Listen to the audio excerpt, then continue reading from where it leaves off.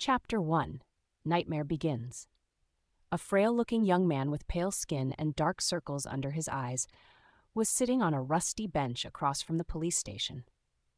He was cradling a cup of coffee in his hands, not the cheap synthetic-type slum rats like him had access to, but the real deal. This cup of plant-based coffee, usually available only to higher-rank citizens, had cost most of his savings. But on this particular day, Sonny decided to pamper himself. After all, his life was coming to an end. Enjoying the warmth of the luxurious drink, he raised the cup and savored the aroma. Then, tentatively, he took a small sip and immediately grimaced. "Ah, so bitter!" Giving the cup of coffee an intense look, Sonny sighed and forced himself to drink some more. Bitter or not, he was determined to get his money's worth. Taste buds be damned. I should have bought a piece of real meat instead. Who knew actual coffee is so disgusting? Well, it's going to keep me awake, at least. He stared into the distance, dozing off, and then slapped himself in the face to wake up. Tsk, what a ripoff. Shaking his head and cursing, Sonny finished the coffee and stood up. Rich people living in this part of the city were rushing past the small park on their way to work, staring at him with strange expressions. Looking haggard in his cheap clothes and from the lack of sleep, unhealthily thin and pale, Sonny was indeed out of his place here. Also, everyone seemed so tall. Watching them with a bit of envy, he tossed the cup into a garbage bin. I guess that's what 3 full meals a day would do to you. The cup missed the bin by a wide margin and fell on the ground. Sonny rolled his eyes in exasperation, walked over and picked it up before carefully putting it in the trash. Then, with a slight grin, he crossed the street and entered the police station. Inside, a tired-looking officer gave him a quick glance and frowned with obvious distaste. "Are you lost, boy?" Sonny looked around with curiosity, noting reinforced armor plates on the walls and poorly hidden turret nests in the ceiling. The officer, too, looked scruffy and mean. At least police stations remain the same wherever you go. "Hey, I'm talking to you!" Sonny cleared his throat. No." Then he scratched the back of his head and added, "As demanded by the 3rd Special Directive, I am here to surrender myself as a carrier of the nightmare spell." The officer's expression instantly changed from irritated to wary. He looked the young man over once again, this time with piercing intensity. "Are you sure you are infected? When did you start showing symptoms?" Sonny shrugged. "A week ago?" The officer became visibly paler. "Shit!" Then, with a hurried motion, he pressed a button on his terminal and bellowed, "Attention! Code Black in the lobby. I repeat, Code Black." The nightmare spell first appeared in the world a few decades ago. Back then, the planet was just starting to recover from a series of devastating natural disasters and subsequent resource wars. At first, the emergence of a new disease that caused millions of people to complain about constant fatigue and sleepiness did not attract a lot of attention. But when they started to fall into an unnatural slumber, with no sign of waking up even days later, governments finally panicked. Of course, by then it was already too late, not that an early response could have made any difference. When the infected started dying in their sleep, their dead bodies turning into monsters, no one was ready. Nightmare creatures quickly overwhelmed national militaries, plunging the world into complete chaos. No one knew what the spell was, what powers it possessed, and how to fight it. In the end, it was the awakened, those who survived the first trials of the spell and came back alive, who put a stop to its rampage. Armed with miraculous abilities earned in their nightmares, they restored peace and created a semblance of a new order. Of course, it was only the first of the catastrophes brought upon by the spell. But as far as Sonny was concerned, none of it had anything to do with him. Not until a few days ago, that is, when he first started having trouble with staying awake. For an average person, being chosen by the spell was as much of a risk as an opportunity. Kids learned survival skills and fighting techniques in school, on the off chance of being infected. Well-to-do families hired private tutors to train their children all sorts of martial arts. Those from the awakened clans even had access to powerful legacies, wielding inherited memories and echoes in their first visit to the dream realm. The richer your family was, the better your chances of surviving and becoming an awakened were. But for Sonny, who had no family to speak of and spent most of his time scrounging for food instead of going to school, being chosen by the spell presented no opportunity at all. To him, it was basically a death sentence. A few minutes later, Sonny was yawning while several policemen were busy putting him in restraints. Soon he was fastened into a bulky chair that looked like a weird mix between a hospital bed and a torture device. The room they were in was situated in the basement of the police station, with thick armored walls and a formidable-looking vault door. Other officers were standing near the walls, with automatic rifles in their hands and grim expressions on their faces. Sonny did not particularly care about them.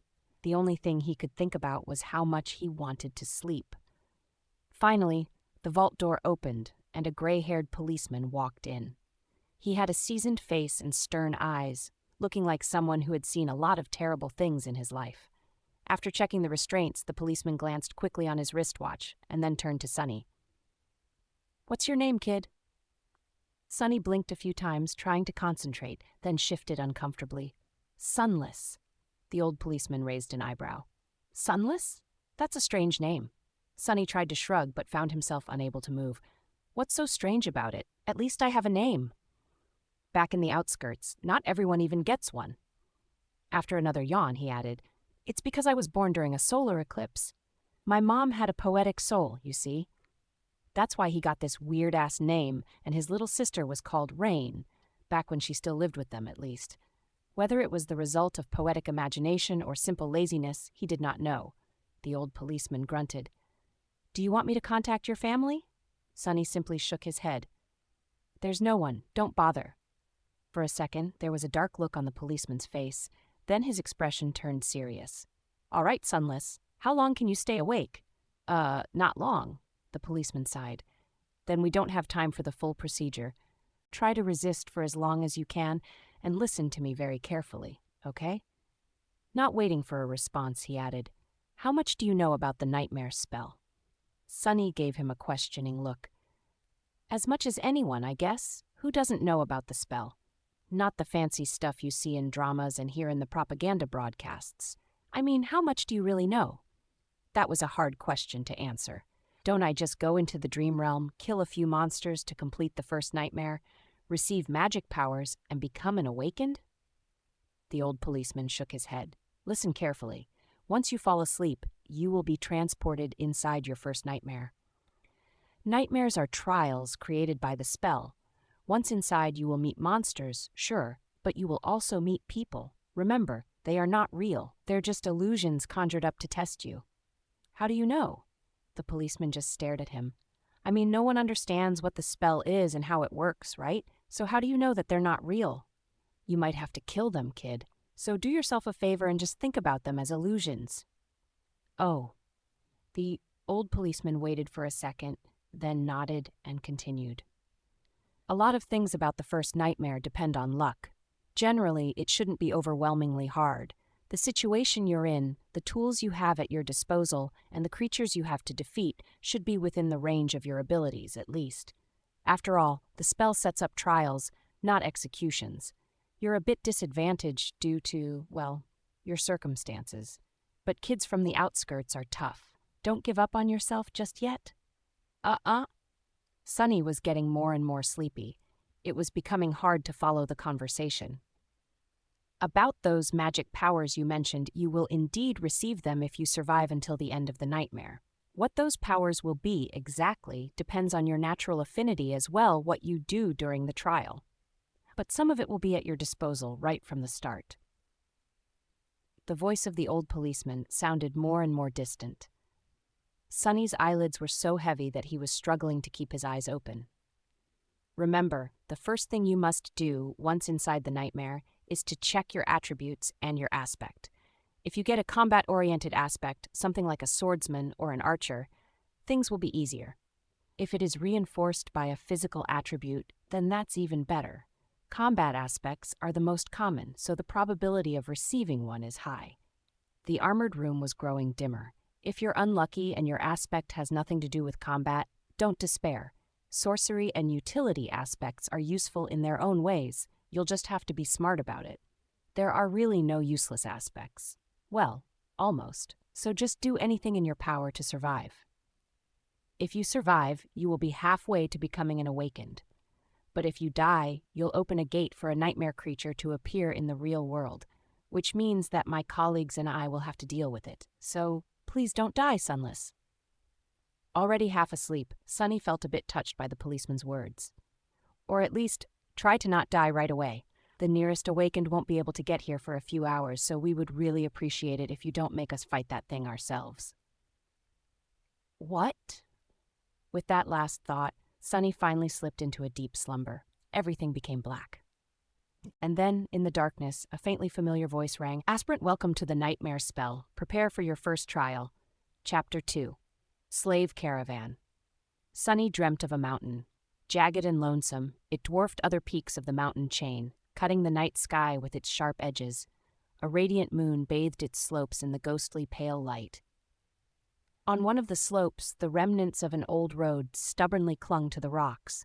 Here and there, weathered paved stones could be seen through the snow. To the right side of the road, a sheer cliff face rose as an impregnable wall. To the left, a silent black sea of nothingness indicated an endless fall. Strong winds crashed into the mountain over and over again, screaming in powerless rage. Suddenly, the moon fell over the horizon. The sun rose from the west, streaked across the sky, and disappeared in the east. Snowflakes jumped from the ground and returned into the embrace of clouds. Sunny realized that he was seeing the flow of time in reverse. In an instant, hundreds of years flew by. The snow retreated, bearing the old road. Cold shivers ran down Sunny's back as he noticed human bones littering the ground. A moment later, the bones were gone, and in their place, a slave caravan appeared, moving backwards down the mountain in the clamor of chains. Time slowed, stopped, and then resumed its usual pace. "Aspirant, welcome to the nightmare spell. Prepare for your first trial."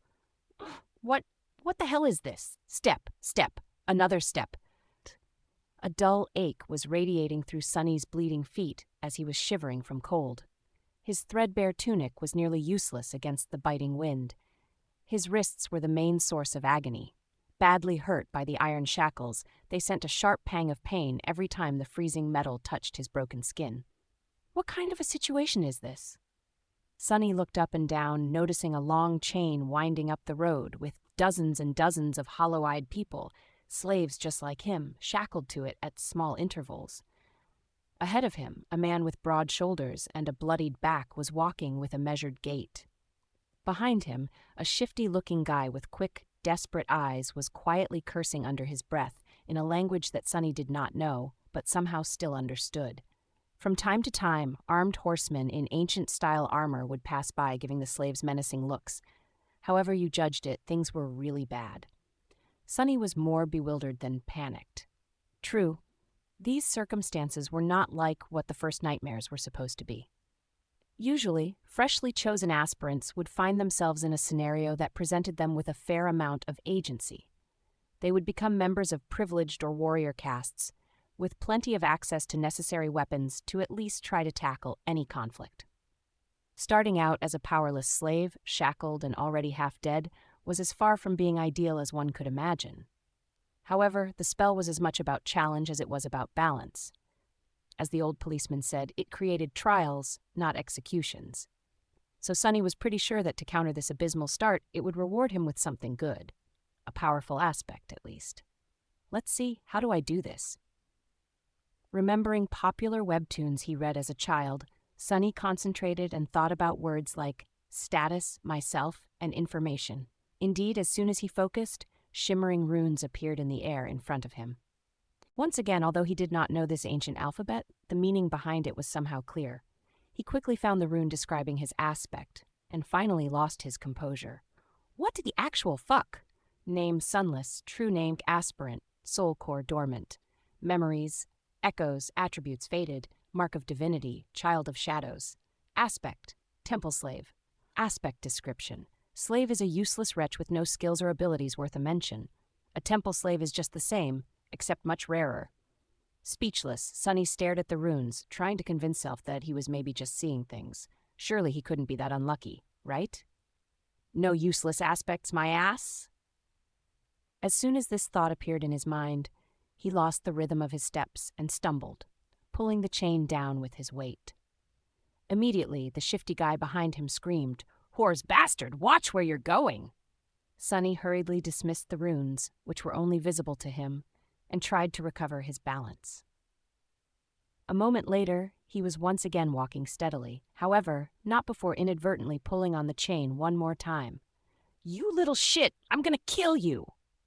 The broad-shouldered man in front of Sunny chuckled without turning his head. Why bother? The weakling will be dead by sunrise anyway. The mountain will kill him. A few seconds later, he added, "It'll kill you and me, too." Just a bit later, "I really don't know what the Imperials are thinking, forcing us into this cold." The shifty guy gasped. "Speak for yourself, fool. I'm planning to survive." Sunny silently shook his head and concentrated on not falling again. What a charming pair. Suddenly, a third voice joined the conversation from somewhere further back. This one sounded gentle and intelligent. "This mountain pass is usually much warmer this time of year. We just had really bad luck. Also, I would advise you against harming this boy." "Why is that?" Sunny turned his head slightly, listening. "Haven't you seen the markings on his skin? He is not like us, who fell into slavery due to debts, crimes, or misfortune. He was born a slave, a temple slave, to be precise. Not long ago, the Imperials destroyed the last temple of the Shadow God. I suspect that this is how the boy ended up here." The broad-shouldered man cast a look back. "So what? Why should we be afraid of a half-forgotten weakling god? He couldn't even save his own temples. The Empire is protected by the mighty war god. Of course they're not afraid to burn down a few temples, but we here are not protected by anything or anyone. Do you really want to risk angering a god?" The broad-shouldered man grunted, not willing to answer. Their conversation was stopped by a young soldier riding a beautiful white horse. Clad in a simple leather cuirass, armed with a spear and a short sword, he looked dignified and noble. To Sunny's irritation, the asshole was really pretty, too. If this was a historical drama, the soldier would definitely be a male lead. What is going on here? There was no particular menace in his voice, even something resembling concern.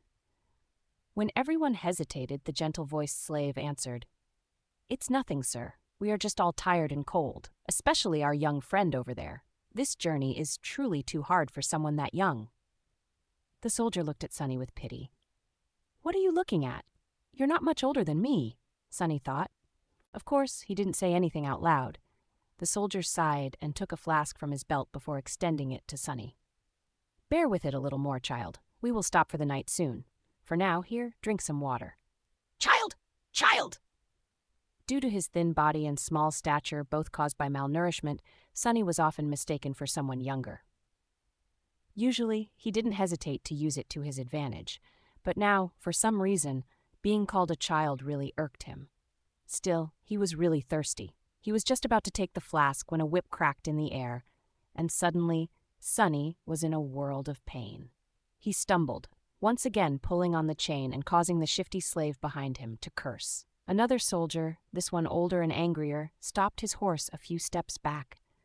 The whip that sliced the back of Sunny's tunic open and drew blood belonged to him.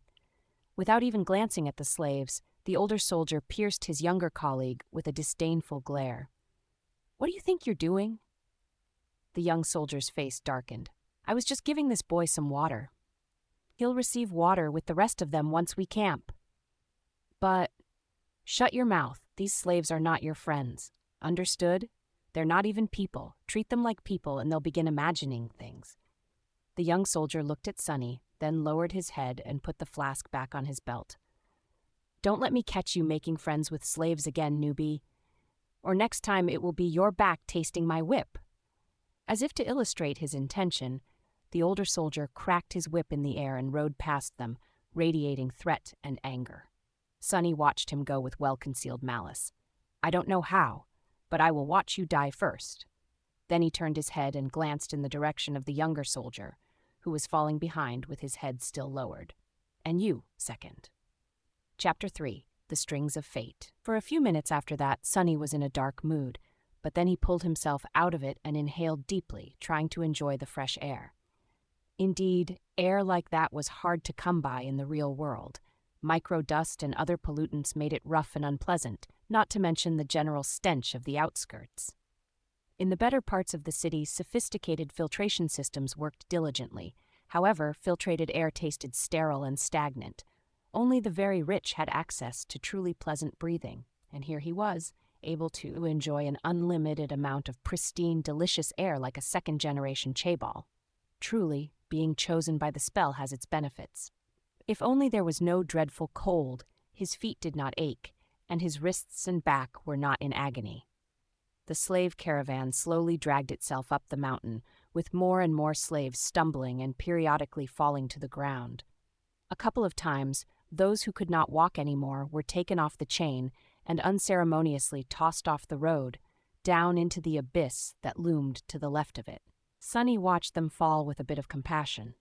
Poor fellows, rest in peace, you pitiful souls. All in all, he was in good spirits.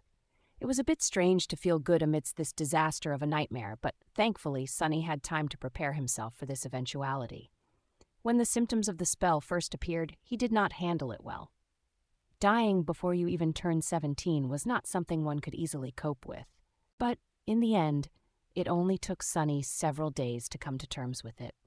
After visiting his parents' makeshift resting place, well, actually, since he was too poor to afford even the cheapest slot in the remembrance facility, it was just 2 lines carved into an old tree, and adding a 3rd line for himself, Sunny suddenly became relaxed and carefree. After all, he didn't have to worry about earning money, finding food, protecting himself, and planning for the future anymore. Once the worst that could happen had already happened, what else was there to fear? So, becoming a slave and slowly freezing to death was not that much of a shock. Besides, he knew that cold would not kill him, simply because he had already seen what fate was awaiting the caravan further up the mountain. The picture of piled bones littering the ground was still fresh in his mind. Most likely, it was a pack of monsters that were going to do the caravan in, and by the look of it, the attack was going to take place in a matter of hours, not days, so he still had a chance. Using the opportunity, Sunny decided to take another look at his status and summon the runes again. The last time he was too outraged by the aspect and didn't study the attributes well. While not as important as one's aspect, the attributes were often the deciding factor between life and death. They represented one's natural traits and affinities, sometimes even providing passive abilities and effects. Attribute description: the strings of fate wrap tightly around you. Unlikely events, both good and bad, are drawn by your presence. There are those who are blessed, and there are those who are cursed, but rarely both. Attribute description: you bear a faint scent of divinity, as though someone briefly touched by it once, a long time ago. Child of Shadow. Attribute description: shadows recognize you as one of their own. Interesting. Sunny quickly recognized the first attribute, fated, as the main culprit of his predicament. At first glance, it seemed to indicate that he was destined for a certain fate, to die miserably and vanish without a trace, for example.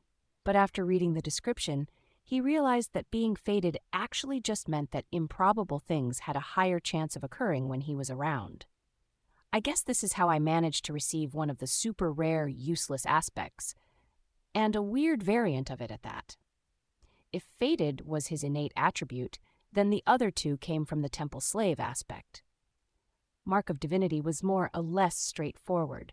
It was supposed to allow passage into certain sacred places inside the dream realm and enhance several types of sorcery.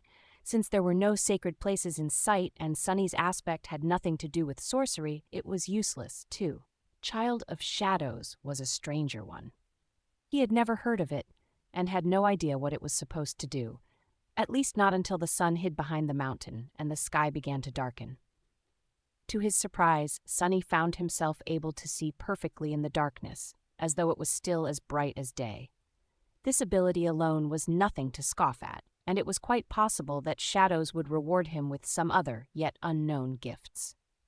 Finally, something good. I wonder if... Stop the caravan. Prepare to camp. Following the head soldier's order, the slaves stopped and fell to the ground, shivering and exhausted. The small clearing where the road widened was somewhat protected from the wind by a protruding mass of rock, but it was still too cold to rest with ease. The soldiers got busy herding the slaves into a tight circle, forcing them to share warmth, and lighting up a large bonfire in the center of the camp, although not before tending to their horses. The heavy wagon carrying food, water, and other cargo, to which the main chain was firmly affixed, was pushed forward to block the wind. While looking around, Sonny noticed the young soldier from before watching the mountain with a complicated look on his face. What a weirdo. Soon, the bonfire was blazing.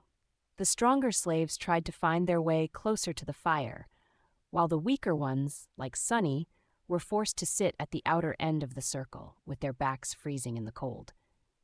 Of course, any movement was encumbered by the fact that they were still shackled to the chain. That's why the familiar, broad-shouldered slave ended up just where he started, despite all of his efforts to get closer to the flame. "Damn Imperials," he hissed, clearly irritated. The soldiers walked among the slaves, giving them water and food. Sonny, just like everybody else, received a few sips of icy water and a small piece of rock-hard, moldy bread. Despite its unappetizing look, he forced himself to eat the whole thing, just to be left as hungry as he was before. By the looks of it, he wasn't the only one. The shifty slave that had been walking behind him looked around in anguish. "By all the gods, they used to feed me better even in the dungeons." He spat on the ground, desperate. And most of us innocent men in the dungeon were there waiting to visit the gallows, too. A few steps away from them, where the paved road ended and sharp rocks began, a scattering of bright red berries were growing from the snow. Sonny had noticed them before, clustering here and there along the road, and even noted how pretty those resilient things looked, contrasted against the white. The shifty slave's eyes glistened as he tried to crawl towards the berries on all fours. "I would advise against eating those, friend." It was the gentle-voiced slave again. Sonny turned around and finally saw him in the flesh for the first time. It was a tall man in his 40s, lean and strangely handsome, with a dignified look of a scholar. How a man such as him ended up a slave was a mystery. Yet there he was. "You and your advice again." "What? Why?" The scholar smiled apologetically. "These berries are called bloodbane. They grow in the places where human blood was spilled. That's why there's always a lot of them along the slave trade routes." "So what?" The older man sighed. "Bloodbane is poisonous. A few berries might be enough to kill an adult man." "Curses!" The shifty slave flinched back and glared at the scholar. Sonny did not pay them a lot of attention, because while looking around, he finally recognized the site of the camp as the place where, in his vision at the start of the nightmare, the bones of the slaves were buried under the snow. And he was willing to bet that whatever it was that killed them all was going to happen soon. As if to answer his thoughts, a thundering noise rang from above, and in the next second, something massive came crashing from the sky. Chapter 4. Mountain King. Turning in the direction of the thundering noise, many slaves rose their heads, only to see rocks and heavy shards of ice raining on them from above. They instantly panicked, lurching away in a cacophony of screams. Shadows happily danced on black stones, as entangled by the thick chain, those slaves fell to the ground and pulled others with them. Sonny was one of the few that remained upright, mostly because he was ready for something like this to happen. Calm and collected, he gazed at the night sky, his attribute-enhanced eyes piercing the darkness, and took one measured step back. In the next second, a piece of ice the size of a man's torso hit the ground right in front of him and exploded, showering everything around with sharp shards. Others weren't that quick. As ice and stones continued to rain, many were wounded, and a few even lost their lives. Agonizing wails filled the air. "On your feet, fools! Get to the wall!" The veteran soldier, the one who had whipped Sonny a few hours before, was shouting angrily, trying to get the slaves to move towards the relative safety of the mountain slope.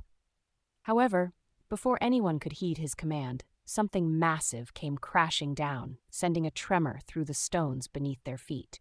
It fell right between the caravan and the mountain wall, plunging everything into silence for a few seconds.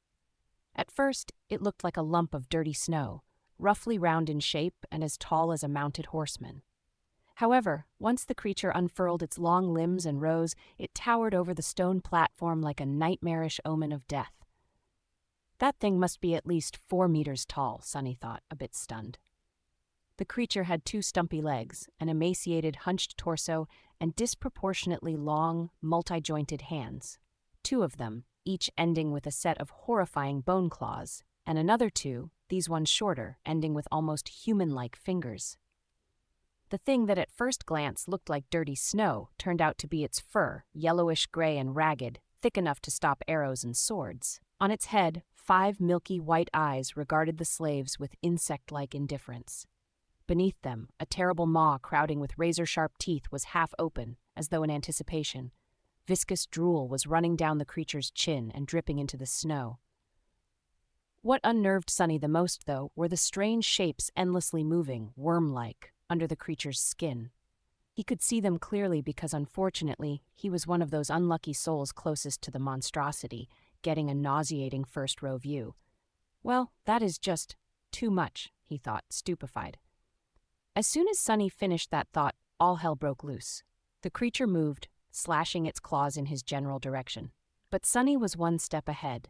Without wasting a single moment, he jumped sideways, as far as the chain allowed, conveniently placing the broad-shouldered slave between himself and the monster. His quick reaction saved his life, as those sharp claws, each as long as a sword, sliced through the broad-shouldered man a fraction of a second later and sent streams of blood flying through the air. Drenched in the hot liquid, Sunny hit the ground, and his fellow slave, now simply a corpse, fell on him from above. "Damn! Why are you so heavy?" Temporarily blinded, Sunny heard a chilling howl and felt an enormous shadow passing over him.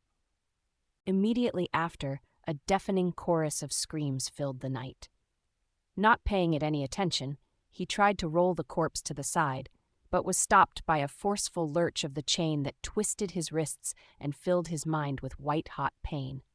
Disoriented, he felt himself being dragged a few steps, but then the chain suddenly slackened, and he was able to control his hands again. See, things could have been worse. Putting his palms against the dead man's chest, he pushed with all the strength he had.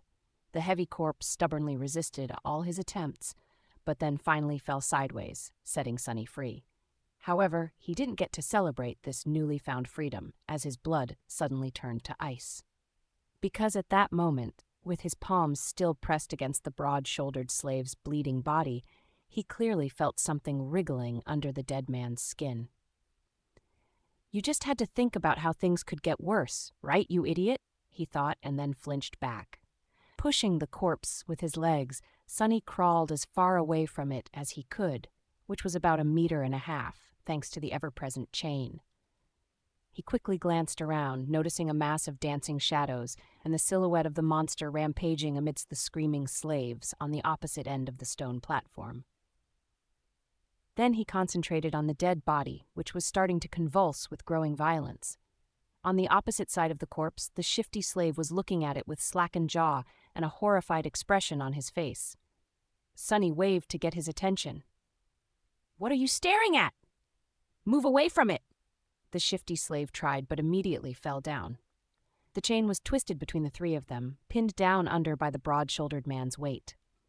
Sunny clenched his teeth. Right under his eyes, the corpse was going through a nightmare-inducing metamorphose. Strange bone growths pierced its skin, extending like spikes. The muscles bulged and wriggled, as though trying to change shape. The fingernails were turning into sharp claws, the face cracked and split, bearing open a twisted mouth with one too many rows of bloodied, needle-like fangs. "This is not right," Sunny twitched, feeling a strong urge to empty his stomach. The chain! The scholarly slave was just a few steps behind the shifty one, pointing at his shackles with a face as pale as a ghost. That remark was far from helpful, but given the circumstances, his shock was understandable. Being shackled was bad enough, but being shackled to such horror was truly unfair. But Sunny's conclusion that things weren't right did not come from self-pity. He just meant that this whole situation was literally not right. The spell, mysterious as it was, had its own set of rules. There were rules for what type of creatures could appear in any given nightmare, too. Nightmare creatures had their own hierarchy, from mindless beasts to monsters, followed by demons, devils, tyrants, terrors, and, finally, mythical titans, also known as calamities. The first nightmare was almost always populated by beasts and monsters, rarely with a demon mixed in. And Sunny had never, ever heard about anything stronger than a single devil appearing in it. However, the creature had clearly just created a lesser version of itself. an ability that belonged exclusively to tyrants, the sovereigns of the nightmare spell, and those above them. What was this tyrant even doing in a first nightmare? How powerful was that damn fated attribute? But there was no time to ponder. Unfair or not, there was only one person now who could save Sunny, himself.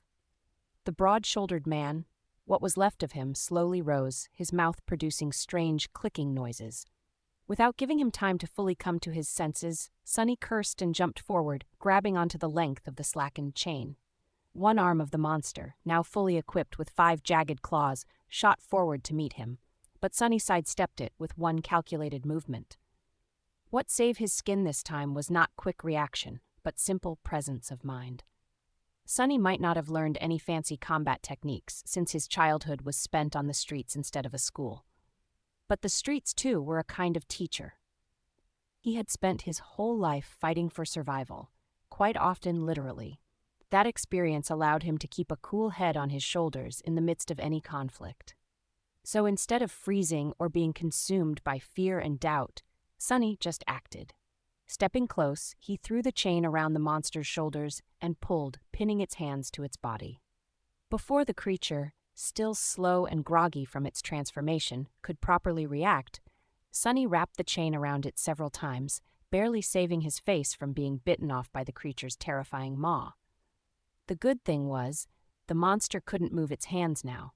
The bad thing was, the length of the chain he used to immobilize it was gone, leaving almost no distance between them. "You two?" Sunny screamed, addressing his 2 fellow slaves. "Pull on that chain as though your lives depend on it." Because they were. The shifty slave and the scholar gaped at him, and then, understanding what he was thinking, started to move.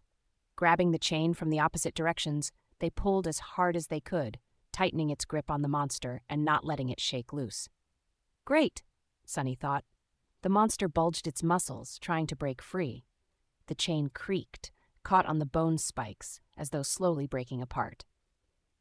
Not so great. Without wasting any more time, he threw his hands in the air and caught the creature's neck with the short, thinner chain connecting his shackles together. Then he circled the monster with a quick step and pulled, ending up back to back with it, as far away from its maw as he could. Sunny knew that he wasn't strong enough to strangle a man with his bare hands, let alone a weird, terrifying mutant like the one trying to eat him. But now, using his own back as a lever and the weight of his whole body to pull the shackles down, he at least stood a chance. He pulled down with all his might, feeling the monster's body pressing against him, bone spikes brushing against his skin. The monster continued to struggle, clicking loudly and trying to break the chain tying him down apart. Now, it was just a question of what would break first, the chain or the monster itself. Die, you bastard! Sweat and blood were rolling down Sunny's face as he was pulling and pulling and pulling down with as much force as he could muster. Every second felt like an eternity. His strength and stamina, what little he had to begin with, were quickly running out. His wounded back, wrists, and muscles pierced by the bone spikes were in agony. And then, finally, Sunny felt the monster's body go limp. A moment later, a faintly familiar voice rang in the air. It was the most beautiful sound he had ever heard. "You have slain a dormant beast, Mountain King's larva." Chapter 5, Broken Chains. "You have slain a dormant beast, Mountain King's larva." Sunny fell to his knees, breathless. His whole body felt as though it just went through a meat grinder. Even large amounts of adrenaline could not wash away all the pain and exhaustion. And yet he was exhilarated. The satisfaction of killing the larva was so vast that he even forgot to be disappointed about not receiving a memory, the special item tied to a dream realm inhabitant's essence, which was sometimes awarded by the spell to the triumphant awakened. A magic sword or a suit of armor would have come in handy right about now. Damn, he would even settle for a warm coat. 3 seconds. You can rest for 3 more seconds, Sunny thought. After all, the nightmare was far from over. A few moments later, he forced himself to come back to his senses and looked around, trying to ascertain the situation. The larva was dead, which was great. However, he was still tied to it by the damn chain. The shifty slave and the scholar, both pale as death, were busy untangling it to buy the 3 of them at least some freedom of movement. Further away, Torn bodies and pieces of flesh were lying on the ground. Many slaves were killed. A few had somehow managed to escape and were now running away. Fools, they're dooming themselves. The chain, as it turns out, was at some point broken in two. That's why it suddenly slackened when Sunny was being dragged by the mass of panicking slaves. If their shackles had a less sophisticated locking mechanism, he could have tried to free himself now. However, each pair was fixed to a specific link. Without unlocking them, no one was going anywhere. The tyrant, Mountain King, presumably, was hidden from sight by the bright glow of the bonfire. However, Sunny could feel its movements due to the subtle tremors spreading through the stones, as well as the desperate screams of those slaves who were yet to perish. An angry bellow or two could also be heard, indicating that some of the soldiers were still alive, desperately trying to fight the monstrosity off. What pulled his attention the most, though, was the fact that several of the maimed bodies were starting to move. More larvae? His eyes widened. One after another, 4 more corpses slowly rose to their feet. Each beast looked as disgusting as the first one had, and not a bit less deadly. The nearest was mere meters away from Sunny. "Damn it all," he thought, and then weakly, "I want to wake up." As strange clicking filled the air, one of the beasts turned its head toward the 3 slaves and gnashed its fangs. Shifty fell on his ass, whispering a prayer, while Scholar just froze in place. Sunny's eyes darted to the ground, trying to find something to use as a weapon. But there was not a single thing he could use. Full of vitriol, he simply wrapped a length of chain around the knuckles and raised his fists. "Come at me, you bastard!" The larva dashed forward with incredible speed in a flurry of claws, fangs, and terror. Sunny had less than a second to react. However, before he could do anything, a nimble figure moved past him and a sharp sword flashed in the air. The monster, beheaded with one strike, fell gracelessly onto the ground. Sunny blinked. What was that? Dumbfounded, he slowly turned his head and looked to his left. Standing there with a valorous expression was the handsome young soldier who had once offered him water. He looked calm and collected, if a little grim. There was not a speck of dirt or blood on his leather armor. He is awesome, Sunny thought before catching himself. Poser! I mean he's a poser! With a short nod, the soldier moved forward to face the remaining 3 larvae. But after taking a few steps, he suddenly turned around and gave Sunny a long look. Then, with one swift motion, the young warrior took something from his belt and threw it to Sunny. "Save yourself." With that, he was gone to fight the monsters. Sunny reflexively caught the item and watched the soldier go. Then he lowered his gaze and studied the thing clutched tightly in his hand. It was a short and narrow iron rod with a straight bend on its end. A key. It's a key. His heart began to beat faster. It's the key to the shackles.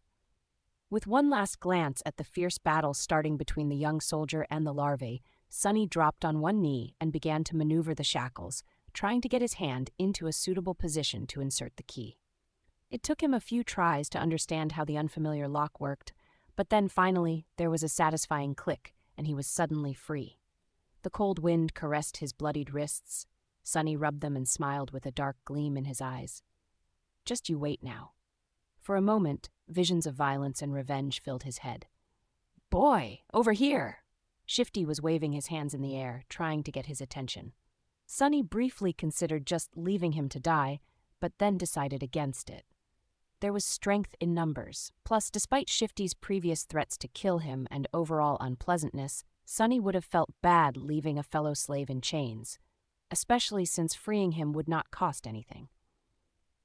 He hurried over to the other 2 slaves and quickly unlocked their shackles. As soon as Shifty was free, he pushed Sunny away and did a little dance, laughing like a maniac. "Ah! Free at last! Gods must be smiling upon us!" Scholar was more reserved. He squeezed Sunny's shoulder in gratitude and smiled weakly, casting a tense look in the direction of the ensuing fight. 2 of the 3 larvae were already dead. The third one was missing an arm but still trying to tear its opponent apart. The young soldier danced around it, moving with the graceful fluidity of a natural-born warrior. "What are you waiting for? Run!" Shifty made a move to run away, but was stopped by Scholar. "My friend, I would... If you say advise again, I swear to gods I will bash your head open." The 2 slaves looked at each other with open animosity. A moment later, Scholar lowered his eyes and sighed. If we run away now, we will surely die. Why? The older slave simply pointed at the tall bonfire. Because without that fire, we will freeze to death before the night is over. Until the sunrise rises, running away is suicide. Sonny did not say anything, knowing that Scholar was right. Actually, he realized it right after strangling the larva. No matter how terrible Mountain King was, the bonfire was still their only lifeline in this frozen hell. It was just as what the broad-shouldered slave, may he rest in peace, had said. There was no need for anyone to kill them, because the mountain itself would do it if given a chance. So what? I prefer freezing to death than being eaten by that monster anyway. Not to mention, turning into one of those things. Shifty was pretending to be brave, but there was no conviction in his voice. He glanced at the darkness surrounding the stone platform and shivered before taking a small step back. At this point, the third larva was long dead, and the young soldier was nowhere to be seen. He had probably gone to join the fight at the other side of the bonfire, leaving the 3 slaves alone at the mountainside part of the stone platform. Scholar cleared his throat. The monster might be satiated with those it had already slain. It might be defeated or driven away by the Imperials. In any case, if we stay here, we have a chance to survive, however small. But if we run away, our doom will be certain. So what do? Unlike Scholar, Sonny was sure that Mountain King would not be satisfied with killing just most of the slaves. Neither did he believe that a bunch of mortals would really be able to defeat it. Even if they were not normal people, but awakened, a fight with a tyrant was not something one could easily survive, let alone win. But if he wanted to live, he had to get rid of that thing somehow. Let's go take a look. Shifty looked at him as though seeing a lunatic. Are you insane? You want to get closer to that beast? Sonny stared at him blankly, then shrugged and headed in the direction of the rampaging monster. Chapter 6. Confronting the Tyrant. Sonny was off to face against a nightmare creature, and not any creature at that, but one of the 5th category, a dreaded, fearsome tyrant. The odds of survival were so low that anyone would have laughed in his face if he were to ever suggest attempting to fight it. If they weren't an awakened 2 or 3 ranks above the creature, of course. Which Sonny certainly wasn't. And yet, he had to deal with this Mountain King somehow to avoid an even more miserable death. The ridiculous degree to which the odds were stacked against him from the very beginning of this delayed execution had gotten old a long time ago, so he didn't have any more energy to think about it. What was there to fear, after all? He was already as good as dead. It's not like he could get any deader, so why worry? On the other side of the bonfire, things were turning from bad to worse. Most of the slaves were already dead. A few soldiers were still desperately trying to fight the monster, but it was clear that they weren't going to last long. Right in front of Sonny's eyes, the tyrant picked up a dead slave, dragging the chain up with him, and opened its terrifying maw wide. With one crushing bite, the slave's body was torn in half, leaving only bloodied stumps inside the shackles. Mountain King's 5 indifferent, milky eyes stared into the distance as he chewed, streams of blood flowing down its chin. Seeing that the creature's upper arms were busy, one of the soldiers screamed and lunged forward, brandishing his long spear. Without turning its head, the tyrant extended one of its shorter lower arms, caught the soldier's head in an iron grip and squeezed, crushing the poor man's skull like a soap bubble. A moment later, the headless body was tossed over the cliff and disappeared into the abyss below. Shifty doubled over, puking his guts out. Then he shakily rose to his feet and glared at Sonny. Well, we've taken a look. Now what? Sonny did not answer, pensively observing the tyrant with his head slightly tilted to one side. Shifty stared at him some more, then turned to Scholar. I'm telling you, old man, the boy is sick in the head. How the hell can he be so calm? Shh! Lower your voice, fool! Blood drained from Shifty's face as he slapped himself, covering his mouth with both hands. Then he cast a fearful look in the direction of the tyrant. Luckily, the abomination was too busy feasting on the slaves, lucky ones who were already dead and unlucky ones who were still alive, to pay them any attention. Shifty slowly exhaled. Sonny was preoccupied with thinking, measuring his chances of survival. How do I get rid of that thing? He didn't have any special powers, nor did he have an army ready to bury the tyrant under a mountain of bodies. He didn't even have a weapon to at least scratch the damn bastard. Sunny moved his gaze and looked past the creature into the endless darkness of the moonless sky. As he was watching the night, a bright flash streaked in the air and collided with one of the tyrant's arms, bursting into a rain of sparks. The young soldier, Sunny's heroic liberator, had just tossed a burning piece of wood at the monster and was now defiantly raising his sword. "Face me, devil! A distraction! Just what I needed." Because there was no way for Sunny to kill the Mountain King with his own 2 hands, he had decided to enlist some help. A human wouldn't be up to the task, so instead, he was planning to use a force of nature. Since I can't do the bastard in myself, let's make gravity do it for me. He was in the middle of thinking over the details of the plan when the young hero's foolish bravado presented an opportunity. Now everything depended on how long the pompous idiot would manage to stay alive. "Come with me," Sunny said as he started running toward the far end of the stone platform, where the heavy wagon was perched dangerously close to the edge of the cliff. Shifty and Scholar shared a dubious look, but then followed, perhaps confusing his calmness with confidence, or maybe divine inspiration.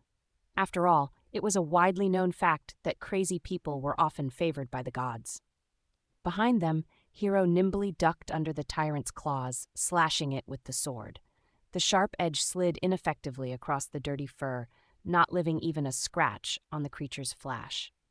In the next second, the tyrant moved with frightening speed, throwing all 4 of his hands in the direction of its new irritating foe. But Sunny had no way of knowing. He was running with all his speed, getting closer and closer to the wagon. Once there, he hurriedly looked around, checking if there were any larvae close by, and moved to its rear wheels. The wagon was left at the upper end of the stone platform, where it narrowed and turned back into the road. It was turned sideways to block the wind, with its front facing the mountain wall and its back facing the cliff. There were 2 large wooden wedges placed under the rear wheels to prevent the wagon from rolling backward. Sunny turned to his companions and pointed at the wedges. "When I tell you, remove both of them, then push. Understand?" "What? Why?" Shifty stared at him with a dumbfounded expression on his face. Scholar just looked at the wedges, and then at the tyrant. Hero, miraculously, was still alive. He was weaving between the creature's limbs, always just half a second away from being completely eviscerated. From time to time, his sword flashed in the air, but to no avail. Mountain King's fur was too thick and his skin too tough to be harmed by mundane weapons. There was a hint of apprehension on the young warrior's face. All the other soldiers, as far as Sunny could see, were already dead, so he really needed that one to live a little bit longer. "Don't die yet," he thought. To Shifty, he simply said, "You'll see." The next moment, Sunny was running again, trying to follow the chain from the brace where it was affixed to the wagon. The thing he was searching for was hard to notice due to all the bodies, blood, and viscera littering the stone platform, but for once, luck was on his side. A short amount of time later, he had found what he needed, the torn end of the chain. Finding the nearest set of shackles, complete with a horribly disfigured body of a slave locked in them, Sunny plopped down on his knees and started to fumble with the key. There was a muffled scream, and with a sideways glance, he noticed Hero flying through the air, finally caught by one of the tyrant's strikes. Incredibly, the young soldier managed to land on his feet, sliding several meters across the stones. All of his limbs were still in place. There were no terrible wounds on his body either. Without skipping a bit, Hero rolled forward, picking up his sword from where it fell on the ground, and then rolled once more, this time sideways, narrowly avoiding a heavy stomp from the creature's foot. "Rolling? Who the hell rolls around in this situation?" Without any more time to waste, Sunny finally managed to unlock the shackles. Shaking the dead slave out of them, he then promptly locked them once again, this time around the chain itself, ending up with a makeshift slipknot and a loop. Now everything depended on his resolve, hand-to-eye coordination, and luck. Turning to Shifty and Scholar, who were still waiting by the wagon, he screamed, "Now!" Then, picking up a sizable length of chain, Sunny stood up and faced the tyrant. Hero spared him half a glance. His eyes lingered on the chain for a moment and then quickly followed it to the wagon. Then, without showing a hint of emotion, the young warrior doubled his efforts, drawing the creature's attention away from Sunny. "So he's smart too! What a scam!" Clearing his head of all unnecessary thoughts, Sunny concentrated on the weight of the chain in his hands, the distance between him and the tyrant, and his target. Time seemed to slow down a bit. "Please, don't miss." Gathering all of his strength, Sunny spun and threw the chain in the air, as though a fisherman casting his net. The loop opened as it flew, closing in on the position of the fight between Hero and the tyrant. Sunny's plan was to place the loop on the ground close enough to them that once one of the tyrant's feet landed in the trap, he could pull on the chain and tighten it around the monster's ankle. But his plan failed spectacularly. Which is to say, it was literally a spectacle. In the last moment, Mountain King suddenly flinched back, and instead of falling on the ground, the chain loop landed perfectly around its neck. A second later, it tightened, acting as an iron noose. Sunny froze for a moment, not believing his eyes, and then clenched his fists, holding himself back from triumphantly shaking them in the air. "Yes!" he screamed inwardly. Moments later, the wagon would roll off the cliff, pulling the tyrant down with it. Sunny looked back to make sure and instantly turned even paler than he usually was. Shifty and Scholar did manage to remove the wedges from under the wagon's wheels and were now desperately pushing it to the edge of the road. However, the wagon was rolling slowly, very slowly, much slower than Sunny had anticipated. He turned to the tyrant, panicking. The creature, surprised by the sudden weight pressing down on its neck, was already raising its hands to tear the chain apart. Sunny's eyes widened. In the next second, Hero crashed into one of the tyrant's legs, throwing it off balance and buying them some time. Sunny was already running to the wagon, cursing loudly in his mind. Reaching it, he threw himself onto the damp wood alongside Shifty and Scholar, pushing with all the strength left in his rather small but terribly beaten and enormously exhausted body. "Roll! Roll, you creaky piece of shit!" The wagon sped up a little, but was still rather slow in reaching the cliff's edge. At the same time, the tyrant finally managed to get a hold of the chain tied around its neck, ready to free itself. Now, whether they lived or not was just a question of which thing would happen first. Chapter 7. 3 Slaves and a Hero. "Roll, you creaky piece of shit!" Sunny pressed himself against the wagon, pushing with all he had. 4 powerful oxen that used to pull it were now dead, and instead of them, 3 tired slaves were trying to do the job. Even with the slope of the road helping them, the speed of the wagon was agonizingly slow. The tyrant, in comparison, was moving much faster. Pushing Hero back with a deadly swipe of his lower arms, he raised the other 2 to its neck and tried to grab the chain that was wrapped around it like a noose.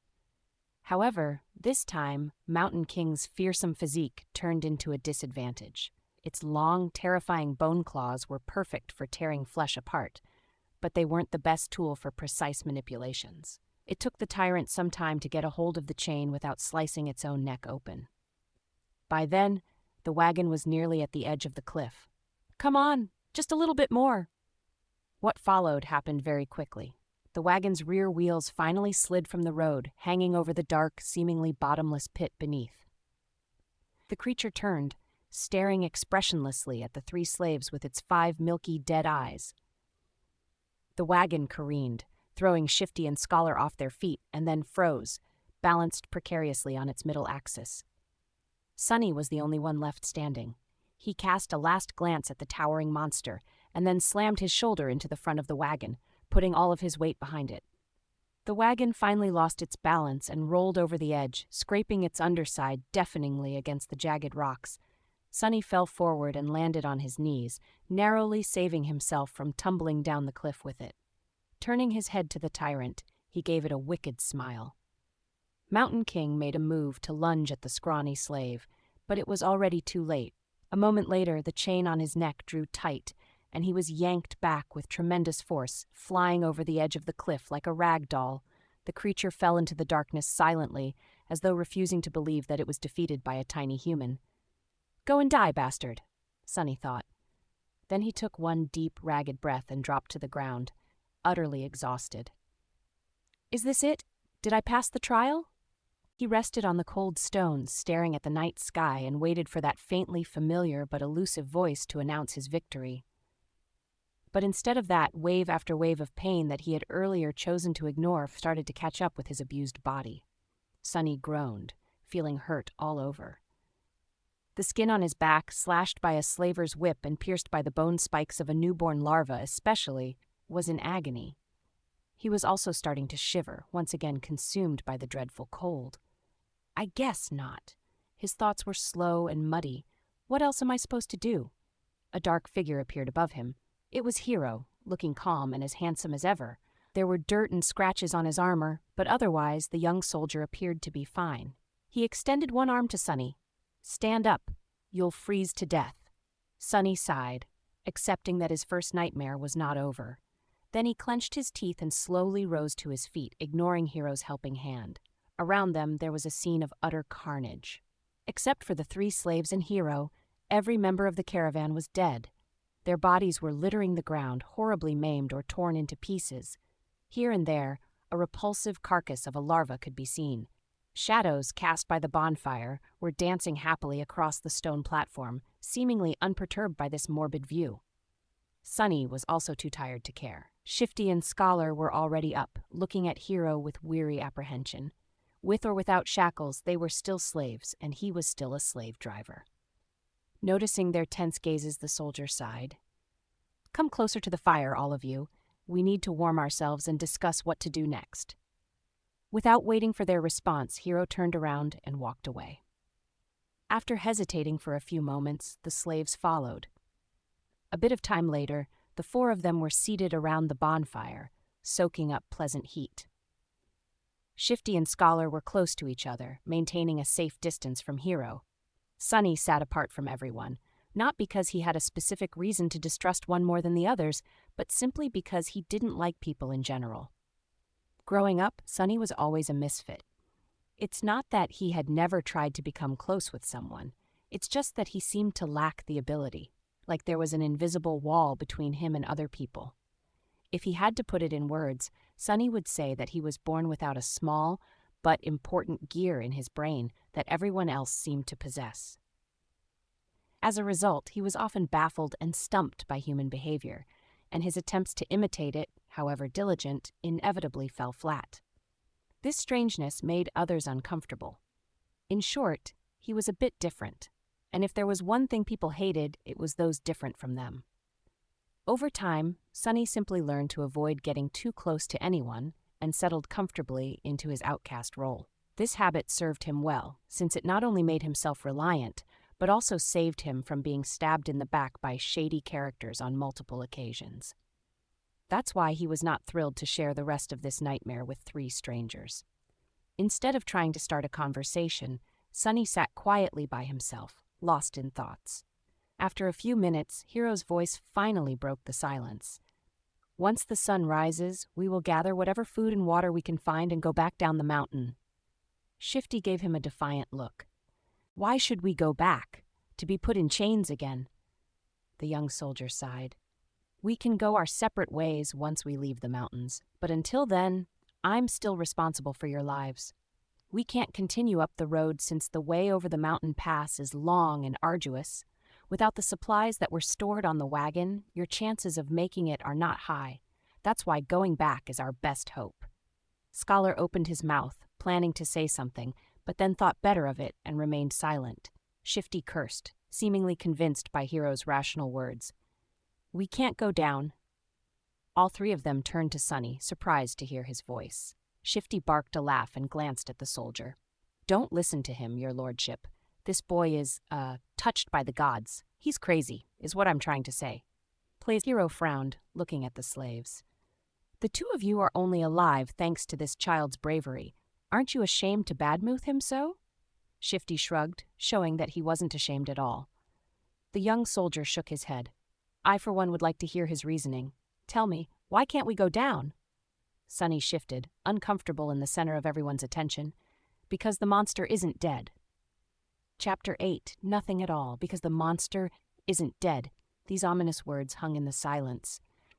3 pairs of eyes widened, staring right at Sonny. "Why do you say that?"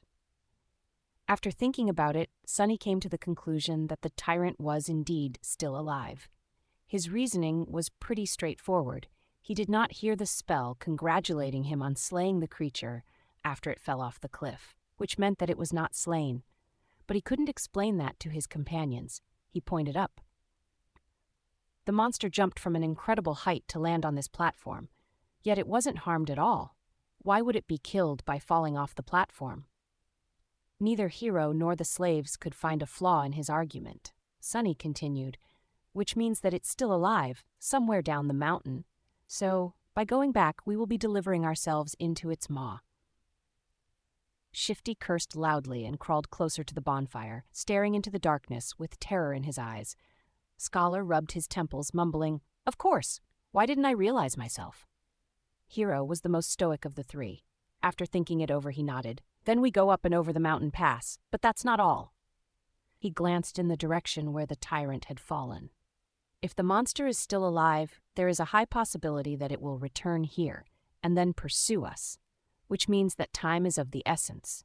We will need to move as soon as the sun rises. He gestured to the torn bodies littering the platform.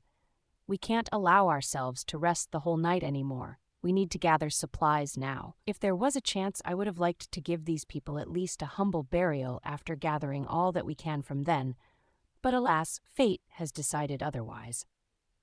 Hero rose to his feet and brandished a sharp knife. Shifty tensed up and watched the blade carefully, but then relaxed, seeing that the young soldier showed no sign of aggression. Food, water, warm clothes, firewood. That is what we need to find. Let us split up and accomplish one task each. Then he pointed at himself with the tip of the knife. I will carve the oxen carcasses to get us some meat. Scholar looked around the stone platform, most of it drowning in deep shadows, and grimaced. I'll look for firewood. Shifty also glanced left and right, with a strange gleam in his eyes. Then I'll go find us something warm to wear. Sunny was the last one left. Hero gave him a long look. Most of our water was stored on the wagon, but each of my fallen brothers was carrying a flagon. Gather as many as you can find. Sometime later, far enough from the bonfire to be hidden in the shadows, Sunny was looking for dead soldiers with half a dozen flagons already weighing him down. Shivering in the cold, he finally stumbled on the last broken body clad in leather armor.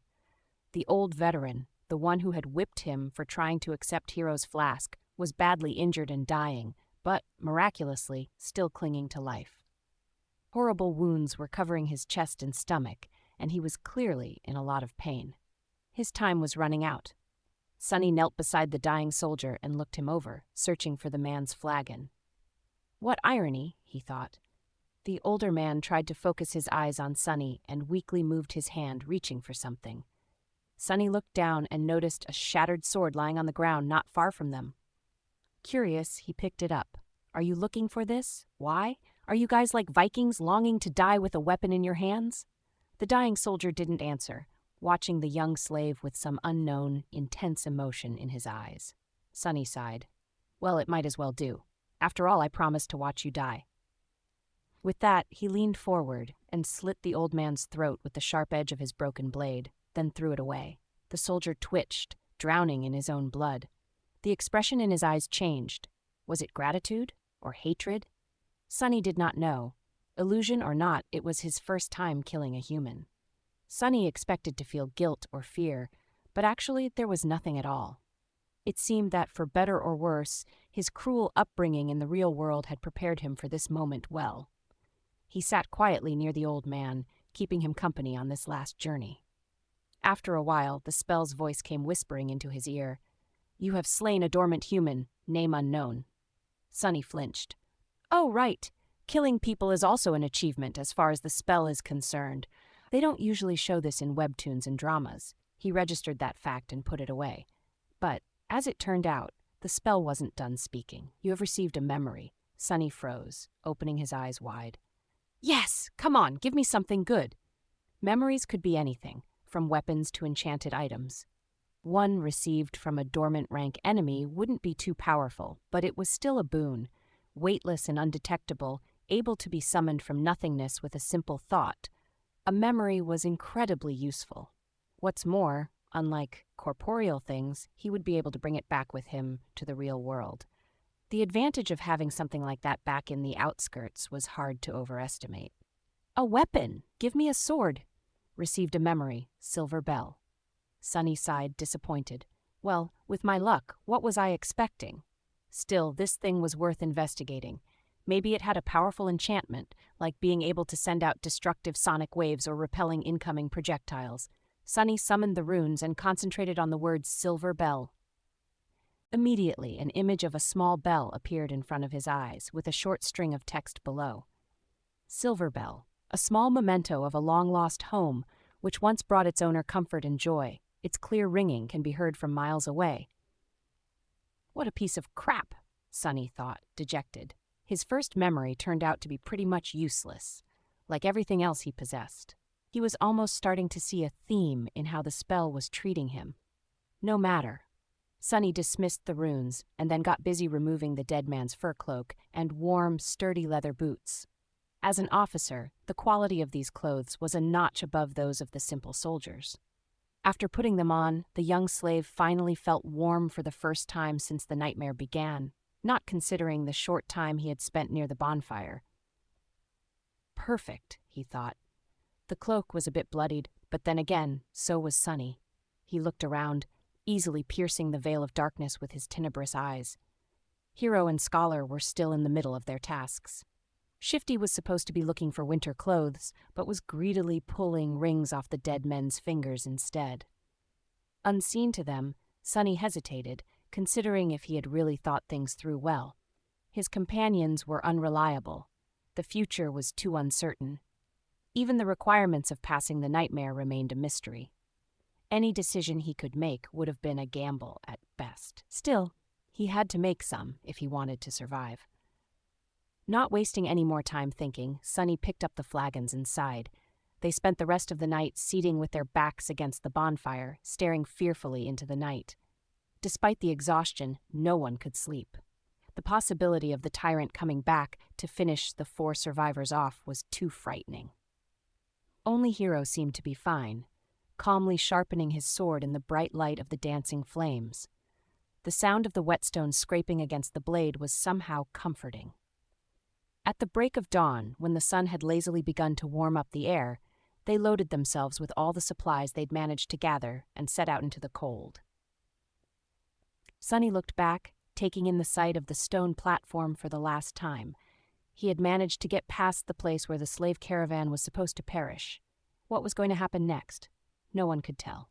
Chapter 9. Wishful Thinking. There was a problem. They were planning to follow the road up to the mountain pass and then over it, getting as far away from the scene of the massacre as they could before the night came. However, the road was no more.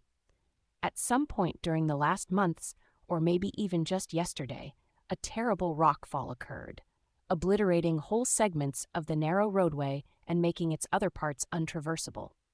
Sunny stood on the precipice of a vast chasm, looking down with no particular expression on his face.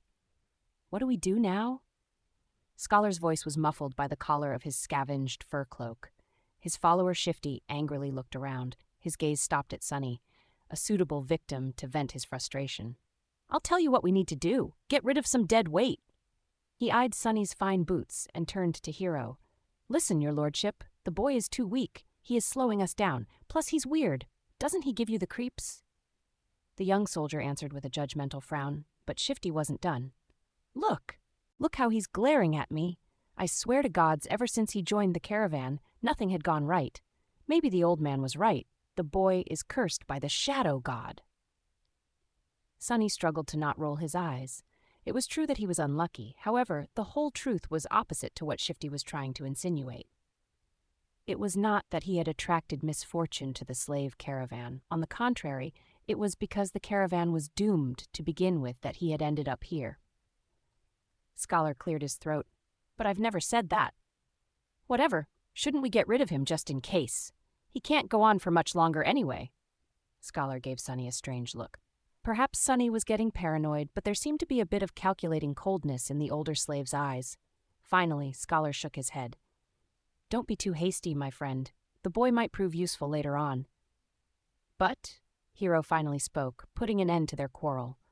"We're not going to leave anyone behind. As for how much longer he'll be able to endure, just worry about yourself." Shifty clenched his teeth, but then just waved a hand. "Fine. So what do we do then?" The four of them looked at the broken road, then down the slope of the mountain, and finally up, where a sheer cliff wall was broken apart by the falling rocks. After a bit of silence, Scholar finally spoke.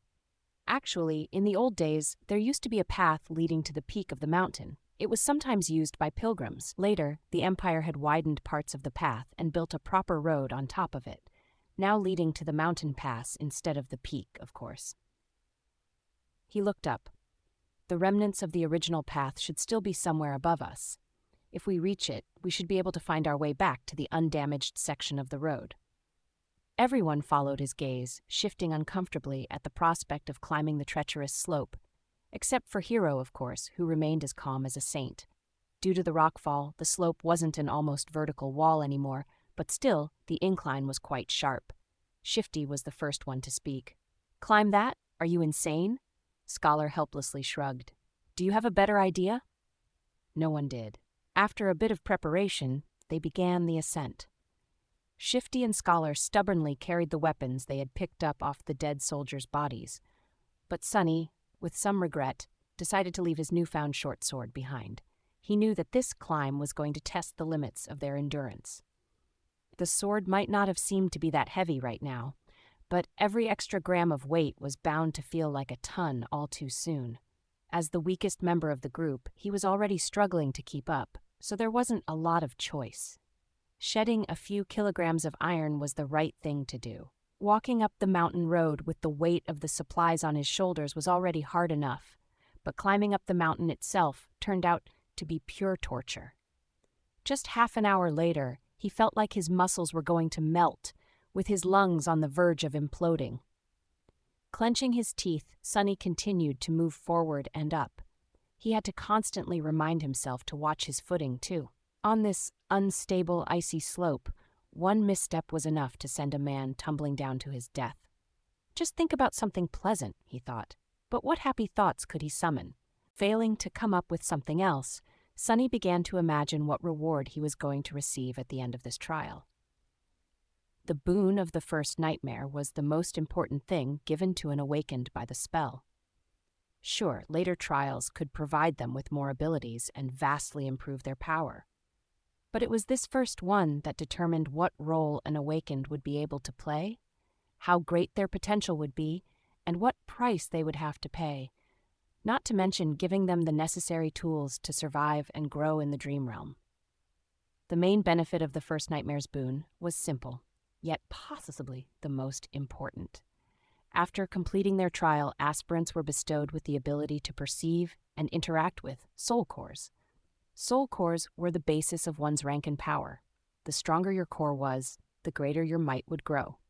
The same went for nightmare creatures, with a deadly caveat that unlike humans, they could possess multiple cores. A lowly beast had just one, but a tyrant like Mountain King had 5. Coincidentally, the only way to improve your soul core was to consume soul shards scavenged from the corpses of other dream realm inhabitants. That's why Awakened went out of their way to battle powerful nightmare creatures, despite the risk of death. The second benefit was less straightforward, but nevertheless vital. After completing the first nightmare, aspirants were elevated to the rank of dreamers, colloquially known as sleepers, and gained access to the dream realm itself. They would enter it on the first winter solstice after passing the trial and remain there until an exit was found, thus becoming fully awakened. That time between finishing the first nightmare and entering the dream realm was very important, as it was the last chance to train and prepare yourself a person would receive. In Sunny's case, that time was only about a month, which was as bad as it gets. And then there was the final benefit, unique to every aspirant passing the trial, the first aspect ability. This was the magic power that elevated Awakened above mundane humans. Aspect abilities were diverse, unique, and powerful. Some could be categorized into types, like combat, sorcery, and utility, but some were simply beyond imagination. Armed with the power of their abilities, Awakened had been able to save the world from the flood of nightmare creatures. However, that power came with a catch. With their first ability, every awakened also received a flaw, sometimes called the counter. These flaws were as diverse as abilities, ranging from comparatively harmless to crippling, or, in some cases, even fatal. I wonder what type of ability a temple slave would get? Sunny thought, not too optimistic about his prospects. The choice of flaws, on the other hand, seems to be almost limitless. Let's hope my aspect will evolve at the end of this fiasco, or, even better, change completely. If the aspirant performed especially well, there was a chance of his given aspect going through an early evolution. Aspects, just like soul cores, had ranks based on potential power and rarity. The lowest rank was called dormant, followed by awakened, ascended, transcendent, supreme, sacred, and divine, although no one has ever seen the last one. With the amount of crap it had put me through, the spell, if it has any conscience, has to give me at least an awakened aspect, right? Or maybe even an ascended one. Finally, there was a tiny possibility of receiving a true name, something like an honorary title bestowed by the spell to its favorite awakened. The name itself had no benefit, but every famous awakened seemed to have one. It was considered to be the highest mark of excellence. However, the number of people who had managed to get a true name during their first nightmare was so small that Sunny didn't even bother thinking about it. "Who needs excellence? Give me power!" he cursed, feeling that this attempt at wishful thinking had only made him more depressed and angry. Maybe I'm allergic to dreaming. An allergy like that would be truly ironic, considering that he was destined to spend half of his remaining life in the dream realm, if he even survives long enough to get there, that is. However, Sunny's mental escapade was not completely useless. Looking up from the slippery rocks under his feet, he noticed that the sun was already considerably lower. Come to think of it, the air also seemed to be much colder. At least it helped me pass the time, Sunny thought. The night was approaching. Chapter 10. First Man Down. By the time they decided to stop, Sunny was on the verge of fainting. After hours and hours of traversing the rough mountain slope, his body was almost at its limit. However, to everyone's surprise, Shifty seemed to be doing even worse than him. The roguish slave's eyes were muddy and unfocused, aimlessly wandering around. His breath was ragged and shallow, as though something was exerting pressure on his lungs. He looked feverish and unwell. As soon as Hero found a suitable place for a camp, Shifty simply collapsed on the ground. The most unnerving part about all of this was the lack of angry cursing that they had already gotten used to. The slave lay silent and motionless, with only movements of his chest betraying that he was still alive. Several moments later, he uncorked his flagon with a shaky hand and greedily drank a few large gulps. "Conserve your water," Hero said, a hint of concern somehow finding its way into his usually stoic voice. Disregarding these words, Shifty drank more, emptying the flagon completely. Scholar didn't look much better than him. The arduous climb took a heavy toll on the older slave. Despite the unbearable cold, he was sweaty, with bloodshot eyes and a grim expression on his face. Being the weakest of the three, Sunny had somehow managed to endure the best. "Can't we just melt the snow once there's no more water?" Hero gave Scholar a complicated look. "There might come a time when we won't be able to make a fire, as to not attract unwanted attention." No one commented, knowing perfectly well whose attention they had to avoid. The memory of Mountain King's horror was still fresh in their minds. Luckily, today Hero had managed to find a natural alcove in the mountain wall, perched precariously behind a narrow ledge. The fire was well hidden by the rocks, allowing them to enjoy its warmth without the fear of being noticed. No one was in the mood to talk, so they just roasted slices of oxen meat above the flames and ate in silence. By the time the skies had turned completely black, Shifty and Scholar were already asleep, lost in the thrall of their own nightmares. Hero took out his sword and moved to the edge of the rock outcropping. "Try to rest as well. I'll take the first watch." Sunny gave him a nod and lay down near the fire, dead tired. Falling asleep inside a dream was a new experience for him, but unexpectedly it turned out to be quite mundane. As soon as his head touched the ground, his consciousness slipped into darkness. After what felt like only a second, someone had gently shaken him awake. Groggy and disoriented, Sunny blinked a few times, finally noticing Hero hovering above him. These two didn't look too well, so it's better to give them some time to recover. Don't let the flames go out and wake us up once the sun starts to rise, or if the beast appears. Sunny silently rose and changed places with Hiro, who added a couple of logs into the fire and was soon fast asleep. For a few hours, he was on his own. The skies were black, with dim stars and a sharp crescent of the newborn moon. However, its light was not enough to pierce the darkness that enveloped the mountain. Only Sunny's eyes seemed to be able to do so. He sat quietly, looking down the way they came. Despite the fact that they had managed to climb quite high during the previous day, he could still see the distant ribbon of the road. He could even trace it back to the stone platform where the fight with the tyrant had taken place. The tiny dots littering the stones were the dead bodies of the slaves. As he was watching them, a dark figure slowly crawled on the platform from beneath the cliff. It stayed motionless for a while and then moved forward, scraping its claws against the ground. Every time a claw hit one of the bodies, the tyrant would grab and bring it to its maw. The wind brought the muffled sounds of crunching bones to Sunny's ears.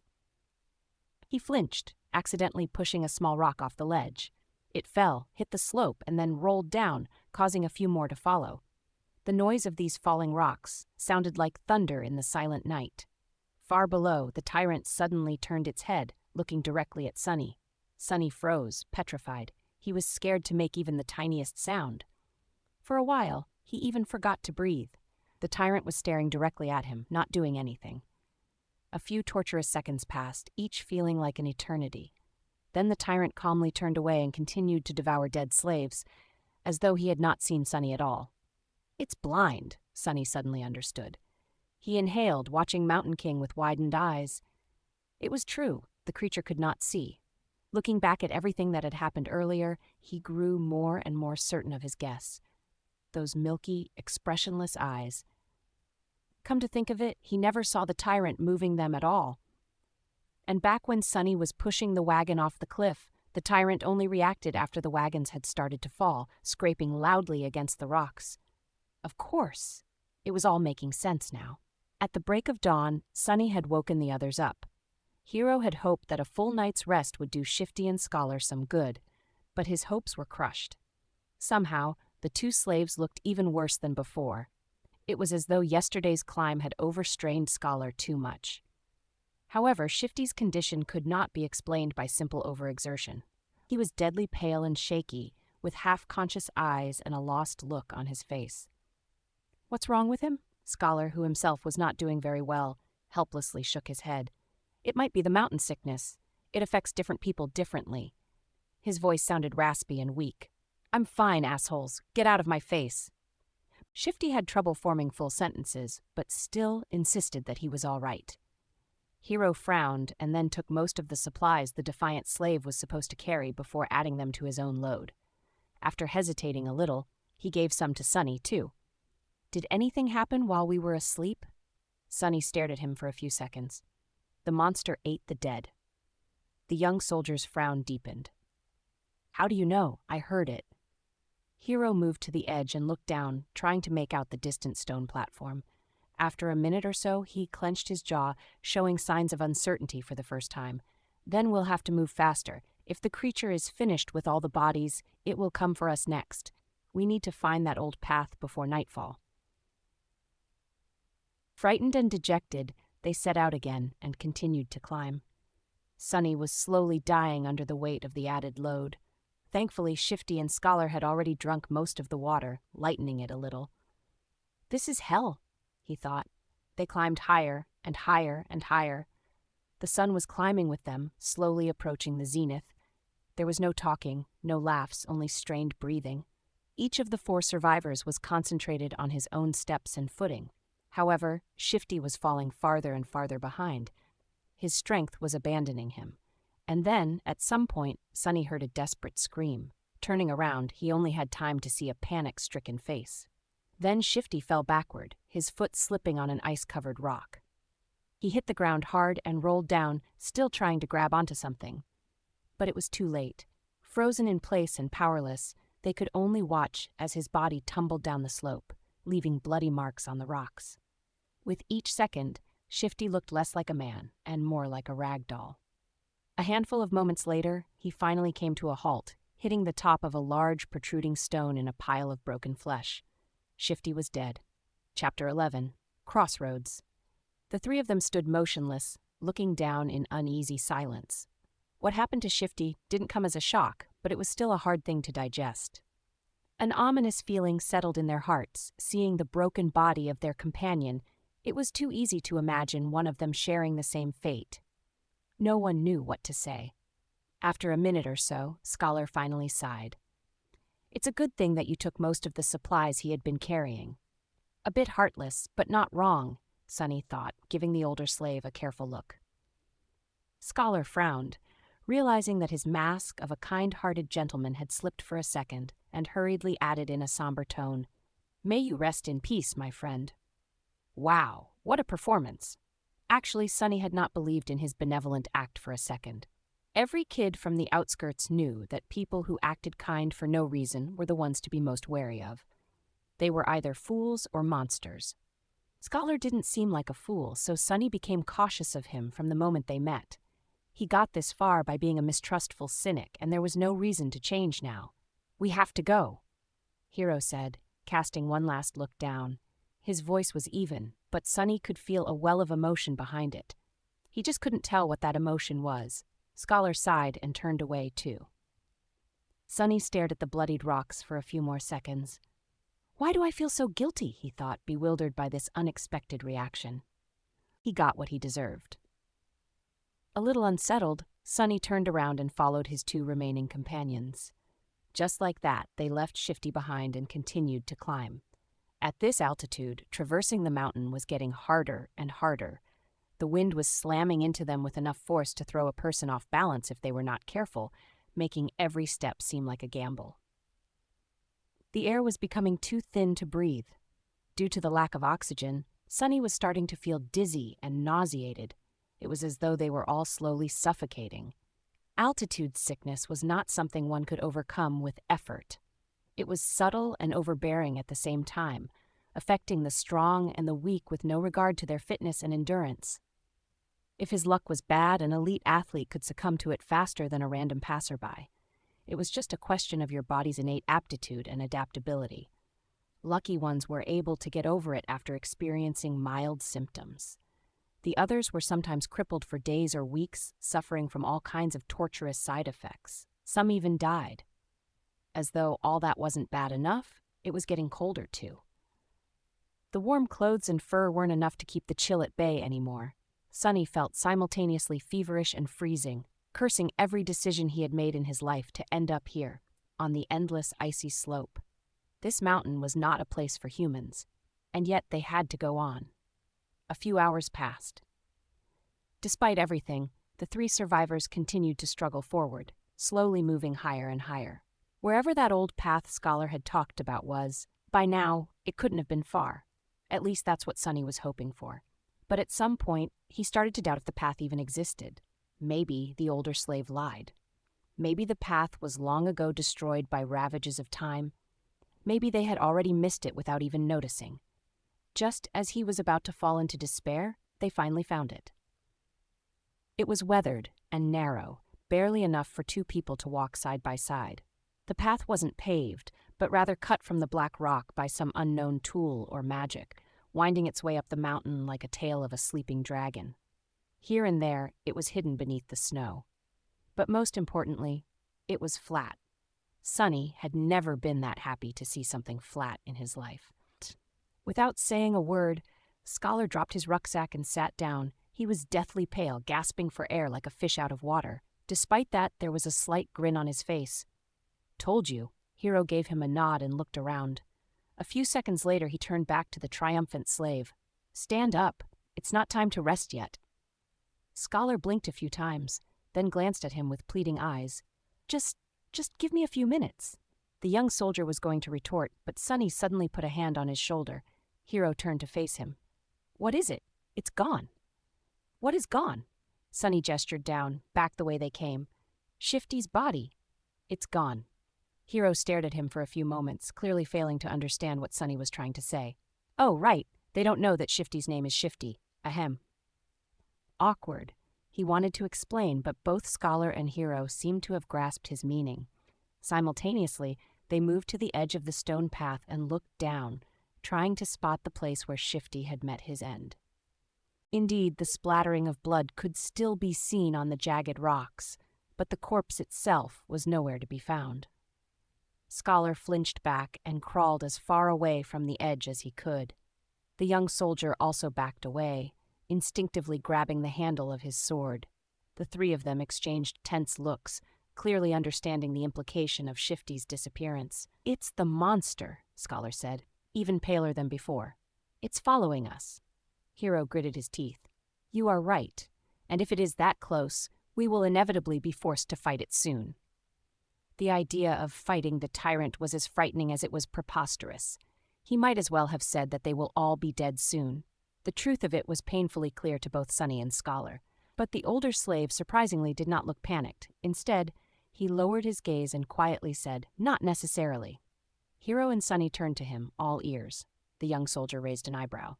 "Explain?" "Here it comes," Scholar sighed. "The beast had traced us this far in just a day. That means that there are two most probable possibilities. Either it is smart enough to realize where we are going, or it is following the scent of blood." After a bit of thinking, Hero nodded, agreeing with this logic.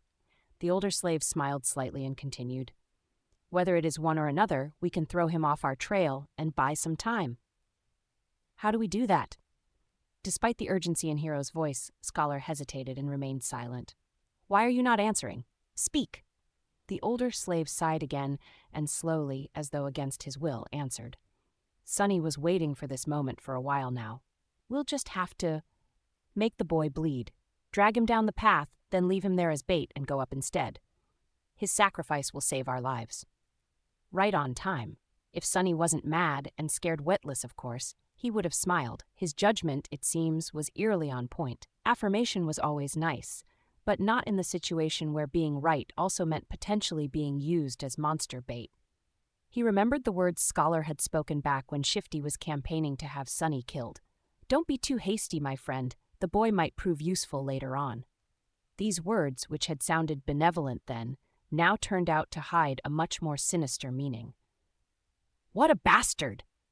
Now it all depended on whether or not Hero would decide to follow through with Scholar's plan. The young soldier blinked, astonished. "What do you mean, make him bleed?" Scholar shook his head. "It's simple, really. If the monster knows where we are going, we have no choice but to abandon our plans to reach the mountain pass and go over the peak of the mountain instead. If the monster is following the scent of blood, we have to use one of us as bait to mislead it." He paused. "Only by leaving a bleeding man further down the path can we reliably avoid the pursuit, no matter how it is tracking us." Hero stood motionless, his eyes jumping between Scholar and Sonny. After a few seconds, he asked, "How can you bring yourself to propose something so vile?" The older slave masterfully pretended to look aggrieved and somber. "Of course it pains me, but if we do nothing, all three of us will die. This way, at least, the boy's death will save 2 lives. The gods will reward him for his sacrifice." Gee, what a silver tongue. I'm almost convinced myself. The young soldier opened his mouth, then closed it again, hesitating. Sonny was silently watching the other 2 survivors, measuring his chances of coming on top in a fight. Scholar was already halfway to being a corpse, so overpowering him would not be a problem. Hero presented an obstacle. Chapter 12, The Smell of Blood. Right now that obstacle was looking down, avoiding Sonny's gaze. His hand was resting on the sword handle. As always, the young slave had no idea about what was going on inside Hero's perfectly shaped head. The uncertainty was making him nervous. Finally, after some time had passed, the soldier spoke. "I have only one question." Both Sonny and Scholar stared at him while holding their breaths. "Yes?" "You said that one of us must be sacrificed to save the other 2. Why him? From what I see, you are far closer to the grave." "A great question. I was just about to ask it myself." Sonny turned to the older slave, trying very hard to suppress a mocking grin. But to his dismay, Scholar had an answer ready. "Before the first attack, he was already bleeding because of your senior's whip. During the attack, he was drenched in the blood of a fellow slave. His cloak, too, was soaked in it when the previous owner died." The boy already reeks of blood. Keeping him alive will put us in danger. That's why he is the best choice." The grin died before reaching Sunny's face. "Curse you and your big brain?" Scholar's reasoning was appallingly solid. Hero listened, his expression growing darker with each word. Finally, he looked at Sunny, a dangerous light shining in his eyes. "That is true." Sunny felt his mouth getting dry. Cold sweat was running down his spine. He tensed, ready to act. But at that moment, Hero smiled. "Your logic is almost unassailable," he said, unsheathing the sword. "However, you failed to account for one thing." Scholar raised an eyebrow, trying to hide his own nervousness. "What might that be?" The young soldier turned to face him, the smile disappearing from his face. Now he was radiating thick, practically palpable killing intent. "It's that I know who you are, Your Grace. I also know what you've done and how you ended up a salve. Just one of the revolting crimes you have committed would be enough to make me want to kill you. So if there is someone among us who deserves to be sacrificed, it's you." Scholar's eyes widened. But the smell of blood. "Don't worry about it. I'll make you bleed enough to overpower whatever residual scent the boy carries." It all happened so fast that Sunny barely had time to react. Hero lunged forward with a speed that seemed almost inhuman. A moment later, Scholar was shrieking on the ground, his leg broken with one strike from the flat side of the young soldier's sword. Not giving him an opportunity to recover, Hero stomped on his other leg, and a sickening sound of shattering bones could be clearly heard. The shriek turned into a sobbing howl. Just like that, Scholar was done for. The brutality of Hero's actions was in such stark contrast with his usually graceful demeanor that Sunny felt blood turning to ice in his veins. This was scary. The soldier gave him a calm look and said in a placid tone, "Wait for me here." Then he grabbed the older slave and dragged him down the path, soon disappearing behind a rock outcropping. After a few minutes, terrible screams could be heard echoing through the wind. Sunny was left alone, trembling. "Crap! This is too much." He still couldn't believe how sudden Scholar's demise came to be, and how ruthless it was. Sometime later, Hero was back, acting as though nothing had happened, but it was exactly that normalcy that unnerved Sunny the most. After sorting through the contents of Scholar's rucksack and throwing most of the firewood out, the young soldier put it over his shoulder and nonchalantly turned to the young slave. "Let's go. We need to hurry." Not knowing what to say, Sunny gave him a nod and headed forward. Now there were only two of them left. It was sort of stupid, but Sunny suddenly felt lonesome. Walking on the stone path was much easier than scaling the mountain wall. He even had time for unnecessary thoughts. A strange feeling of melancholy descended on Sunny. Somehow, he began to feel that the end of this nightmare, whatever it might be, was not far off now. They walked in silence for some time before Hero spoke. "Don't feel guilty about what happened. It's not your fault. The decision was mine and mine alone." The young soldier was a few steps ahead, so Sunny couldn't see his face. "Besides, if you knew this man's sins, actually, it's better that you don't.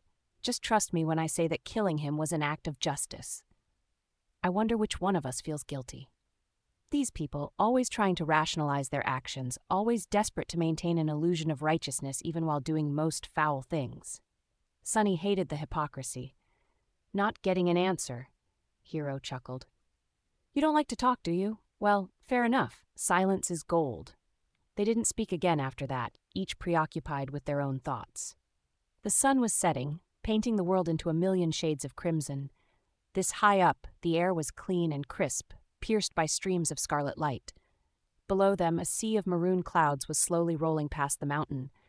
The stars and the moon had begun to reveal themselves in the vermilion sky. It was quite beautiful. However, Sunny could only think about how cold it was going to be once the sun fully disappears. Before that happened, Hero had found them a shelter. Not far from the path, hidden behind some tall rocks, was a narrow crevice that extended into the slope of the mountain.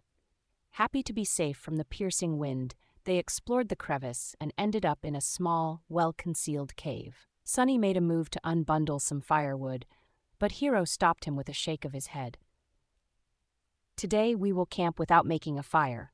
The beast is too close." Camping without the warm flames to keep them company was not going to be pleasant, but at least they weren't going to freeze to death inside the cave. In any case, the alternative was too frightening. Sunny sat down, putting his back against the cave's wall. Hiro settled opposite of him, looking downcast and thoughtful. He was obviously in a strange mood. If nothing else, it was apparent from the fact that today, for the first time, the young soldier had failed to care for his sword after making camp. Soon, the sun was gone and their small cave became completely dark. Sunny, of course, could still see perfectly well. Hiro, on the other hand, was now completely blind. In the darkness, his handsome face looked noble and, for some reason, sorrowful. Sunny studied it, not willing to fall asleep. After a while, Hiro suddenly spoke in a quiet voice. "You know, it's strange.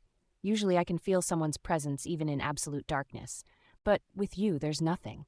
It's like you are just one of the shadows." With only silence to answer him, he smiled. "Are you asleep?" The question echoed in the darkness. Sunny, who had never spoken with Hiro unless there was an urgent need to, and even then only using a few words at best, felt like there was a strange intimacy between them now. That's why he decided to talk. Maybe the darkness gave him courage. Besides, there was an occasion. "Why? Are you waiting for me to fall asleep before you kill me? Or will you do it in the morning?" Chapter 13. Moment of Truth.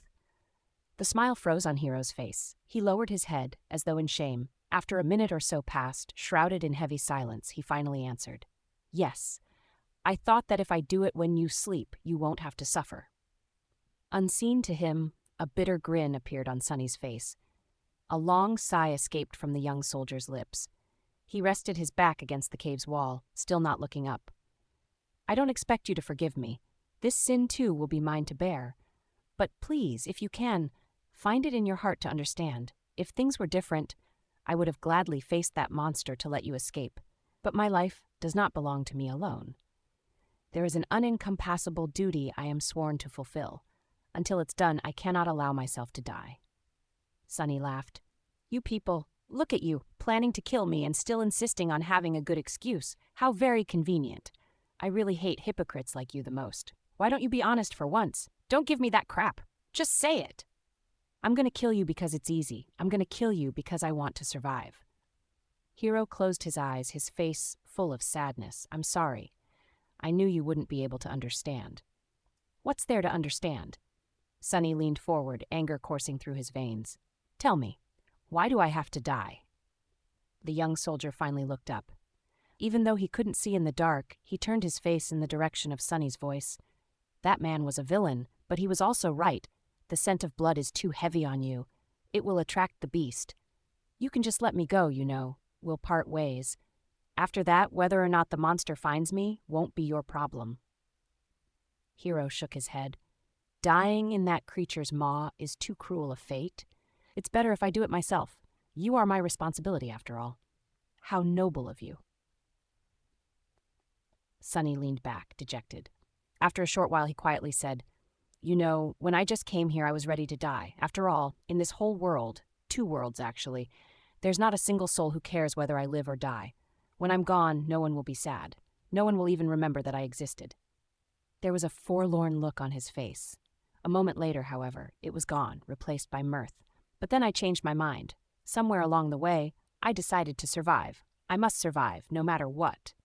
Hiro gave him a thoughtful look. "To live a life worth remembering?" Sunny grinned. A dark gleam appeared in his eyes. "No, to spite you all." The young soldier was silent for a few moments, then nodded, accepting this answer. He rose to his feet. "Don't worry, I'll make it quick." "Aren't you overly confident? What makes you think you'll be able to kill me? Maybe I'll kill you instead." Hiro shook his head. "I doubt that." But in the next second he staggered and fell on one knee.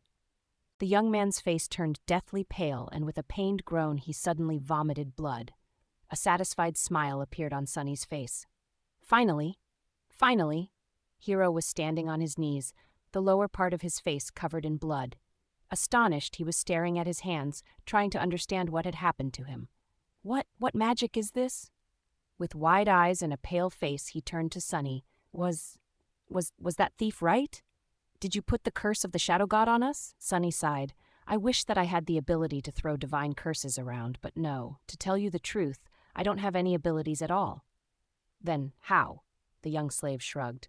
"That's why I poisoned you all." Hiro flinched. trying to comprehend his words. What? After the tyrant first attacked, you send me to search for water. While gathering flagons from the dead soldiers, I squeezed bloodbane juice into each one. Except my own, of course. Not enough to taste it, but enough to slowly kill anyone who would drink from them. The soldier gritted his teeth, struggling through pain. A sudden realization appeared on his face. So that's why the other two were in such bad shape. Sunny nodded. Shifty drank the most, so his condition worsened the fastest. Scholar was also not long for this world, but you finished him off before the poison could. Yourself, however, it was as though bloodbane had no effect on you at all. I was really starting to get worried. Hero's face darkened. I see, I understand. He thought about something, then looked at Sunny with surprise.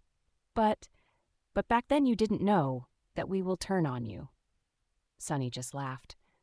Oh, please, it was obvious. Shifty was the kind of man who would kill for a pair of boots. Scholar was like a wolf in sheep's clothing. People are selfish and cruel in the best of situations. Was I supposed to believe that those two weren't going to do something terrible to me when faced with certain death? Hero spat more blood.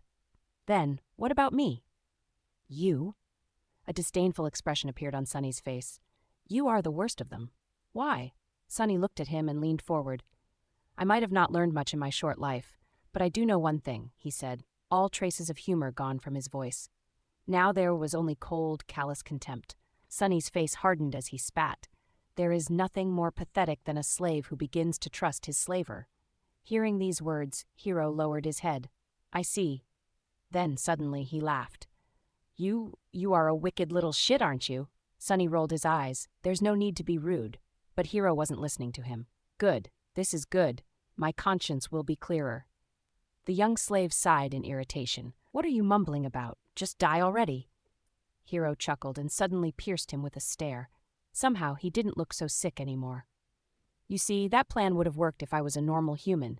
But alas, my soul core has awakened long ago. I've slain countless enemies and absorbed their power.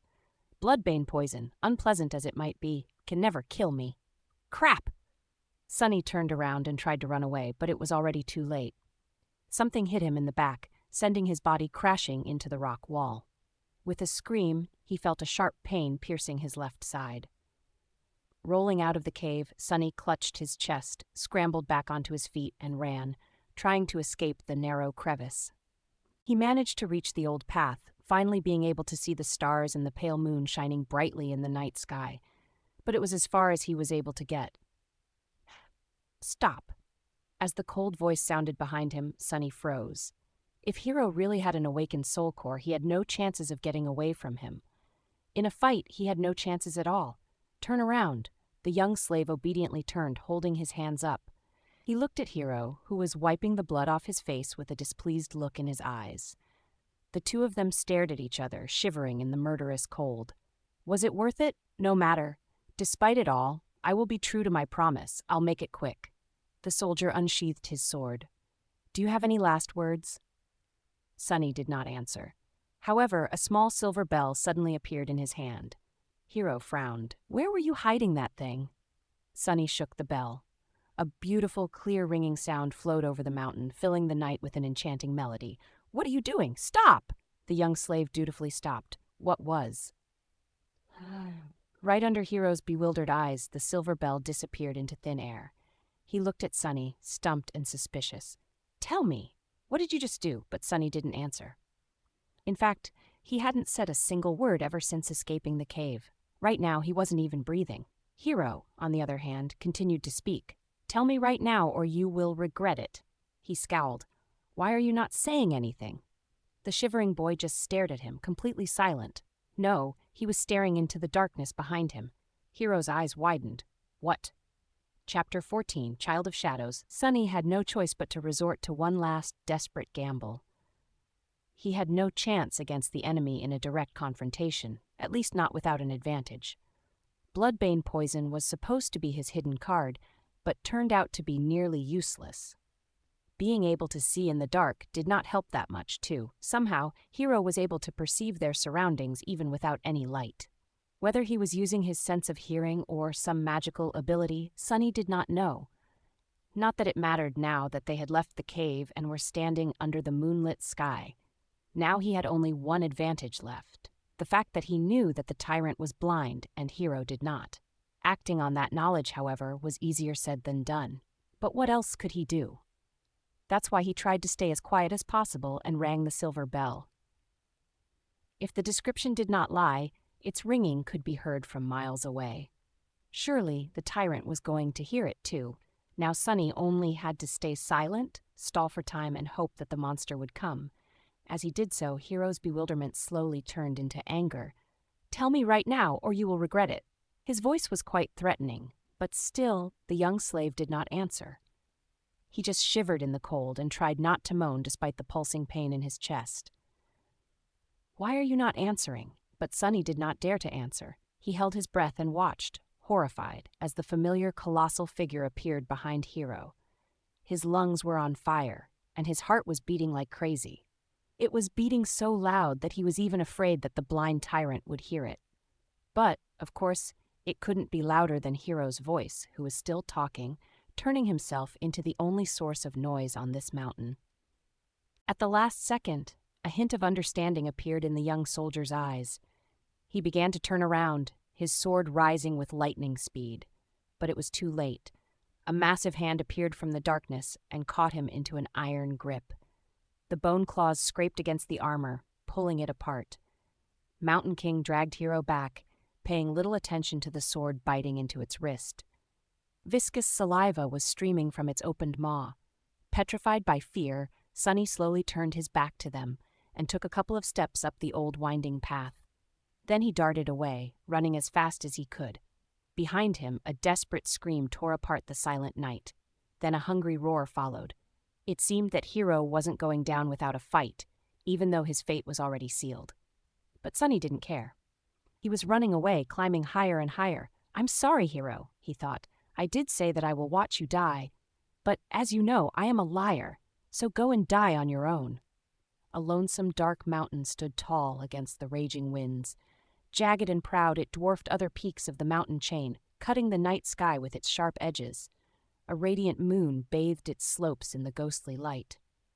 Under that light, a young man with pale skin and black hair reached the peak of the mountain.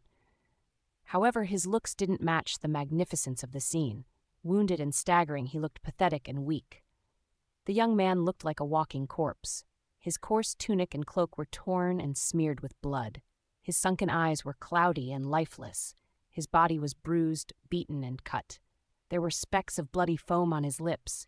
He was hunched over, cradling the left side of his chest. Each step caused him to moan, ragged breath barely escaping through gritted teeth. Sunny was hurting all over, but most of all, he was cold. So cold. He just wanted to lie down in the snow and fall asleep, but instead he continued walking, because he believed that the nightmare will be over once he reaches the peak. Step, another step. Finally, he had made it. At the highest point of the mountain, a vast expanse of flat rock was covered with snow. In the center of it, illuminated by moonlight, stood a magnificent temple. Its colossal columns and walls were cut from black marble, with exquisite reliefs decorating the Stygian pediment and broad frieze. Beautiful and awesome, it looked like a palace of a dark god. At least it did once. Now the temple was in ruins. Fractures and cracks marred the black stones. Parts of the roof had collapsed, letting in ice and snow. Its tall gates were broken, as if smashed into pieces by a hand of a giant. Still, Sunny was satisfied. "Found you," he said in a hoarse voice. Gathering the last of his strength, the young slave slowly limped in the direction of the ruined temple. His thoughts were muddled and confused. "See this, Hero," he thought, forgetting for a second that Hero was already dead. "I've made it. You were strong and ruthless, and I was weak and timid. Yet now you are a corpse, and I am still alive. Isn't it funny?" He stumbled and groaned, feeling the edges of his broken ribs cutting deeper into his lungs. Blood was dripping from his mouth. Dead or not, Hero had gotten him good with that single strike. "Actually, it's not. What do any of you even know about being ruthless? Poor fools. In the world where I come from, people had thousands of years to turn cruelty into an art. And as someone on the receiving end of all that cruelty, don't you think I would know more about being vicious than you ever could?" He was getting closer to the temple. "Truth be told, you never stood a chance. Wait, what was I thinking about?" A moment later, he had already forgotten. There was only pain, the dark temple, and the overpowering desire to sleep. Don't fall for it. It's just hypothermia. If you fall asleep, you'll die. Finally, Sunny reached the steps of the Black Temple. He started to climb them, not noticing thousands of bones that were scattered around. These bones once belonged to humans and monsters both. All of them were killed by the invisible guardians still lingering around the temple. As Sunny was climbing the steps, one of the shapeless guardians approached him.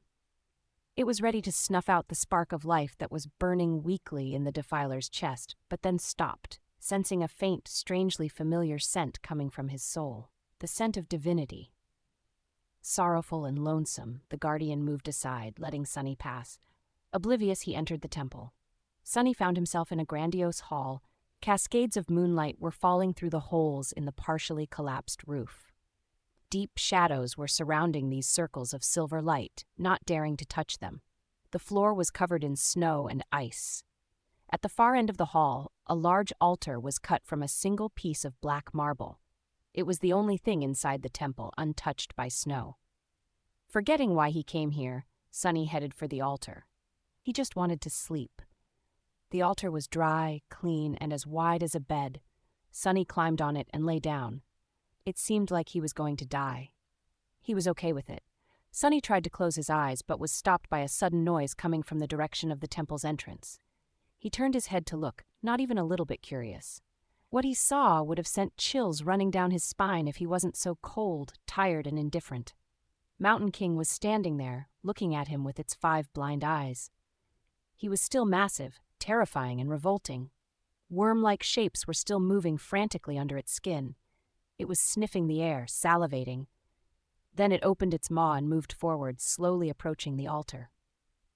What an ugly bastard, Sunny thought, and suddenly clutched his chest, convulsing in a fit of torturous coughing. Bloody foam flew from his mouth and fell on the altar. However, the black marble soon absorbed it. A second later, it was as pristine as it was before. The tyrant was just about to reach Sunny. It was already stretching its hands to grab him. I guess this is the end, he thought, resigned to his fate. But at the last second, suddenly, the voice of the spell resounded in the dark temple. You have offered yourself as a sacrifice to the gods. The gods are dead and cannot hear you. Your soul bears the mark of divinity. You are a temple slave. Shadow God stirs in his eternal slumber. He sends a blessing from beyond the grave. Child of shadows, receive your blessing. Under Sunny's astonished eyes, the shadows crowding the great hall suddenly moved as though coming alive. Tentacles of darkness surged forward, entangling Mountain King's arms and legs.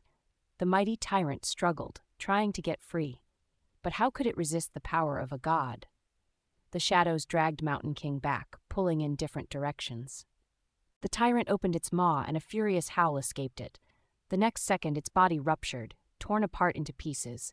Blood, viscera, and severed limbs fell on the floor in a crimson torrent. Just like that, the horrible creature was dead. Sunny blinked. Once again, he was alone in the ruined temple. The great hall was dark and silent. And then the spell whispered, You have slain an awakened tyrant, Mountain King. Wake up, Sunless. Your nightmare is over. Chapter 15, Shadow Slave. Prepare for appraisal. Sunny found himself in a space between dream and reality. It was an endless black void illuminated by a myriad of stars. Between those stars, countless strings of silver light were woven into a beautiful and inconceivably complex net, forming various nexuses and constellations. It was truly breathtaking. Somehow, Sunny understood that he was seeing the inner workings of the nightmare spell. He also couldn't help but think that it looked a lot like the celestial equivalent of a neural network. If so, was the spell alive? This was a question that countless people had been asking themselves for the past few decades. The best answer they had come up with was that there was no way to know.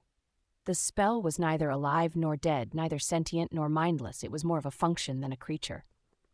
But Sunny was in no mood to ponder philosophical questions. He was eagerly awaiting his boon. The spell was still appraising his performance. However, the first reward had nothing to do with it. You have received a memory, puppet Howd. Yes! Sunny felt incredibly elated. He was almost ready to do a happy dance. That memory belonged to Mountain King, who was an awakened tyrant, which meant that the memory itself was of the awakened rank. Getting it was a stroke of incredible luck. There were 7 ranks to everything in the spell. These ranks were in order of growing power: dormant, awakened, ascended, transcendent, supreme, sacred, and divine, with the exclusion of nightmare creatures who were ranked as dormant, awakened, fallen, corrupted, great, cursed, and unholy. From the spell's point of view, Sunny was a dormant human. Having a memory of a higher rank than his own soul core would be of great help once he enters the dream realm. The power gap between different ranks simply could not be overestimated. He wanted to take a look at the puppeteer's shroud, but there was no more time. The spell was done with its appraisal. Here in the void, its voice didn't sound subtle and familiar anymore. Rather, it seemed like the universe itself was speaking. Sunny held his breath, listening. "Aspirant, your trial is over." A nameless slave ascended the Black Mountain. Both heroes and monsters fell by his hand. Unbroken, he entered the ruined temple of a long-forgotten god and spilled his blood on the sacred altar. The gods were dead, and yet they listened. "You have defeated a dormant beast, Mountain King's larva. You have defeated 3 dormant humans, names unknown. You have defeated an awakened human, Oro of the 9. You have defeated an awakened tyrant, Mountain King. You have received the Shadow God's blessing. You have achieved the impossible. Final appraisal, glorious, your treachery truly knows no bounds." That final part was not really necessary as far as Sunny was concerned, but he was still pretty satisfied with the praise from the spell. He felt like his chances of evolving his aspect to an awakened or even ascended one were pretty high. His overall power was still dependent on the rank of his soul core, which would remain dormant until much later, but the rank of the aspect itself would do wonders for his overall potential. "Dreamer Sunless, receive your boon." He was an aspirant no more. Sunny grinned. "You have been bestowed a true name." Lost from light, his jaw dropped. A true name! He had received a true name. Never in his wildest dreams did Sunny dream of becoming one of the chosen few to accomplish such feat, and in his very first nightmare to boot. Not even all of the saints could boast of having one. He was an elite now, a bona fide cream of the crop. He was going to be rich. But the rewards kept coming. "Your aspect is ready to evolve." Evolve aspect? What kind of a question is that? Sunny crossed his fingers and said yes. Dormant aspect temple slave is evolving. New aspect acquired. Aspect rank divine. Sunny fell over. Aspect name shadow slave. Divine. It's divine. Sunny was standing on his knees, stupefied. The shock was so great that for a second there he lost all control over his limbs and fell. It said divine, right? He raised a trembling hand and rubbed his eyes, making sure that he was awake. Or rather conscious, since, technically, he was still sleeping in the underground vault of the police station. Confused by all this terminology, Sunny silently summoned the runes and found the lines describing his aspect. Aspect, shadow slave. Aspect rank, divine. Aspect description. You are a miraculous shadow left behind by a dead god. As a divine shadow, you possess plenty of strange and wondrous powers. However, your existence is empty and lonesome. You mourn the passing of your former master and long to find a new one. Innate ability, shadow bond. Ability description. Find a worthy master and let them know your true name. Once they recite it out loud, you will be bound to their will, unable to disobey any command. It is improper for a shadow, let alone a divine one, to walk around without a master. That was a lot to digest. First of all, Sunny felt his heart beating faster. He heard it right. All the suffering and horror he had experienced in the first nightmare paid off in the end. A divine aspect. He had received a divine aspect. Anything above awakened was rare and immensely valuable. People with ascended aspects were rare enough to be fought over by various factions. The factions themselves were built around singular powerhouses with transcendent or supreme aspects, and he had never ever heard of anyone acquiring a divine one. Never. Anything with the divine prefix was so hard to find that it mostly lived in the realm of myths and legends. After all, the human race had not reached that high yet. It was only slightly more than a decade since humans managed to finally conquer the third nightmare and receive the ability to evolve their cores to transcendent rank. As transcendents, or saints as they were called in the real world, powerful awakened ruled over the dream realm, but even they did not dare to face nightmare creatures of higher ranks. Subsequently, there were not a lot of memories and echoes of supreme rank around, let alone sacred or divine. The same went for aspects, and yet Sunny just got one. He grinned, driven half mad by joy and arrogance. However, his jubilation was a little muddied. After all, there was that weird innate ability. Of course, he had no intention of becoming someone's magical slave with no free will of his own. To hell with that. But it wasn't that bad. All he had to do to avoid that fate was to conceal his true name. No one except for him could see his status. That meant that Sunny just had to keep his mouth shut and no one will know that he even had one. It meant giving up on all the benefits that someone who was bestowed a true name after the first nightmare was entitled to, but it all paled in comparison with a divine aspect. Not a problem, Sunny thought with a smirk. If the spell had the ability to laugh, it would surely do so after hearing his thoughts. However, it didn't. Instead, it began to speak again. The first seal is broken. Awakening Dormant Powers. Chapter 16. Rebirth. Sunny felt something waking up inside of him. With a startled cry, he clutched his chest and stared into the darkness, trying to understand what was happening. The feeling was not painful or unpleasant, yet it was like nothing he had ever experienced. It was as though his soul was being shaken awake, infused with strange new energy. However, that energy did not come from some outside source. Rather, it was coming from within, as though it had always been there, sleeping. The energy filled every fiber of his being. Sunny felt his emotions becoming clearer and sharper. Then his body began to change, too. He felt as though a miniature star was burning in the center of his chest. Waves of heat were radiating from it, slowly reaching his stomach and shoulders, then his arms and legs, then his hands and feet. Under that heat, his bones, muscles, organs, and blood vessels were being rebuilt and revitalized. Sunny felt like he was being reborn. He was becoming stronger, faster, healthier. It was euphoric. With each second, his transformation was becoming more profound. New confidence settled in Sunny's heart. He was not a weak, frail street kid anymore. He was not as vulnerable against anyone who would wish to bully him as he was in the past. With his powers awakened and his will tempered by the horrors of the first nightmare, he was now someone you would not want to cross. After some time had passed, the star burning in his chest finally cooled down. The heat was replaced with a soothing coldness. That coldness washed over Sunny's body, taking away all the aches and discomforts that had been accumulated there over the years. Then it moved up, reaching his brain and finally his eyes. His vision strangely doubled. He could still see the void populated by an endless pattern of stars. But he could also see something different. A silent, calm, dark sea illuminated by a lonely, black sun. From his previous knowledge, Sunny knew that this was his so-called Sea of Soul. But he also knew that it was supposed to look quite different. For starters, it was supposed to be much more lively. The star hanging above, the visual representation of his soul core, was supposed to be burning with bright light, filling the soul sea with a warm, blinding shining. However, Sunny's soul was dark and lightless. That's strange. He took a look at the black sun. At a closer examination, it actually turned out to be transparent. It's just that with no other major source of light around, the star had appeared to be as dark as its surroundings. Also, no one was supposed to be here except for him. It was his soul, after all. But Sunny had a nagging feeling that somewhere just beyond the periphery of his vision, hidden in the darkness, shapeless forms were constantly moving. No matter how he turned his head, he couldn't catch a clear glimpse of them. And yet the feeling would not go away. Not wishing to waste any more time on this right now, Sunny turned back to the black sun and finally spotted two spheres of light orbiting around it, as though caught in the soul core's gravity well. A subtle smile appeared on his face. These were his memories, Silver Bell and Pupeter's Shroud.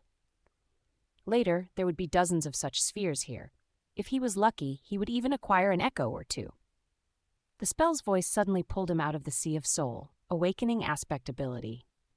This is it, the moment of truth, Sunny thought. Divine aspect or not, his immediate future still depended on the first aspect ability he would receive. His role in the dream realm would be based on its characteristics. If it was a combat ability, he would be most useful on the front lines of the bloody battles against the nightmare creatures. If it was tied to sorcery, he would likely become a powerful but fragile ranged fighter. If it was something having to do with utility, he would be a vitally important part of the behind-the-scenes workings of the dream realm. Utility abilities were also extremely valued in the real world, where Awakened performed many tasks that kept it going. If he was lucky, he could even become a healer. Healers were very rare and as such sought-after specialists. Aspect ability acquired. Aspect ability named Shadow Control. Sunny hurriedly summoned the runes. He wanted to go to the description of his new ability right away, but then decided to give his overall information a look first. Name, Sunless. True name, Lost from Light. Rank, Dreamer. Shadow Core, Dormant. Shadow Fragments, 12-1000. What? What is that? Where the rank of his soul core was supposed to be written, a mysterious shadow core appeared instead.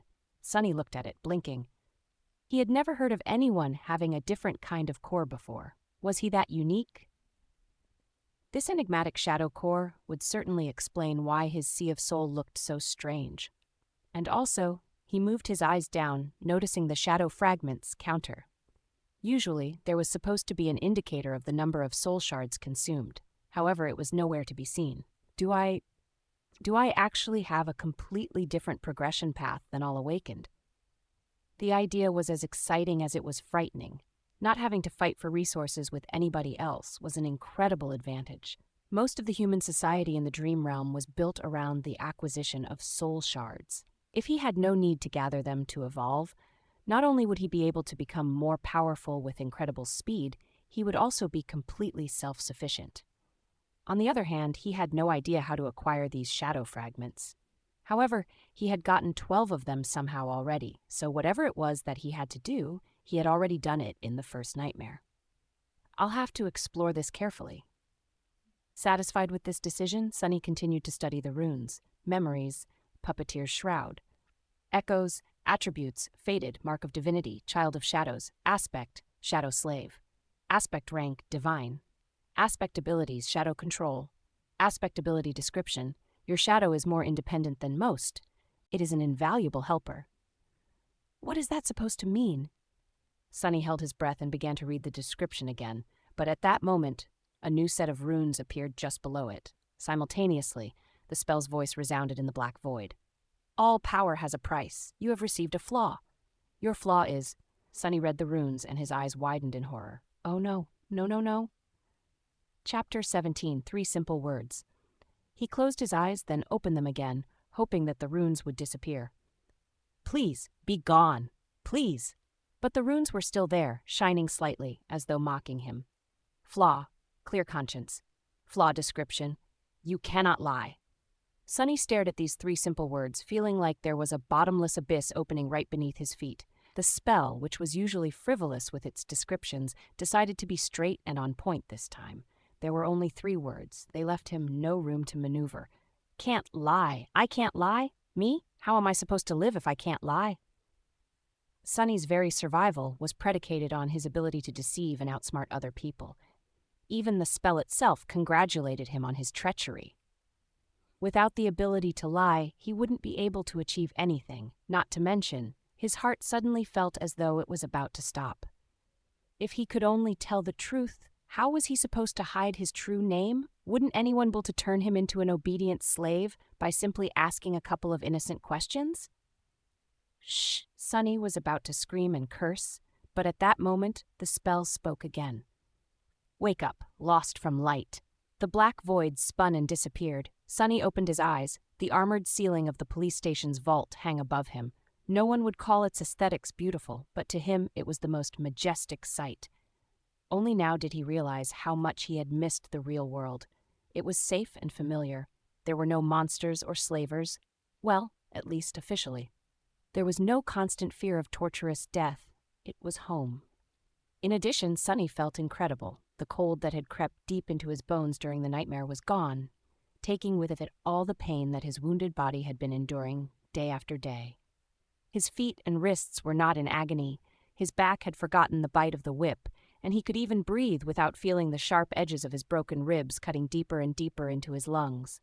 What a blessing. The sudden disappearance of pain, coupled with the new vitality that permeated his body, almost made Sonny cry. I really survived. He slowly looked down and then froze, breathless. On a cheap plastic chair placed beside his reinforced medical bed sat the most beautiful woman he had ever seen.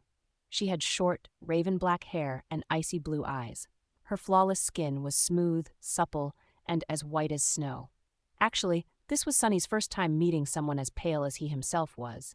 However, while Sonny's pallor looked strange and unhealthy, the beautiful stranger was nothing short of striking. The woman seemed to be in her late 20s. She was wearing a dark blue uniform with silver epaulets and black leather boots. The jacket of her uniform was casually unbuttoned, revealing a black tank top beneath. Currently, she was stretching her arms above her head, clearly bored and sleepy. The gesture forced the thin fabric to tighten, provocatively accentuating her full breasts. Mesmerized, Sonny almost missed the fact that there was a shoulder insignia on the woman's left sleeve. There were 3 stars on it. 3 stars, huh? He thought, distracted. 3 stars means an ascended. Ha, yeah! Wait, an ascended! But before Sonny could fully digest the meaning of this word, he realized that the woman was staring at him, too. "What are you looking at?" she said, not a gram of humor in her voice. Sonny blinked a couple of times, embarrassed, and quickly came up with an excuse. Then he opened his mouth and answered, "Your breasts." A second later, his eye widened in absolute horror, because he wasn't planning to say those words at all. His mouth moved on its own. A wave of terror suddenly drowned his mind. The woman slowly smiled with a dangerous gleam in her eyes. Then, without any warning, she moved her hand and slapped Sonny across the face. Sonny's whole body was turned around. If it wasn't for the restraints holding him in place, he would have probably flown off the bed. For a moment, he even saw stars. But it could still be considered getting off lightly. An ascended, the woman was an ascended. She could have torn his head clean off with a flick of a finger. Why did he have to offend someone so powerful, of all people? Meanwhile, the woman cleared her throat and crossed her arms. "Are you awake now?" Sonny held his numb cheek and carefully nodded. "Good. Let me give you a piece of advice. Don't just say anything that comes to your mind, especially to girls. It's not like you haven't seen a girl before, right?" "Say thank you. I definitely will not." Sonny thought, but instead his mouth moved on its own and he said, "I've seen plenty, but no one as beautiful as you." Then he flinched back, his face as red as a lobster. The woman stared at him for a few seconds and then burst into laughter. "I see you haven't met a lot of awakened then. By awakened standards, I'm below average." Sonny glanced at her with doubt. The woman shook her head. "As your soul core develops, the body gets rid of all its imperfections, so it's hard to find an unattractive awakened, especially among the stronger ones. Live long enough, and you might just become a flower boy yourself." Then she gave him a thorough look and added, "Well, maybe. In any case, since you're awake, welcome back to the land of the living. Congratulations on surviving your first nightmare, Sleeper Sunless." Sleeper Sunless. That was how people would address him now, at least in the short span of days until the winter solstice. After that, he would either return from the dream realm as an awakened or not return at all. It felt strange to have a title put before his name. In the past, Sonny was rarely even addressed by name. People mostly called him things like boy, punk, brat, or hey you. But now he even had a title. Sleeper Sunless? Actually, the correct term was dreamer.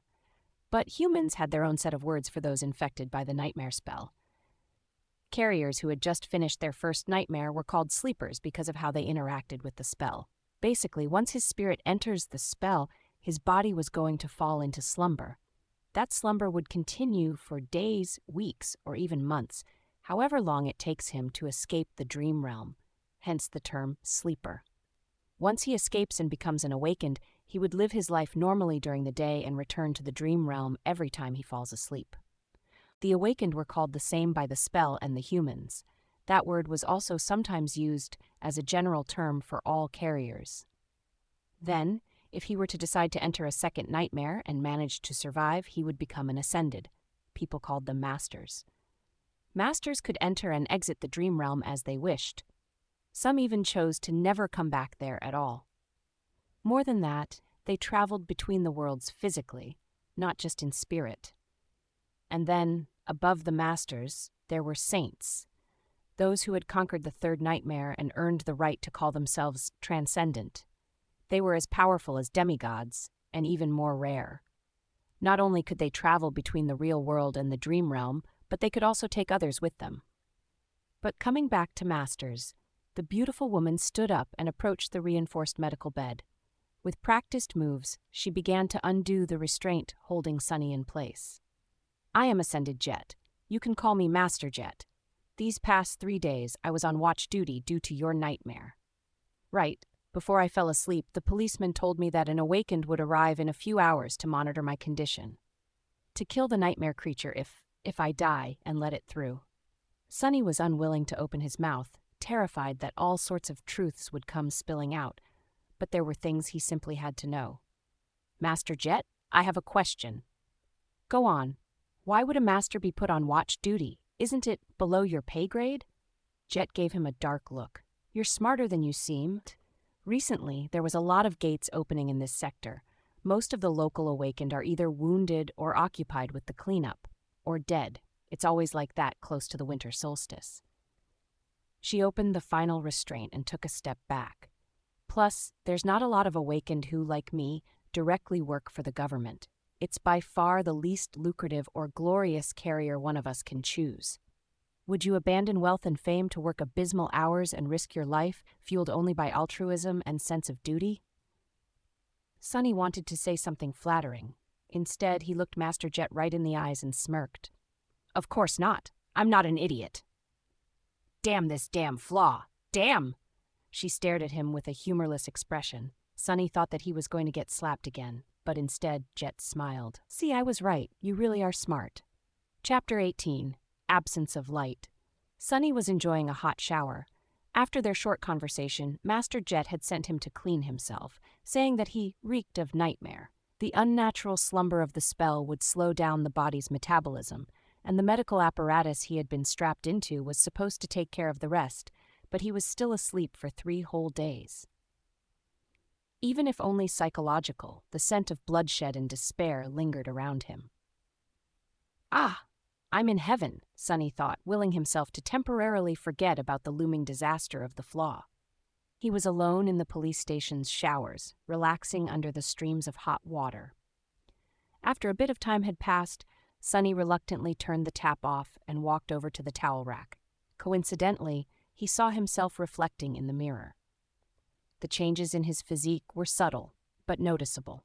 His pale skin seemed a little healthier, his muscles a bit more pronounced. He looked slender and lean instead of emaciated and frail as he did before. There was a slight luster to his dark hair and a shine to his eyes. However, he was still rather diminutive, not exactly a picture of masculine handsomeness to say the least. Flower boy, huh? Sunny thought, full of bitterness. Then he suddenly froze, noticing something strange. As he was looking at himself in the mirror, the reflection of his shadow seemed to move. It was as though the shadow lowered its head and quietly face-palmed. Sunny quickly turned around, piercing his shadow with a nervous look. However, everything seemed normal. The shadow was doing exactly what it was supposed to do, repeating his every motion. I clearly saw you move, he said, feeling a bit strange. You have just moved on your own, right? Sunny glared at the shadow, which obediently glared back. Did you move or not? The shadow enthusiastically shook its head. What the? What do you mean, no? You've just moved your head. Do you think I'm a fool? The shadow seemed to think for a bit, and then shrugged. Sunny was left with his mouth agape. Your shadow is more independent than most. It is an invaluable helper, he muttered finally. Right. This was how the spell had described his aspect ability. But what exactly could his shadow do? He decided to experiment a little. Hey you, tell me what you can do. The shadow was silent and motionless. Right. It doesn't have vocal cords. As though that made any sense. Shadows were not supposed to have muscles either, and yet it knew how to move. Show me? No reaction. It seems the shadow was content, pretending to be an ordinary, lifeless blob of darkness. Sunny sighed. I'm doing this wrong. Independent or not, the shadow was still a part of him. It was a manifestation of his aspect ability. So instead of asking the shadow, he really should have been asking himself. Not going to talk, are you?" Sunny closed his eyes and directed his perception within, exploring himself for the first time since returning to the real world. He felt the beating of his heart, the steady rising of his chest, the slight chill of the shower room. He heard droplets of water falling on the tiled floor, felt the movement of filtered air against his skin, and there, on the verge of his consciousness, something new, a completely new sense. Sunny concentrated on it, and suddenly a whole other world opened to him. It was hard to describe with words, just like one would have trouble explaining how hearing or touch feels. It was as though he could communicate with vast forms that crowded around him and receive an understanding of both their own shape and the surrounding space, guided by the different degrees of pressure they exerted on his mind and each other. That understanding came naturally and instantaneously, like an instinct. These forms were shadows, and among them, one, not the largest one, but the deepest, didn't feel like an external entity. It was like a part of his soul. Once Sunny grasped the feeling of it, he could sense the shadow just like he sensed his limbs. The only thing was that his limbs were made out of flesh, and the shadow was made from the absence of light. Sunny opened his eyes and looked at the shadow. Then, with a thought, he willed it to raise an arm. The shadow raised an arm. He willed it to sit, stand, turn around, kick. Then he willed it to change shape, turning into a circle, then a line, then a monster. And finally, back to his own silhouette. The shadow was mercurial and fluid like water. The only constant was its size. "Ha! How about that?" The shadow pouted, then reluctantly raised its thumbs. "But how are you useful?" He willed the shadow to strike the towel rack. It obediently moved and delivered a powerful kick. Of course, since it was just a shadow, its leg passed over the towels harmlessly, not even causing them to sway a little. "Is that all you can do?" In his mind, the image of shadow tentacles tearing the mighty tyrant into little pieces cracked and shattered mercilessly. It seemed he would not be competing with Shadow God anytime soon. How regretful. The shadow looked at him with disdain. Then it shrugged and stopped moving altogether, clearly offended. Sunny sighed and took a towel off the rack. "All right, I will explore it later." A few minutes after that, he was wearing a clean police-issued tracksuit and heading for the cafeteria. Master Jet was waiting for him at one of the tables, with 2 trays full of steaming synthetic food in front of her. "Help yourself." Sunny glanced at the cheap gruel, which was not so different from the stuff he used to consume in the outskirts, and sighed. Somehow, he had expected his first meal after becoming a sleeper to be more lavish. Still, it was food. He sat down and began to wolf down the gruel ravenously. He was very, very hungry. In the process, his thoughts began to wander. Sunny stole a glance at Jet and wondered. The spell told him to find a master, and the next thing he knew, there was a woman calling herself master right in front of him.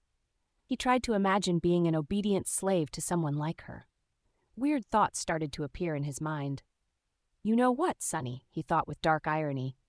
"Knowing your luck, this would be a perfect moment for her to ask." "What are you thinking about?" Sunny choked on the gruel. He felt his mouth beginning to open and put all of his will into staying silent. A second passed without him saying anything. Then a weird pressure appeared in his mind, which soon turned into blinding pain. He endured it for a couple more seconds before giving up. "I was thinking that it would be a perfect moment for you to ask me about what I am thinking," he finally said. Jet gave him a weird look. "All right. Are you almost finished with your food?" Sunny nodded. "Then I'll begin. As per protocol, I am obligated to inform you of a few things. It is mostly a formality. First of all, concerning your nightmare." She glanced at him and sighed. "You are entitled to receive free psychological counseling. No matter what traumatic experience you have encountered, there is no shame in asking for help. Your mind is as important as your body. It's only right to keep it healthy. Are you interested?"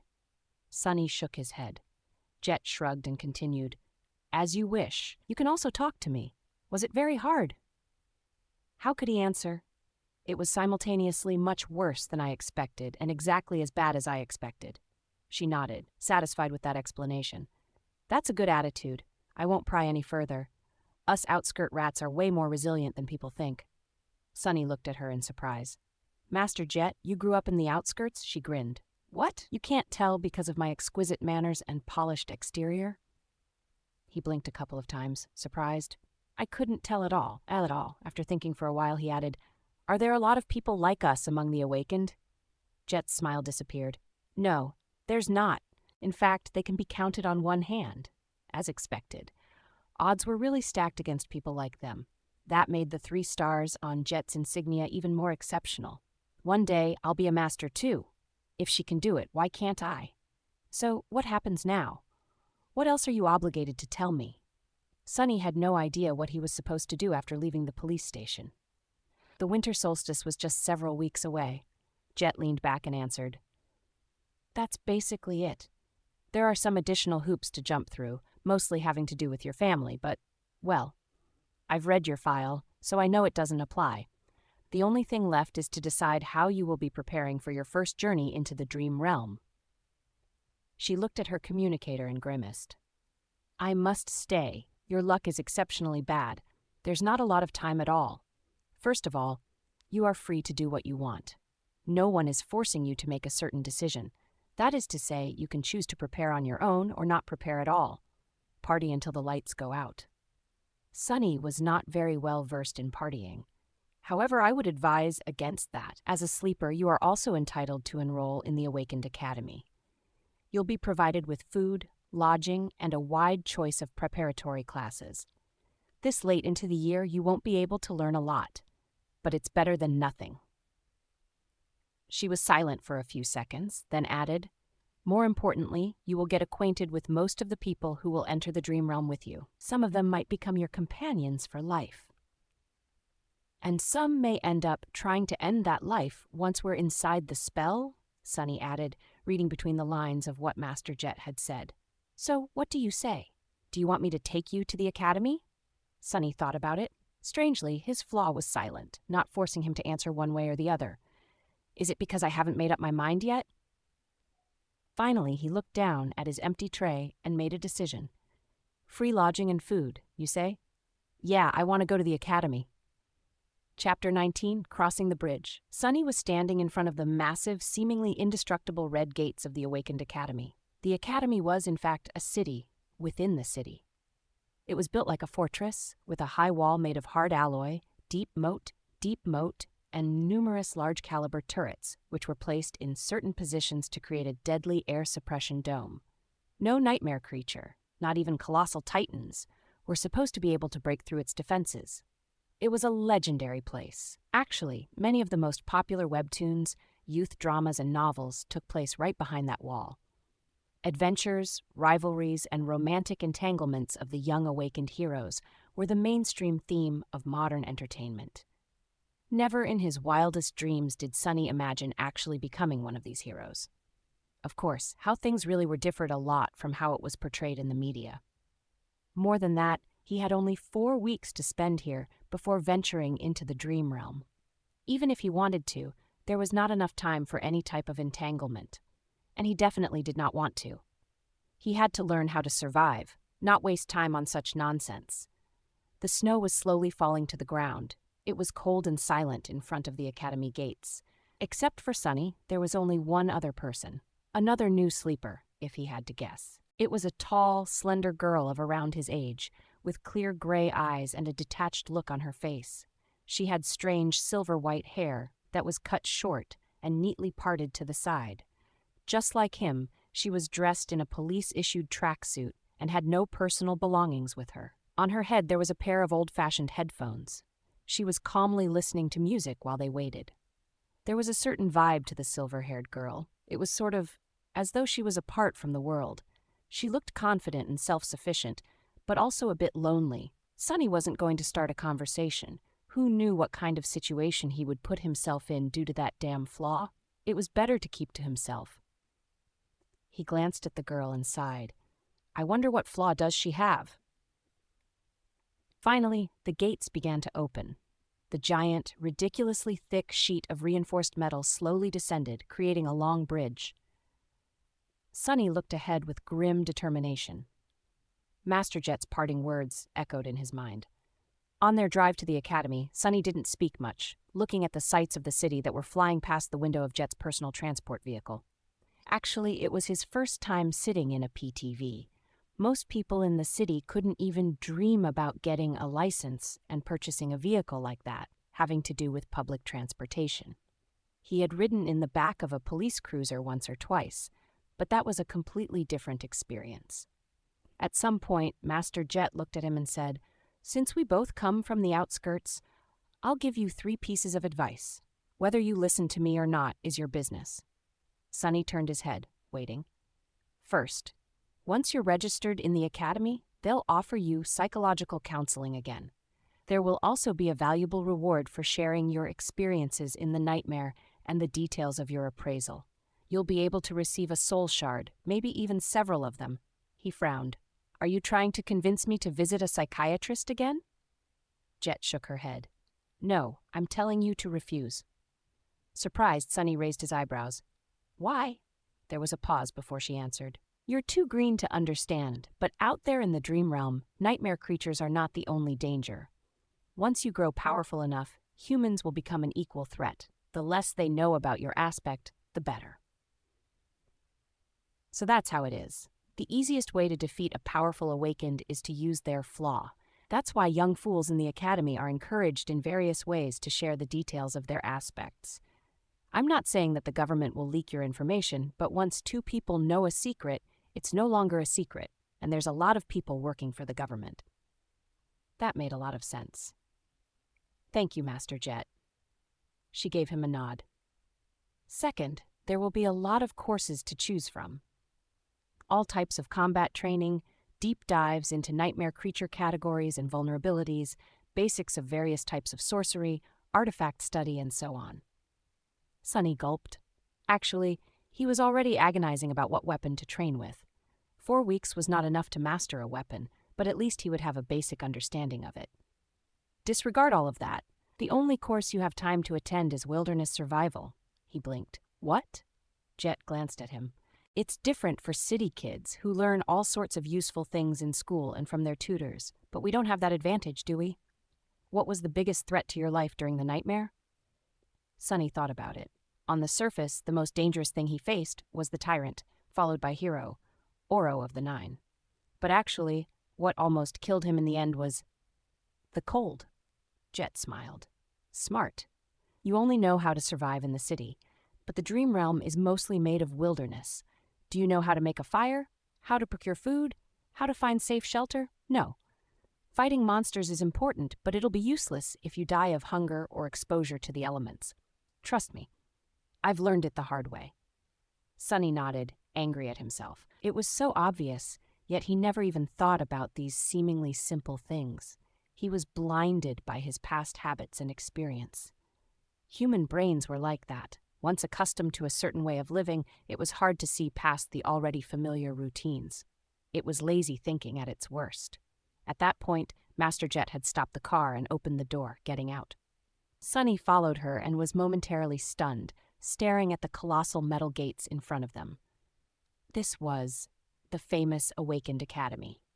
After a few seconds, he shook off his amazement and turned to his senior. "This is as far as I go," she said, looking cheerlessly at the walls of the academy. "I've already notified them. Someone will come fetch you in a while." There was something dark in the depths of her icy blue eyes. Sonny suddenly felt a cold feeling spreading through his body. "What's the third advice?" Master Jet glanced at him, then sighed. "Remember, no one can survive in the dream realm alone. That's not an opinion, that's a fact. Try to get along with your peers, even if they don't treat you well. It might save your life." Then she suddenly smiled and patted him on the shoulder. "You've done well to survive until now. Make sure to keep yourself alive in the future, too." Then she got back into her PTV and drove off. Just like that, she was gone. The end of the metal bridge hit the special grooves in the ground and stopped moving after a set of loud clicks. Sonny looked ahead, wondering what kind of life he was going to be living in the next 4 weeks. Keep your flaw and aspect secret, learn to survive in the wilderness, be nice to other sleepers. It didn't sound too hard, but for some reason he was sure that these weeks were going to be as challenging as his first nightmare, or maybe even worse. Seemingly free of such concerns, the silver-haired girl walked forward and stepped on the bridge. Sonny sighed and reluctantly followed. Chapter 20. Outcast, once again. The sleeper part of the compound was relatively small and situated in the southern part of the academy, surrounded on all sides by training fields and parks. It was a low, modern building constructed with reinforced materials. Like the majority of buildings in the academy, most of it was hidden below the ground, leaving only a couple of floors above it. With its white, pristine alloy walls and wide windows, it must have looked beautiful in the summer, contrasted against all the greenery around. Inside, the building was spacious and well lit. Sunny and the silver-haired girl were taken to a large hall where 100 or so of young men and women, sleepers of the same unfortunate timing as the two of them, were already waiting for the beginning of the induction ceremony. Most of them were nervous, tense, and excited. Logistics of the academy were a constant headache for the administrators, since the rate at which the spell infected people was always chaotic. There was no way to orderly structure for batches of sleepers to undergo any type of standardized education on a shared schedule. Some of them had a full year to prepare for the dream realm, some only months, some even mere days. That's why these induction ceremonies were held each month at the beginning of the year, and then every week once the winter solstice began to loom near. Some of the sleepers in the hall had to wait days to be inducted, while Sunny had lucked out and was delivered to the academy just hours before the scheduled event. Once inside the hall, he understood two things. Firstly, everyone was well-dressed and in possession of a suitcase, a duffel bag, or at least a backpack carrying their personal belongings. They were obviously coming prepared, most likely from home, sent off by their families. So Sunny and the silver-haired girl, who came empty-handed and wearing simple police-issued clothes, were not a norm like he had assumed, but actually an eye-catching anomaly. Right, that makes sense. Secondly, Master Jet was not being overly humble when she called herself below average by awakened standards. Even though these young people were just starting their paths as awakened, their looks were dazzling. Everyone was handsome, beautiful, and radiated health. He swallowed. Still, I feel like none of them compare. She might not be as perfectly shaped, but I don't know. She has a presence. It's like shadows become deeper and the temperature drops by a couple of degrees when she's in a room. Was this the difference between a sleeper and a master? But all of these thoughts were just him trying to postpone the inevitable. Sunny already knew that he was in for a wild ride, because he could not lie, and all of these excited youths, regardless of their clothes, gender, and looks, wanted to do one thing: talk. Every one of them wanted to talk with fellow sleepers. They wanted to discuss their nightmares, their future journey into the dream realm, and everything in between. They wanted to ask questions. They wanted to be asked questions. They wanted to discuss something important or just chit-chat about stupid things. Everyone wanted to share. "It's a nightmare," Sunny moaned, disturbed and fearful. "I'm doomed." Then, with a bit of grim determination, he gritted his teeth and slowly exhaled. Just think about it as a continuation of your trial. You survived the Black Mountain, so you can survive this too. He had faced heroes, villains, monsters, and even gods. Was he going to be afraid of a bunch of teenagers? He might have underestimated how scary teenagers can be. In half an hour, pretty much everyone in the room hated his guts. After a short series of conversations, Sunny had acquired a reputation of an obnoxious, foul-mouthed pervert. This reputation was quickly solidified. He was slapped a few times and even punched once. He also discovered a couple of new things about his true self, namely, that deep down inside, he was apparently rude, arrogant, and more than a little bit lustful. The conversations went something like this. "Look at all these young people. How many do you think will return from the dream realm? How many will perish? What do you think our own chances of survival are? I don't know, but I'm pretty sure that a pompous fool like you will die first." Or, "I even received an armor-type memory in my nightmare. It's an enchanted robe. Would you like to see? Actually, I would prefer to see you without a robe." Or, "Then those lowlifes began to rob the bodies. It was disgusting. They even took their shoes. What kind of degenerate would take a dead man's shoes? I once killed a man and took his boots. They were nice boots." "What, you killed someone just for a pair of boots?" "Of course not. There were other reasons. I also took his cloak." Once again an outcast, Sunny was eventually left alone.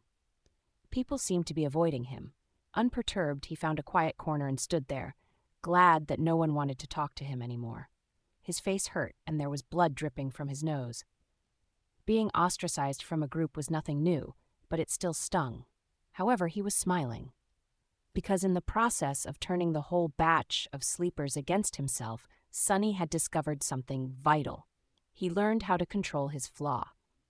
Once asked a question, he could not keep quiet. He also couldn't lie. However, after a lot of experimentation, Sonny had found out that with a bit of practice, he could influence the exact way the truth eventually came out. It was like this. After receiving a question, his mind automatically produced a truthful answer. After that, the flaw would force him to say that answer aloud. Refusal to speak would result in the buildup of pressure, then piercing pain. The longer he kept quiet, the worse the pain would become. Eventually, he would have to surrender and reveal the truth. However, in these moments between receiving the question and surrendering to the pain, the actual wording of the answer could be changed. The more it strayed from the initial thought, the more resistance he would meet. Once again in the form of pressure, then pain. It still had to be truthful, but it didn't have to be so stark. For example, if Master Jet were to catch him staring again and ask what he was looking at, instead of embarrassing himself, Sonny would have been able to endure a bit of pain and simply say, "You." That would still be the truth, however. The result would be entirely different. Hidden in the corner, Sonny grinned as he observed the sleepers. "This is good. This is great. This is something I can work with." After all, one didn't have to lie to deceive a person. Sometimes truth was the best material for creating deceit. If used with a certain devious type of intelligence, truth could be as misleading as lies. For example, in one of his previous conversations, Sonny had confessed that he had once stolen boots from a dead man. The other guy was horrified and asked if he had really killed someone just for a pair of boots. The answer the flaw forced him to give was that there were other reasons and that he had also taken the man's cloak. The true reason for killing the veteran slaver was that he had whipped Sonny a few hours prior. Besides, he was already dying. The cloak had nothing to do with the killing itself. However, the wording of the answer created an impression that it did. Thus, two truthful statements when put together created an effect akin to a lie. This was just a simple example. With a lot of effort and intense thinking, Sonny could create other types of manipulative truths. It was going to be extremely difficult and risky, but it could be done. He just needed a bit of luck. It was time to put his theory to practice. Sonny didn't forget what his main goal was, to make sure that no one ever finds out his true name. To achieve that, he had to create an impression that he was the most pathetic, weak person in this whole building. Someone who would never receive a positive appraisal, let alone a divine aspect and a true name. However, since this would be a lie, he couldn't just go and say it. So how was he to convince everyone that he definitely did not have a powerful aspect and an impressive record with the spell? His eyes fell on a particular group of sleepers. There were 5 or 6 of them, gathered around a tall, confident young man. The young man had brown hair and a gentle, handsome face. His eyes were green with a hint of friendly humor. His posture, figure, and attentive gaze betrayed someone who went through extensive training. Everything about the young man screamed of nobility and strength. Just at that moment, one of his companions was saying with a tone of amazement, "Ascended? You have received an ascended aspect? What was your appraisal?" The young man smiled humbly. "Oh, it was excellent." Sonny stopped in front of the group, as though by accident. After hearing the young man's answer, he frowned and looked at him with disdain. Then, with a voice full of utter bewilderment, Sonny said, "Ascended, excellent, that's it? What's the big deal?" Chapter 21. First Performance. His words hung in silence. The sleepers looked at Sonny with a hilarious assortment of emotions ranging from bewilderment to shock. The young man with humorous eyes just smiled politely. To be honest, getting an ascended aspect during the first nightmare was extremely rare. He was certainly someone special, maybe even outstanding. Actually, despite their apparent differences, the young man somehow reminded Sonny of Hero, Oro of the Nine. There was a special type of calculating coldness hidden deep inside their eyes. He had encountered such people before, mostly among the veterans of various street gangs in the outskirts. They simply called this type of coldness murder math. Basically, it was a habit experienced fighters developed. No matter where they were and what mood they were in, there was always a sober part of their minds constantly calculating the most efficient way of killing the person in front of them, just in case such need arises. Ugh. Why do I have to antagonize someone like that, of all people? But Sonny really had no grounds to complain. After all, he brought this on himself. After a few seconds, one of the young man's companions finally blinked and said, "Friend, you must not know a lot about the spell. Caster's results are truly remarkable." Then, with a furtive glance at the remarkable caster, he added, "He is a legacy, after all. An actual living and breathing descendant of an awakened clan." Sonny reevaluated his opinion of the humorous young man. Legacies were known to be trained for their eventual entrance into the spell from the moment they could walk. For them, being infected was a certainty instead of a possibility. They were extremely formidable people. "Just great," he thought bitterly, and made his frown deepen. "Are you trying to pull a prank on me? You call this remarkable?" The bewilderment in the eyes of these sleepers was slowly being replaced by hostility. "Listen, friend, if you don't think that an ascended aspect is remarkable, then please share with us your own amazing results. What, pray tell, was your appraisal?" Castor himself was still keeping quiet and smiling. However, his defenders were growing restless. This was exactly what Sonny wanted to happen. He smiled with utter contempt. "I would let you know, my appraisal was, it was glorious. Yes, glorious. And the aspect I acquired was of the divine rank." After that, he received a number of strange looks. No one had ever received a divine aspect before, so of course they were starting to think that he was a lunatic. But there was still a sliver of doubt. Maybe that strange guy was a descendant of a powerful clan? A peerless prodigy? Maybe his appraisal was indeed glorious. Sonny had to dispel that tiny bit of doubt. "Mind you, I'm not some lofty legacy. Pfft. I'm from the outskirts. I've never even received combat training. All that training and he only got an excellent? What did he do during the nightmare? Pick his nose the whole time?" The expressions of all the sleepers that were listening to his bragging instantly changed. An outskirt rat with no training? Yeah, sure. Who was he trying to fool? Finally, with the same polite smile, Castor spoke. "Glorious? That is interesting. Would you mind telling us what were your achievements in the nightmare?" Sonny grinned. "Sure, no problem. First of all, I killed an awakened tyrant." Every cost him a couple of moments of intense pain, but he didn't let it show on his face.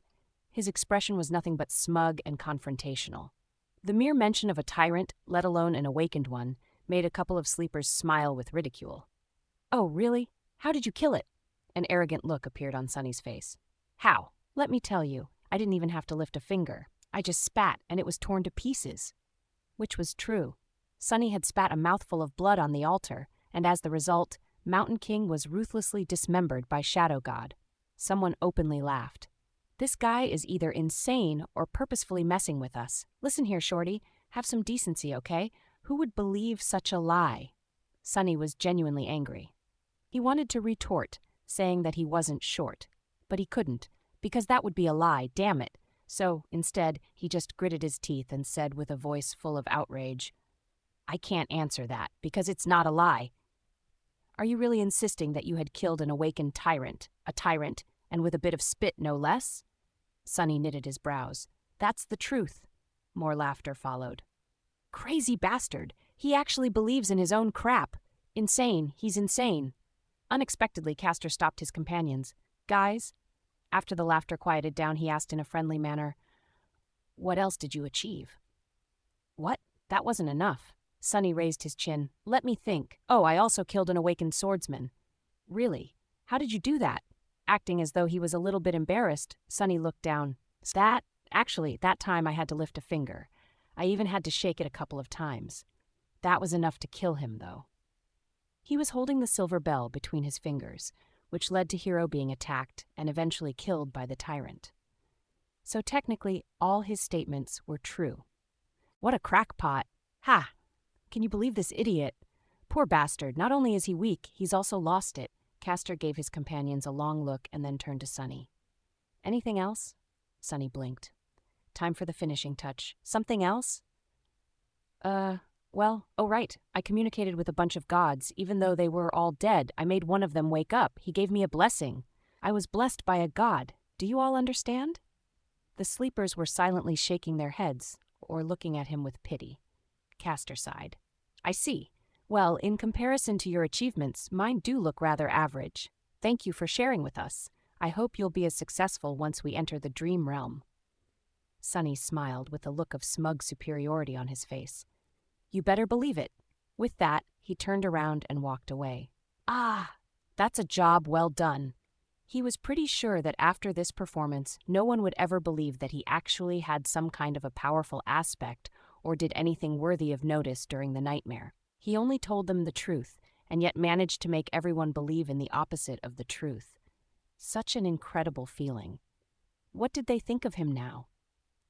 They thought that he was weak, grew up without any education in the outskirts, and had no training. More than that, he was apparently either insane or incredibly stupid. His temper was terrible, truly pathetic and pitiful fellow. Now, whenever he was asked about his aspect, he could just honestly say that it was of the divine rank and be laughed at. People would rather believe that the spell had ceased to exist than that he was someone noteworthy. He could even scream about his accomplishments from the roof, and no one would believe him. Subsequently, no one would ever suspect that he had a true name. Just you wait, fools. One day I'll be the one laughing. As Sunny was walking away, he heard one of the sleepers talking to Castor. Why didn't you put that lunatic in his place? He has belittled you. After a short pause, Castor answered. His voice sounded low and mellow. Poor kid must have lost his mind in the nightmare. It often happens. He'll most likely die soon, so being kind is the least I can do. The corner of Sunny's mouth twitched. What a nice guy. He knew that Castor's words were based on a false assumption, but for some reason still felt a cold chill running up his spine. Chapter 22. Corpse Corner. Satisfied with his performance, Sunny walked back to the deserted corner of the hall. He felt people looking at him with mockery, contempt, and pity. No one seemed to be willing to stay close to him. It was just as well. He didn't want to be bothered anyway. Still, weren't their reactions a bit exaggerated? It's not like he was carrying an infectious disease. Well, except for the spell. But it wasn't really a disease, which everyone here should have known already. Finally, he extricated himself from the crowd and reached the corner. For some reason, sleepers were unwilling to approach it. Currently, there was only one girl sitting quietly on the bench. Sunny gave her a look. The quiet girl was delicate, demure, and very pretty. Her clothes were tidy and neat. They weren't very expensive, but still rather tasteful. With her pale blonde hair, big blue eyes, and exquisite face, she looked like a beautiful porcelain doll. She was subtly breathtaking. However, there was something wrong with her. Sunny frowned, trying to understand what exactly about the girl made him uncomfortable. After a while, he realized that her empty, expressionless stare was reminding him of Mountain King. Startled, Sunny understood that the girl was blind. It took him a couple of seconds to compose himself. What a shame. A bit disheartened, he carefully sat on the opposite end of the bench.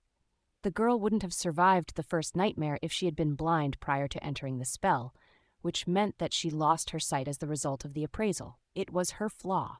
Suddenly, Sunny felt very apprehensive. A cold sensation spread through his chest. And I thought my flaw was bad. No matter what aspect ability the blind girl had received in exchange for her sight, it was effectively a death sentence. A blind person had no chances of surviving in the dream realm, at least not with a dormant core. In some sense, the girl was already dead. She was effectively a walking corpse. Feeling extremely disturbed, Sunny turned away and studied the crowd of sleepers. Now he understood why people were trying to avoid this corner. The girl was surrounded by an invisible, but almost palpable aura of death. Sleepers usually weren't very superstitious, but anyone would feel uncomfortable in her company. Armed with this knowledge, Sunny suddenly saw a pattern in how the young people in the hall were grouped. Instinctively, they all tried to stand close to those of their own circumstance.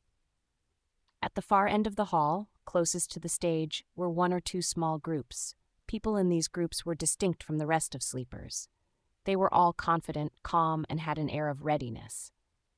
These were the legacies. They were trained for the spell since birth and had the highest chances of survival. Castor especially stood out from the rest. Next to them was a larger number of expensively dressed young people. They were lively and excited, and only a little nervous. They were the scions of rich and high-ranking citizens. Their training was pretty good, since such families had ample funds to hire private tutors, even awakened ones. Their chances of survival weren't bad.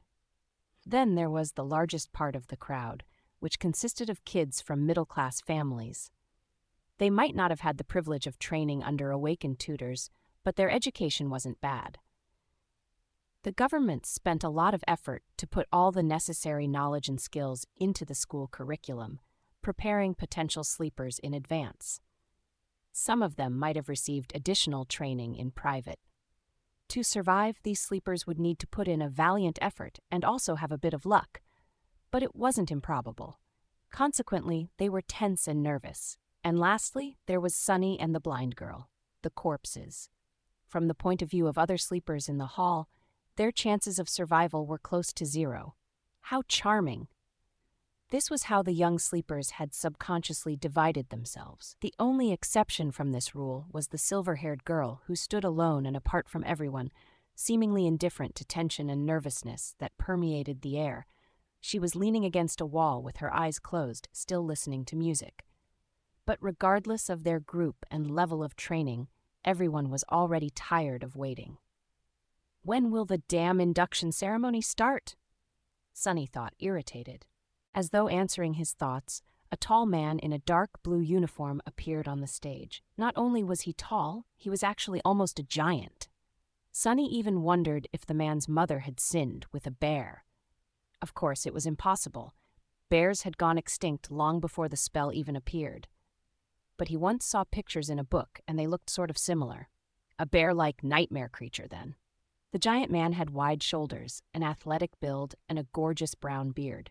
His eyes were calm and serious. After reaching the center of the stage, he gave sleepers a long look. When his gaze reached the deserted corner, Sunny suddenly felt nervous. I sure hope he doesn't have a telepathic ability. Otherwise, he might separate me from a limb or two on behalf of his mother. The man didn't pay Sunny a lot of attention and returned his gaze to the front rows of the crowd. Finally, he said in a deep, reverberating voice, "I am Awakened Rock. Sleepers, welcome to the Academy." Everyone listened without making a sound. In less than a month, you will be summoned to the Dream Realm. Some of you might think that you are well prepared. You're wrong. The spell is merciless and cunning. The moment Awakened begin to think too much of themselves, they die. I've seen countless sleepers like you lose their lives. I've also seen experienced masters lose theirs. Even saints are not assured to survive. Thanks for the encouragement, Sunny thought sarcastically. In the following 4 weeks, we will do everything in our power to increase your chances of survival. You will receive training from the best instructors in the world. However, don't be misled by their fame. In the end, whether you return from the Dream Realm alive depends only on one person, you. The responsibility to survive is yours, and yours alone. Except for the legacies, sleepers were looking at each other with growing fear in their eyes. Awakened Rock continued. You are not children anymore. It's a shame, because you ought to be. But the spell has decided otherwise. You have been to the first nightmare, so you already know what it's like. Your parents, your teachers, and your friends can't help you anymore. Haven't had any of those in a long time. While listening to Rock's speech, Sunny couldn't help but feel a little excluded. It was all old news to him. However, he understood the instructor's purpose. He had to make young sleepers afraid, because fear was the only thing that would keep them alive. Finally, the speech got to the important part. Awakened Rock paused, giving kids listening to him a few moments to digest his words. Then, with a short nod, he continued. Now we will talk about the difference between nightmares and the dream realm. Chapter 23, Dreams and Nightmares. That was something Sunny was keenly interested in. Of course, he had a general knowledge of how things were set inside the spell. But the first nightmare had already shown him that reality was different from how it was portrayed in popular culture in a number of small but infinitely important ways. He needed to separate truth from the myths. And, of course, it was very advantageous to hear it from the mouth of someone who had actually been to the dream realm. So Sunny was all ears. Awakened Rock began to speak. Most people are aware of what nightmares are, because they have an impact on the real world and their lives. All of you have been warned before entering the first nightmare that, should you perish there, a nightmare creature would be allowed to cross the threshold and enter reality. Yup, that was the reason why Master Jet had to wait patiently by his side, prepared to deal with the monster if it appears. First nightmares are unique because each of them is individual. That's why only a single creature can appear. However, starting from the second nightmare, things become much more dangerous. These nightmares are not tied to an infected person. Instead, they are born in the dream realm. While the seed of the nightmare is growing, any number of awakened can attempt to conquer it. Hunting down nightmares was the main responsibility of the awakened. Sunny knew that much. Should they all die or fail to find the seed before it matures, a gate will open in the real world, letting through countless monsters. You all know the consequences.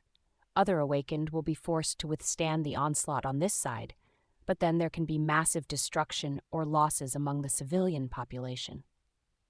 Opening gates were something that every person on the planet feared.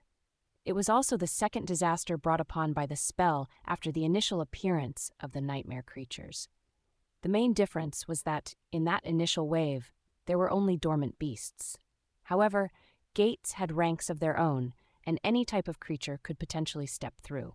Not long before Sunny was born, a rank 5 gate opening left a whole continent uninhabitable. Luckily, high-rank gates were very rare. Awakened Rock's voice grew solemn. So, it is not wrong to say that the purpose of the awakened is to enter the dream realm, seek out maturing nightmares, and close them before any harm could befall the real world. From this, you can see that the dream realm and the nightmares are connected, but are not one and the same. If nightmares are the destination, then the dream realm is the road, but it is also so much more. Very romantic. Does Awakened Rock have poetic inclinations? Simply put, the dream realm is a world. It is vast, mysterious, and mostly unexplored. It is also dead. There is no life out there except for the nightmare creatures, corrupted ecosystems, and now us. But it wasn't always dead. We can tell that once, a long time ago, the dream realm was home to several primitive civilizations. There are a lot of ruins buried in its soil. From what Sunny knew, those lost civilizations were not really primitive. It's just that their development was centered around soul cores and mysticism as opposed to technology. So basically, miracles and magic. What were their names? How did they fall? No one knew. Maybe they were destroyed by the spell.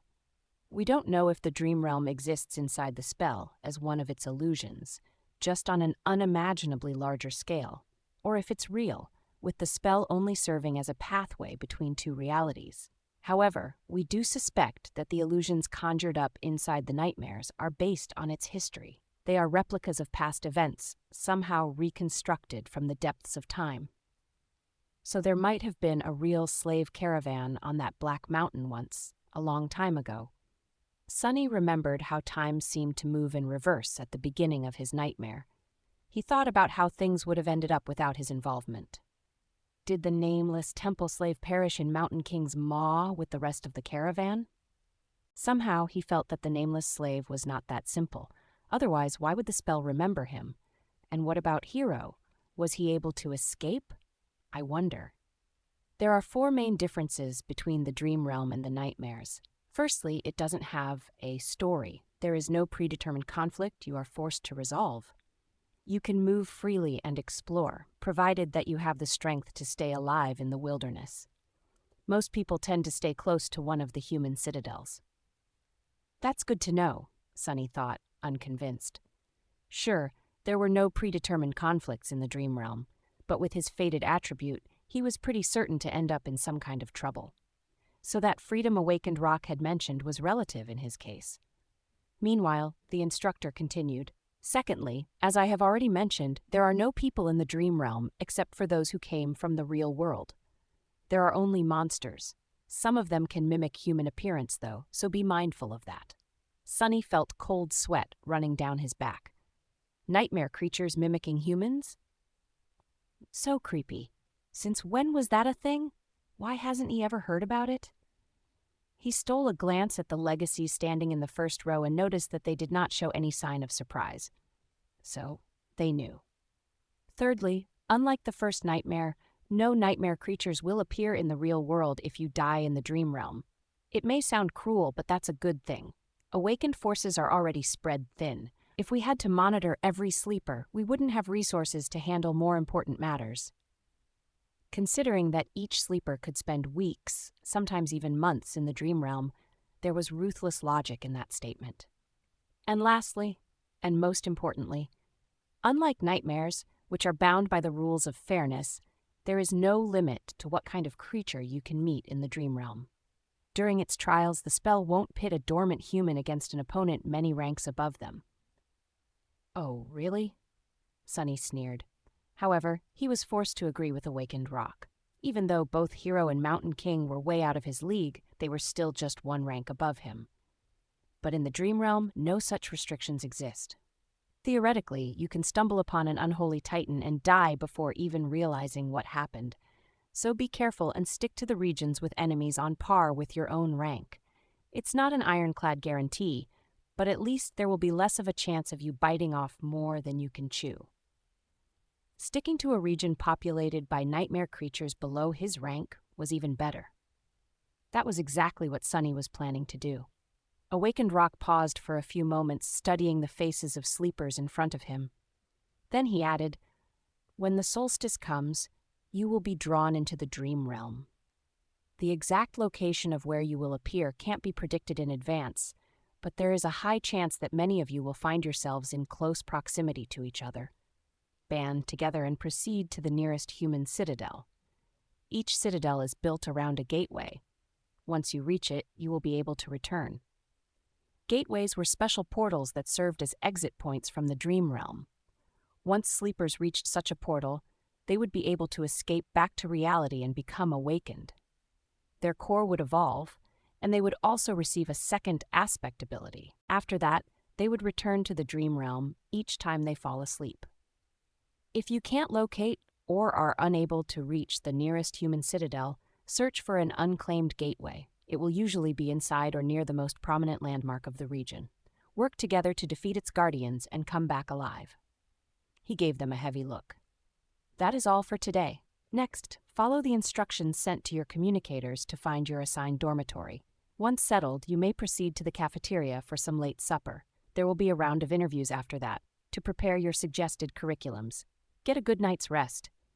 Your training starts tomorrow. With that, he gave them a short nod and left. Sunny sighed. Can't be predicted in advance, huh? With his luck, he would either drop right in the middle of a prosperous human citadel and immediately roll into a gateway, or appear in some region of the dream realm so remote and deadly that no one had ever heard about it or returned from it alive. Let's hope for the former. Since he couldn't do anything about it, Sunny wasn't very worried. There was something much more important on his mind. What, exactly, do they serve here for supper? Chapter 24. Moving Up in the World. Everything having to do with sleepers was situated in the same building. Sunny followed the instructions sent to his communicator and quickly found the dormitories, which were situated on one of the lowest levels. To his surprise, he actually got a whole room to himself. It had a bed with a soft mattress, a table, a dresser, and even a separate bathroom. The materials were new and aesthetically pleasing, the air crisp and sterile. It was warm inside, and the outer wall was equipped with a hidden screen that seamlessly imitated a wide window, opening to a picturesque vista of a snowy park. There were even several sets of clothes with the Academy emblem provided to him for free. How extravagant, Sunny thought, a little stunned. Rationally, he understood that such an arrangement was not really luxurious. However, to him, who grew up wandering the outskirts, this room was like a palace. He scratched his head. "Looks like I've made it?" Sunny glanced around, then winked at his shadow and smiled. "I guess we're moving up in the world, huh?" The shadow didn't respond, apparently not very impressed. Perhaps it didn't care about such things. Right, what would a stupid shadow know? Sunny changed into new clothes and studied himself in the mirror. Then, remembering something, he summoned the runes. He finally had time to study the puppeteer's shroud. Memory, puppeteer's shroud. Memory rank, awakened. Memory type, armor. Memory description. A worm of doubt once found its way into a righteous king's heart. With time, the king was devoured from inside and became its puppet. A lifetime later, the puppeteer worm escaped from the king's dead body, leaving behind a cocoon of black silk. No one knows where it went. However, once people dared to approach the silent castle, they found the silk among the mountains of gnawed bones and fashioned it into an armor. Sunny made a sour face. That is not that terrifying. Yeah, I'm not creeped out at all. Come to think of it, the first creature he killed was called a larva. If he were to assume that Mountain King was a mature puppeteer worm and already a tyrant, then what the hell would it transform into after becoming a moth? No, it's better not to think about it. With a sigh, he summoned the puppeteer's shroud. Thin black threads immediately appeared around his body and wrapped it into a set of armor. It was made of dark gray, soft fabric with several elements, such as bracers and shoulder guards, fashioned out of black, lusterless leather. The armor was light, understated, and did not restrain his movements at all. It also made no sound when he moved. Perfect equipment for someone who likes to lurk in the shadows. Sunny smiled. He knew that this armor would be tough to pierce for any creature below the awakened rank, which gave him a great advantage in dealing with all dormant monsters. He also felt a sort of strange, faint calmness while wearing it. A worm of doubt? Does it have enhanced protection against mental attacks? Somehow, he was sure of it. A great trophy. He wouldn't expect anything less from the memory of a powerful tyrant. The only problem was that the puppeteer's shroud was obviously not meant to be worn on top of a full set of clothes. Quite satisfied, Sunny dismissed it and left his room, heading for the cafeteria. Not bad, he thought, recalling all the rewards he had received during and after the first nightmare. The supper turned out to be as lavish as the dormitory. Sunny's wish to taste real meat finally came true. Not only was it freely available to sleepers, there wasn't even a limit to the amount each of them could eat. More than that, there were rice, bread, various side dishes, sauces, fresh vegetables, fruits, and all kinds of delicious beverages. Extravagant, Sunny thought, steering clear of the coffee. After building a small mountain of food on his plate, he found an empty seat and for a while forgot about the world's existence. As juicy, textured, perfectly seasoned meat filled his mouth, Sunny's vision suddenly was full of stars. He had to hold back an exhilarated moan, and to think he could have lived like that for a whole year. Damn spell, why didn't you infect me a few months ago? He concentrated on the food, decimating the whole plate in no time. Satiated and more than a little gorged, Sunny longingly looked back and thought about getting another serving. But it was already time for his appointment with the academy personnel. Full of regret, he stood up and left the cafeteria. Soon, he found himself in a small office, sitting across from an administrative worker. The worker was very friendly and started the interview right away. Just like Master Jet had warned him, Sunny was offered psychological counseling again. Remembering her advice, he refused, and the interview smoothly switched to questions about his aspect. He didn't want to give up information about his abilities, but also knew that he had to tell the workers something. Luckily, the questions were worded in a way to put sleepers at ease. As such, most of them started with nice and polite preambles like, "Would you like to tell me?" or "If you're willing to share," which gave Sunny an opportunity to give neutral answers. "Would you mind telling me about the type of aspect ability you received, as in combat, sorcery, utility?" He did mind, but had to be careful. I'm not sure. I haven't had time to understand it well." "That's all right. Are you able to directly deal damage with your ability?" "I guess not. Earlier, I wasn't even able to harm a towel." Things went on like that. In the end, Sunny shared just enough information to create an impression that his aspect was weak, harmless, and most likely having something to do with utility. After that, he returned to his room, undressed, and went to sleep. Sunny thought that falling asleep for the first time after the nightmare would be weird, but in fact, it was surprisingly easy. Lying on a soft mattress, with his skin against clean bed sheets and a fluffy pillow under his head, he slept like a baby. Early in the morning, Sunny washed up in his private bathroom and, bursting with energy, hurried to get breakfast in a happy mood. The cafeteria was a bit crowded. After filling his plate with all kinds of delicious stuff, he quickly realized that the only place he could sit was near the blind girl from yesterday. Her table was empty, since no one wanted to be close to her. Sunny grimaced. It seemed that the two of them were doomed to be outcasts together for the remaining 4 weeks. He also felt uncomfortable in the company of someone who was practically a dead person, but there wasn't much of a choice. Losing his good mood, he sat at the blind girl's table and gave a precursory nod to the social worker who was helping her get around. After that, he tried to pretend that they didn't exist and concentrated on his food. However, before he could finish, a sudden commotion drew his attention. "What's going on?" He looked up and noticed that a lot of sleepers were gathered around the large screen hanging on the wall of the cafeteria, their faces filled with excitement and awe. On the screen, a list of names was displayed, ranking the new batch of sleepers from weakest to strongest, most likely deduced from the results of the interviews. Not particularly interested, he quickly found his own name near the bottom of the list. The only sleeper who the Academy judged to be less likely to succeed than him was the blind girl. Turns out her name was Cassia, but the commotion was a bit too loud to be just the result of the ranking. Curious, he moved his gaze up. The sleepers were restless. How can this be? I'm not seeing things, right? What kind of a monster is she? Castor was placed in second place, and right above him the portrait of the silver-haired girl could be clearly seen. To the right of it, 2 simple lines of text were displayed. Name, Nephis. True name, Changing Star. Chapter 25, Wilderness Survival. So the silver-haired girl Nephis also received a true name in her first nightmare. To get his own, Sunny had to deal with Hero and Mountain King while possessing a completely useless aspect, an impossible feat that seemed to have pleased the spell very much.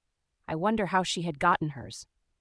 Sleepers in the cafeteria were struck dumb by the revelation of this achievement.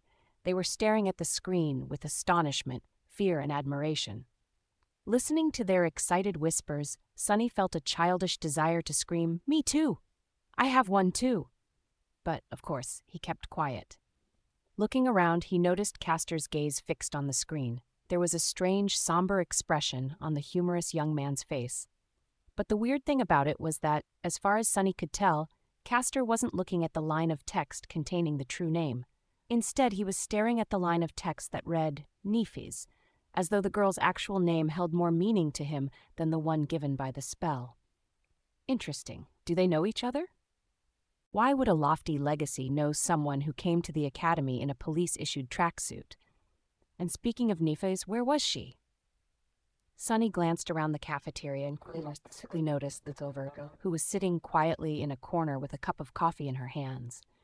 She wasn't paying a lot of attention to the commotion, seemingly immersed in her thoughts. Her gray eyes were serious and distant. A sleeper with a true name? That's impossible.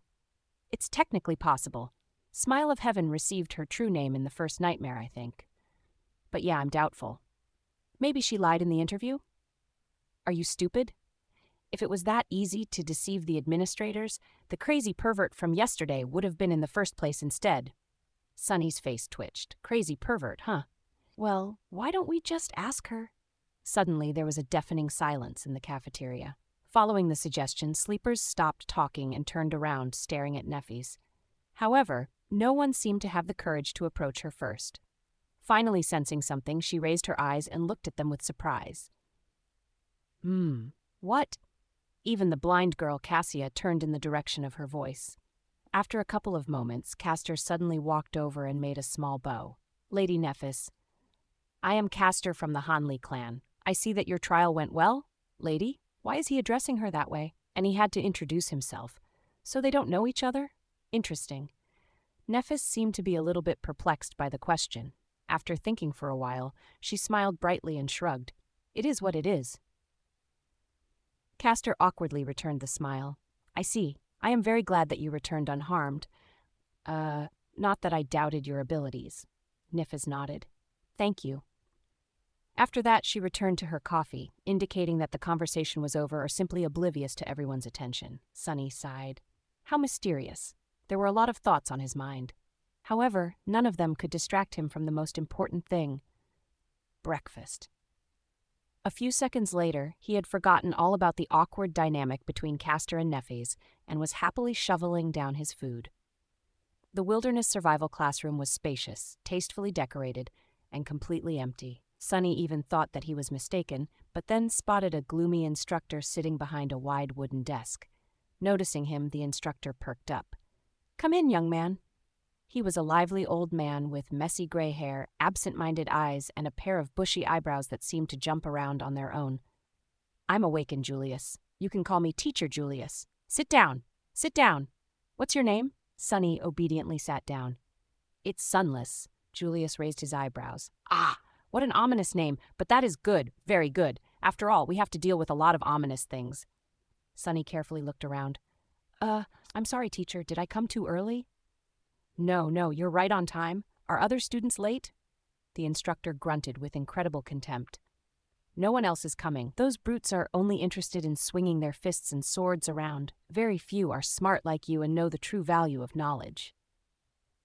Oh, so it was that unpopular.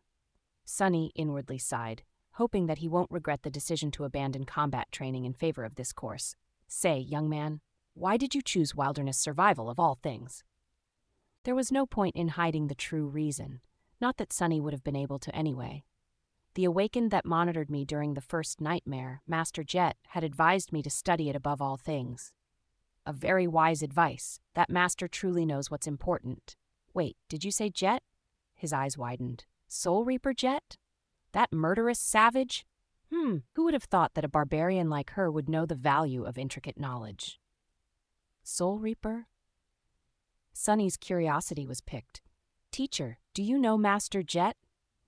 Julius carefully looked behind his back before answering. Who doesn't know the Soul Reaper? She might not be the most powerful awakened out there, but she is certainly one of the most feared. That's because her aspect abilities disregard flesh and target soul cores directly, which means that no amount of armor, damage resistance, and physical protection can stop them. He leaned forward. The only good thing is that she's young and not likely to become a saint anytime soon, or even ever. Yes, luckily, there's a very low probability that she'll ever advance. Sunny blinked. Why?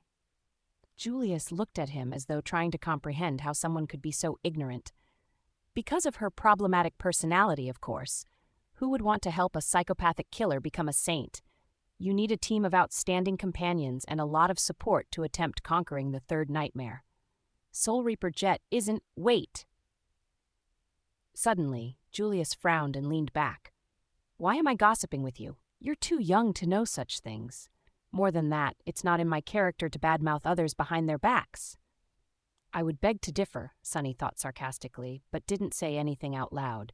He already got a lot of juicy information out of Teacher Julius. Maybe choosing wilderness survival was the right choice after all. Let's get back to your curriculum. What other courses are you taking? Sunny sighed. None. For the next 4 weeks I'll be fully concentrated on wilderness survival.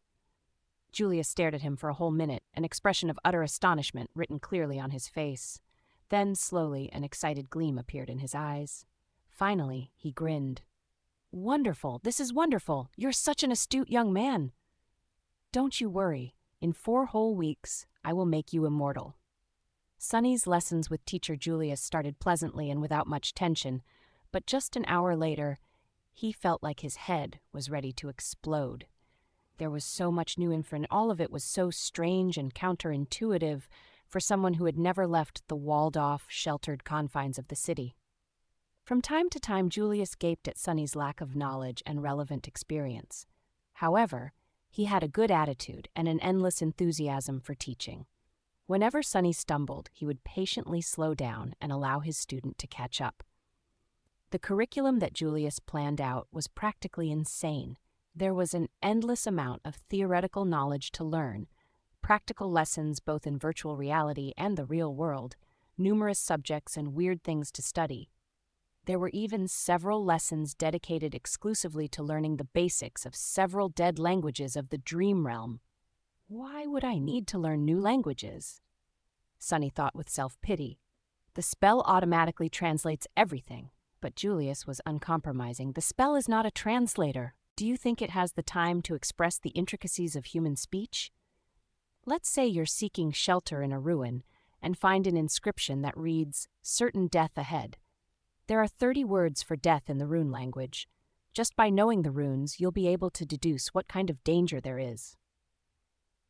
On the first day, they studied until the sun was about to set. Only then did Julius decide to let Sunny go.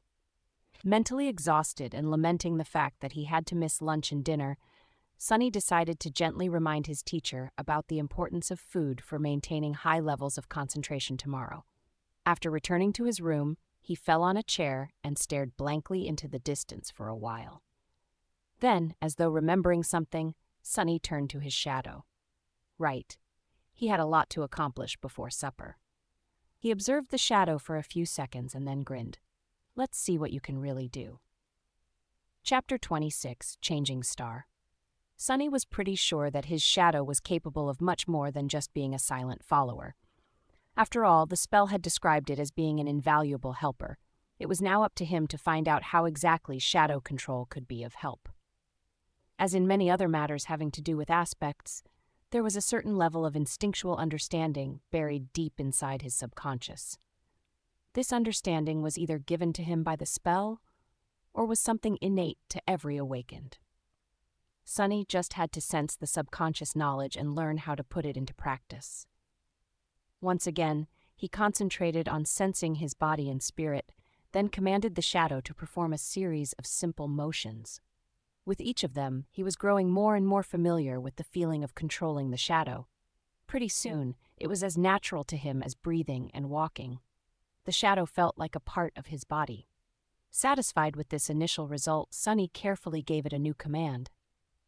Without pause, the shadow separated itself from the soles of his shoes, walked to the other end of the room and turned around, staring at him in slightly mocking silence. Sunny was left without a shadow.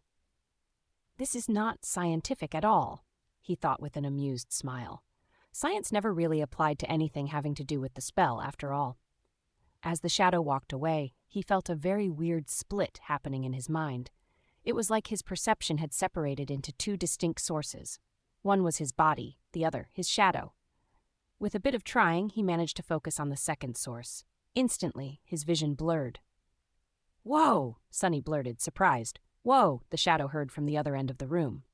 Sunny blinked. In his mind, there now existed two pictures. One was of his room's door, with an indifferent shadow standing in front of it. The other was of a pale young man sitting on a chair, wide-eyed and bewildered.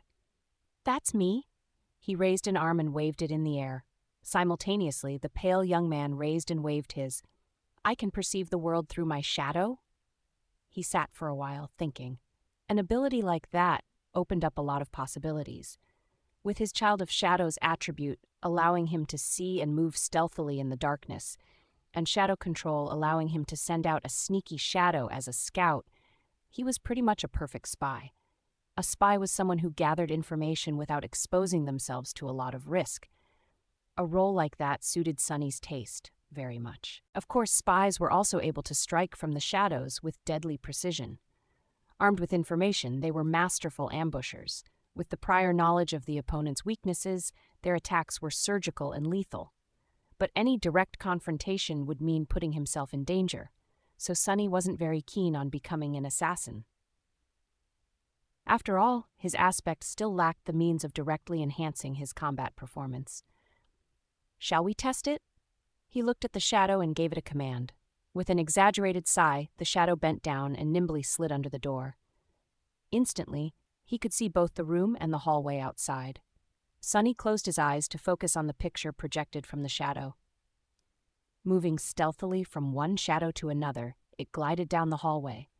With a bit of timing and consideration, his scout was practically invisible. Sunny passed by a couple of sleepers and listened in on their conversation. Not finding it very interesting, he continued forward. Finally, the shadow stopped at a corner. To its left were the elevators, to its right, the way to the girls' dormitory. All sorts of provocative images immediately entered Sunny's head. "Oh my," he thought, blushing. Yes, with this ability, it was also very easy to fall into utter depravity. But no. He couldn't do it, not because of some high moral principles. It's just that with his reputation of a pervert, the chances of being asked if he had done something unbecoming were pretty high. So he needed the ability to honestly answer no. So I probably shouldn't, right? Right? Of course you're right. Don't even think about it. Back in his room, Sonny sighed with a lot of regret. Then he directed his scout to hide in the shadow of a passing sleeper and followed him to the elevators. Sometime later, Sonny's shadow was hiding in a corner of a large dojo. He was observing his fellow sleepers who, under the guidance of Instructor Rock, were going through the motions of the introductory combat class. Today was mainly dedicated to testing their general competency and abilities. After that, the sleepers were going to be separated into groups based on their level, such as novice, advanced, or expert, as well as their weapon of choice. Some would be assigned a personal tutor or paired together. Currently, sleepers were taking turns delivering their strongest punches to a wide plate attached to a special measuring machine. After each strike, the machine would display a number corresponding to the sleeper's physical strength. In theory, a machine like that was not hard to build. However, considering that many of sleepers had combat-oriented aspects that enhanced their might in a variety of ways, it was actually a marvel of engineering and durability. Their technique and training also affected the final result. Most people were getting numbers ranging from 10 to 14. It was considered a good result, something that only the most athletic people could reach. However, a lot of sleepers, obviously those with enhancing aspects, were able to achieve a score of 15 or even 16. I would probably get 10 or 11, Sonny thought, feeling a little bored. Then he suddenly perked up, noticing that it was turn for Nephi's, the highest-rated sleeper of their batch, to strike the plate. The slender girl approached the machine and, without much preparation, delivered a sudden, crushing blow. Sonny wasn't very well versed in martial arts, but even he was impressed by the flawless economy and speed of her execution. She had a lot of training. Nephis was becoming more and more intriguing. What's her actual background? After a short pause, the machine displayed the result, 16. Sonny felt a bit disappointed. Not that impressive. I was expecting more. She was the proud bearer of a true name, after all. After that, only Castor remained. This time, Sonny couldn't even see the flying fist. It was just too fast. The machine trembled and took more time calculating. Finally, 2 numbers appeared. 21. Everyone gaped at the display, stunned. More than a few admiring looks were thrown at Castor, who simply bowed and took a step back. Instructor Rock smiled. Not bad. Now we will move to sparring and evaluate your general level of training. I need 2 volunteers to begin.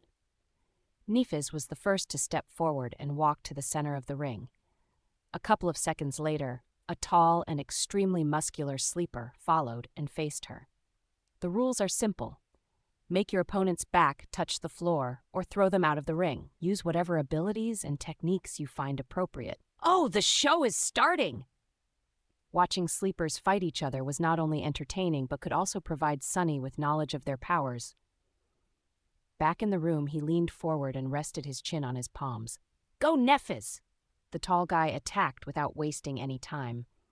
His muscles bulged, threatening to tear the soft fabric of his white dobok.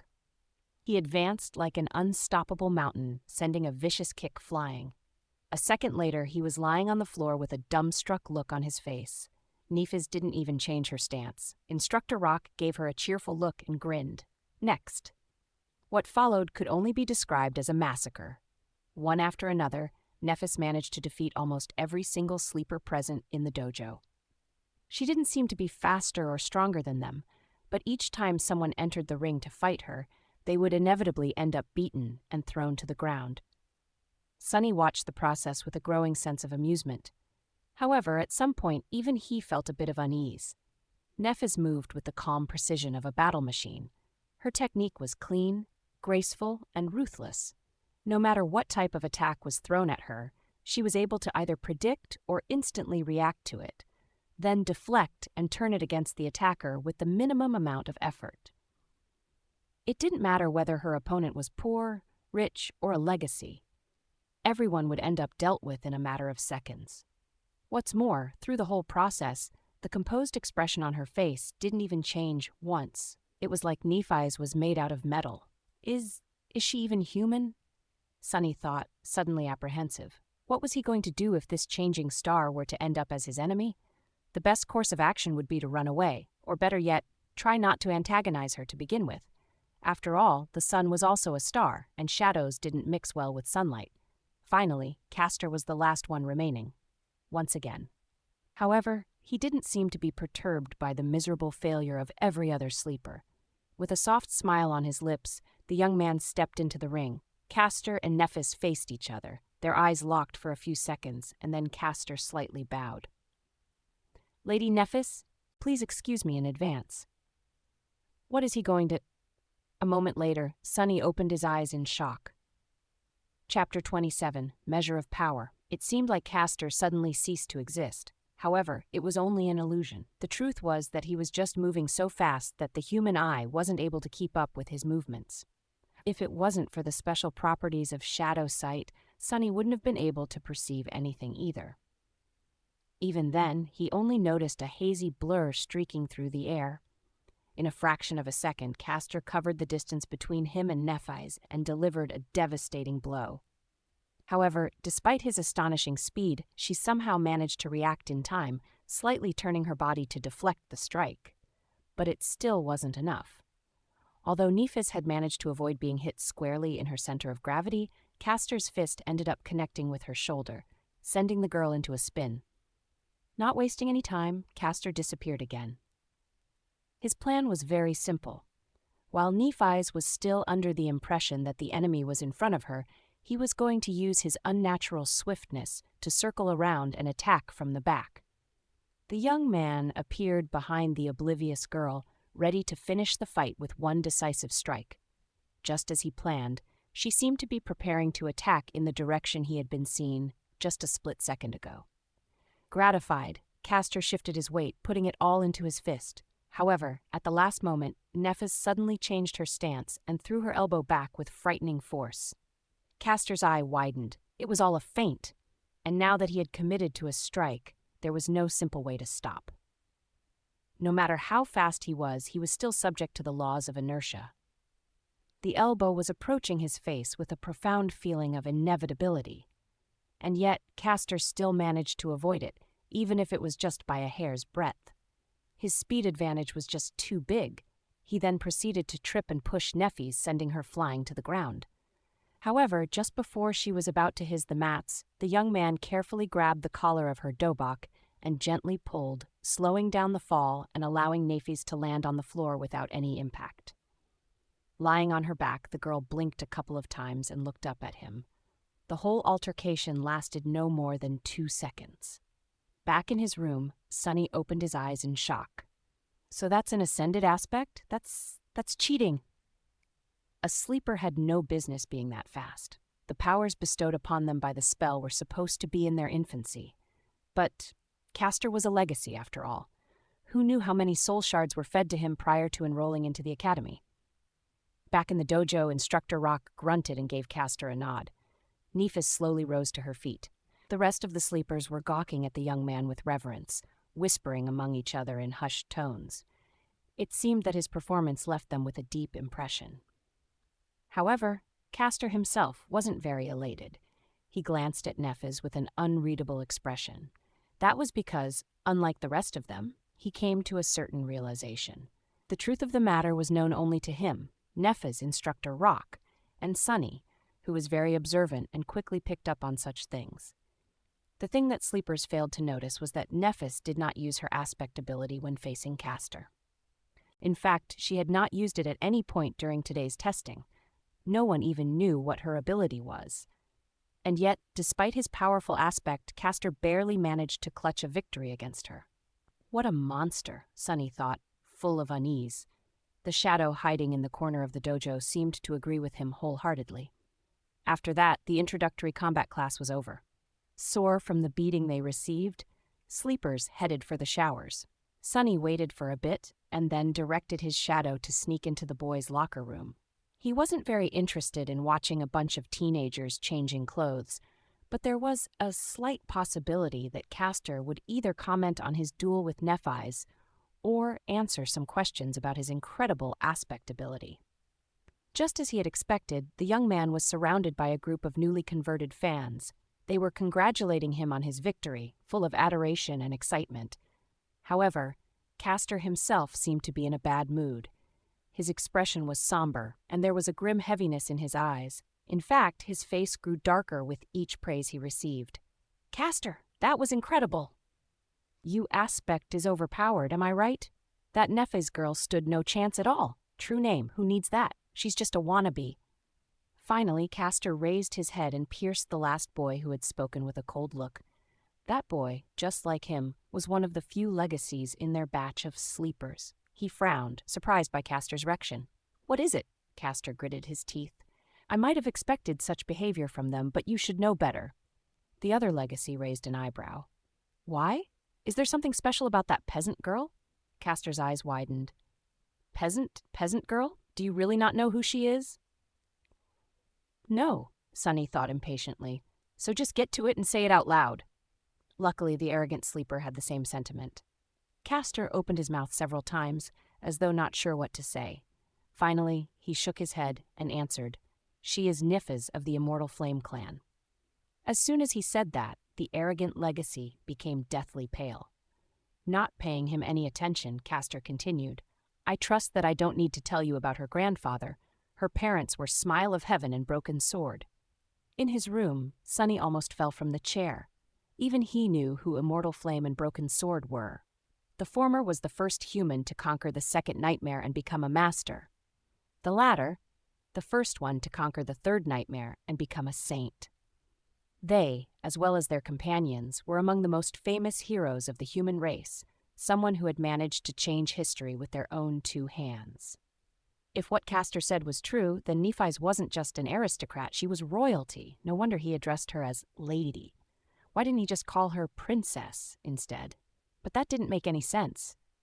Echoing his thoughts, the pale-faced sleeper asked in trembling voice, "Then why is she so—" Castor sighed, "Because they're all dead. The Immortal Flame clan is long gone." For a few moments, the locker room was completely silent. Castor looked down. She's the only one left.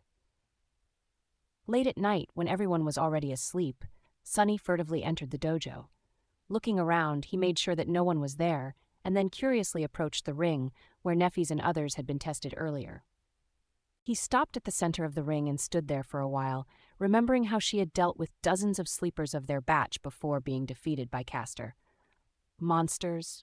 Both of them are monsters," he mumbled, bitter and disheartened. Shaking his head, Sunny left the ring and then he looked at his shadow. "Do you agree?" The shadow hesitated for a few seconds, then stuck out its chest and crossed its arms, trying to appear cocky, disdainful, and unperturbed. However, its act wasn't very convincing. "Yeah, you're right. Exactly. What's the big deal anyway?"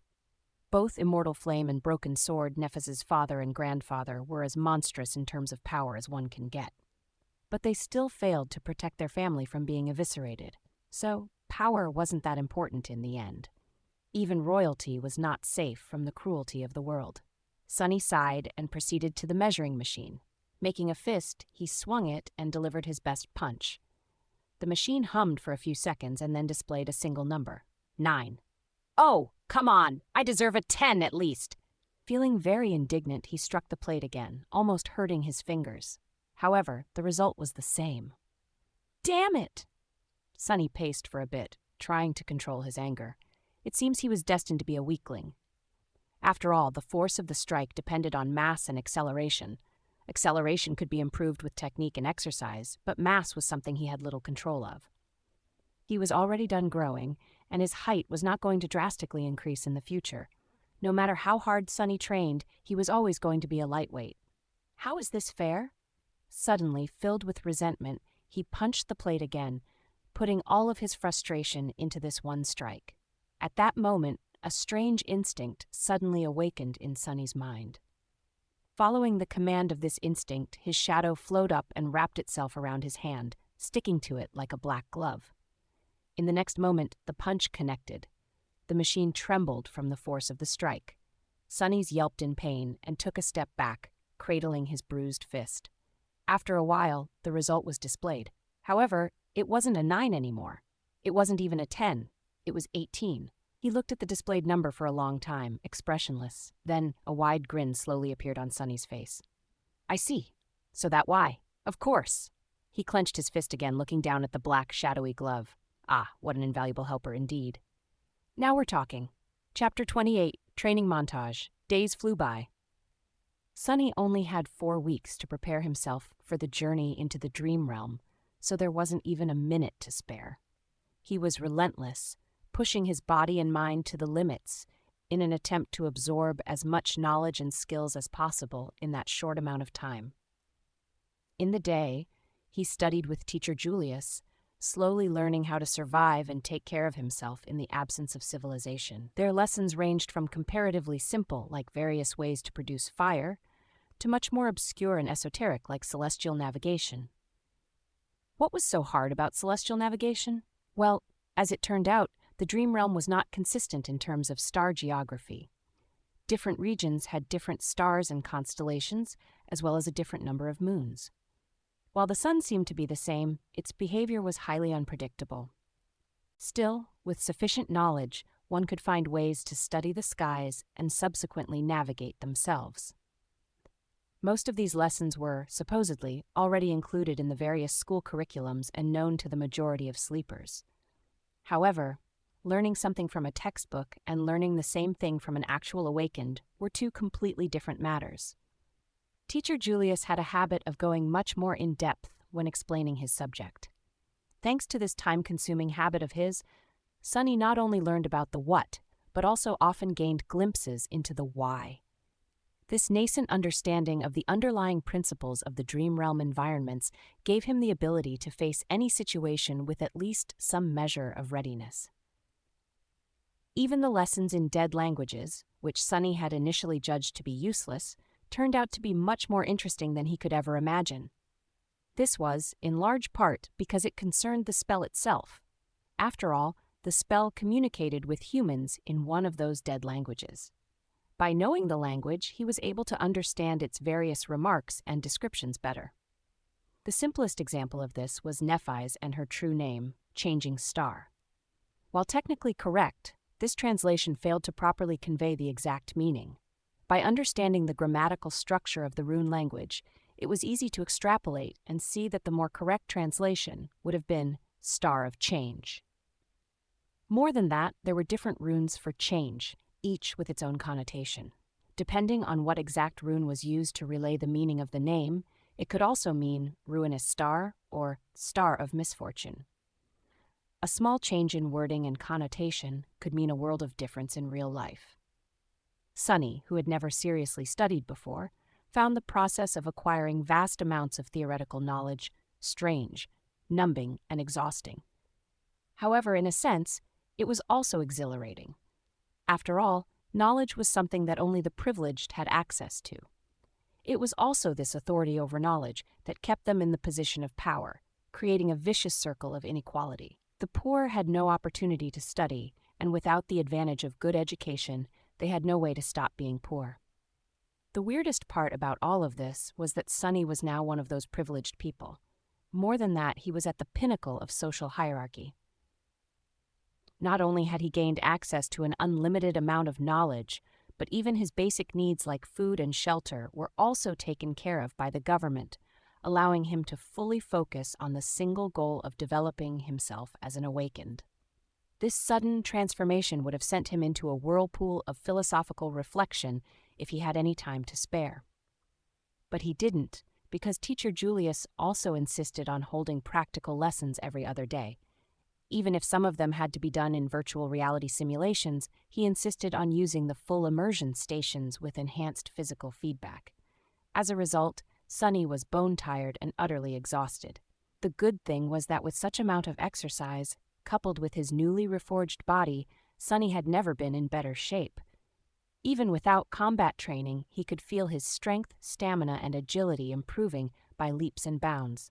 Basically, the peculiar rebirth he had experienced after completing the first nightmare had enhanced the innate potential of his body, bringing it to the peak of the human condition.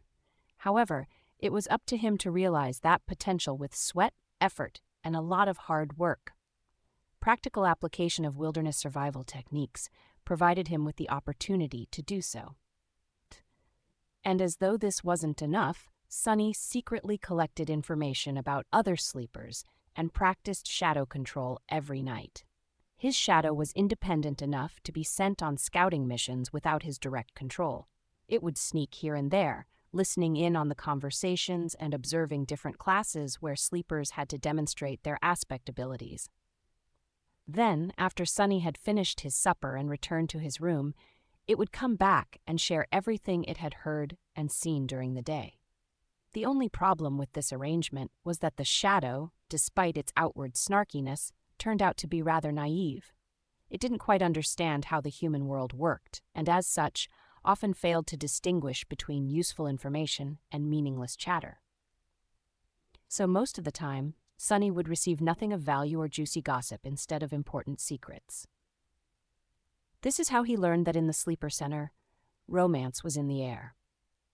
After all, there were 100 beautiful young people locked underground in close proximity to each other, with the added spice of a deathly threat hanging above their heads. Many felt that life was short and it was their time to seize the day. Passion bloomed in the shadow of approaching danger. Sunny was excluded from this whole side of the thing, of course. Firstly, he had already positioned himself to be perceived as an unlikable lunatic. Secondly, he simply had no time for anything except for his lessons and training. And lastly, he was wary of getting too close to anybody, afraid that a situation would arise where he would have no choice but to divulge his true name. Apart from gathering information and slowly learning about the scope and details of various aspect abilities, and, to a lesser extent, flaws, he was also experimenting with shadow control. The results were very promising. He quickly found out that his shadow was able to enhance various objects, and not only his body. If it wrapped itself around a weapon, the weapon strike harder and deliver more damage. If it was applied to an armor, the armor would become sturdier and harder to break. The enhancement was rather substantial too. It was roughly twice as much as the initial value. All in all, this ability, if used correctly, could make him a powerhouse among the sleepers. Many combat aspects could deliver more speed or damage, many could provide more defense and protection, but none were as well-rounded and versatile as Shadow Slave. With the added utility of Shadow Sight, Shadow Step, and Shadow Scout, it was truly incredible. Just like that, day after day passed, slowly turning into weeks. Before Sunny even knew it, the winter solstice was already here. Chapter 29, The Last Day on Earth. On the day of the winter solstice, Sunny woke up feeling tired and drowsy. No matter how much he tried to shake off this listlessness, it wouldn't go away. In the end, he just stayed in the bed for a while, wrapping himself in a blanket. He was already familiar with this feeling of never-ending, ensnaring sleepiness. It was the same in the days before his first nightmare. It was also quite similar to what he had experienced while slowly dying of hypothermia on the slopes of the Black Mountain. Remembering the cold embrace of approaching death, Sunny couldn't help but shiver. This was his last day on Earth, at least for a while. By nightfall, the spell was going to take him away once again, this time to challenge the vast expanse of the dream realm. What was he going to face in that ruined magical world? Would luck be on his side this time, or would there be another disaster? Ugh! There was no point in guessing. He had already done everything in his power to prepare for the inevitable. He studied hard, trained hard, and kept his secret safe. His aspect was better than most, and his will to survive was long tempered by the harsh reality of the outskirts and the even harsher ordeal of the first nightmare. All in all, he was ready. With a sigh, Sunny got out of bed and went along with his morning routine. If this was going to be his last hot shower in a long while, he was going to really enjoy it. If it was going to be his last scrumptious breakfast for the time being, actually he had no appetite. The cafeteria was full of sleepers, but no one was talking. Everybody was in low spirits and seemed to be uncharacteristically introspective. There was no usual laughter or boisterous conversations, only the legacies remained calm and collected. However, even they kept to themselves. Sunny thought about the last time he was preparing to enter the spell and, with a bit of trepidation, approached the coffee machine. During his stay in the academy, he had long discovered that a lot of people were in a habit of adding sugar and milk to their coffee. So, on this auspicious day, he decided to give it another try.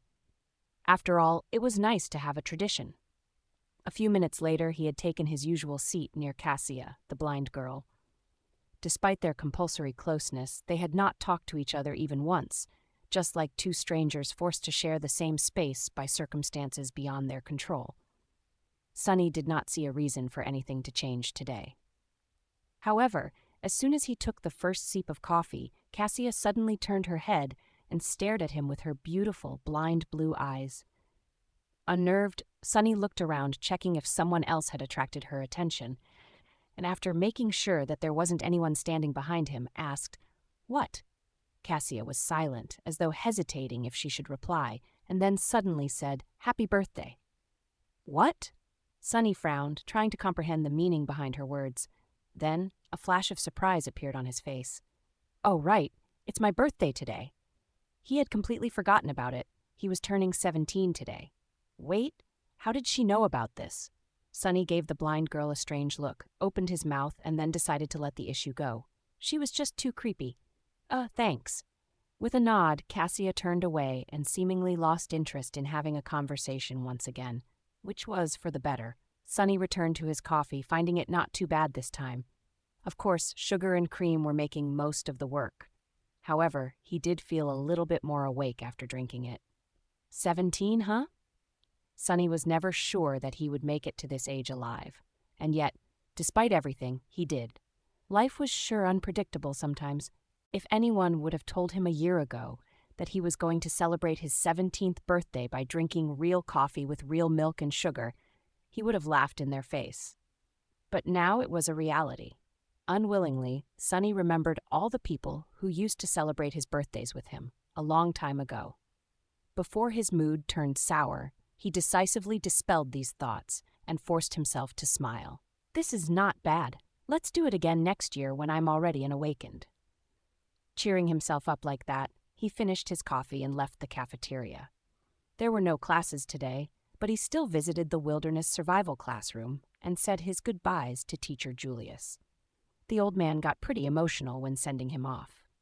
He gave Sunny one last tip a dozen or so times in a row, and even promised to apply for a research assistant position to be opened after the young man had become a full awakened. Sunny left thanking him for his time and patience. After that, there wasn't much to do. When the sun was close to setting, Instructor Rock gathered in the foyer of the Sleeper Center and led them outside. In the snowy parks that surrounded the white building, other awakened were leading their own batches of sleepers to the same destination. It was the Academy's medical center. The center looked more like a shrine than a hospital. Its interior contained both highly advanced technology as well as some of the best healers among the awakened. For the duration of their first journey into the dream realm, the bodies of sleepers would be kept safe in specially designed pods and sustained by the magical powers of those healers if anything unfortunate were to happen on the other side of the spell. Of course, whether or not they would wake up in the end wholly depended on the sleepers themselves. To Sunny's surprise, after entering the medical center, Instructor Rock did not take them directly to the wing containing sleeper pods. Instead, he led them to a comparatively deserted floor and then opened the doors to a spacious gallery that was brightly illuminated by the beautiful crimson rays of the setting sun. There they saw rows and rows of wheelchairs. In each wheelchair, there was a person with a blank, strangely peaceful expression on their face. All these people were completely silent, motionless, and still. They did not show any reaction to the appearance of guests. They all seemed to be empty. In the eerie silence, Sunny felt his hair standing up and a creeping terror sipping deep into his heart. Instructor Rock looked at the empty people with solemn eyes. "There is a reason I brought you all here. Look well and remember. Some of you may know who these people are. For those of you who don't, they are called Hollow." He gritted his teeth. Each one of them was once either a sleeper or an awakened. Some of them were weak, some of them were strong, some were even incredibly powerful. All of them have perished in the dream realm. Their souls are gone, Sunny realized, horrified.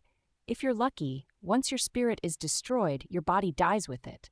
But if not, you'll become just like them, hollow. Instructor Rock glanced in the direction where Castor and Nephis stood, and then added, "So don't die out there." Half an hour later, Sleepers had been led to their personal rooms and were preparing to enter the pods. In one of the rooms, the blind girl Cassia was helplessly trying to orient herself in the unfamiliar space, touching the walls and strange pieces of machinery with her hands. Tears were streaming down her beautiful doll-like face. In the other room, proud legacy caster was staring listlessly at the floor. His lips were moving, repeating one strange phrase over and over again. He was trembling. Somewhere else, Changing Star Nephis, the last daughter of the immortal Flame clan, was looking down at her hands. Underneath her skin, soft white radiance was slowly growing brighter and brighter. Her face was contorted in a grimace of harrowing agony. And finally, there was a room where Shadow Slave Sunless, lost from light, turned away from the sleeping pod and glanced down at his shadow. "Well, are you ready?" The shadow shrugged and didn't answer. Sunny sighed. "Yeah, me too." With that, he stepped forward and climbed into the pod. In the vast echoing darkness, he heard, "Welcome to the Dream Realm, Sunless." Chapter 30, Starless Void. Sunny was expecting to first look at the place where his arrival to the Dream Realm was going to take place from above, just like it had happened at the beginning of the first nightmare. Back then, time had magically moved in reverse, giving him an opportunity to see hints of what he was going to face. Instead, immediately after hearing the greetings of the spell, Sunny found himself blind and drowning. As he instinctively tried to open his mouth to scream, salty water rushed inside, making him choke and twitch. More than that, he couldn't see anything. No, it's not that he couldn't see. It's just there was no source of light around. Usually, darkness wasn't a problem for Sunny, but for some reason his sight wasn't working anymore. Maybe the seawater he was submerged in was blocking it. If it wasn't for the special space perception that the affinity to shadows gave him, he would have been completely disoriented. With its help, though, he barely managed to understand which side was down and which side was up. Luckily, Teacher Julius's lessons had included swimming. Swearing to thank both the old man and Master Jet once he came back, Sunny forced himself to stay calm and began to swim upward. In a few long and tense seconds, his head broke through the surface of the water. Sunny was finally able to draw in a deep, hoarse breath.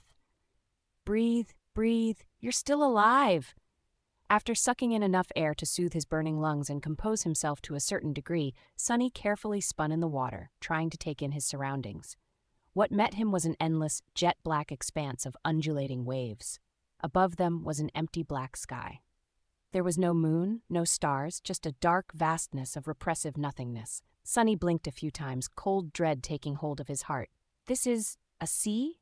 An ocean? Was I dropped in the middle of an ocean? No, it couldn't be. There had to be solid ground somewhere nearby. As he was gripped by a momentary panic, a remote sound suddenly drew his attention.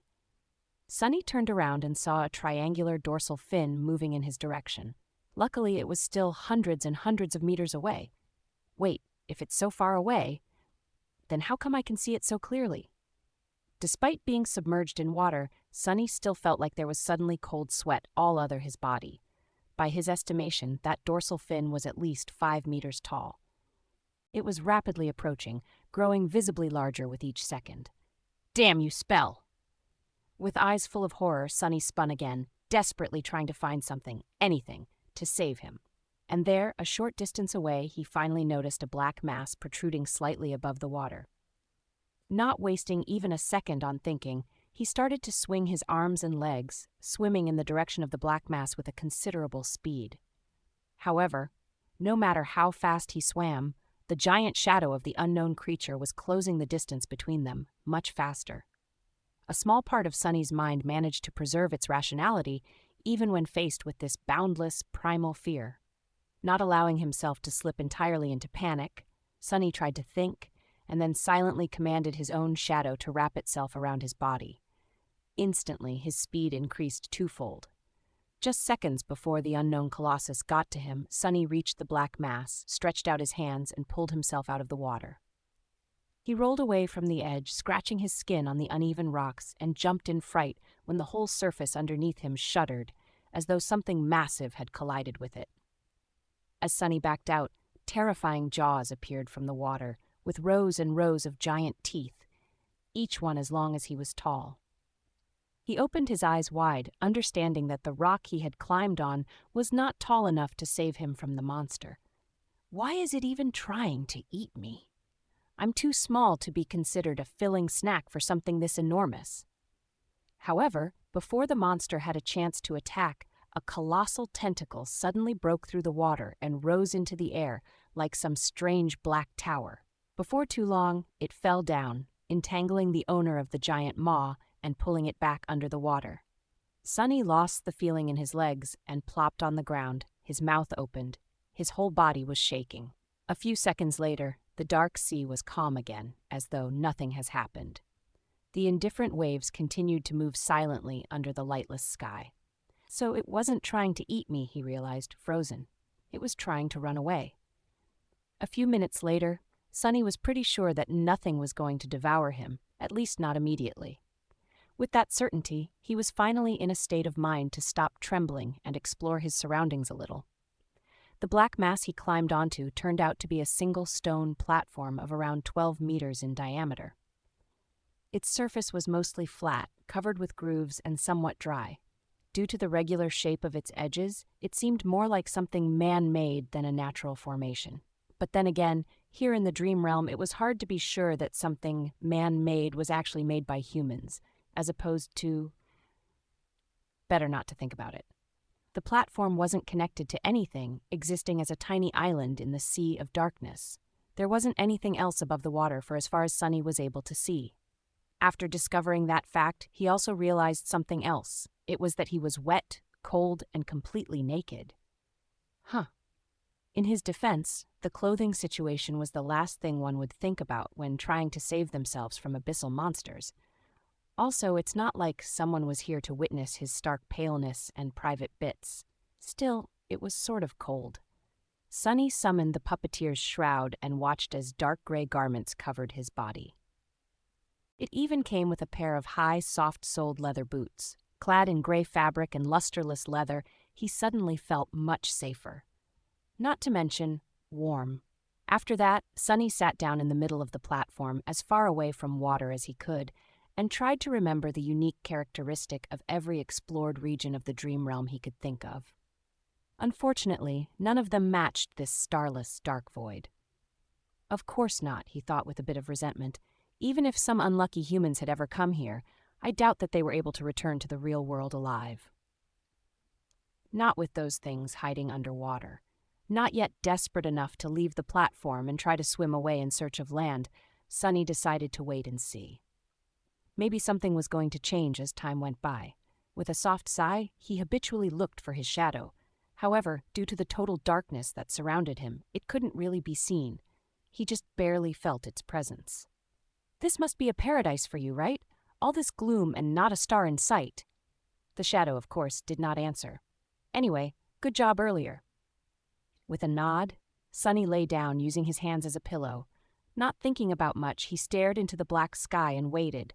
The sound of the undulating waves was actually quite relaxing. After a while, he closed his eyes and listened. Minutes merged together, growing into hours. Suddenly, Sunny caught a slight change in the sound of the sea. It was as though something was shifting. He opened his eyes and noticed that one corner of the sky was slowly turning gray. Soon, a glimpse of a pale sun could be seen rising above the horizon. A new day had come to the starless void, and with it the dark sea suddenly surged. Chapter 31. Low Tide.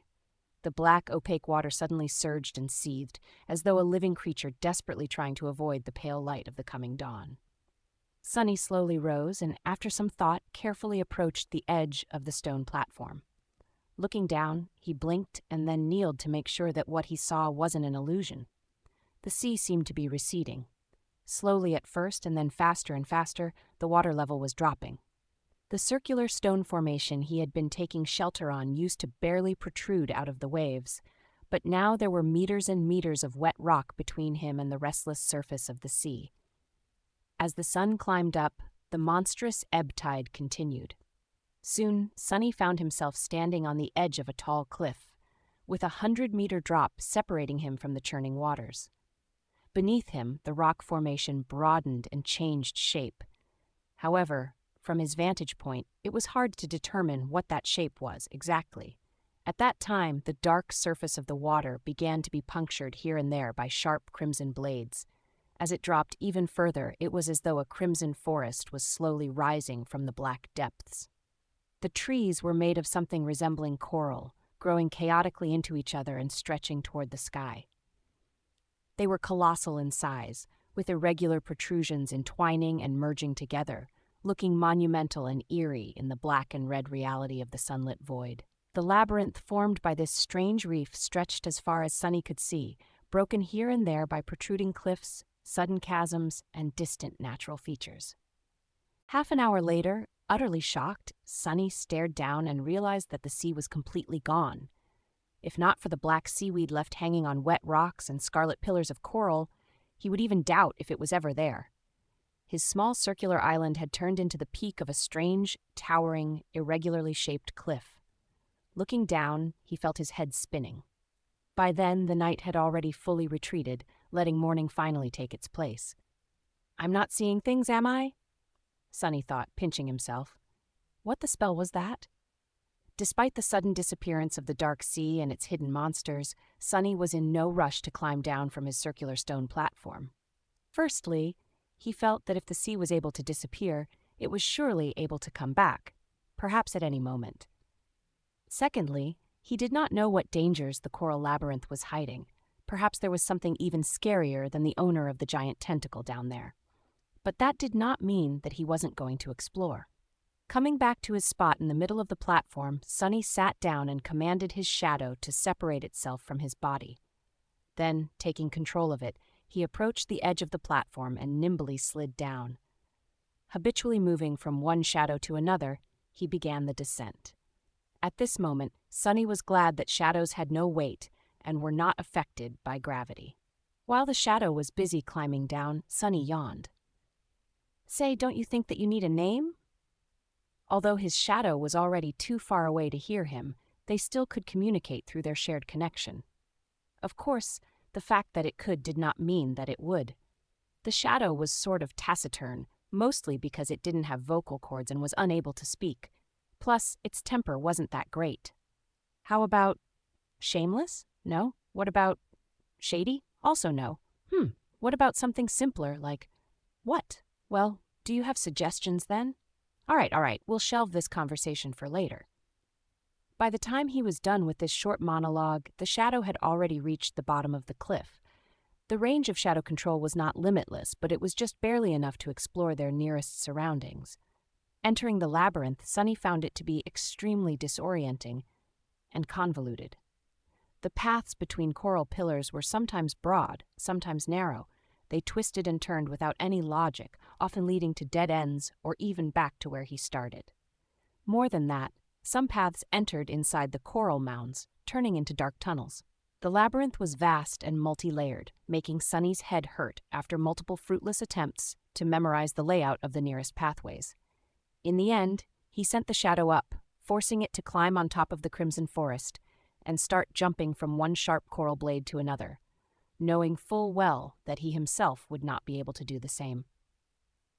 Soon, he circled the strange cliff and froze, scared by the sight of what was happening in its shadow. There, the corpse of the giant shark-like creature that had briefly pursued him the previous night was laying on the ground, the pillars of coral around it shattered and broken. More precisely, half of it was there, with grotesque innards spilling out of the terrible wound and stretching far away into the distance. The other half was gone, as though it had never existed. Around the corpse, hundreds of smaller monsters were scurrying, tearing away and devouring its flesh bit by bit. Each of them was about 2.5 meters tall, looking like a weird mix of a demonic crab, a centaur, and a nightmare. They had 4 pairs of long, segmented legs that ended in scythe-like protrusions. At the front, a human-like torso was protruding from the carapace, also clad in thick, chitinous armor. The head, if it was even the appropriate word, was situated directly on top of the torso, with no neck in between. It had 2 narrow eye slits and a viscous-looking mouth with several slimy mandibles. Instead of hands, the monsters had 2 enormous pincers. Currently, they were all using those pincers to tear off chunks of meat off the desiccated corpse and stuff them into their mouths.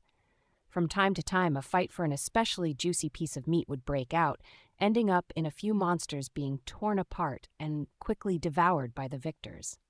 Sunny swallowed. Both because the sight of heavily armored, powerful monsters made him nervous, and because looking at them feasting, he suddenly felt very hungry. Each of them seems like trouble, and there are hundreds of them. His luck, like always, was awful. At least I don't have to wonder why the labyrinth feels so empty. All the inhabitants are having a party. Feeling a little bit comprehensive about turning his shadows back to the monsters, Sunny commanded it to look back and study the cliff he was taking shelter atop of. Something about it was making him feel uneasy. The shadow turned around and looked up, taking in the sight of the strangely shaped cliff. It took Sunny a few minutes to shift his perspective and recognize it for what it was. That's a finger. That's a hand. That is a sword? He blinked. It's a statue. Indeed, the cliff was man-made. It was an ancient, colossal statue at least 200 meters tall. The scale of it was so massive that it boggled the mind. From what Sunny could see, it depicted a knight clad in an elaborate plate armor, with 7 shining stars carved into his breastplate. In his hands he was holding a gargantuan sword, pointing it to the ground. However, the most striking thing about it was that the giant stone knight was missing his head. In fact, the roughly circular platform Sunny was standing on turned out to be the top of his neck. And by the looks of it, the head wasn't missing by design. It was as though something or someone had violently tore it off at some point in the distant past. Sunny walked around the platform, looking down from all sides, but didn't notice the head lying anywhere near. What on earth is this place? Without any hints to find the answer, he led his shadow back to the giant's neck and settled at the western edge of it, studying the feasting monsters. He didn't move until the sun was about to set. Just as Sunny expected, as soon as the sun touched the horizon, a deafening rumble could be heard coming from somewhere below. The monsters instantly stopped their feast and scurried away, some hiding inside the coral pillars, some simply burying themselves in the soft soil. A few minutes later, the first streams of black water appeared in the labyrinth. Their volume quickly grew, and soon an apocalyptic flood devoured everything around. The sea was returning with the approach of the night. Sunny stared at this unimaginable process, thoughts churning in his head. In an hour, the circular platform was the only thing above the dark waters once again. Chapter 32. Making a Choice. With an empty stomach and a head full of thoughts, Sunny returned to the center of the platform and sat down. After a while, he beckoned to his shadow and said, "Wake me up if anything happens." Then he closed his eyes and tried to fall asleep. His consciousness quickly slid into the sweet embrace of darkness, giving Sunny some well-needed rest. In the middle of the night, however, a sudden impulse stirred him awake. Sunny jumped to his feet, his groggy mind full of tense apprehension. He was afraid that the owner of the giant tentacle had come back to finish the job. Or maybe some other horror from the depths had sensed him and decided to snack on human meat. However, the sea was quiet and calm. He didn't hear any abnormalities around the night statue. "What is it?" Sunny whispered, addressing the shadow. The shadow silently pointed him in a particular direction. Turning his head, Sunny squinted. He quickly understood why it was a good idea to wake up. Otherwise, he wouldn't have been able to see. Out there in the distance, a few kilometers away, a small orange light was shimmering in the darkness. Its reflections were rising and falling with the movement of waves. It was too far away to make out any details, so Sunny just stared at it for a while. Pretty soon the light disappeared. Other sleepers? Natural phenomenon? Or some monster laying a trap? Memories of nightmarish deep-water creatures immediately came to his mind. Shaking his head, Sunny lay back down and attempted to return to his slumber. However, this time sleep was escaping him. Pangs of hunger were still not unbearable, but slowly becoming more and more intense. The thirst, however, was worse. In the end, he remained awake up until the sun rose again, sending the dark sea in retreat. As soon as the morning came, the pincer monsters crawled back from their hiding spots and rushed to the giant carcass to continue their feast. Sunny watched them for some time and then walked to the opposite side of the platform to take a look in the direction where he had seen the mysterious light the previous night. At a considerable distance from the headless statue, 5 or 6 kilometers away, the ground rose naturally and formed something akin to a hill. On top of that hill, an especially massive coral pillar rose to the sky. From the looks of it, its upper branches were just high enough to stay above water in the night. Various ideas stormed into Sunny's head, but at the end of it, only 2 questions were really important. First of all, would he be able to find the way through the labyrinth and cover that distance during the day? And more importantly, should he even attempt to do it? After all, there was no indication that the source of the mysterious light was something beneficial, as opposed to dreadful and deadly. Not having enough information to make a choice, Sunny settled back to study the monsters. He did, however, send the shadow to investigate as far into the labyrinth as the range of shadow control allowed, hoping to chart at least the beginning of the path that could potentially lead him to that hill. Logically speaking, he was as safe atop the headless statue as he probably could be in this strange place. The only problem was he was going to die soon because of thirst or hunger. Both problems were solvable if he were to venture down. He could desalinate the seawater in a number of ways, taught to him by teacher Julius, with materials that were present pretty much everywhere in the dream realm. He could also prepare traps and hunt a pincer monster to eat. With their massive size, just one of them would be enough to feed him for weeks. He could easily see such a routine, hunting by day, returning to the statue at the approach of the night. It was probably his safest choice. However, this way of doing things lacked one vital element, the potential for improvement. It was well suited for keeping Sunny alive, but had no way of giving him hope. If he was destined to spend the rest of his life in the small area surrounding the headless statue, devouring monsters and trembling at night in fear of being devoured by something bigger in turn, well, he would rather just jump down and end it right now. That pretty much meant that the only choice left for him was to try and reach the source of the orange light. And if Sunny was really trying to attempt it, he had to do it before the pincer monsters were done consuming the giant carcass. That way, at least, the surrounding segment of the labyrinth was going to be free of them. Firm in his choice, Sunny decided to leave the headless statue the next morning. He would spend the rest of today exploring paths through the labyrinth and preparing himself mentally. With that, he closed his eyes and concentrated his perception on the moving shadow. In the night, a sudden storm descended upon the dark sea.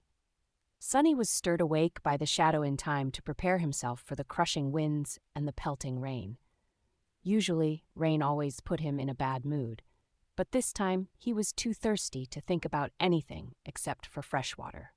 Staying low so as to not be blown over the edge of the platform, Sunny cupped his hands and waited until they became filled with rainwater. Then he raised them to his mouth and greedily drank. Strikes of lightning illuminated everything above the churning sea. If anyone were to see Sunny now, they would have noticed a wide grin on his face. The storm continued to rampage for several hours. Sunny crouched in the middle of the platform, enduring its rage. More than once, a tall wave would crash into the headless knight's neck, threatening to wash him away. But Sunny held tight to the deep grooves in the stone surface of the platform, sticking to it like glue. By morning, when the storm finally dissipated, all of his muscles were sore. But there was no time to waste. As soon as the monsters came back to the carcass, with a few stragglers quickly following behind, he slid over the edge of the platform and began to nimbly climb down. Sunny had to thank wilderness survival classes once again, since he had been taught the basics of rock climbing as well. Teacher Julius was adamant about giving his student a crash course in all possible forms of traversal. Additionally, Sunny had already scouted the optimal way down and memorized the best holds and indentions to grab onto with the help of his shadow. Soon, his feet finally touched the ground.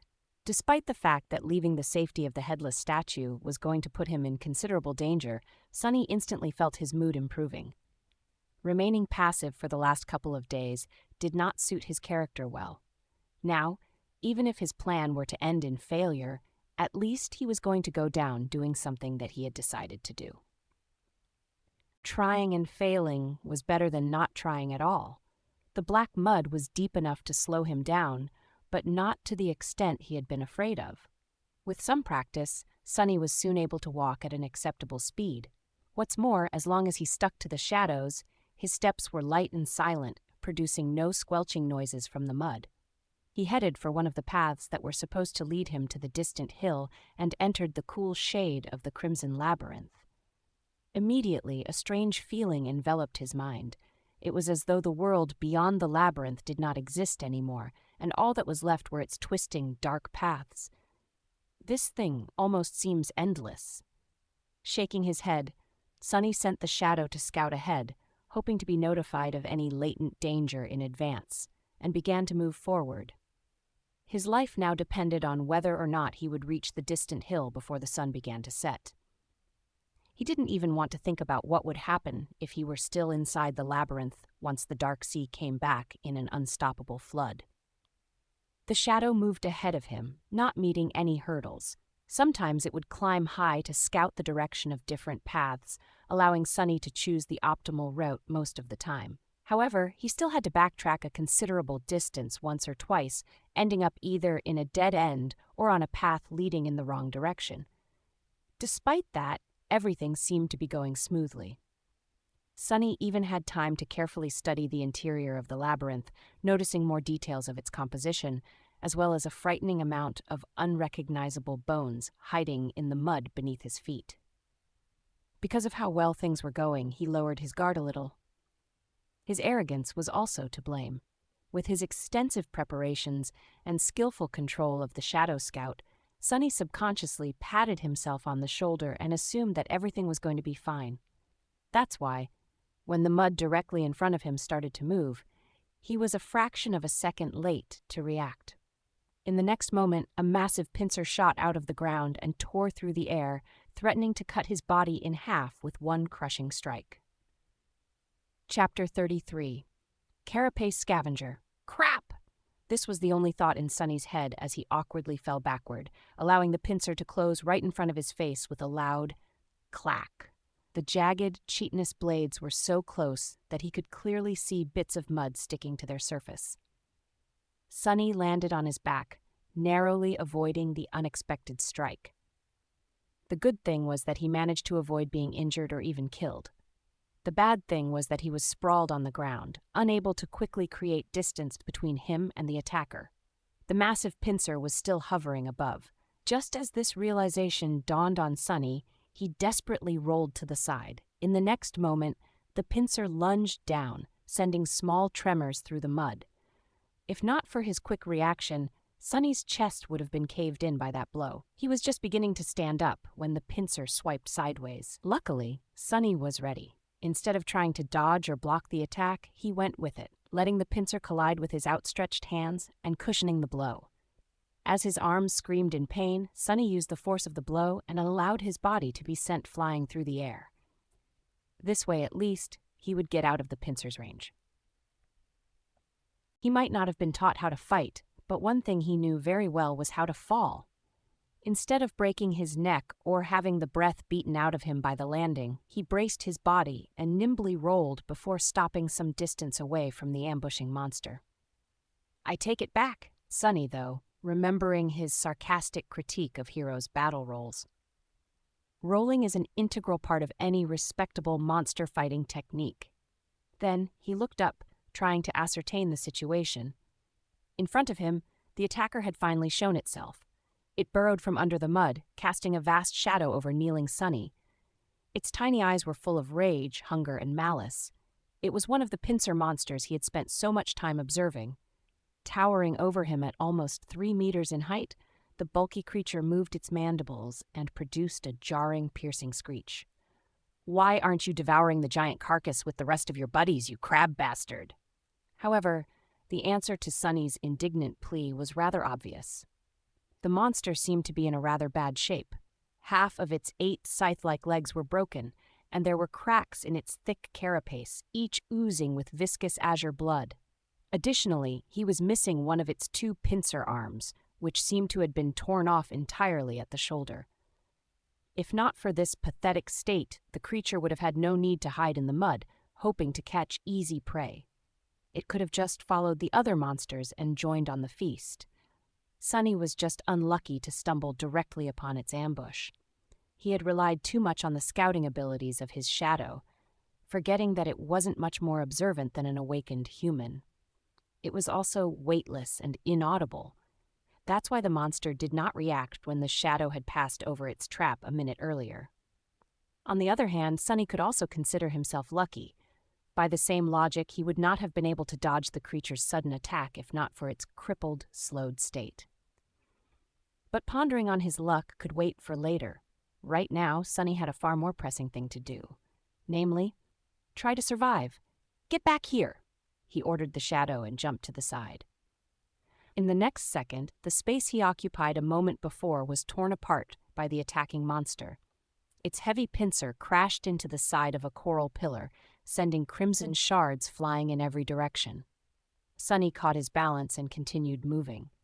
He was hoping that the bulky, heavily armored, wounded creature would not be able to match his speed, but unfortunately, it turned out to be surprisingly agile. Its scythe-like legs pierced the mud behind him, and the pincer was already flying through the air again, threatening to decapitate the young man at any second. Sunny ducked, dodging the pincer, and finally caught a second of reprieve. His eyes darted around, desperately searching for something to use as a weapon. Almost instantly, he noticed a long, smooth, sharp bone left behind by some unknown creature sticking from the mud. Without slowing down, he bent down and grabbed the bone, pulling it out with one forceful tug. The bone was almost 1.5 meters long, ending in a narrow, sharp tip. It was almost like a spear. The problem was, even with the added length of this makeshift spear, Sunny's range of attack was still shorter than the monster's. He also doubted that it was capable of piercing the hard carapace. In short, he had to get close and aim for one of the cracks in the creature's armor. However, he didn't dare to. At that short of a distance, the monster could easily crush him into a paste by using just its weight and hulking frame. A crazy idea entered Sunny's mind. A bit shocked, he momentarily couldn't decide whether it was the product of audacity or foolishness. Either way, he wasn't insane enough to actually consider it. At that moment, the pincer lashed out again. This time, Sunny was a little late to evade, and as a result, a sharp pain pierced his left leg. It was grazed by the edge of the pincer. The puppeteer's shroud held, not allowing the monster to draw blood, but the force of the impact was enough to throw Sunny tumbling to the ground. There was no time to recover. As his eyes opened wide, Sunny understood that it was time to act crazy. So instead of trying to dodge, he stopped moving and allowed the monster to grab him across his torso with the pincer. Immediately, a terrible pressure descended on his ribs. Sunny felt as though he was going to be split apart, but his armor, received from defeating an awakened tyrant, resisted the crushing bite of the monster's pincer. Every muscle in his body tensed, delaying the moment when his insides would be turned into mush. In the next second, Sunny's shadow fell from above, wrapping itself around the puppeteer's shroud.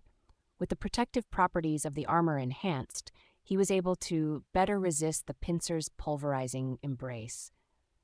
Sunny and the monster appeared to be at an impasse. The young man couldn't free himself from the monster's grip, while the monster could not kill the prey by cutting it in halves with its pincer. They stared at each other. Then, an insane fire ignited in the creature's eyes. It clicked its mandibles and raised Sunny in the air, bringing him closer to its mouth, obviously intent on biting his head off. "Why is everyone trying to eat me? Am I that tasty?" Sunny didn't struggle as the monster brought him close to its mandibles. He knew he only had one chance to live. In the last moment, Sunny allowed the shadow to flow from Puppeteer's shroud onto the sharp bone he was still clenching in his hand. Then, he gathered all his strength, leaned forward, and thrust the bone forward with as much power as he could. Guided by his hand, the dark bone spear shot forward and pierced through the creature's tiny eye, sinking in deep. The other eye of the monster narrowed. Gritting his teeth from the unbearable pain in his ribs, Sunny twisted the bone, trying to do as much damage to the creature's brain as possible. For a couple of seconds, nothing happened. Then he felt the pressure on his body diminishing. The pincer opened, letting Sunny fall down. As he hit the mood, the hulking monster crashed to the ground, too.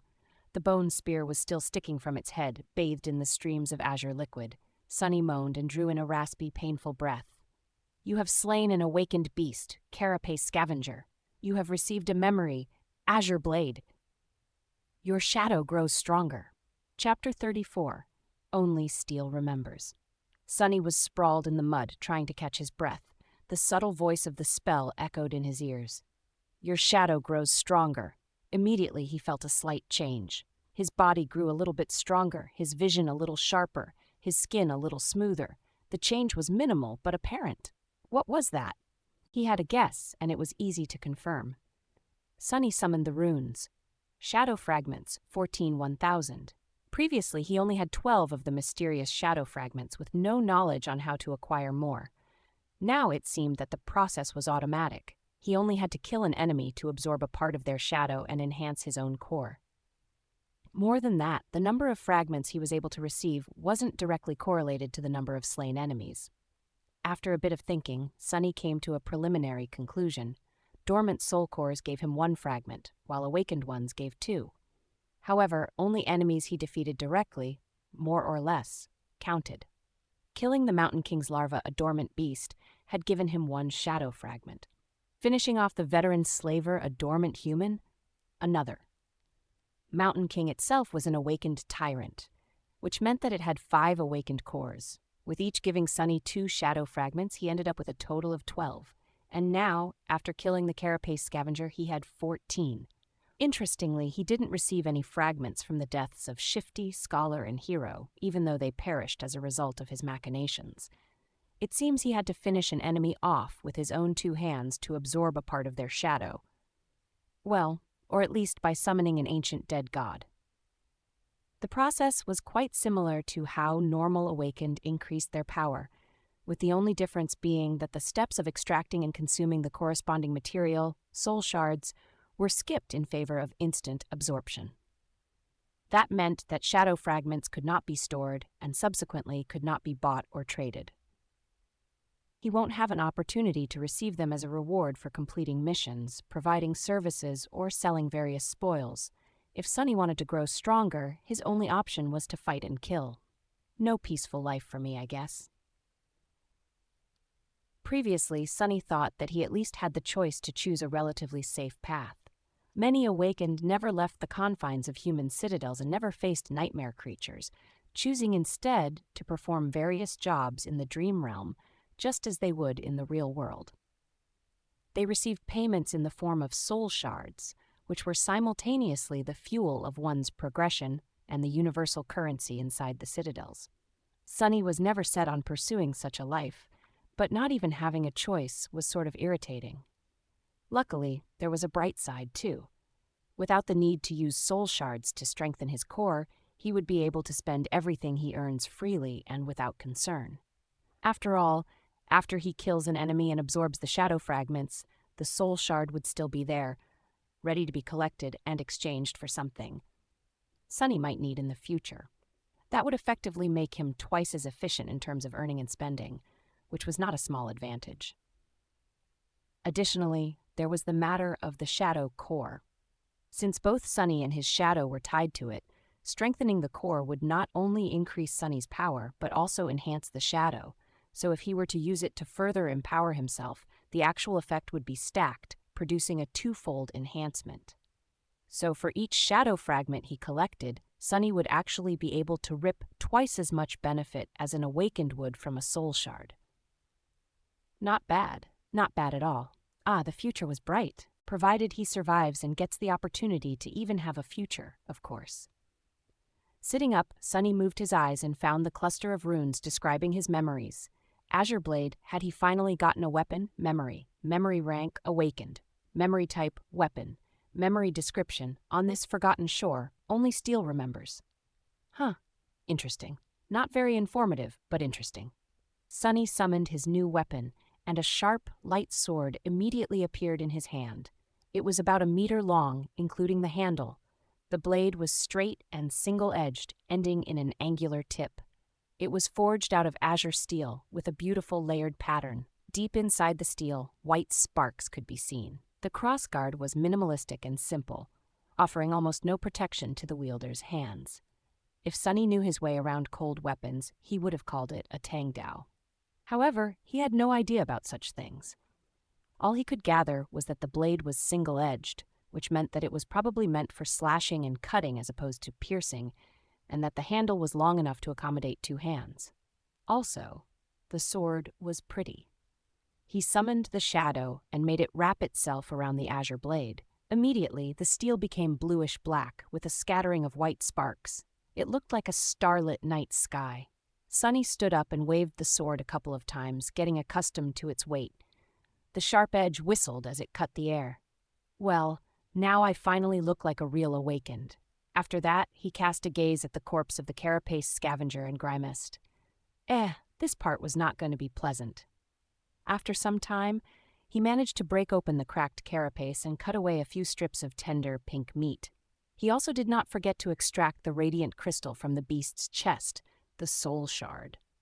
Without much hope, he tried to absorb the shard, remembering how it was supposed to be done. Just as he expected, nothing happened.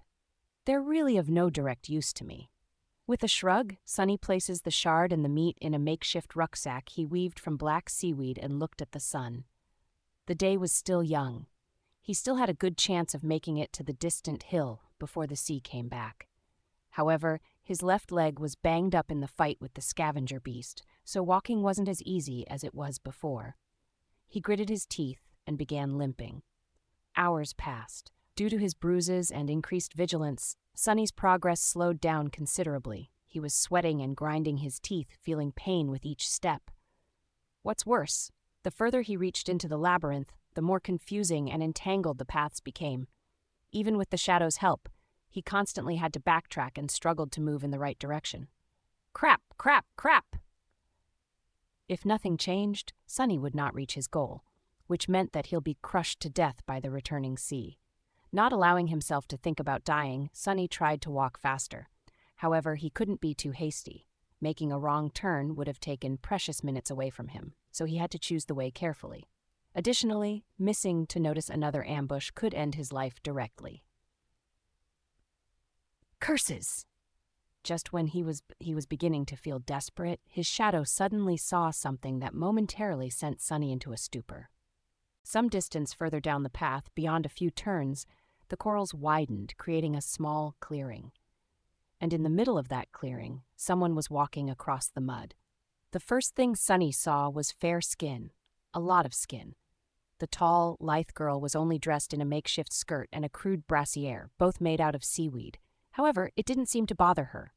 With a calm expression, she stopped and looked back. The wind was playing with her short silver hair. It was Nephis, the changing star. In one hand, she was holding the end of a strange golden rope, and on the other end of the rope, Cassia, the blind girl, was carefully following behind. Chapter 35. A shadow, a star and an oracle. Gray sky above, black mud below, an endless sea of crimson in between. On this dreamlike backdrop, 2 beautiful girls were walking across the labyrinth. One was delicate and fragile, with blonde hair and cerulean, aimless eyes. She was dressed in a simple tunic with leather sandals on her feet and a cloak the color of sea waves draped around her shoulders. The other was tall and lithe.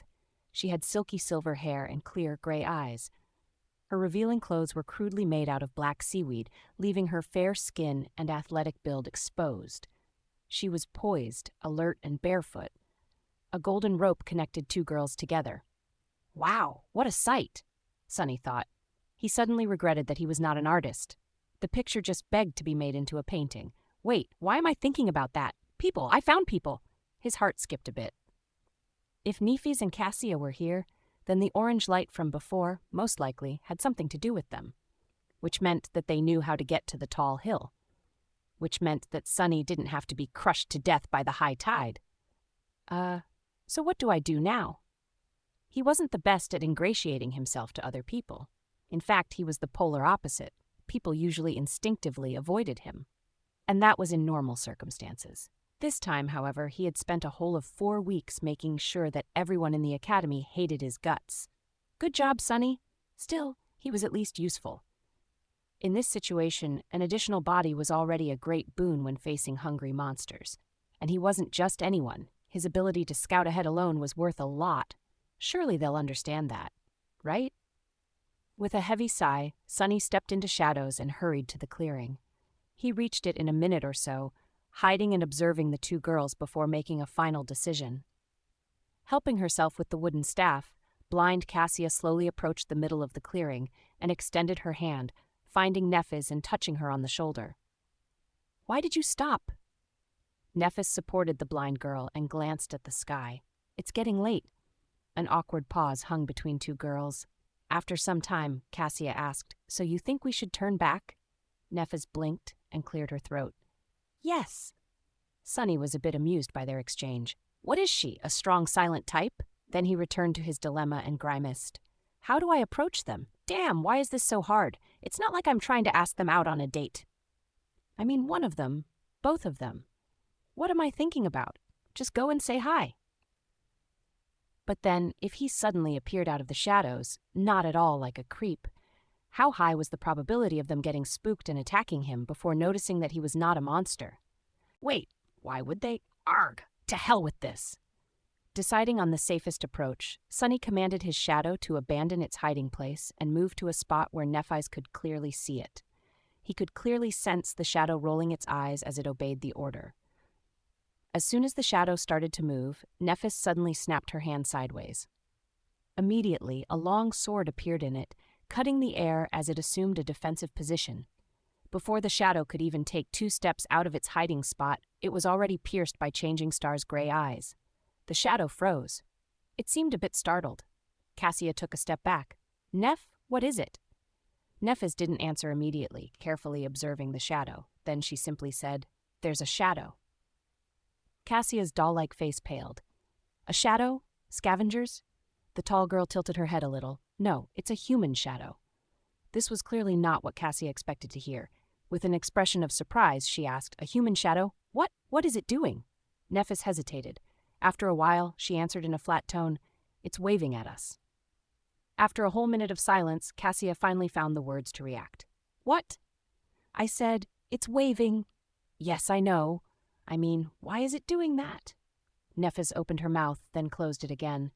"I don't know. Maybe it's a distraction to lure us into a trap." At this point, Sunny decided that it was time to talk. He inhaled deeply, then said in a friendly tone, "Actually, I just sent it ahead to make sure that you don't stab me with that sword before realizing that I'm human." Immediately, Nephis turned her head, pinpointing the exact location where Sunny was hiding in a blotch of shadows. Her sword slightly shifted, aiming at the new threat. "If you're human, why are hiding in the shadows like a creep?" "Goddamn, I'm not a creep," Sunny choked. But his flaw was merciless. He had to provide an answer, and a truthful one at that. "I mean, you're Changing Star Nephis. To be honest, I'm a little afraid." Nephis did not answer. Because of her hard-to-read face, it was almost impossible to determine whether she believed him or not. However, he included her true name in his answer for a reason. If he was some monster pretending to be human, he wouldn't have known it. Luckily, Cassia was more expressive. "Are you the boy who sat with me in the cafeteria?" Sunny smiled. Meanwhile, Nephis glanced at the blind girl. "Do you know him?" Cassia nodded. "I recognize his voice. His name is Sunless. He was in second to last place in the rankings, right above me." The tall girl frowned as if trying to remember. Then she asked, "The pervert?" The smile disappeared from Sunny's face, replaced by exasperation. "Oh, come on." Cassia hesitated and didn't answer. "Hey, I'm not really a pervert, you know. I just, said a few things. To a few girls. It was all a misunderstanding." Nephis was silent for a few seconds, and then finally dismissed her sword. "Okay, you can come out." Sunny limped out of the shadows, summoning his own back. It flowed to his feet and reattached itself, visibly shaking. The bastard was laughing at him. Stopping a few meters away from Nephis, he raised his hands, showing that he didn't mean the girls any harm. Changing Star gave him an inquisitive look. "What happened to you?" She was referring to his limp, bruises, and overall banged-up look. Sunny sighed. "Carapace scavenger." Nephis raised an eyebrow. "You managed to get away alive?" "You bet I did." Sunny subconsciously straightened his back. "I didn't get away. I killed it." To prove his point, he gestured at his rucksack, full of delicious monster meat. Nephis looked him over again, reevaluating her opinion of him. Now there were hints of approval in her eyes. Carapace scavengers were only beasts, but they were still awakened.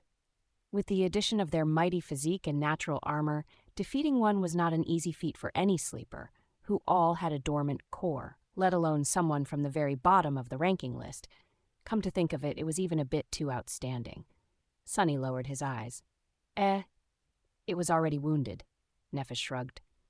A kill is a kill, you did well. After that, she fell silent, as though not planning to say anything else. Sonny also wasn't sure what to say. Luckily, Cassia came to the rescue. Are you seriously injured? He shook his head. No, it's just that my ribs and leg are bruised. I'll be fine in a day or two. My armor is pretty resilient. He wasn't worried that they might be tempted to kill him to get the puppeteer's shroud. That was because memories were destroyed at the moment of their owner's death, so they only could be transferred voluntarily by a living person. Well, there was always torture and blackmail, but he doubted that any one of the two beautiful girls would stoop to that. Sonny cleared his throat. Before stumbling on the scavenger, I was heading for the tall hill with the massive coral pillar on top. But after the fight, my speed decreased. Now I'm worried about not making it in time. Do you perhaps know the way? Cassia smiled.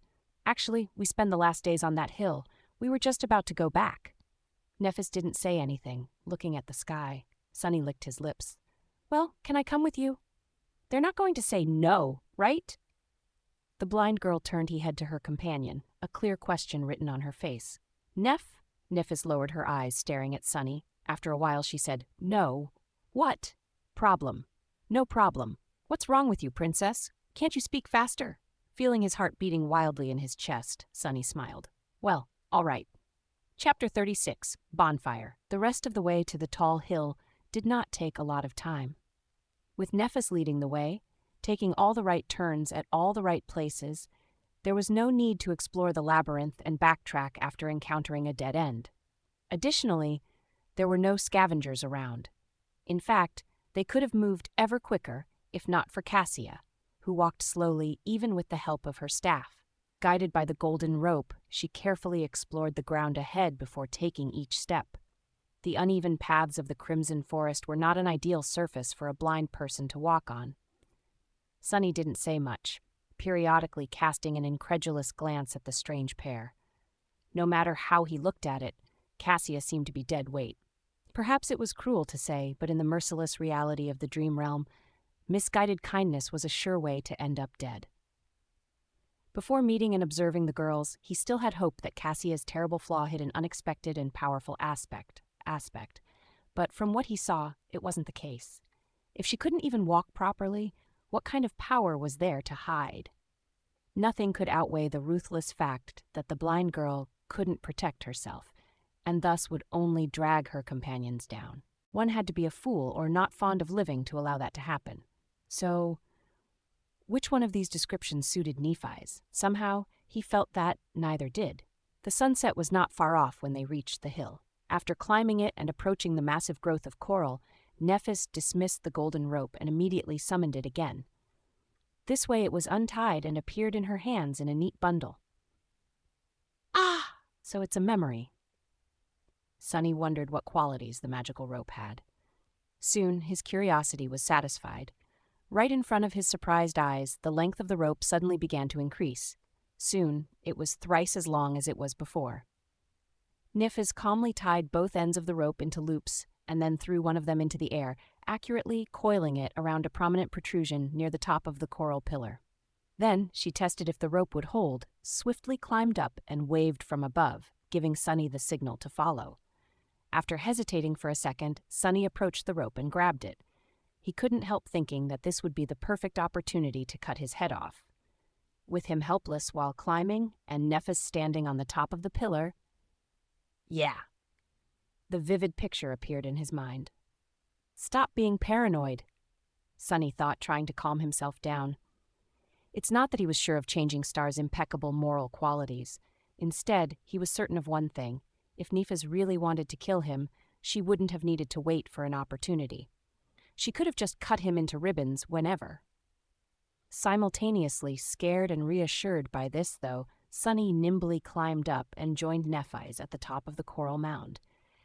He then turned around and watched curiously, wondering how Cassia was going to get to them. The blind girl dismissed the wooden staff and approached the rope. Then she caught it in a hand, traced it down to the loop at the end, and placed her foot inside. As soon as she was done, Nephis grabbed the rope and started pulling, lifting Cassia little by little until she had reached the top. She only had to grab Nephis's hand and make a step to join them. Efficient. The coral mound was much larger than the circular stone platform of the giant knight's neck. In fact, it was almost like a small island. At the highest point of the island, hidden behind some coral blades, the girls had made a little camp. There were piles of seaweed to sleep on, strips of scavenger meat drying under the sun, and a fire pit. Sunny pointed to the makeshift fire pit. "Was it you 2 nights ago? I've seen an orange light in the distance." Cassia's face darkened. "Yes, this was the first time we made a fire, but it turned out to be a really bad mistake." Nephis sighed. Sunny raised an eyebrow, surprised. "Why?" The blind girl touched her hair and turned her head to Nephis. "At night, any light will attract monsters. We were attacked by scavengers first, and then. She paled and didn't finish, but she didn't have to. The memory of the colossal tentacle was still fresh in Sunny's mind. It seemed that he was lucky to meet these two when he had. If not, he was certainly going to make a fire tonight to roast some scavenger meat. I see." Nephis looked at the sky and cleared her throat. "It should be fine now. We still have time before the sun sets." After that, she got busy making the fire. Cassia simply sat on a pile of seaweed and waited. Not knowing what to do, Sunny lowered himself to the ground and let his tired, bruised body rest. After a while, he said, "I have fresh meat in my rucksack. Do you have water?" Cassia smiled. "Yes." After that, she extended an arm to him. A second later, a beautiful bottle made of patterned blue glass appeared in her hand. "That's a memory I have. It's always full." Sunny took the glass bottle and looked at it with envy. "An endless supply of water, huh? Sure beats my super loud bell. Thank you." He brought the bottle to his lips and greedily drank the cool, delicious water. Indeed, no matter how much he drank, the amount of water inside did not seem to decrease. "Is it really endless?" Cassia touched her hair again. Not really. If you turn it upside down and let the water flow, it will stop in half an hour or so, but then it will be full again pretty soon." At that time, Nephis was already done making the fire. Without looking up, she took Sunny's rucksack and opened it. Immediately, the soul shard rolled out. The tall girl looked at it, then at Sunny. Then she put the shard back in and pulled out the meat. Sunny became tense, preparing a misleading answer, but Nephis did not ask. So he pretended like nothing had happened and continued his conversation with Cassia. "It's still a great memory. Getting drinkable water is not an easy task." Cassia nodded and smiled, pleased by his words. Soon, the rich smell of roasting meat permeated the air. At the same time, the sun was beginning to approach the horizon. A loud rumble came from somewhere beneath, and first traces of the black water began to appear between crimson walls of the labyrinth. Sunny looked east, where the skies were already growing dark. Then he uncomfortably shifted. "Do scavengers come all the way up here?" Nephis turned the meat and nodded. "Yes, but only at night. In the day, most of them seem to disappear." Sunny grinned, having an idea of why there weren't a lot of monsters in the labyrinth in the day. "That's because they all gather near the place I had been spending my time recently. You should have seen it, the tall cliff to the west of here. Well, it's actually a statue." Cassia opened her eyes wide. A statue, but for you to survive, it should be." "Yes, it's a giant statue of a knight, at least 200 meters tall. He is missing his head, so I hid on top of the neck. Anyway, the day we were sent here, 2 sea creatures fought each other near that statue. When the water receded, I saw an enormous carcass lying there, with hundreds of scavengers slowly tearing it apart." Nephis nodded. "That would explain the lack of nightmare creature in the day. How long?" Sunny blinked. "How long what?" Changing Star stared at him for a few seconds, making everyone feel uncomfortable. "How long? Until they are done devouring the carcass." "Oh, 1 day more, 2 at most." Nephis turned away, took the meat away from the fire, and then quickly extinguished it. "There's definitely something wrong with that girl." The 3 of them ate in the dimming light of the twilight. The meat was juicy, tender, and indescribably delicious.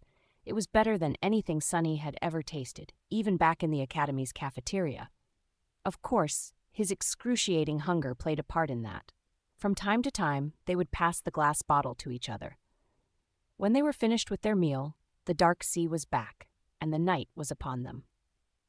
Everything was consumed by absolute darkness. Of course, Sunny could easily see both Nephi's and Cassia. Under the cover of the night, Changing Star remained pretty much the same. The blind girl, however, allowed her true emotions to show, thinking that no one would see. She seemed much more lost, lonely, and frightened than she did in the day. As if trying to resist these feelings, Cassia said in a bright voice, "How about we formally introduce ourselves? I'm Cassie."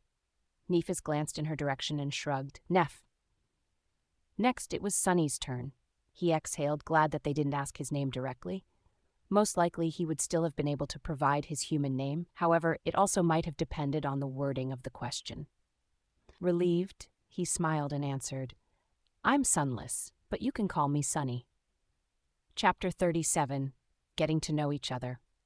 Sunny was slowly growing fond of having conversations in the dark. Without the burden of light, people were more relaxed and honest. It reminded him of the frequent blackouts that used to sweep through the city when he was a little kid. His family had no choice but to huddle together and spend a few hours doing nothing but talking to each other. Now these dark hours had become some of his most precious memories.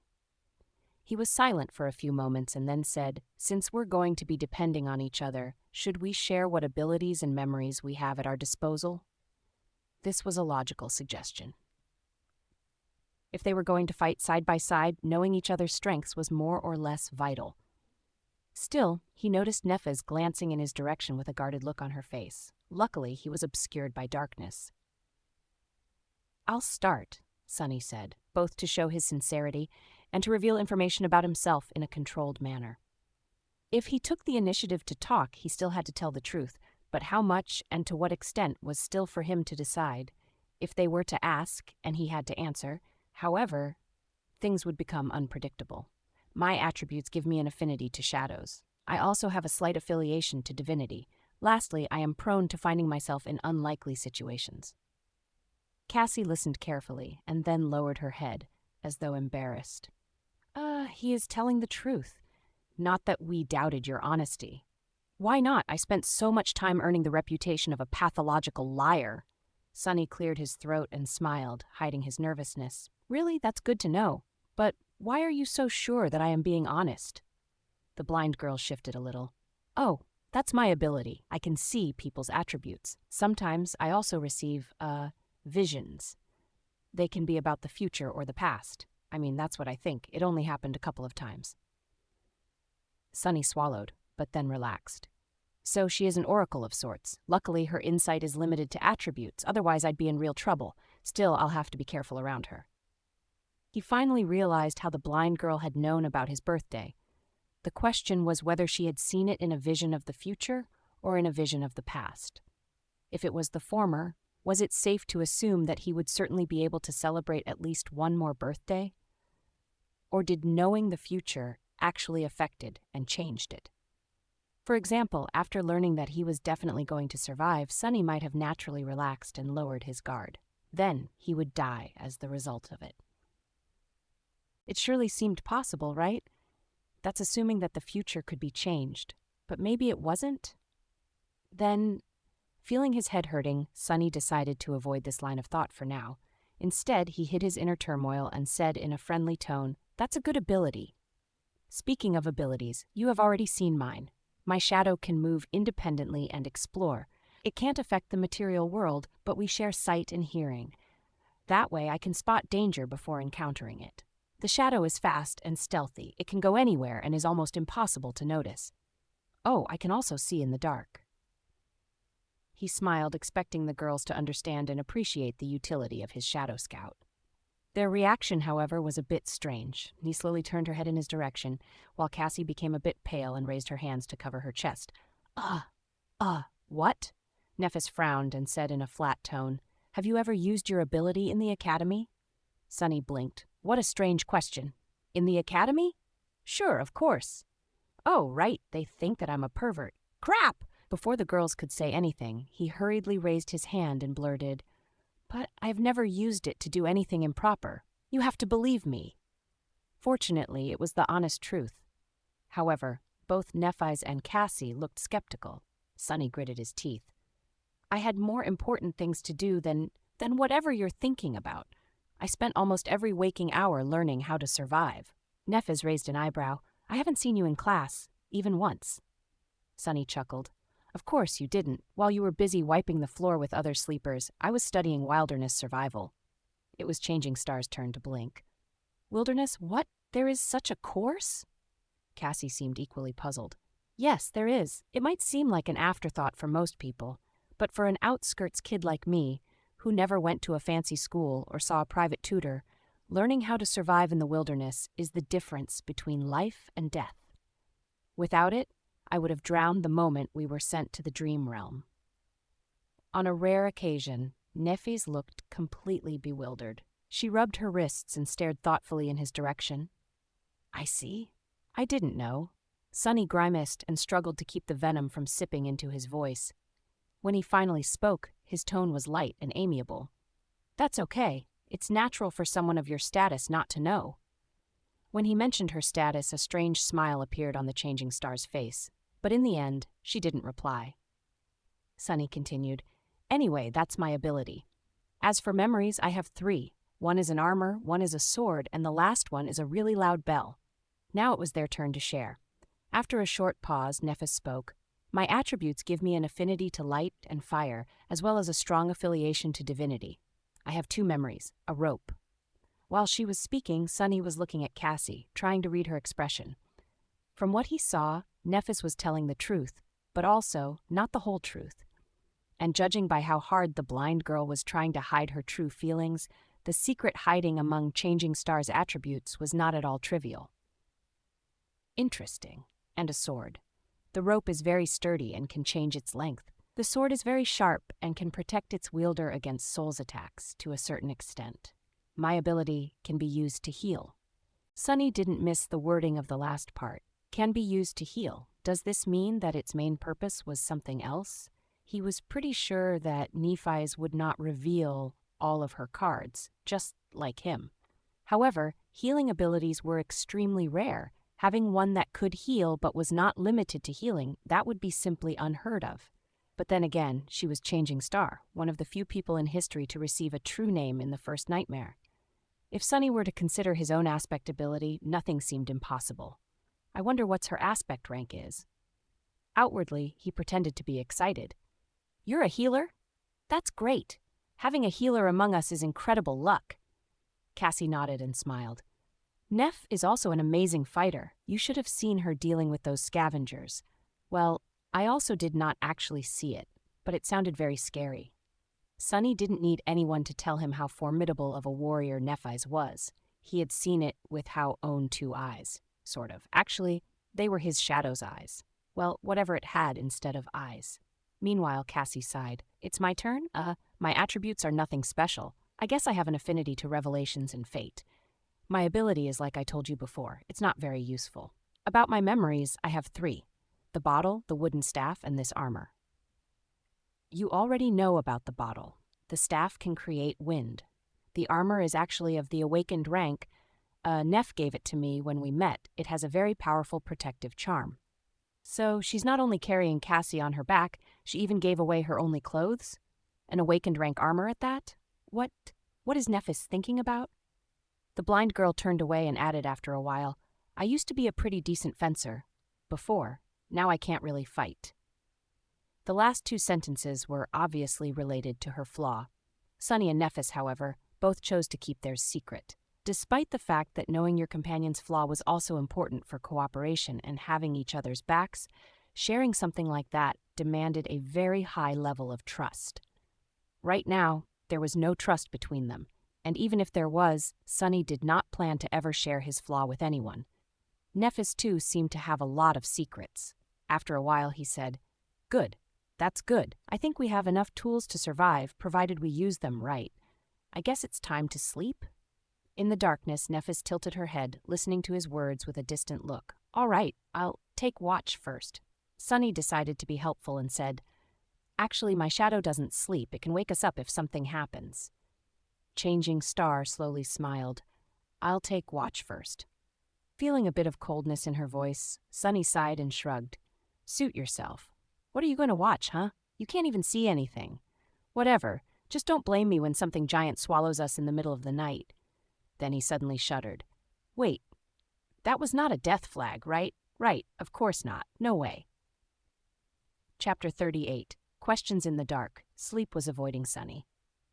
For a while, he sat silently in the darkness, listening to the calming rumbling of the waves. In this rare moment of respite, memories of the past few days came flooding into his mind. However, he was too tired to seriously think about anything. He was warm, full, and relatively safe. For now, that was more than enough. Soon, the rhythm of Cassia's breathing changed, indicating that she fell asleep. Nephis was guarding the camp, motionless and, as always, a bit distant. With her silver hair and fair skin, she looked like an alabaster statue. Sunny sighed. He struggled for a bit and then said quietly, "Hey, can I ask you a question?" Nephis glanced at him and shrugged. The lack of an audible response clearly indicated that she remembered about his ability to see in the dark.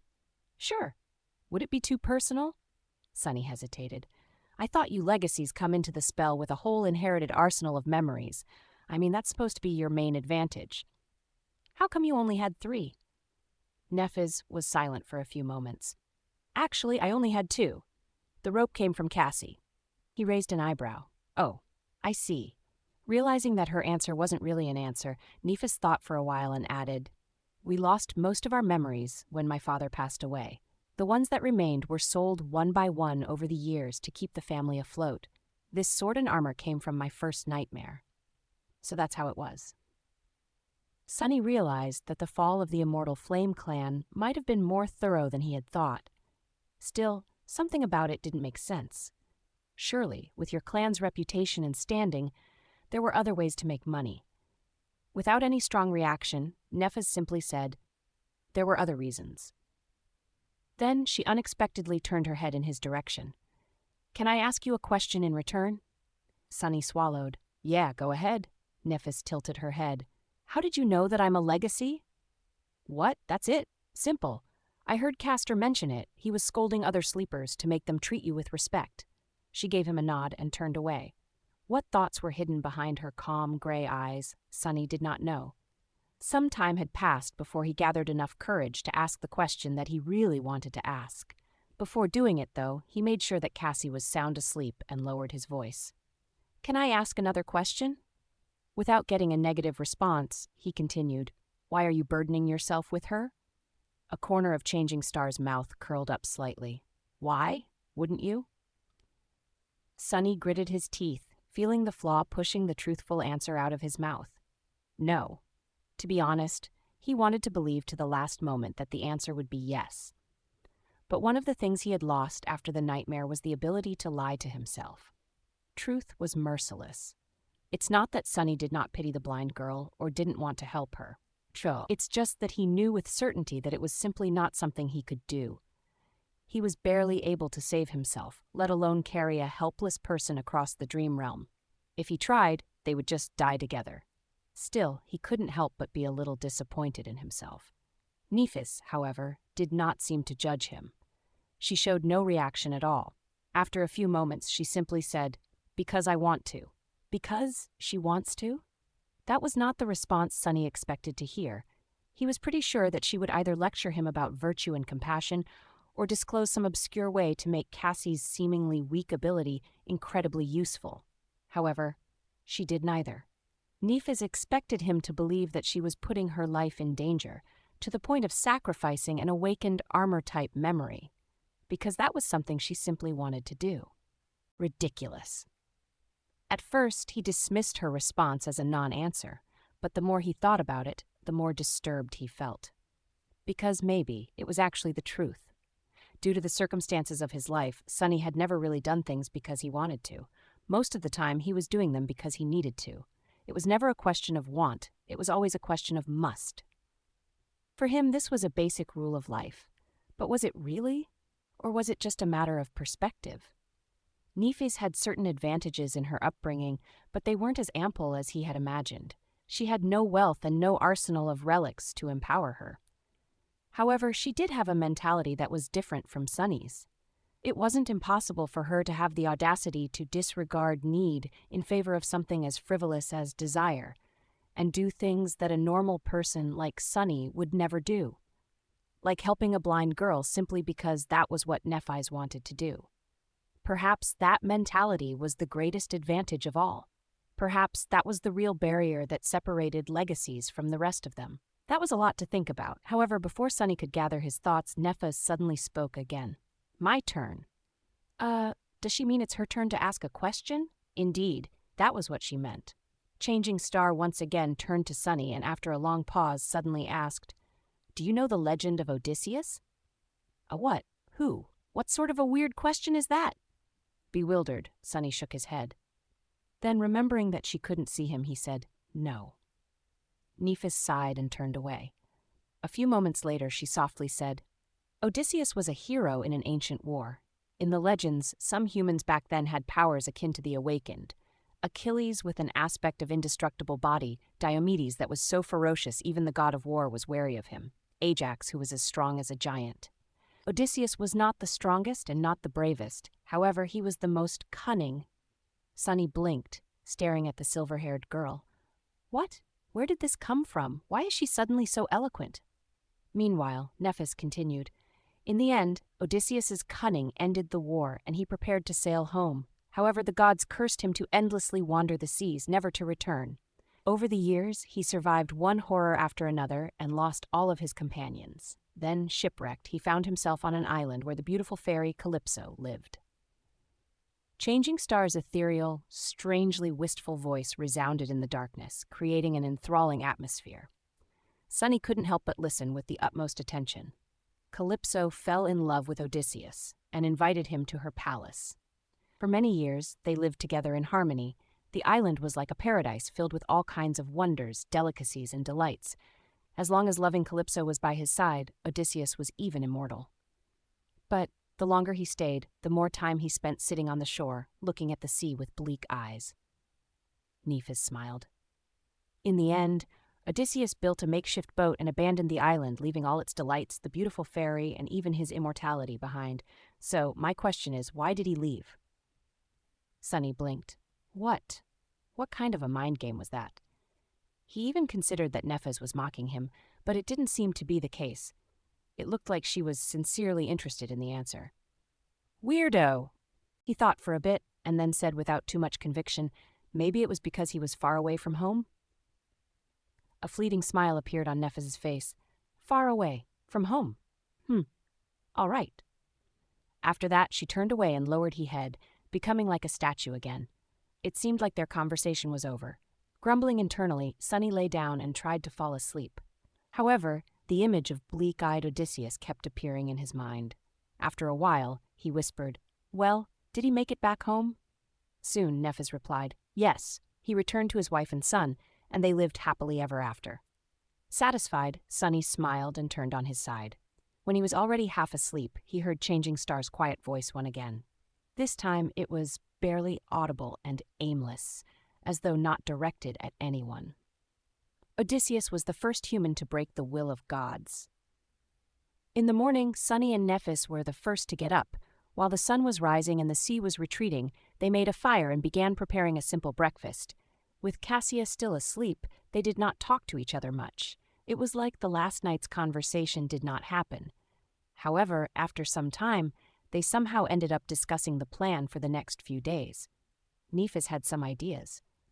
With what you told us about scavengers crowding to the west, the logical step would be to start moving east as soon as we can. Of course, north and south are also acceptable, but that won't put as much space between us and the enemy. Sunny nodded, agreeing with that logic. We have explored to the east a little, but not enough to confidently make it to the next high point in a day. That's why the best course of action would be to spend today scouting a path to that group of cliffs over there and move the camp tomorrow. He sighed. Do you have any idea where we are?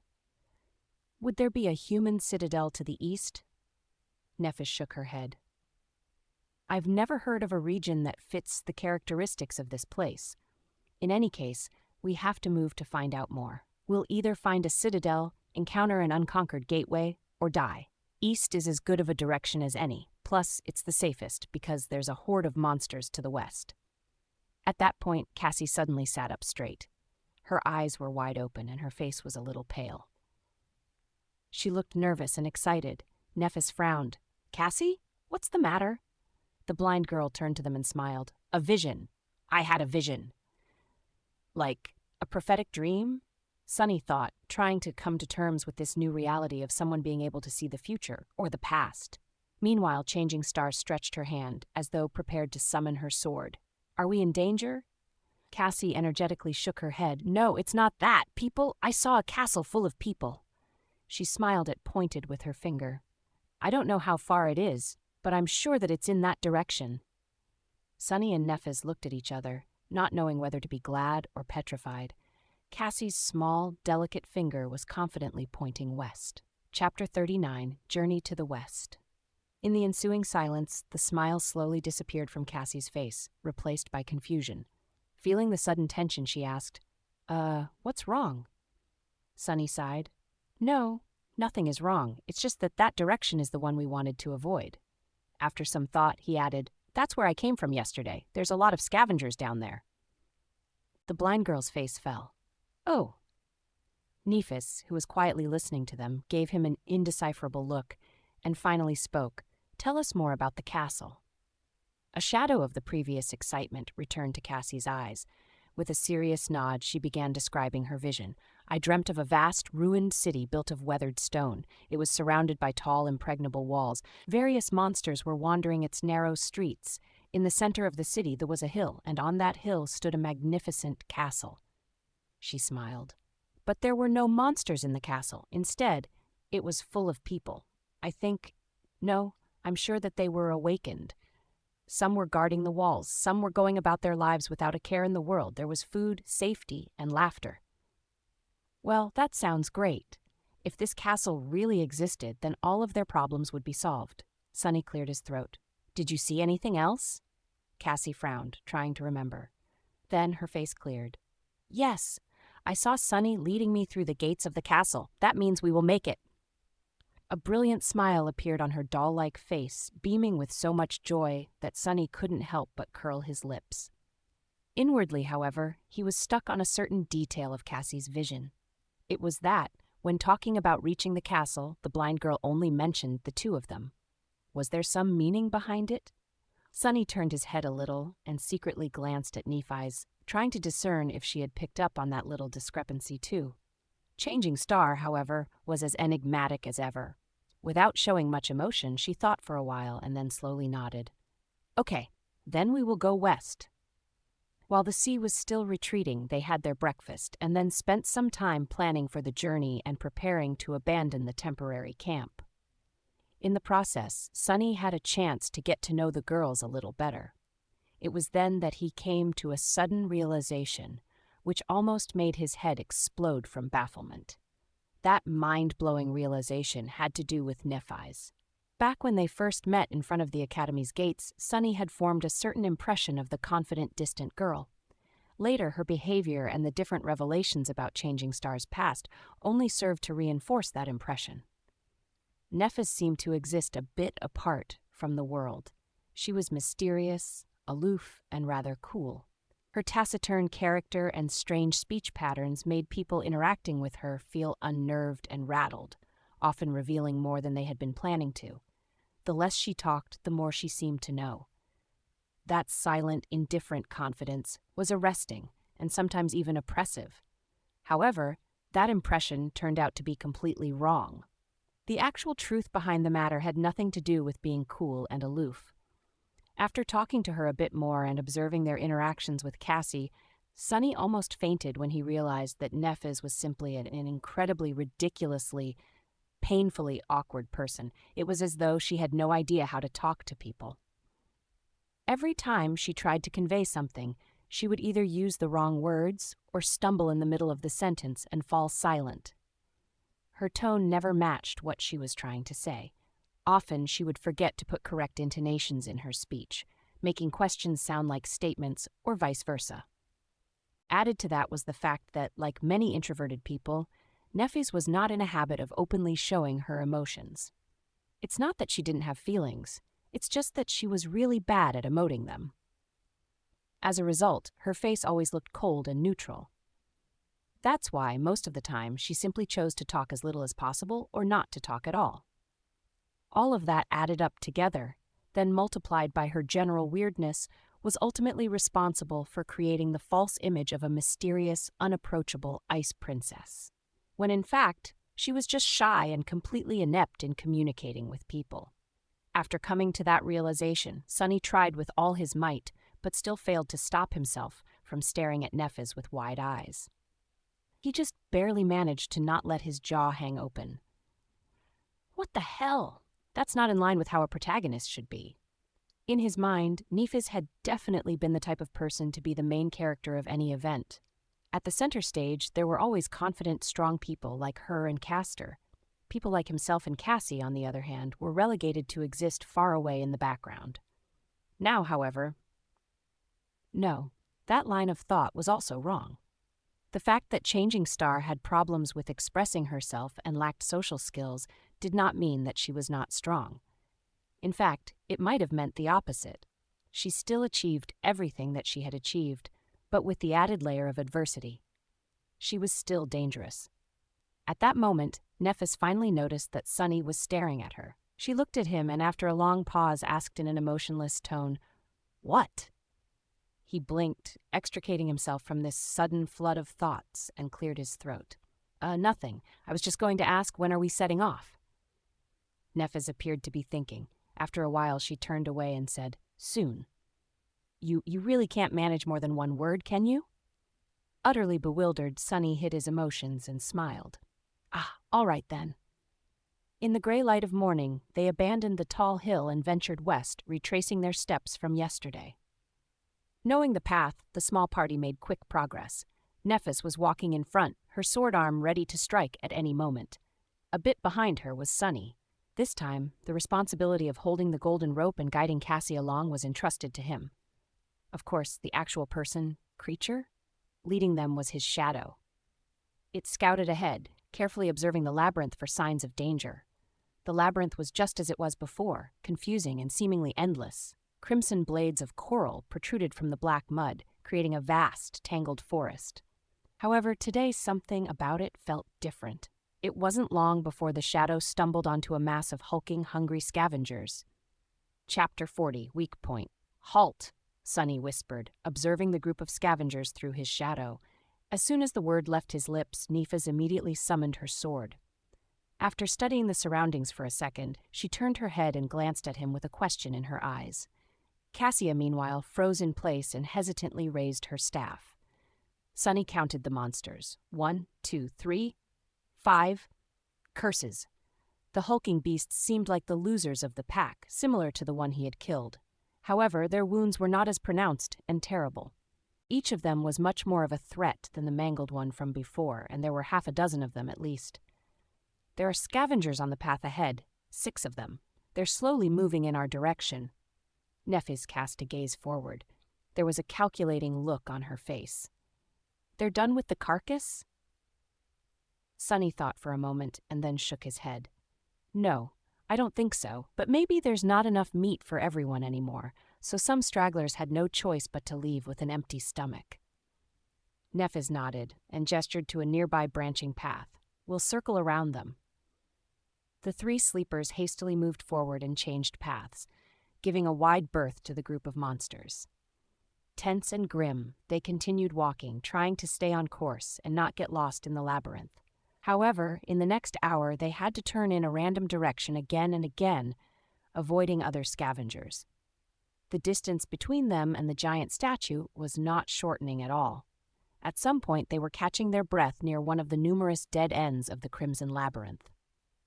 They had no choice but to wait, since a large number of creatures was moving past their hiding spot, separated from them by a long length of a twisting coral passage. Sunny sighed and shook his head. "We can't go on like that. At this rate, we'll never make it to safety before sunset."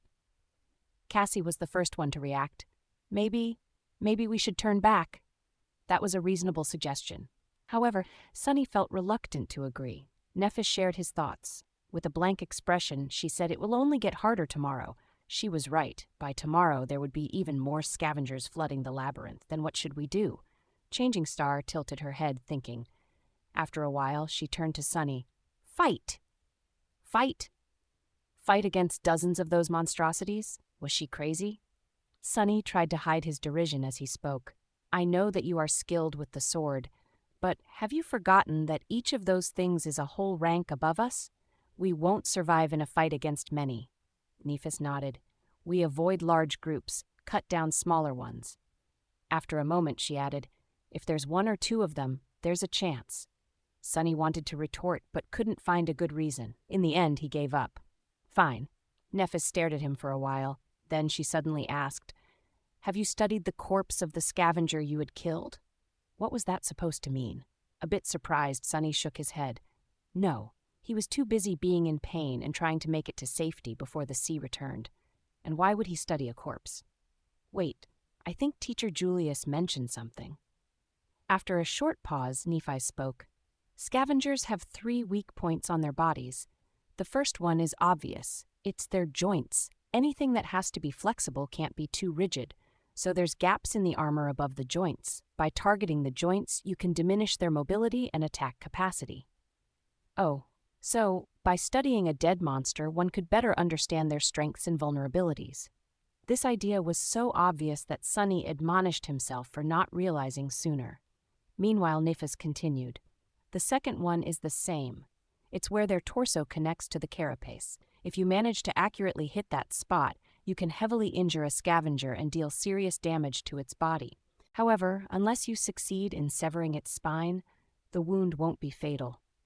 It'll still be able to fight for a while.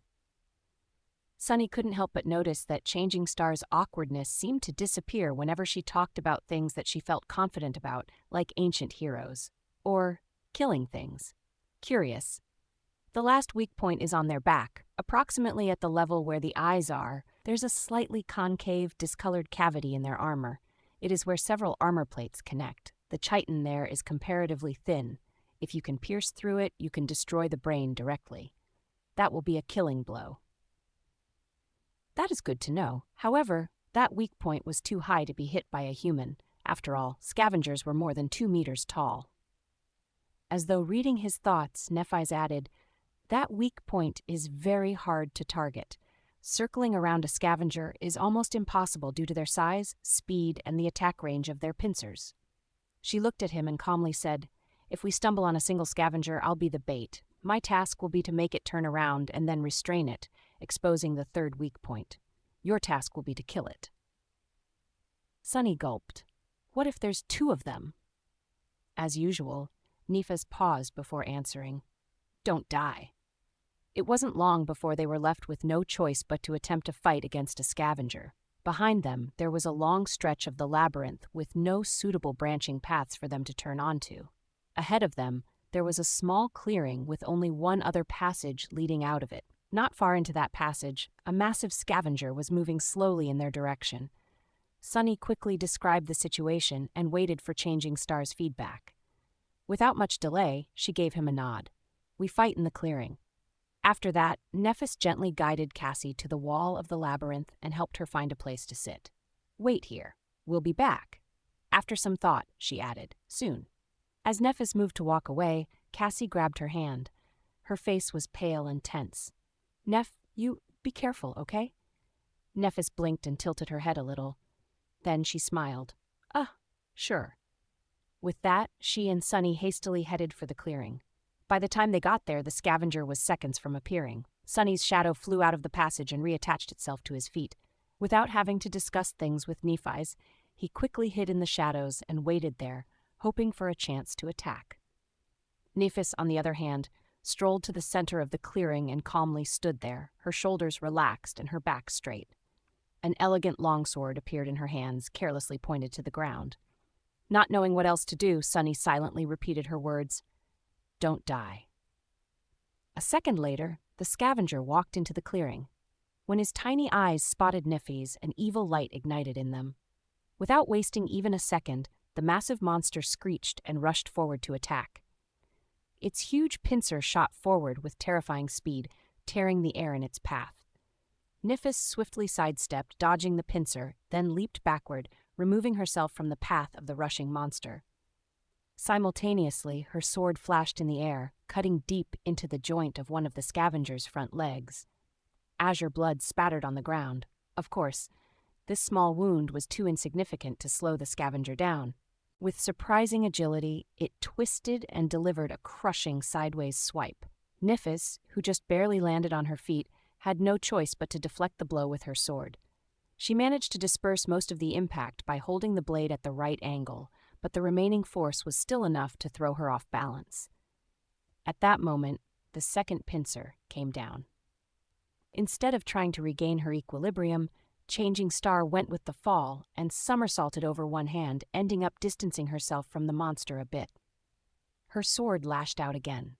The follow-up attack followed almost immediately. However, Sunny did not care about the details anymore. The only thing he cared about was that, through this risky series of dodges and leaps, Nephi's had managed to circle to the opposite side of the clearing, forcing the scavenger to turn its back to the shadow in which he hid. "It's now or never." Gritting his teeth, Sunny lunged forward. Before Changing Star finished her last dodge, before the scavenger's pincer crashed on her from above, before Sunny had time to become scared, he closed the distance between himself and the monster and jumped with all his might, landing on top of its carapace. Then he used all of his weight to thrust a hand forward. Azure Blade shimmered into existence in his grip and was immediately swallowed by the shadow. A breath later, the dark blade hit precisely into the concave, discolorated cavity in the scavenger's armor. With a crack, the chitin broke, allowing the tip of the sword to sink deep into the scavenger's body.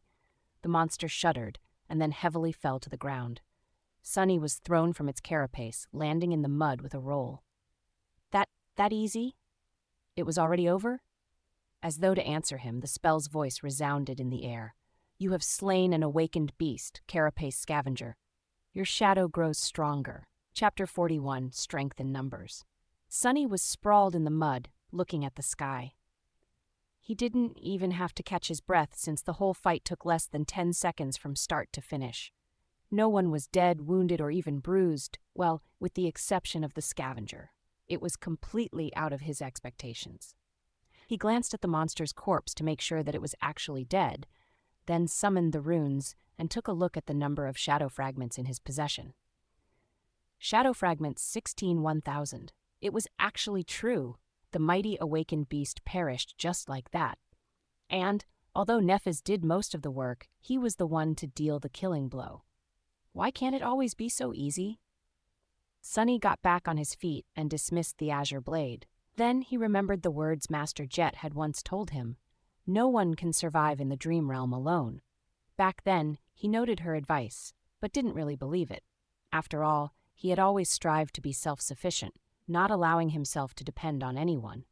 In Sunny's mind, this was the true meaning of strength. However, now he was beginning to suspect that this logic was flawed. Indeed, having someone to share your burdens meant the difference between heaven and hell here in the dream realm. If he was alone, fighting against a single scavenger might have been the end of him. Similarly, even though Nephi's was far more skilled than Sunny, it would have been extremely hard for her to defeat the armored monster alone, being that its weakest point was out of her reach. But together, they had accomplished it with relative ease. The whole was greater than the sum of the parts. In other words, there was strength in numbers that surpassed individual power. In that sense, being able to depend on a group was not a sign of weakness, but on the contrary, an important facet of personal strength. Lone wolves would always be at a disadvantage. That was another lesson to learn. It's not like I had much of a choice. He walked over to Nephi's and checked if she was okay. Apart from slight damage to her makeshift seaweed clothes, everything seemed to be all right. She glanced at Sunny. "Memory?" He shook his head. Nephis sighed. It seemed that she was a bit impatient to get herself a suit of armor of her own. If Sunny was a gentleman, he would have suggested to loan her the puppeteer's shroud for a while. But alas, he wasn't. That armor was extremely valuable and had cost him a lot. Plus, unlike Changing Star, the picture of Sunny wearing nothing but a seaweed loincloth would have been more disturbing than aesthetically pleasing. So he said nothing. Meanwhile, Nephis headed for the dead scavenger and said without turning her head, "Bring Cassie." With a sigh, Sunny turned around and left the clearing. Soon he approached the place where the blind girl was waiting patiently for their return. Hearing his footsteps, she flinched and raised her head. Sunny? How did she recognize me? Ah, must be the way I walk. Yeah, it's me. Everything is over. Come on, I'll bring you to Niffy's. Using the wooden staff, Cassie stood up and turned to him. Are you guys all right? Sunny smiled. Of course, we dispatched that critter in no time. Didn't even get a scratch. Cassie smiled with visible relief. Good, that's good. Oh, right, the rope. Sunny took the rope and guided the blind girl back to the clearing. On the way, he felt a bit weird. With the delicate girl walking behind him, he couldn't help but think of his little sister. As a toddler, she used to follow him around too, as though they were glued together. As the familiar pain stabbed him in the heart, Sunny gritted his teeth and tried to think about something else. It was all in the past anyway.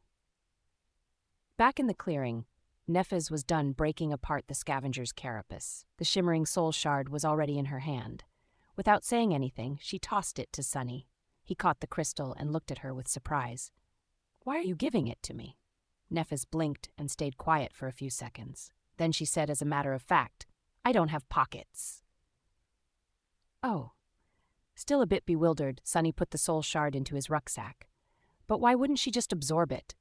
He opened his mouth to ask the question, but she seemed to realize something and added, We'll divide the spoils later. Ah, all right. Nefes, meanwhile, turned to Cassie and said after some deliberation, I was careful. Then, she smiled, Your shadow grows stronger. Your shadow grows stronger. Your shadow grows stronger. Sunny was feeling somewhere in between of being ecstatic and peeved. Throughout the day, they managed to kill 3 more scavengers, each time with not much risk to anyone except for Nefes. The process was largely the same. After discovering the monster, he would hide in the shadows, while Nefes would act as bait. Then, when the time was right, Sunny would stealthily approach and finish the fight with a precise strike of the azure blade. He was wondering if that was what being in the main hero's party felt like. To anyone else, maybe with the exception of Castor, dancing around a deadly awakened beast would have been a tall task, most likely ending with the dancer's death.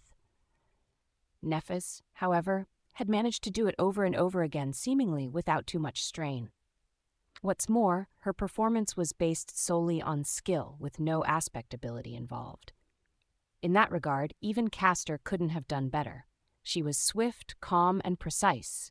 Every move she made was calculated and perfectly timed. She seemed to innately understand the flow and logic of combat, which gave her the ability to roughly predict what actions the mindless beasts would perform in the next seconds. Then it was just the question of physical prowess to evade and even manipulate them to a certain degree.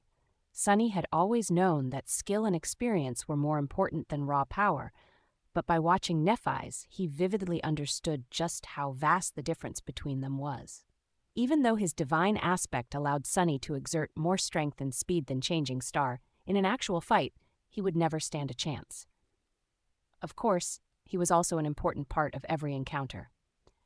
His role as the finisher was not trivial, and not just anybody would have been able to accomplish 4 kills with 4 strikes. Even though Sunny was not taught any elaborate techniques, he was still a somewhat experienced fighter. He had good physical coordination, combat intuition, and, most importantly, a cool-headed mentality. Not to mention the fact that they were only able to ambush the scavengers so effectively due to his shadow scouting them out in advance. All in all, it was an almost equal cooperation. Still, watching Nefes fight was nothing short of sobering. Trying not to get too dejected, Sunny summoned the runes. 22-1000. 8 fragments today. Pretty excellent. Currently, they were waiting on the edge of the labyrinth path leading directly to the giant statue of the Headless Knight. There was a group of scavengers between them and the statue, moving past without any haste. The sunset was near, but they still had time. Slowly, minutes flowed by. At some point, Nefes gave the command to move.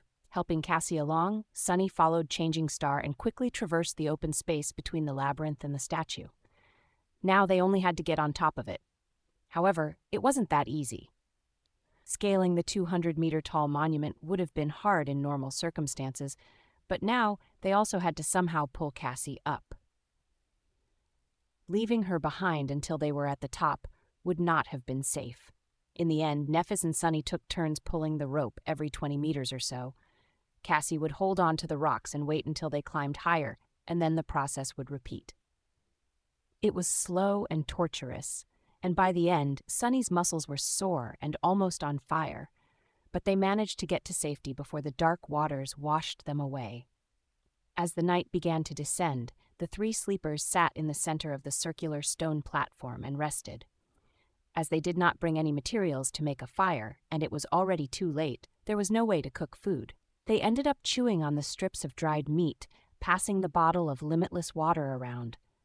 After some time, Nefis gave Sunny a sign to take out the spoils of today's journey. He took out the 4 shimmering soul shards and put them on the ground. Without any discussion, Changing Star moved 2 crystals in his direction and took 2 for herself. Then, she gave one of hers to Cassia. Sunny watched it in silence. By the time Nefis and Cassie had absorbed their soul shards, he still didn't make a move to take his. After a while, he took another crystal out of the rucksack and moved all 3 to Nefis. The silver-haired girl looked at him with surprise. "Don't you want to grow stronger?" Sunny grinned. "Of course, I do. But these won't do me much good right now. It's no secret that you are the main fighting force of our group," he sighed. "The stronger you are, the better our chances of survival will get. Plus, it's not a gift. It's a trade." Nefis raised an eyebrow. Trade? What do you want?" Sunny deliberated for a few seconds before answering. "It's rather simple. I will give you these soul shards and all other soul shards I earn on the way to that castle." Then he looked her in the eyes and said, "In return, you will teach me how to fight." Chapter 42, Essence of Combat. Nefis looked at him and contemplated. This time, she remained silent longer than usual. Sunny felt a bit nervous under her gaze, knowing that he was being evaluated. With Changing Star's skill and insight, it wasn't hard to imagine just how much she had gleaned from his battle performance.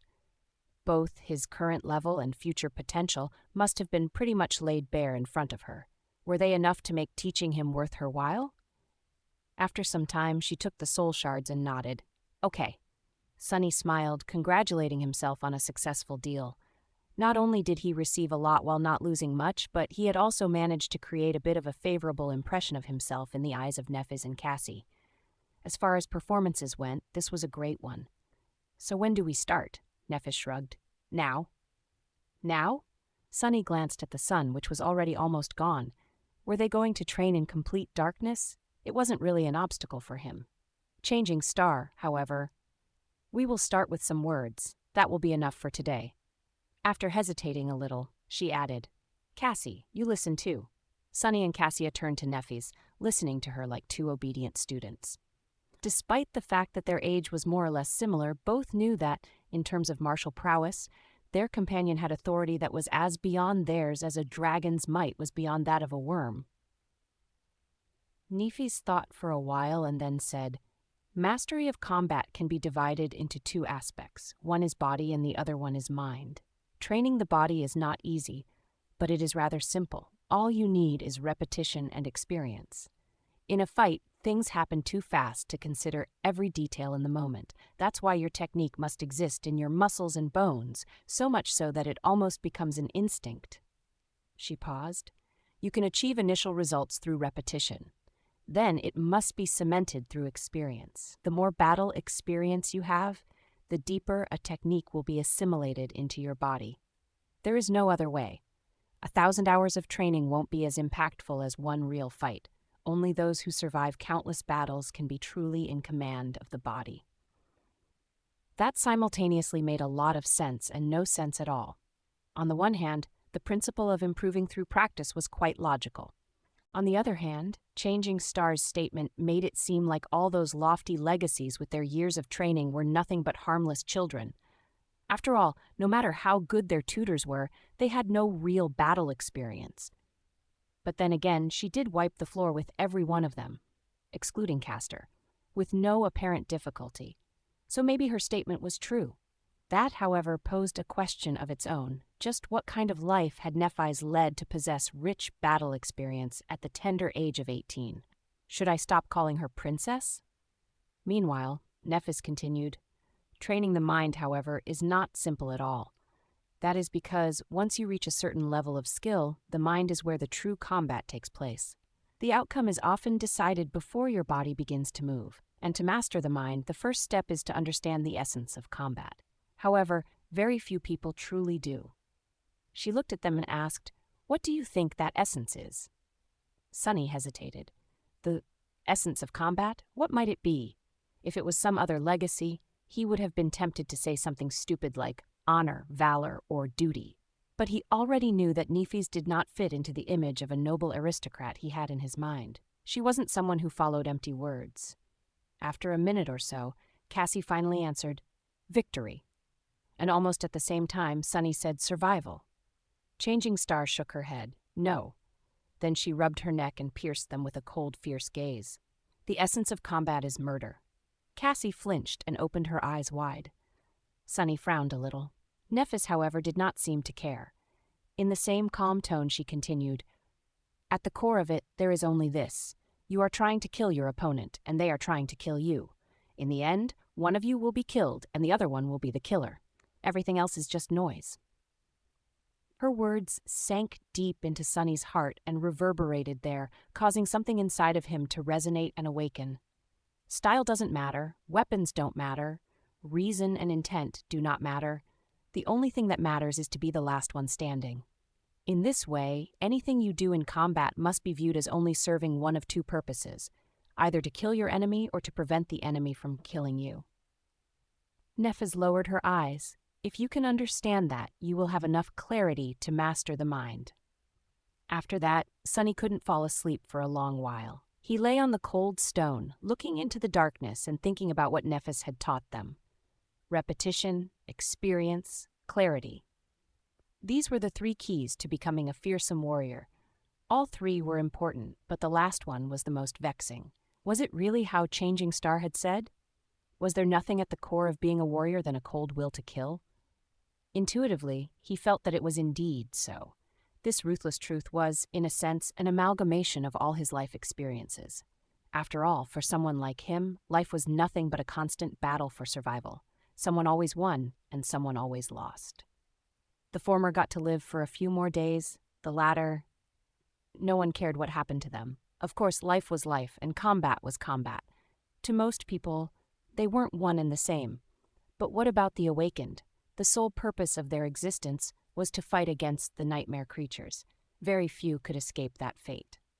After coming to the academy, Sunny allowed himself to think that he had escaped the fate of always having to struggle at the edge of survival. But now it seemed like he had just exchanged one battle for another. This was an uncomfortable thought. However, if he looked at it from a different perspective, did it actually mean that he always had a crucial advantage? Most of those chosen by the spell were forced to somehow adjust to this merciless way of life. But he had always lived like this. Was he actually one of the few perfectly suited to be an awakened? With this thought, Sunny fell asleep. In the early morning, he was awakened by a piercing scream. Chapter 43, Repetition. Sunny was on his feet even before fully waking up. Somehow, Azure Blade was already in his hand. His shadow was hovering beside him, ready to either wrap itself around the sword in case he needed to attack, or around his body in case it was already too late for that. He tried to understand what was going on. Nefis was nearby, her longsword raised in a defensive stance. "Cassie, where's Cassie?" Fearing what he might see, giant tentacles reaching for them from the darkness, he looked around. The eastern horizon was just beginning to show the first hints of dawn, adding a tiny shade of gray to the blackness of the world. In that blackness, there were no signs of danger. Finally, he saw Cassie. The blind girl was stumbling at the edge of the platform with a horrified expression on her face. With her blonde hair in a mess, she was stretching her hands out, clearly lost in space. Of course, there were no walls for her to find. The platform was open to the elements, and the only thing waiting for Cassie was a plunge into the dark, tumultuous waters. Before Sunny knew what he was doing, he was already running. That wasn't a very smart thing to do. After all, he did not know what had caused Cassia to scream and if there was some hidden danger nearby. Plus, it was still too dark for Nefis to see. His sudden lunge could have caused her to lash out with the sword before asking questions. All of these were good reasons to wait and observe first. But in an uncharacteristic and completely irrational manner, Sonny acted before thinking. He caught Cassie moments before she took a step off the platform and, holding her tightly in his arms, dragged the blind girl back. "I got her!" Sonny yelled, letting Changing Star know that there was no need to stab him with a sword. And then, in a quiet voice, he said to Cassie, "I got you. It's all right. Everything is fine. Calm down." He felt the girl's body trembling and looked around again, trying to understand what had scared her so much. But there was nothing. Nefis was listening to the sea for the same reason. After a few seconds, she asked, "Do you see anything?" Sonny helplessly shook his head. "No." He helped Cassie sit down in the center of the platform. While Nefis stood guard above them, he looked the blind girl over to make sure that there were no wounds on her body. Everything seemed to be fine. "She's not hurt anywhere." Changing Star looked down. Although her face remained indifferent, he could tell that she was a bit flustered. After a second or two, she asked in something that might have been her version of a calming tone. It sounded pretty much exactly the same as usual. "Cassie, what happened?" Magically, that did seem to calm the blind girl down a little, at least enough for her to speak in a quivering voice. Cassie extended one hand and pointed down. The head! I saw! Oh, gods!" Sonny frowned and looked at Nefis. "Did she see a vision, the past?" The tall girl was silent for a moment. "I don't know. It never happened before." Both of them turned to Cassie, not sure what to do. Since there was no apparent danger around, they took turns trying to calm the horrified girl down. However, after that one sentence, she fell quiet and refused to speak again. Nothing seemed to help. After a while, Nefis sighed. Let's leave her be for now. Maybe she needs time." Sonny was about to retort, but truth be told, he didn't have any ideas either. In the end, he just nodded. "Okay, I'll keep an eye on her." Changing Star, however, had other ideas. As the sun was rising and the surging sea was receding, Nefis chose to give Cassie some space and led Sonny to the edge of the platform. However, she made sure to always have the blind girl in the periphery of her vision. Cassia sat hugging her knees. Her eyes were closed, but small tremors that periodically ran through her body betrayed that she was awake. Sonny's eye twitched.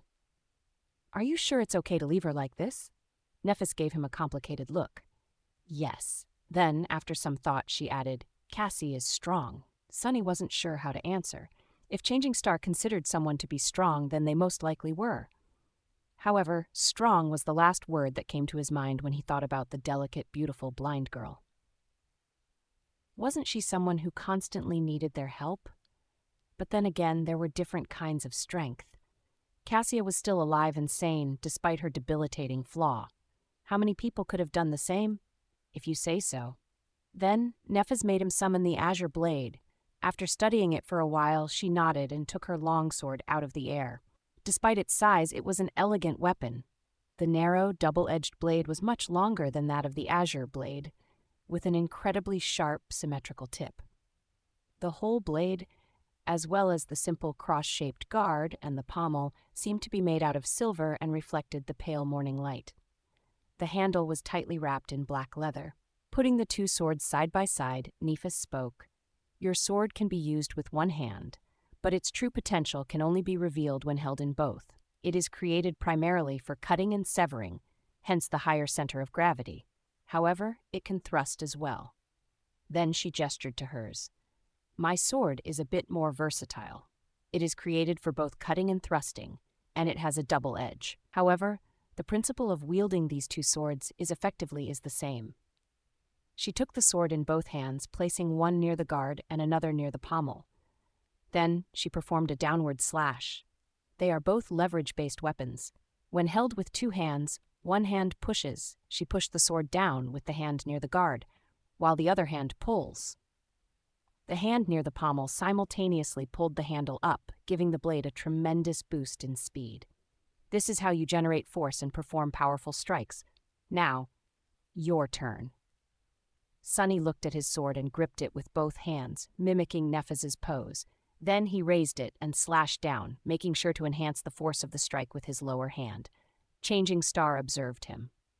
"You need to understand that a strike doesn't come from the hands. It comes from your whole body.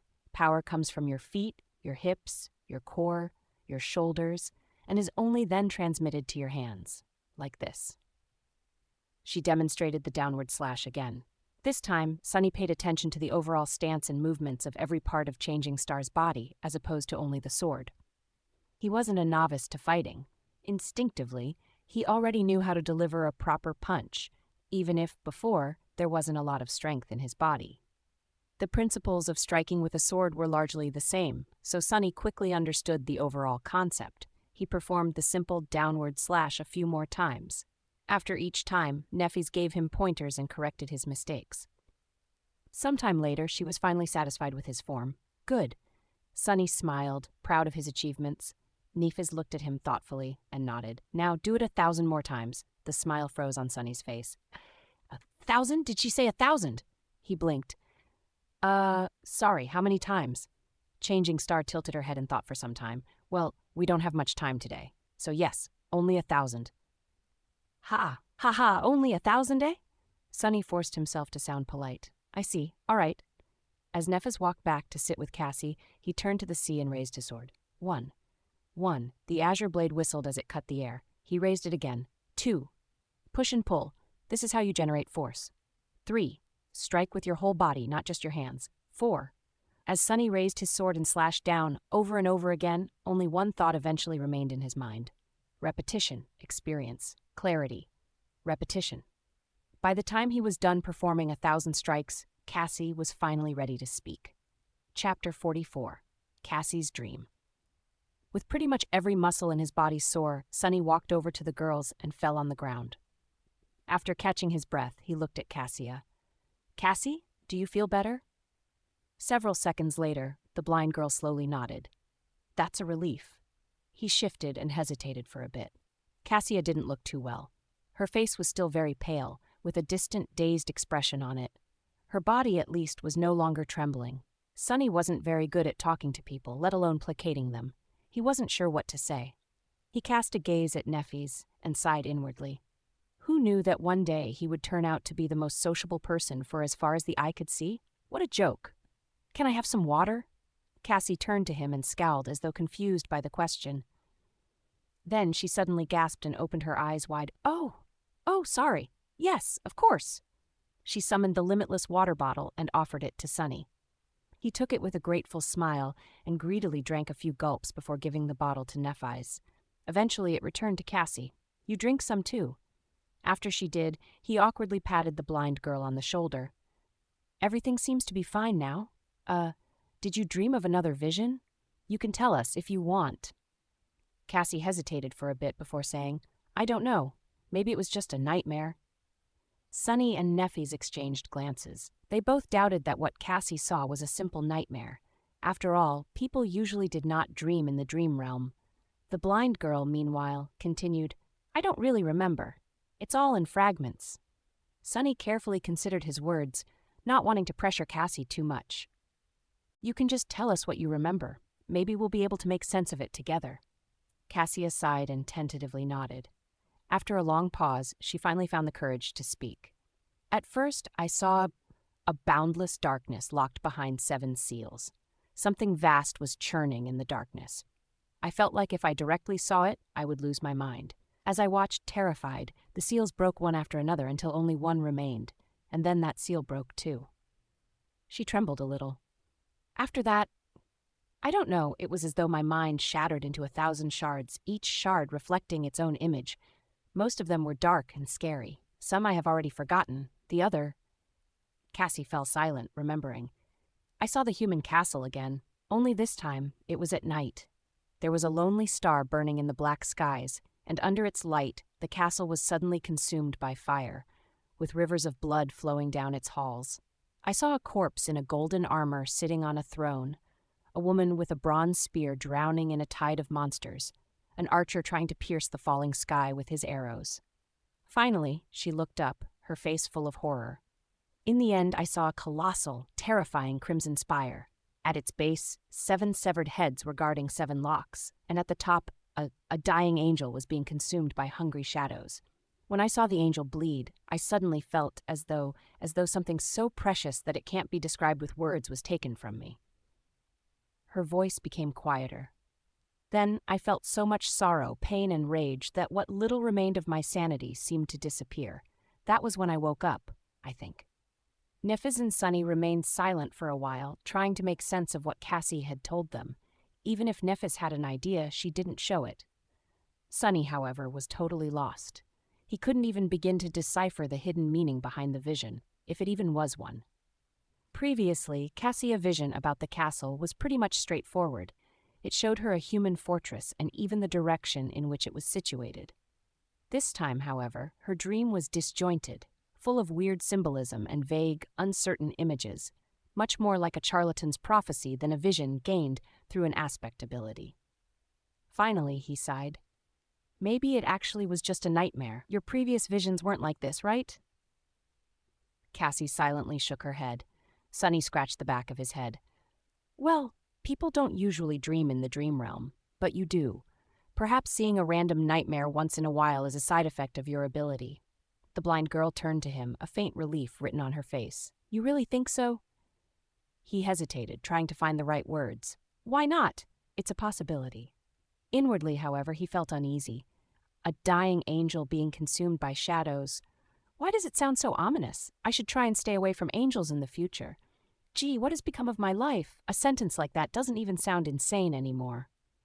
With that, they were finally ready to welcome a new day. Sometime later, they were sitting on the western edge of the stone platform, looking at the scavengers below. Sunny's shadow was busy scouting a path to the next high landmark. Were there always that many? Sunny glanced at Nephi's and shook his head. No, there were much more. They seem to be almost done with the carcass. I doubt it will last until nightfall.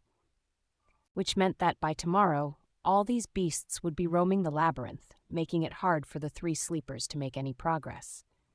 It would be best to leave today and put some distance between themselves and the horde before the scavengers were done with their feast. However, without scouting a path in advance, there was a chance of not making it to safety in time. Both options were risky. Nefis frowned, seemingly thinking the same. After a while, she said, I don't want Cassie to spend another night near this statue. Let's leave now. Sunny thought for a while, then opened his mouth to offer his own opinion. However, a sudden commotion below prevented him from speaking. Down at the bottom of the disappearing sea, amidst mounds of broken coral, the carcass of the giant shark-like monster, the remaining half of it, to be precise, was almost stripped of meat, and between its white bones, something was shimmering in the mud. Two extremely large, luminescent crystals. Sunny's eyes widened. Are those? Yes, shards of two transcendent soul cores. Transcendent, two of them. Suddenly he was simultaneously filled with greed and fear. Greed because of how rare and precious transcendent soul shards were. Fear because the giant shark turned to be a corrupted devil, at least. One corrupted devil, if not stopped by a saint or a large number of awakened, could potentially destroy an entire city. Sunny belatedly realized that he was much closer to death on that first night than he had previously thought. Should we? Wait and listen. He stared at Nefis, and then obediently listened to the distant, barely audible clamor of the scavengers. After a while, he noticed some disharmony in it. Nefis suddenly tensed up. There! She pointed in the direction of the labyrinth. After concentrating on it, Sunny was finally able to notice two massive shadows stepping out of a particularly wide passage. A second later, the creatures casting those shadows appeared in sight. Sunny gulped. Damn. The monsters looked like the scavengers, but not quite. To start with, they were much larger, towering above the surroundings at more than 3 meters of height. Their carapace seemed to be thicker. It was colored in deep black and scarlet, like an ancient armor drenched in blood. Here and there, vicious-looking spikes were growing out of the carapace, making their every move much more dangerous. Additionally, instead of heavy pincers, their upper arms ended with long, curved, terrifying bone scythes. Sunny felt cold sweat running down his spine. What the hell are those things? Nefis tilted her head. Monsters, I guess. Nightmare creatures with one soul core were called beasts. They were dangerous and strong, but mindless. If they were able to develop or were created with a second core, they became monsters. Monsters were much more devastating and possessed some rudimentary, warped form of intelligence. They were the next step in a nightmare beast's evolution. and these two seemed to be bigger, deadlier versions of carapace scavengers. Sunny and Nefes watched as the two monsters approached the carcass. The scavengers were visibly afraid of them, rushing to get out of the way. Those who were too slow were mercilessly thrown to the side or cut apart by the bone scythes. Rivers of azure blood were flowing into the mud. What are they doing? Did they come to absorb the soul shards? Finally, the monsters reached the carcass. Each of them took one of the shards. However, instead of absorbing them, they simply turned around and carried the precious crystals away. The scavengers made way, following the shards with their little hungry eyes. Sunny blinked and looked at Nephi's. "Do we still leave now?" Changing Star frowned and hesitated. A few moments later, she shook her head. "No, we'll go tomorrow." Then, she turned west and observed the retreating monsters. "Get your shadow to follow these two back." Chapter 45. Sound of Laughter. Because of the shadow fragments Sunny had absorbed in the last few days, the range of shadow control has increased a little. However, it was still far from being enough to explore deep into the labyrinth. He only got the general direction in which the two large monsters were moving.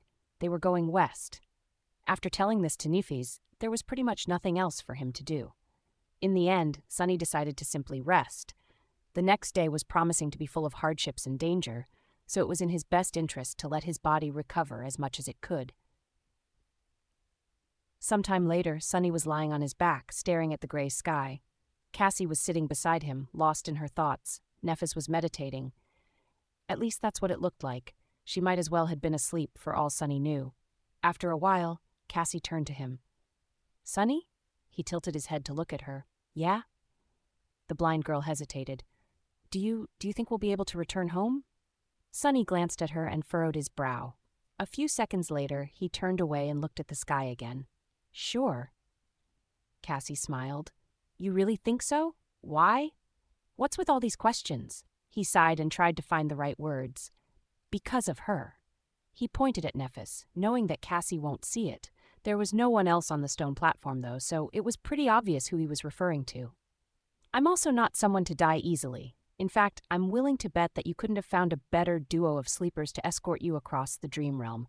If anyone can survive this, it's us. So, yeah, I think that our chances of making it back are pretty high."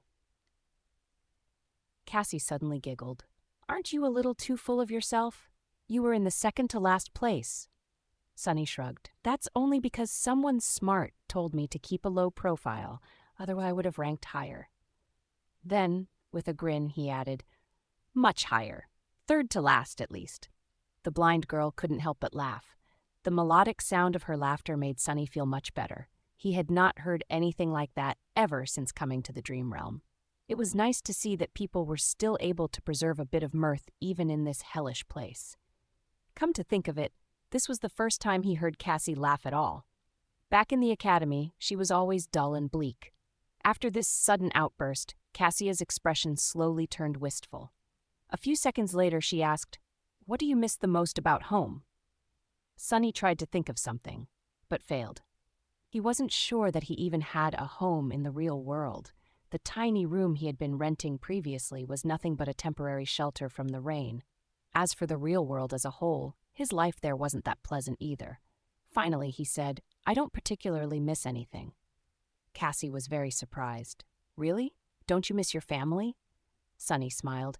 "I don't have a family. Well, I guess I have a sister somewhere, but we haven't seen each other in many years."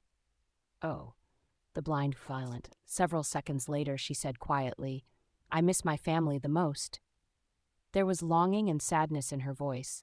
Sunny didn't know what to say, so he stayed silent. "Mom and Dad must be really worried about me right now." No, actually they wouldn't be worried. They would be heartbroken. They must think that I'm as well as dead already. Sunny glanced at her and sighed. "You seem to care about them a lot." Cassie turned to him in confusion. "Of course. Isn't it normal?" Sunny stared at the gray sky. The wind smelled of rain. After a while, he said, "I wouldn't know." In the evening, Nefes made Sunny perform the 1,000 strikes again. After that, they ate the last strips of dried scavenger meat and took turns sleeping so that one of them could always keep an eye on Cassie. Thankfully, nothing happened during the night. When the morning came and the dark sea retreated, They prepared to leave the giant statue. Nephis was the first one to climb down. Before that, she had a few words to say. Today will be different from before. There will be much more scavengers roaming in the labyrinth. We might not be able to create an ambush or avoid fighting several of them at once. She looked at Sunny. If anything happens, your job is to bring Cassie away.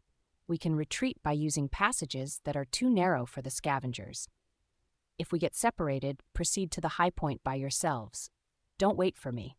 Do you understand? With a somber expression, he gave her a nod. Nephis returned it. Good. Time is of the essence, so let's go. With that, she began the descent.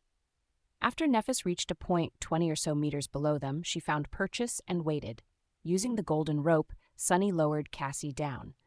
Just like while climbing up, they took turns helping the blind girl. Luckily, climbing down the statue was much easier. Soon, they reached the ground. Entering the labyrinth, the trio moved forward with haste.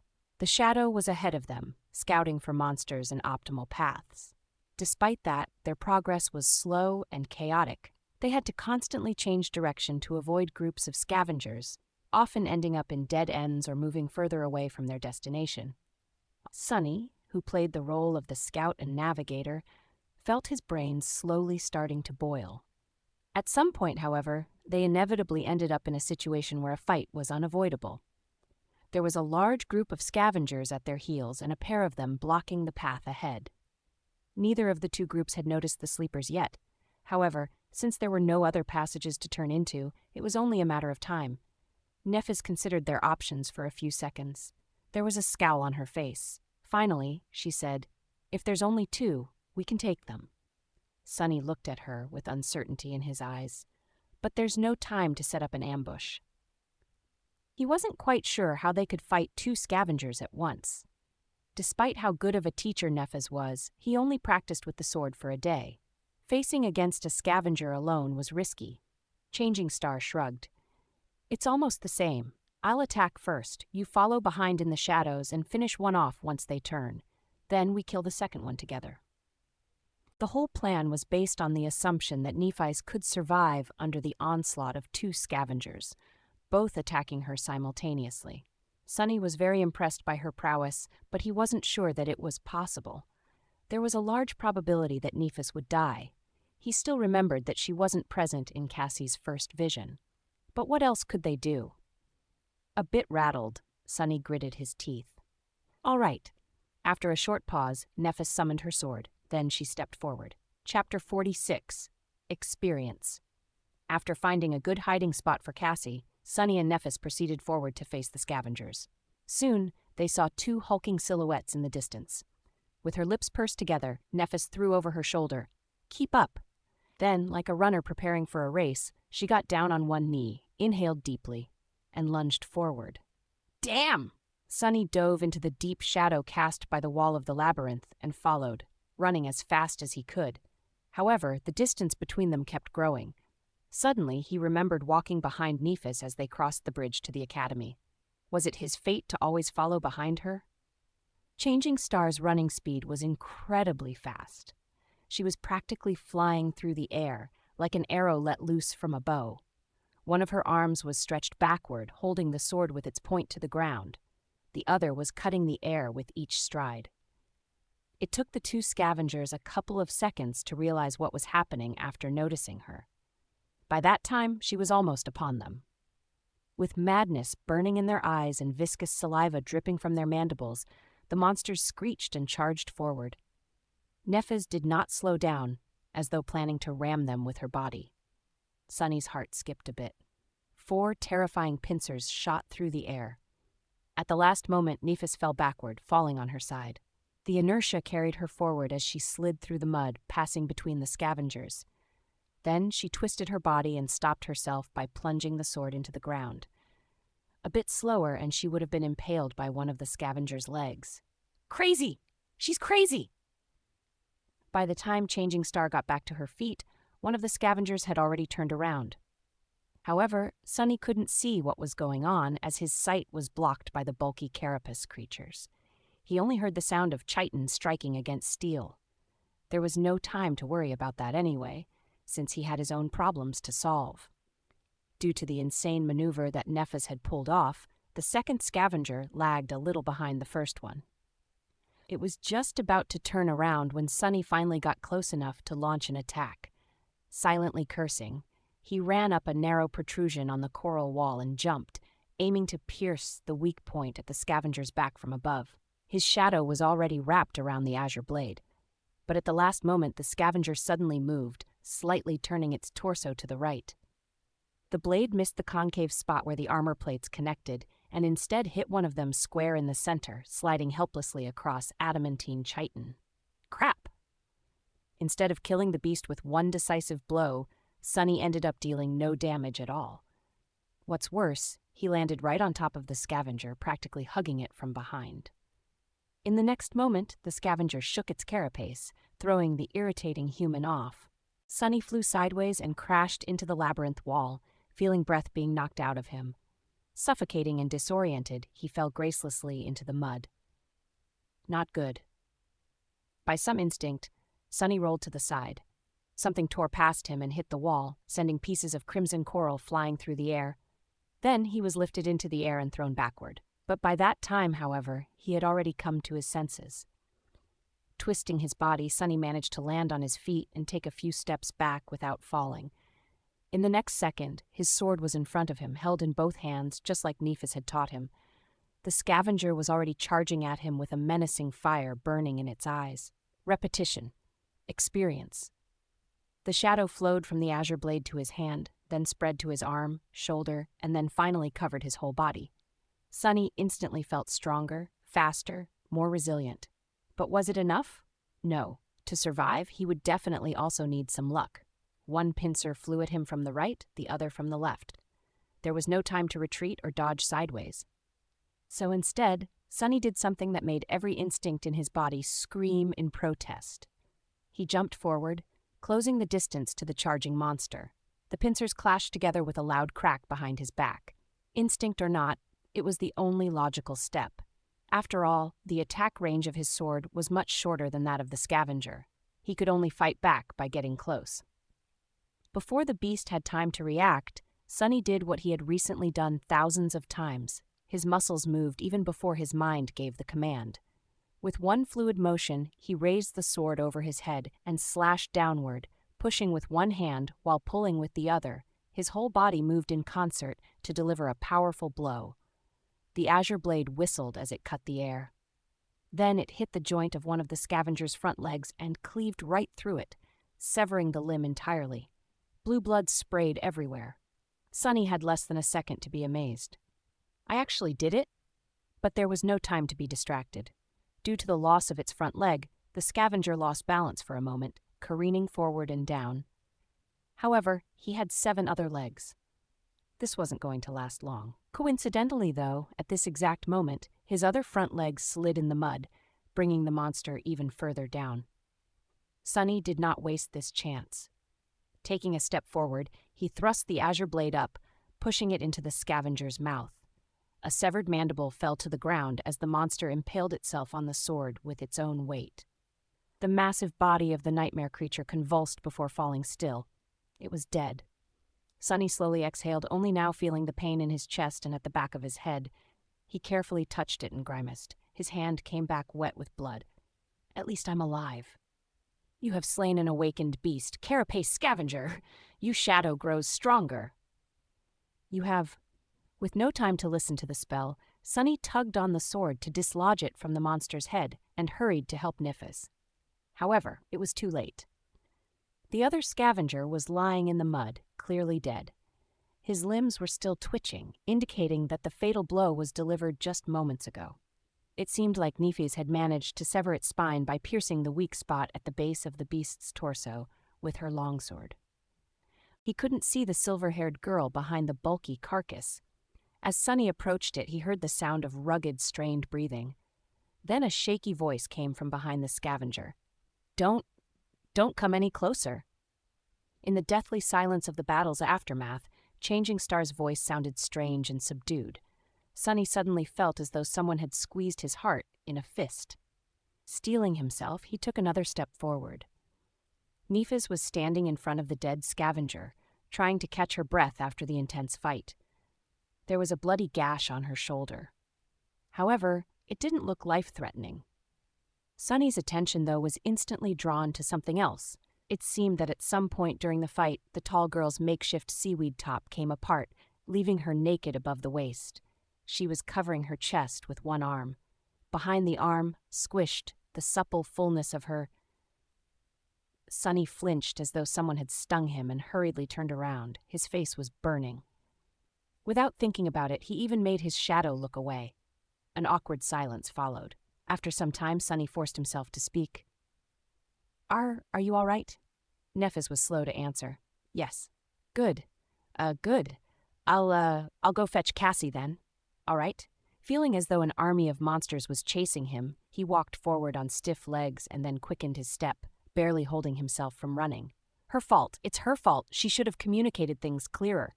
Trying to get the vivid image out of his head, Sunny hurried to the place where Cassie was waiting for them. By the time they returned, Nephis had already fixed her top and was wearing it as though nothing had happened. However, Sunny couldn't help but feel that the look she gave him was somewhat weird. Forget it. After checking the wound on his head, Changing Star said, It's just a bleeder. Nothing serious. Tell me if you feel dizzy and nauseous or have a strong headache, though. Since Sunny had none of these symptoms, he kept quiet. Nephis looked down at his clothes and sighed. Memory? He opened his mouth to say no, but then fell silent. Come to think of it, when he killed the scavenger, the spell did say something else after informing him about the absorbed shadow fragments. At the time, he was too busy to pay it any attention. Let me check. He summoned B runes and quickly found the cluster representing his memories. Memories, Puppeteer Shroud, Azure Blade. Nothing new. Then what was the spell talking about? Suddenly he noticed a new set of runes in the neighboring cluster. His eyes widened. Echoes, Cavender. Chapter 47, Echo. Echo. It's an echo. Sunny couldn't believe his eyes. Echoes were an extremely rare type of reward that Awakened could receive after slaying nightmare creatures. Chances of getting one were very low. In the real world, an echo could be sold for an unimaginable amount of money. That's because they were much more precious than memories. Without delaying it much further, he dove into his sea of soul. There, very few things had changed. A lonely black sun was still hanging above the calm, silent waters. It was orbited by spheres of light that represented his memories. This time, there were 3 of them. Just like before, Sunny couldn't get rid of the feeling that something was stealthily moving just beyond the periphery of his vision. However, this time, he didn't pay it any attention. He wanted to see his echo. It, too, was represented by a sphere of light. However, this sphere was much larger and hovered further away from the shadow core. With a thought, he commanded it to descend. The sphere slowly floated down and touched the dark water. As Sunny came closer, walking on the surface of the sea, its radiance slowly faded away, revealing the monster contained within. A hulking, menacing carapace scavenger was calmly standing in front of him. There was no madness in its eyes, or any feeling at all, for that matter. After all, it wasn't really alive. It was just an echo. Shining runes appeared in the air around the scavenger. Echo. Echo type, Beast. Echo core, Awakened. Echo attributes, Strong, Armored. Echo description, a cursed soldier of the Fallen Legion. Before Sunny knew it, a wide grin appeared on his face. That scavenger was now his. It could be summoned and used to fight against his enemies, carry heavy cargo, or perform other tasks. What's more, it was a whole rank above its master, which meant that it was much stronger, more resilient and fearsome than a dreamer with a dormant core should normally possess. With this echo by their side, many things would become easier. Following an impulse, Sunny raised a hand and brushed it against cold, black chitin. He just wanted to touch his new possession. However, the moment his palm touched the scavenger, a strange thing happened. The soul of sea suddenly surged a little, and a new set of runes appeared. Transform Echo into a shadow? Sunny flinched and snatched his hand back. What the hell is that about? He had never heard anything about transforming echoes into something else, let alone shadows. Then again, he had never heard about shadow cores and fragments too. It seems my aspect holds more secrets than I thought. Sunny licked his lips and hesitated. Then he cautiously said, yes. However, nothing happened. A moment later, the runes changed. Not enough shadow fragments to perform a transformation. Shadow fragments required 24,100. He frowned, disappointed.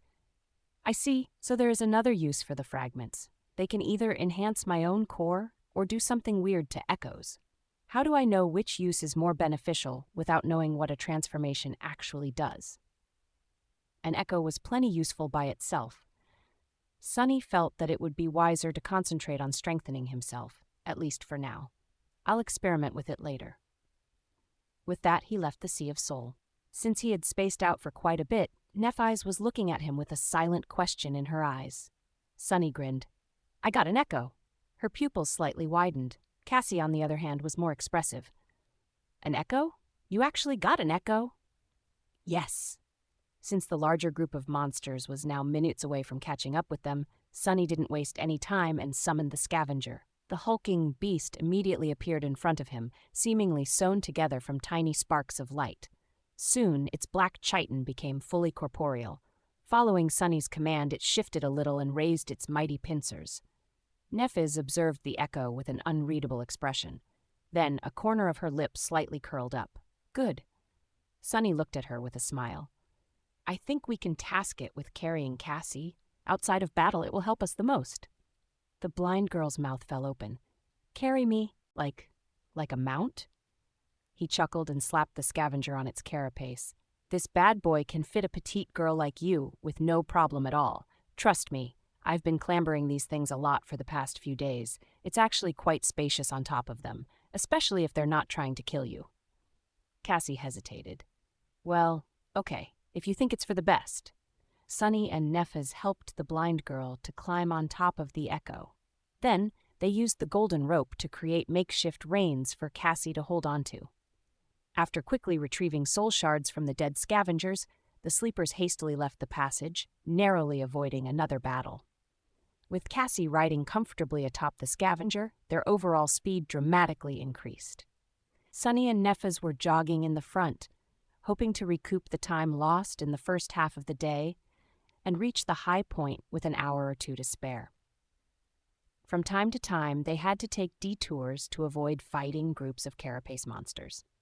However, with a monster of their own by their side, the mood and mental state of the three sleepers were much better. For the first time since coming to this place, Sunny felt somewhat calm. Of course, this calmness didn't last long. At some point, he noticed that the wind had picked up a bit. Almost simultaneously, Cassie asked them to stop. Nephiz and Sunny looked at her with deep frowns. It seemed that they both had a bad premonition. What is it? The blind girl let go of the reins. Do you hear anything? They looked at each other, then shook their heads. No, why? Cassie scowled. Help me get off this thing. After they helped her, she stood motionless for a while, listening. Her scowl deepened. Then the blind girl cautiously kneeled and put her ear to the ground. What do you hear? Cassie licked her lips. It's murmuring.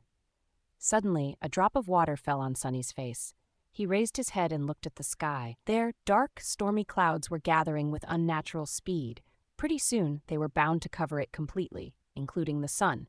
And when that happened, his eyes widened. Chapter 48, The Storm. We need to move now. As Nephiz turned to him, Sunny grabbed Cassie and helped her stand up. His face was even paler than usual, and there was a panicked look in his eyes. Now, help me get her back on the scavenger. The silver-haired girl raised her head and looked at the sky. Soon, her expression darkened. Without saying anything, she did as he had asked. Cassie seemed a bit disoriented. She grabbed the reins and helplessly turned to her friend. Neph, what is going on? Changing Star glanced at her. When she eventually spoke, her voice sounded heavy. A storm is coming. Meanwhile, Sunny sent his shadow to climb on top of a tall pillar of coral and looked ahead, trying to understand how far the cliffs they were aiming for were. From the look of it, there was still a considerable distance to go. However, the giant statue was already much further away. Going back now would have been suicide. He turned to Nephiz. We're about 3 or 4 kilometers away from the cliffs. Do you think we can make it? She scowled. If we take the most direct route, maybe. Sunny hesitated, then asked, what about the monsters? Changing Star looked ahead and gritted her teeth. We'll have to cut through. That's it? That's the plan? As he was fruitlessly trying to come up with some devious trick to save them, Nephis turned her head and glanced at him, puzzled. "What are you waiting for? Run!" As they darted forward, heavy drops of rain were starting to fall on the ground. Strong winds were howling between the coral blades, sending bits of mud and seaweed flying. With storm clouds gathering in the sky, sunlight dimmed, and a cold twilight descended upon the labyrinth. Sunny was running with all his might, as though his life depended on it, because it actually did. He was leading their small group, choosing the straightest path toward the cliffs with the help of his shadow. Nephis was a step behind him.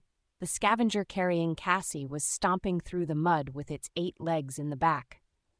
Without the need to avoid monsters and death breathing down their necks, they moved with amazing speed. Side passages and crimson walls were flashing past them in a blur. There was no need to hold back and conserve strength for the long run. If they were late to reach the cliffs by a minute, their lives would be over. They had to give it their all. Sunny was ready to fight a series of bloody skirmishes all along the way, but to his surprise, the inhabitants of the labyrinth did not give them much trouble. The scavengers seemed to be as panicked as they were. The bulky beasts were busy trying to hide inside the coral mounds or burrowing underground. On the rare occasions when one of them showed aggression, a quick slash of the sword or a threatening clack of a pincer was enough to make the monster change its mind. However, no matter how fast they were moving, the storm was faster. The rain quickly turned into a pelting downpour, each drop becoming a torrent. The winds grew in strength, striking against their bodies with enough force to make them stumble. The light dimmed even further, reducing visibility to almost zero. Finally, a blinding bolt of lightning tore through the darkness, followed almost immediately by a deafening thunderclap. In the next moment, the ground under Sunny's feet trembled, causing him to lose balance and fall. He rolled in the mud and tried to stand up, but slipped and fell again. Someone's arm grabbed him by the shoulder and helped him rise. In the darkness of the storm, Sunny saw Changing Star's face. She opened her mouth and shouted, "Don't stop! Run!" He almost couldn't hear her behind the roaring wind and rain. By the time Sunny began to move, the dark, salty water was already as high as his shins. He gritted his teeth. The sea was coming back. He couldn't determine where the water was coming from, but with each minute, it was rising higher. Soon, it was up to his knee, then up to his waist, making running almost impossible. The speed of the group slowed down considerably. It was then, in a sudden flash of lightning, when they saw a dark mass of stone ahead. They had made it to the cliffs. Almost at the same time, a terrible rumbling sound came from the depths of the labyrinth. Turning back, Sunny saw a colossal, crushing torrent of black water rushing through the crimson forest. Some distance away, a tardy scavenger was caught by it and thrown against the coral walls. The unbreakable carapace of the mighty creature cracked and burst open like a rotten egg. "Curses!" He turned to Nephes. "Time is up! Start climbing!" She caught him by the arm. "Dismiss your echo!" Sunny didn't know whether the scavenger could scale the cliff. In any case, Cassie wouldn't have been able to hold on if it did. He helped the blind girl get down and then sent the monster back to the Sea of Soul. Nephis lowered herself to let Cassie climb on her back, then tied them together with the golden rope. Not wasting any time, she gritted her teeth and stepped forward to grab onto the wet rocks of the cliff wall. They began the ascent, rushing to get as high as possible before the black torrent hit. Sometime later, Sunny screamed, "Brace!" In the next moment, a wall of dark water hit the rocks mere meters beneath their feet. As Sunny held for dear life, the whole cliff shuddered. A few boulders fell from somewhere high above, missing his head only by chance. Somehow, all 3 of them were still alive. However, things were far from being over. The black water was still rising, now with frightening speed, threatening to swallow them at any second. They had to keep climbing, and they had to be faster than the surging sea. Sunny cursed as he searched for the next hold to grab onto. To survive, he had to scale the face of the cliff with crazy speed. However, hastily climbing wet rocks was a recipe for disaster. One slip of a hand, and he would plunge down to be crushed against the cliffs, drown, or be eaten by some giant monster. The torrential rain and hurricane wind made everything even worse. And yet there was no choice. He frantically kept climbing, tearing his skin on sharp rocks. Every muscle in his body was in agony. If not for the shadow wrapped tightly around his body, Sunny would have been long dead. But even with its help, the surging dark water was getting closer and closer. Damn it all! No matter how hard Sunny tried, he couldn't win back any distance. Soon the water was at his feet. The sea slowly swallowed his legs, then his torso. He kept climbing, now fighting against the weight of the water and the force of the tide that was trying to tear him away from the cliff. But it was useless in the end. When the water covered his shoulders, he felt his finger slipping from the wet rocks. Sunny tried to hold on, but the current was too strong. He was pushed away like a weightless toy, losing any purchase. No. In the last second, a golden rope fell into the water beside him. Shaken, Sunny grabbed onto it and held with all his strength. The rope drew tight and lifted him out of the water. His feet touched the cliff wall again. Not wasting any time, he resumed climbing with the help of the rope. Finally, a strong hand grabbed him from above and dragged his body over the edge of the cliff. Sunny fell to the ground, struggling to breathe. After some time, he looked at Nefis, who was lying in a similar position to his right, equally as drained. She was still clutching the golden rope in her hand. Cassie was sitting a few steps away from them. He wanted to laugh, but had no strength for it. They survived. Chapter 49, Natural Element. For a few minutes, Sunny simply lay on the ground, letting the rain hit his face. From time to time, a bolt of lightning arcs through the skies, drowning everything in blinding light. Other than that, it was almost completely dark. If not for his attribute, he would have had trouble discerning the shapes of Nefas and Cassie, who were resting nearby. After some time, however, a feeling of uneasiness entered his mind. Something was off. Sunny scowled, trying to understand where that feeling was coming from. Finally, he realized that it was his shadow. It was trying to draw his attention to something. Please, let me rest. I just want to rest. He was too tired to do anything.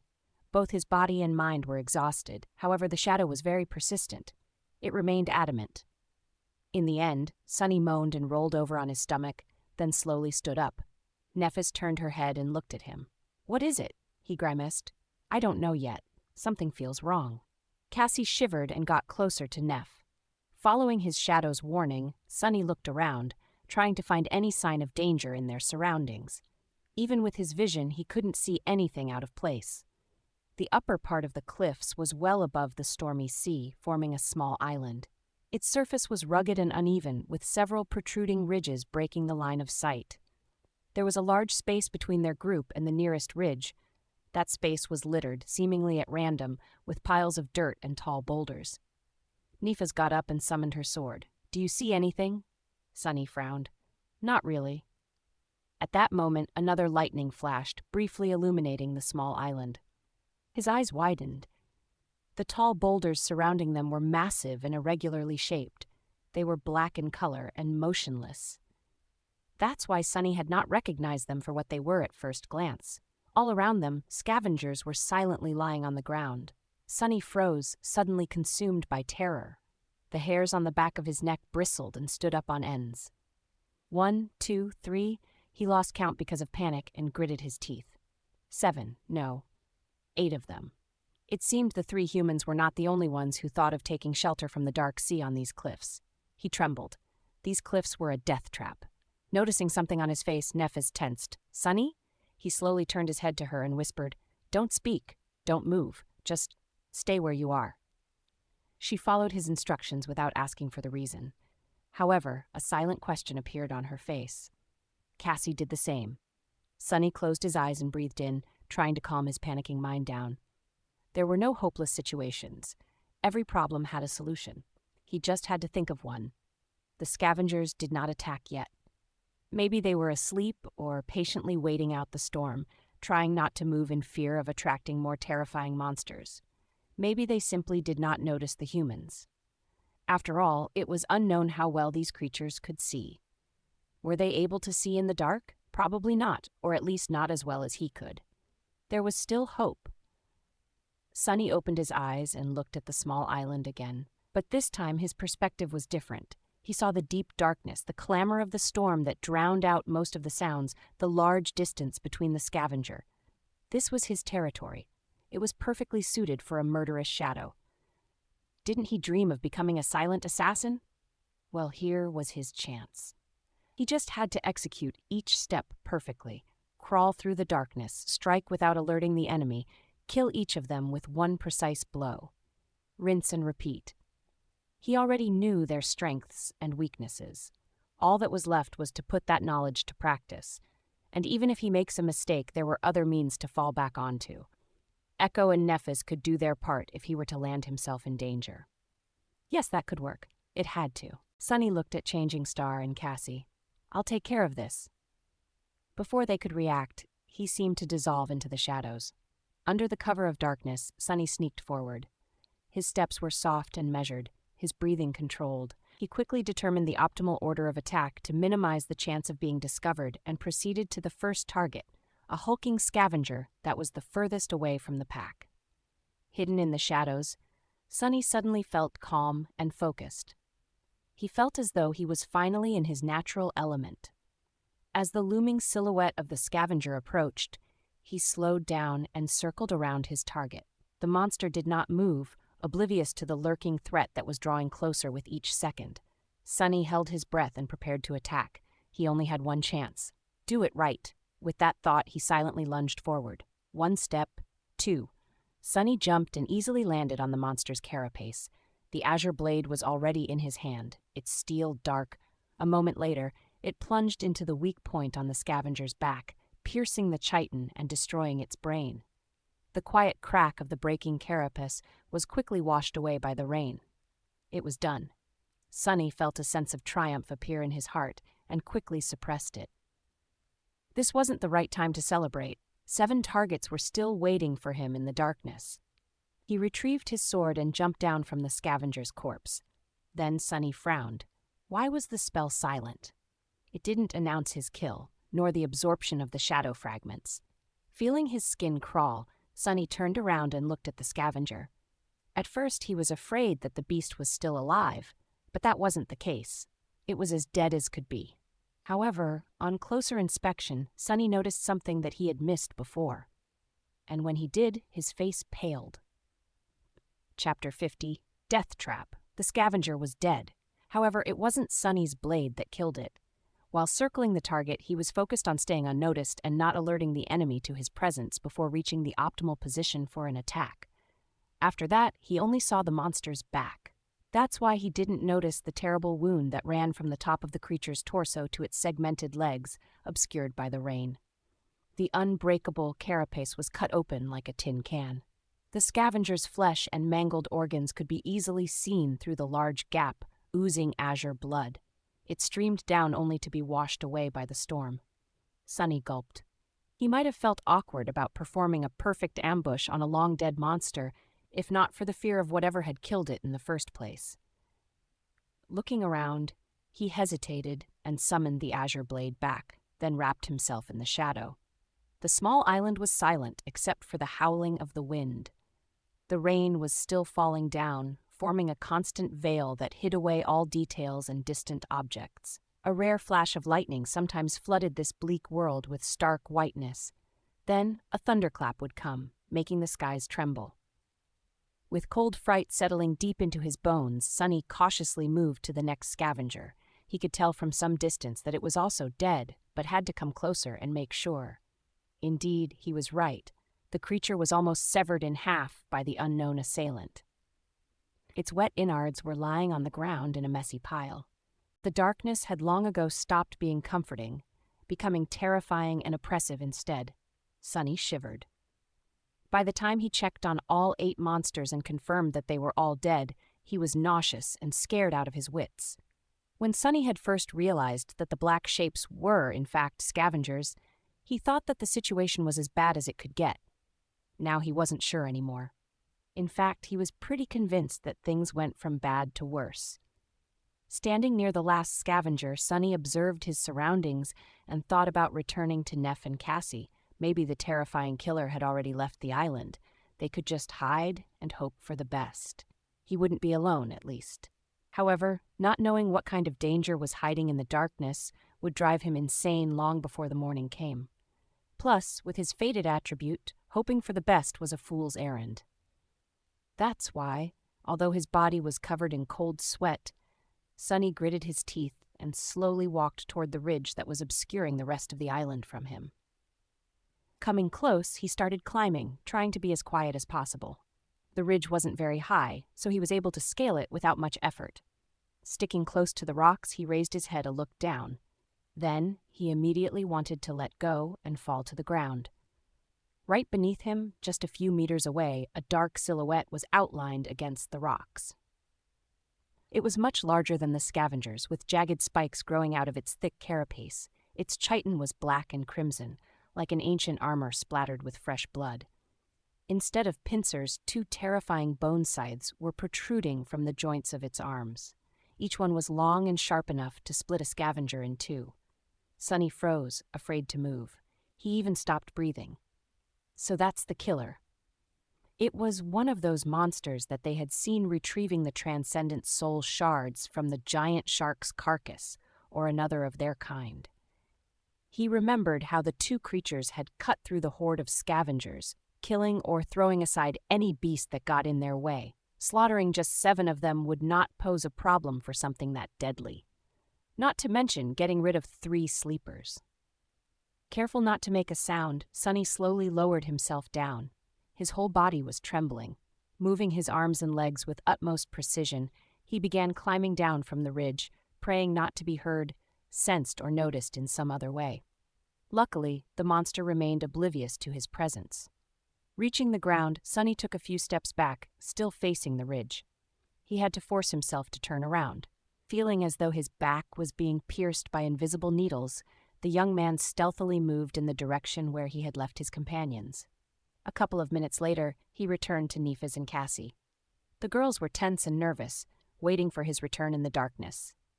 Before coming out of the shadows, Sonny let them know that he was approaching. "It's me." Nephis moved, lowering her sword a little. Her face was a little grim. "What is the situation?" she said, careful to keep her voice low. Sonny slowly exhaled, finally feeling a bit safer.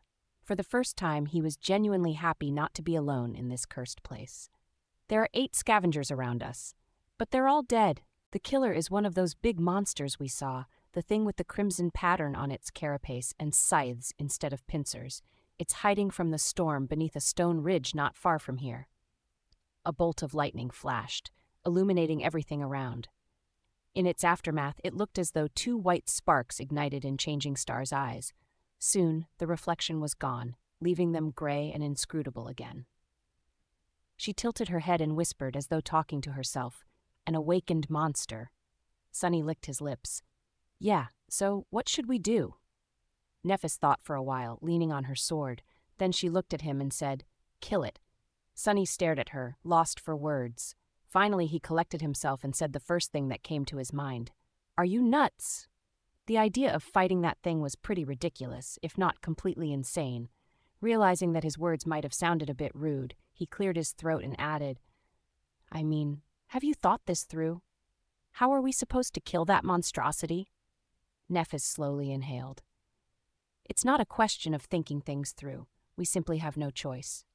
She glanced at Cassie, who was listening to them with a pale face, and explained, "We can't leave the cliffs before morning, and neither can the monster. However, once the sun rises, it will easily see us and attack. Then our only advantage, the element of surprise, will be gone. If we have to fight it anyway, it's better to be the ones initiating the fight." Changing Star looked around and added, "It's not completely dark yet, although barely, I can still see. Once the night comes, this won't be the case, so we will have to attack it first, and do it soon." Sonny shook his head. "This still doesn't explain how we are going to kill it. That thing just dispatched 8 scavengers like it was nothing. We are not its opponents. We don't even know its weaknesses." Nephis frowned. After a short pause, she said, "It's just an awakened monster." Sonny couldn't help but stare at her in disbelief. "What do you mean, just an awakened monster? Have you forgotten that all 3 of us are only sleepers? Dormant humans are not supposed to be able to deal with awakened beasts, let alone monsters. The fact that we can reliably kill scavengers is already abnormal."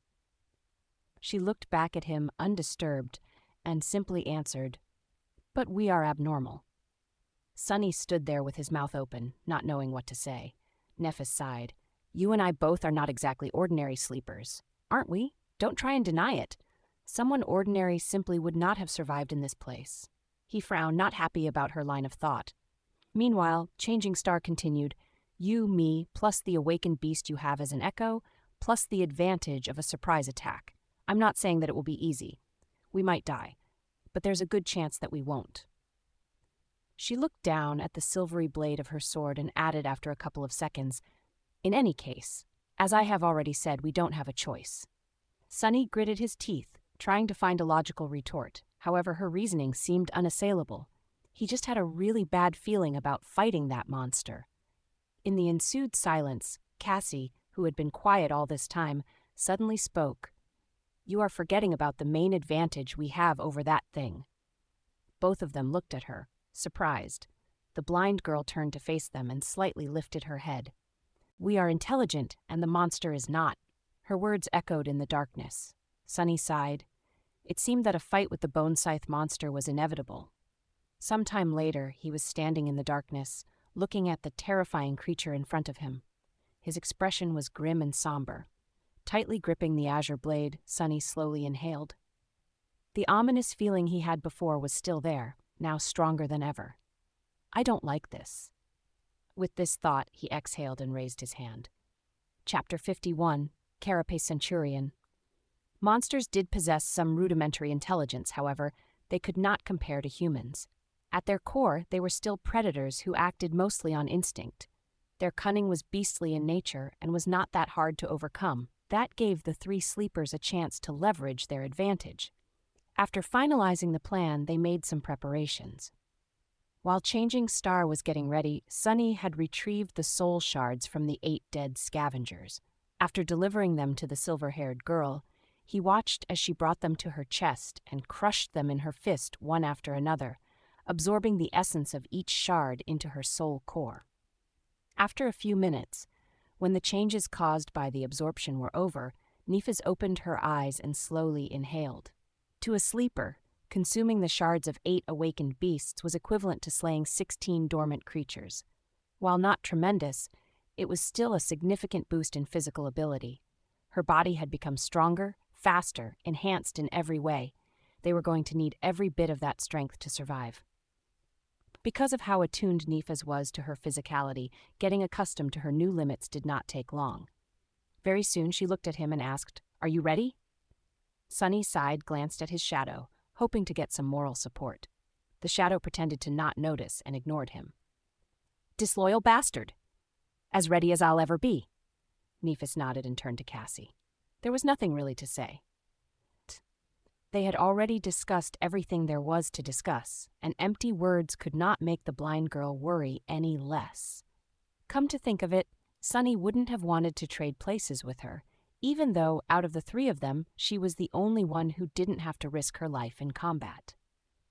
Facing the enemy, no matter how terrifying, was better than waiting powerlessly for the outcome, knowing that there's nothing you can do to change it. From that point of view, he was actually the lucky one. Cassie tried to put on a brave face. She turned to Nephis and forced a smile.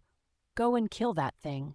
Maybe you'll finally get something decent to wear and stop making you feel so guilty." A corner of Changing Star's lip curled up. "Okay." After that, she turned to Sunny and returned to her usual serious self. "Let's go." A few minutes later, he was standing on top of the rocky ridge, looking down at the deadly monster. The shadow was wrapped around his body, enhancing Sunny's physical abilities. Their plan was pretty solid and had a high chance of working. However, he still couldn't get rid of the ominous feeling that this was not going to end well. "I don't like this."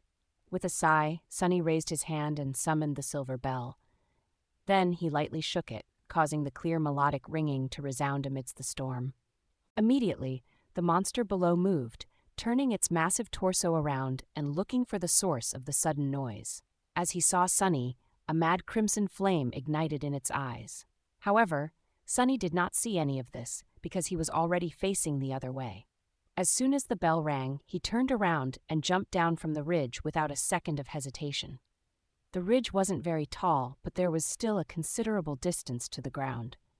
Sunny hit the rocks hard and rolled, trying to disperse the force of the impact. As soon as he got back to his feet, he ran, trying to get as far away as possible. A moment later, the ridge exploded behind his back. The monster simply crashed into it with its hulking body, breaking through the layers of rocks as though they were paper. Simultaneously, there was a flash of lightning and a thunderclap, drowning the loud rumble of the falling debris. The creature locked onto retreating Sunny and lunged forward, trying to pierce his body with one of its scythes. Shards of rock were flowing like a torrent from its spiked carapace. Luckily, Sunny was already far enough. Without slowing down, he lowered his body, ran for several more meters, and then turned around. The picture of the monster, who was more than 3 meters tall, rushing at him like a speeding train, was enough to make any person falter. However, Sunny stood his ground, raising the azure blade above his head. After all, he was the bait. Half a dozen meters away from him, the monster finally reached their trap. Almost unnoticeable in the darkness and the pouring rain, the golden rope was strung between 2 massive boulders at the height of the creature's leg joints. Earlier, Sunny had lowered his body to run beneath it. Overwhelmed by bloodlust, the monster did not notice the tautly drawn rope and ran into it at full speed. If it was a normal rope, it would, without a doubt, immediately snap. However, the golden rope was a memory, and being incredibly sturdy was one of its attributes. The rocks it was tied to, unfortunately, were quite mundane. They shattered almost immediately, but the damage was already done. With its front legs suddenly jerked backward, the scythe slayer lost its balance and crashed into the ground face first, sliding forward on wet stone and leaving behind a shallow trench. Sunny jumped away. The monster was unperturbed. Almost immediately, 2 bone scythes pierced the ground, jerking its massive body to a stop. In the next moment, unexpectedly swift and nimble for its size, it was already beginning to rise. If it was allowed to stand up, their fates would be sealed. Fortunately, Sunny's echo was faster. The moment the monster fell, it stopped pretending to be one of the dead scavengers, got up, and dashed forward. Just as their enemy was about to rise, it jumped on its carapace from behind, pinning the creature down with its weight, and locked its pincers on the creature's arms just beneath the point where the bone scythes began. Despite the fact that the echo was wounded by the spikes growing from the monster's carapace, it succeeded in immobilizing it, at least for a second. A second was enough. As though out of nowhere, Nephi's, who was lying in ambush, appeared in front of the monster. Darting between its terrifying scythes, she leaned forward and delivered a devastating thrust with her longsword, putting her whole weight behind it. They didn't know if the awakened monster had the same weak spot on its back as its lesser relatives, the scavengers, had. However, there was no reason to assume that there was no gap between its carapace and torso armor. It was a mechanical issue. Anything that had to be flexible could not be too rigid. The tip of Changing Star's sword plunged into the narrow gap. Then the sword disappeared into the monster's body, penetrating so deep that its hilt ended up brushing against the chitin. "Hell yes," Sunny thought, triumphant. However, in the next second, his expression dimmed. Because the creature didn't even seem to notice the wound that was supposed to be, if not fatal, then at least heavily debilitating. Straining its body a little, it suddenly twisted, throwing the echo off its carapace and rose to its feet. The bone scythes scraped against the rock as it pulled them out from the ground. Defenseless, Nephi's was right in front of it, her sword still stuck in the monster's flesh. Oh no! Sunny was too far away to do anything, circling around the massive creature to attack it from behind. The echo was on the ground, still reeling from being thrown off the enemy's back. It didn't seem like it could help either. For the moment, Changing Star was on her own. The scythes pierced the air, aiming for her flesh. At the last moment, however, a pair of pincers locked one of them into an iron grip. That gave Nephi's another fraction of a second to react. Letting go of the sword, she dove under the creature's body, hiding in the blind spot of the remaining scythe's attack range. As far as hiding places went, this one wasn't optimal, since all the monster had to do to crush her into a bloody pulp was to lie down. However, in that moment, Nephis had no other choice. This is bad, this bad. By then, Sunny was already behind the creature. Hoping to buy Neff some time, he brandished the azure blade and slashed down. The sword connected with the joint of one of the monster's rear legs, drawing azure blood. However, unlike how it was in the battle against a scavenger, he failed to completely sever the limb. It was too tough and thick. In the next moment, the leg disappeared from Sonny's field of vision. Crap! As that thought appeared in his mind, Sonny raised his head and looked at the monster. Somehow, it had already turned around and was now facing him, two crimson flames burning with bloodlust in its eyes. Before Sonny could properly react, the sharp tip of a bone scythe hit him in the chest with the force of a siege ram. The only thing he managed to do was to transfer the shadow from his body to the puppeteer's shroud. Because of this lightning-fast decision, the armor held. He wasn't pierced through the heart and impaled on the scythe. However, it was a small consolation. The force of the blow was still enough to make his ribcage cave in and send his body flying through the air like a rag doll. Somehow, Sonny found himself lying on the ground. His body felt weird, and he couldn't breathe. Something bitter was flowing from his mouth, making him choke. It was blood. He was drowning in his own blood. Weakly, Sonny tried to move, but his limbs wouldn't listen to him. Only the shadow listened, enveloping his body and delaying the inevitable a little. "I'm hurt."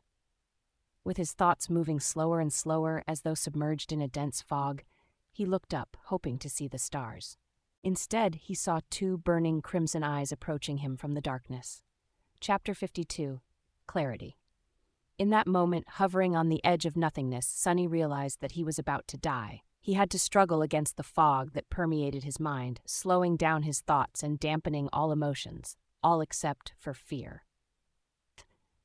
Despite the fact that his body was broken and his mind was paralyzed, some stubborn part of Sonny was still refusing to give up. He wasn't ready to die. At least not without giving his all to survive. He was revolted at the thought of giving the world the satisfaction of the win. That would be so infuriating.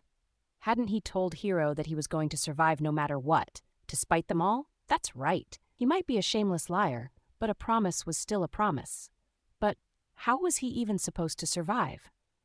No matter how he looked at it, the situation seemed to be hopeless. As the Scythe Slayer approached, its eyes shining menacingly with bloodthirsty crimson light, Sonny tried to pierce through the fog that enveloped his mind. However, his attempts were aimless and weak. It was hard to find purchase in the fog. He needed an anchor. Suddenly, a simple thought caught his attention. It was something that he had repeated 1,000 times, burning it into his mind.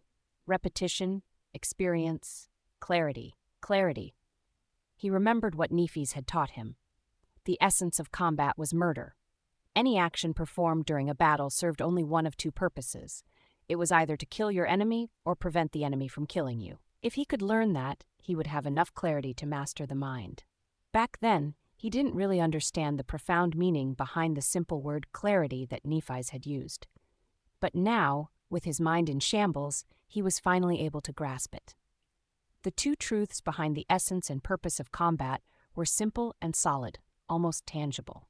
Even in his half-conscious state, he was able to use them as a stable foundation in the fog. Then he reformed his mind around this foundation, building it along the stark lines of that truth. Suddenly, he was able to think again. What's more, his thoughts were clear and incredibly fast, free of all unnecessary distractions. This was clarity.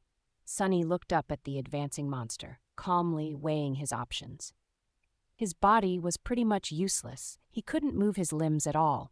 The shadow still followed his commands, but it was busy doing an important job, keeping him from dying immediately. Even with its help, he wouldn't be able to last long. But this was a useless thought. He couldn't do anything about it, so there was no sense in wasting time considering it further. With his body immobilized, memories couldn't be used. That left only the echo. The carapace scavenger was going to have to be his only tool to either kill the enemy or prevent the enemy from killing him. The monster was quickly approaching Sonny. Its mandibles moved, viscous saliva flowing down from them in a torrent of transparent mucus.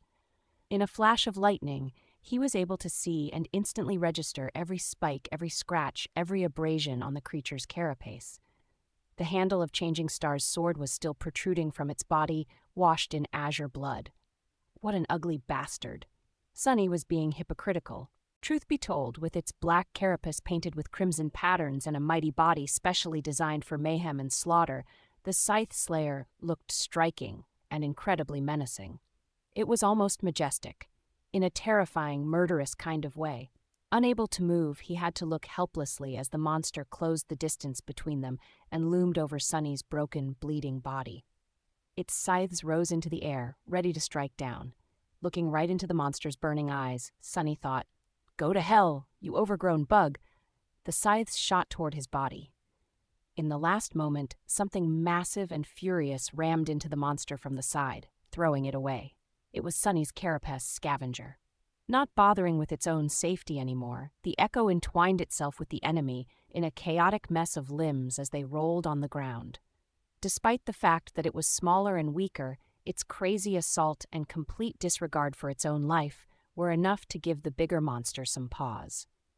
The echo lashed out with its pincers, ramming them against the creature's carapace in a crazy whirlwind of blows. For a moment, the howling of the wind was drowned out by the clamor of chitin striking against chitin. The Slayer's carapace mostly held, but a couple of cracks did appear on its black surface. However, it was still superior to the scavenger in every way. Even with one of its scythes pinned awkwardly under its body, the monster was more than able to repel the sudden attack. With an angry screech, it sliced with the other scythe, cutting one of the scavenger's pincer arms clean off. Then it strained its legs and threw the smaller creature away. In the process, the rear leg that was already wounded by Sunny broke off, but the monster didn't pay it any attention. Burning with madness and fury, it untangled its limbs and slowly stood up. Another deafening screech resounded in the howling darkness of the storm, hurting Sunny's ears. Now what? He thought, momentarily lost for ideas. But then, something very unexpected happened. As the Slayer moved to finish off the echo, it had to slightly raise and lean its torso back to account for the loss of a rear leg and keep its balance. At that moment, a bolt of lightning landed right in the middle of the small island. With how tall the monster was, the lightning was immediately attracted to the handle of the sword that was still sticking from its body, aimed at the sky at a slight angle. At that moment, Changing Star's longsword suddenly became a lightning rod. Instantly, hundreds of millions of volts of electricity coursed through the Slayer's body. In a blinding flash of light, it was thrown to the ground. Wisps of smoke rose from the cracks in its carapace. In a strange turn of events, arcs of residual electricity danced on the monster's chitin, slowly accumulating on the crimson patterns on it. Under that influence, the crimson pattern changed its color, becoming white and incandescent. Sunny stared at all this in bewilderment. It's glowing? For a second, he hoped that the monster was dead. But no, a single strike of lightning was not enough to kill a creature like that. Just a few moments after being electrocuted, the Slayer moved, slightly shaking its body. Although it was in a rather bad shape, it was still alive and full of murderous intent. Looking somewhat dazed, the monster gathered its limbs and tried to stand up. Slowly but surely, it was coming back to its senses. The bone scythe scraped against the rocks, helping it rise. However, before it did, Nephis was suddenly right in front of it.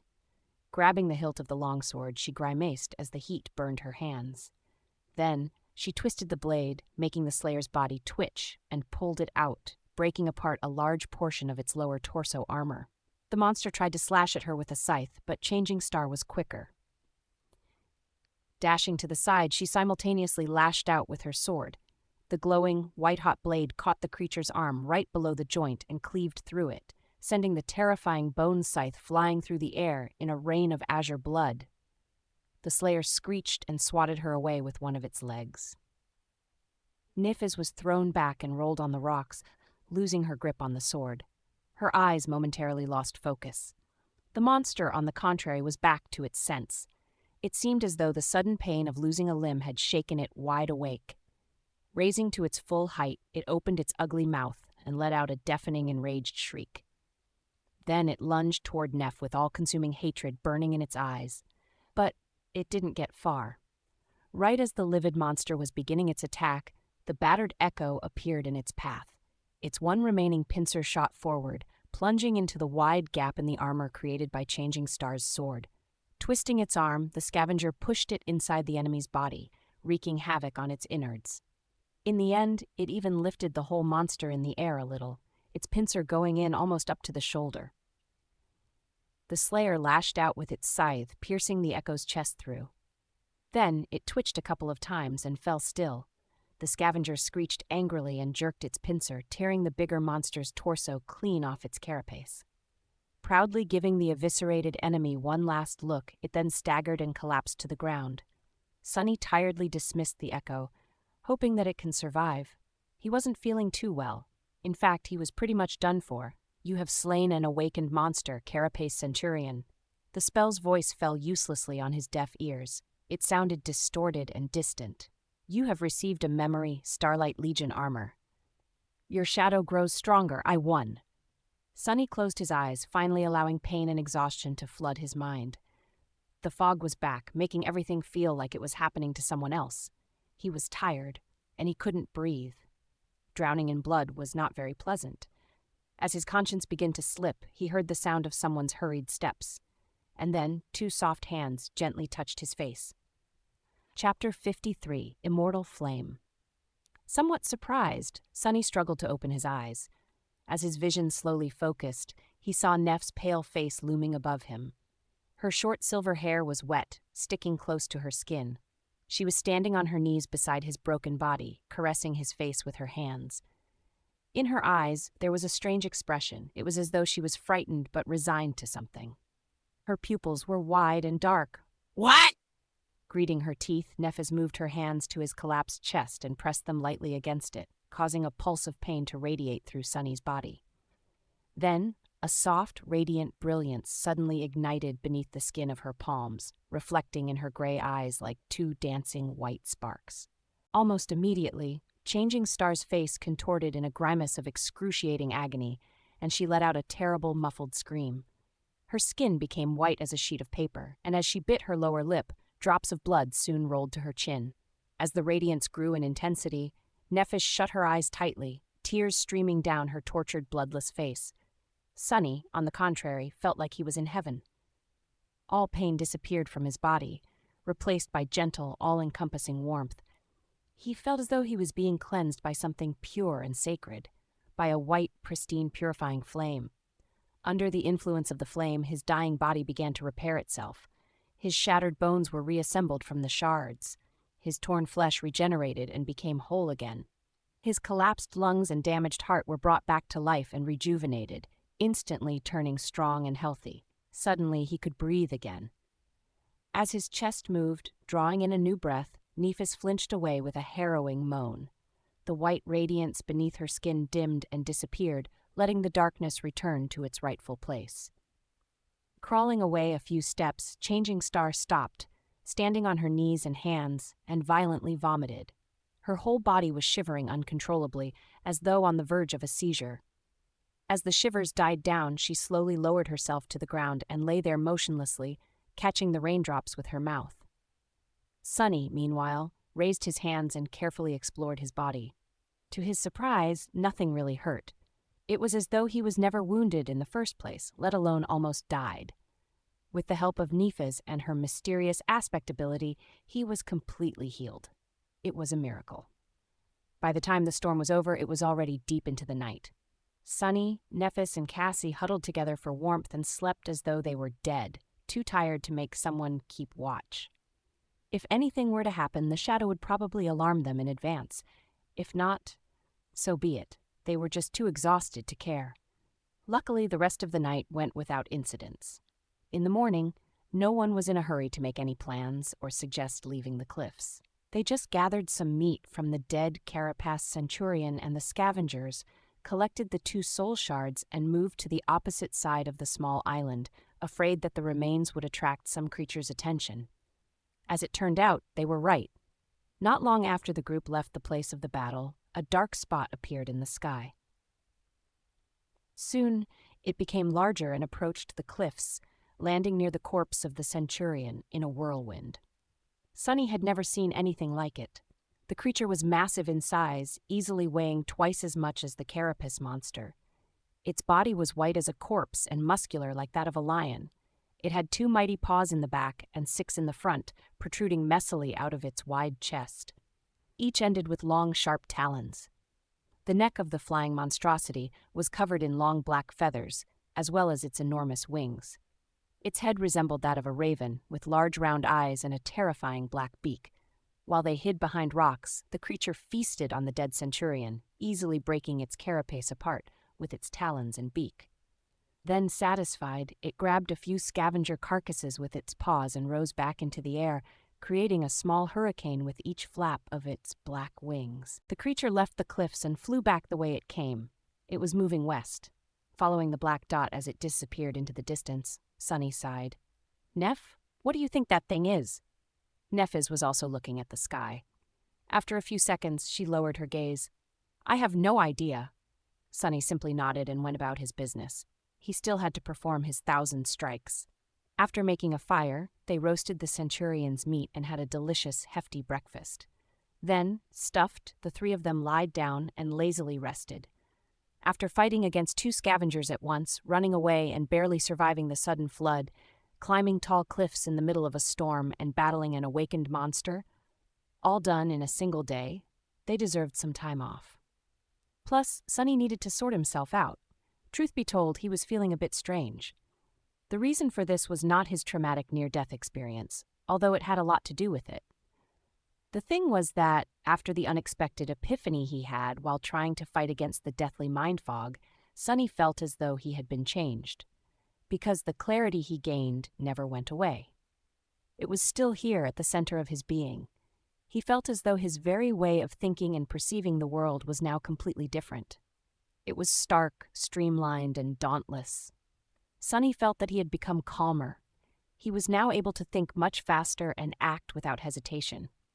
Many things that previously seemed obscure and frightening suddenly became predictable and thus surmountable. It was as though he had discovered an underlying order to the world that wasn't there before. That inner understanding gave him an advantage that was hard to explain with words. In a sense, this change was even more profound than the transformation of his body at the end of the first nightmare. He felt that he had made a big leap in his combat ability and overall power, even though it wasn't tied to the number of consumed shadow fragments or unlocked aspect abilities. Looking at the sky, Sunny wondered if this was how Nephis always felt. Probably. Mastery of the body, mastery of the mind. Right? He was still far away from being a master, but it felt as though he was on the right track. Sometime later, Sunny approached the western edge of the cliffs. Nephis was sitting there, her feet dangling over the edge. She was looking west, lost in her thoughts. He sat down beside the silver-haired girl and followed her gaze, trying to guess what she was thinking about. Just like always, he failed. Changing Star was hard to understand. Sunny shifted, feeling incredibly embarrassed. Finally, he gathered his courage and said, "You saved my life twice yesterday." Nephis glanced at him and turned away again. "I did." He hesitated, trying to find the correct words. In the end, he couldn't come up with anything and simply said, "Thank you." This time, she looked at him a bit longer. Her face was calm and indifferent. "There's no need to thank me. Without you and your shadow, we would have drowned before reaching the cliffs or been torn apart by a large group of scavengers after stumbling on them in the labyrinth." After that uncharacteristically long sentence, she fell silent and added after a while, "We're allies." Sunny nodded, knowing that she was right. Still, Nephis went above and beyond to keep him alive. Even if he had also done his part, not everyone would have gone to such lengths to return the favor. However, he didn't say anything about it, mostly because he could already imagine her answer. Staring right at him, she would stay quiet for some time and then say something like, "I just wanted to," or "It is what it is," in a flat tone, and then there would be an awkward silence.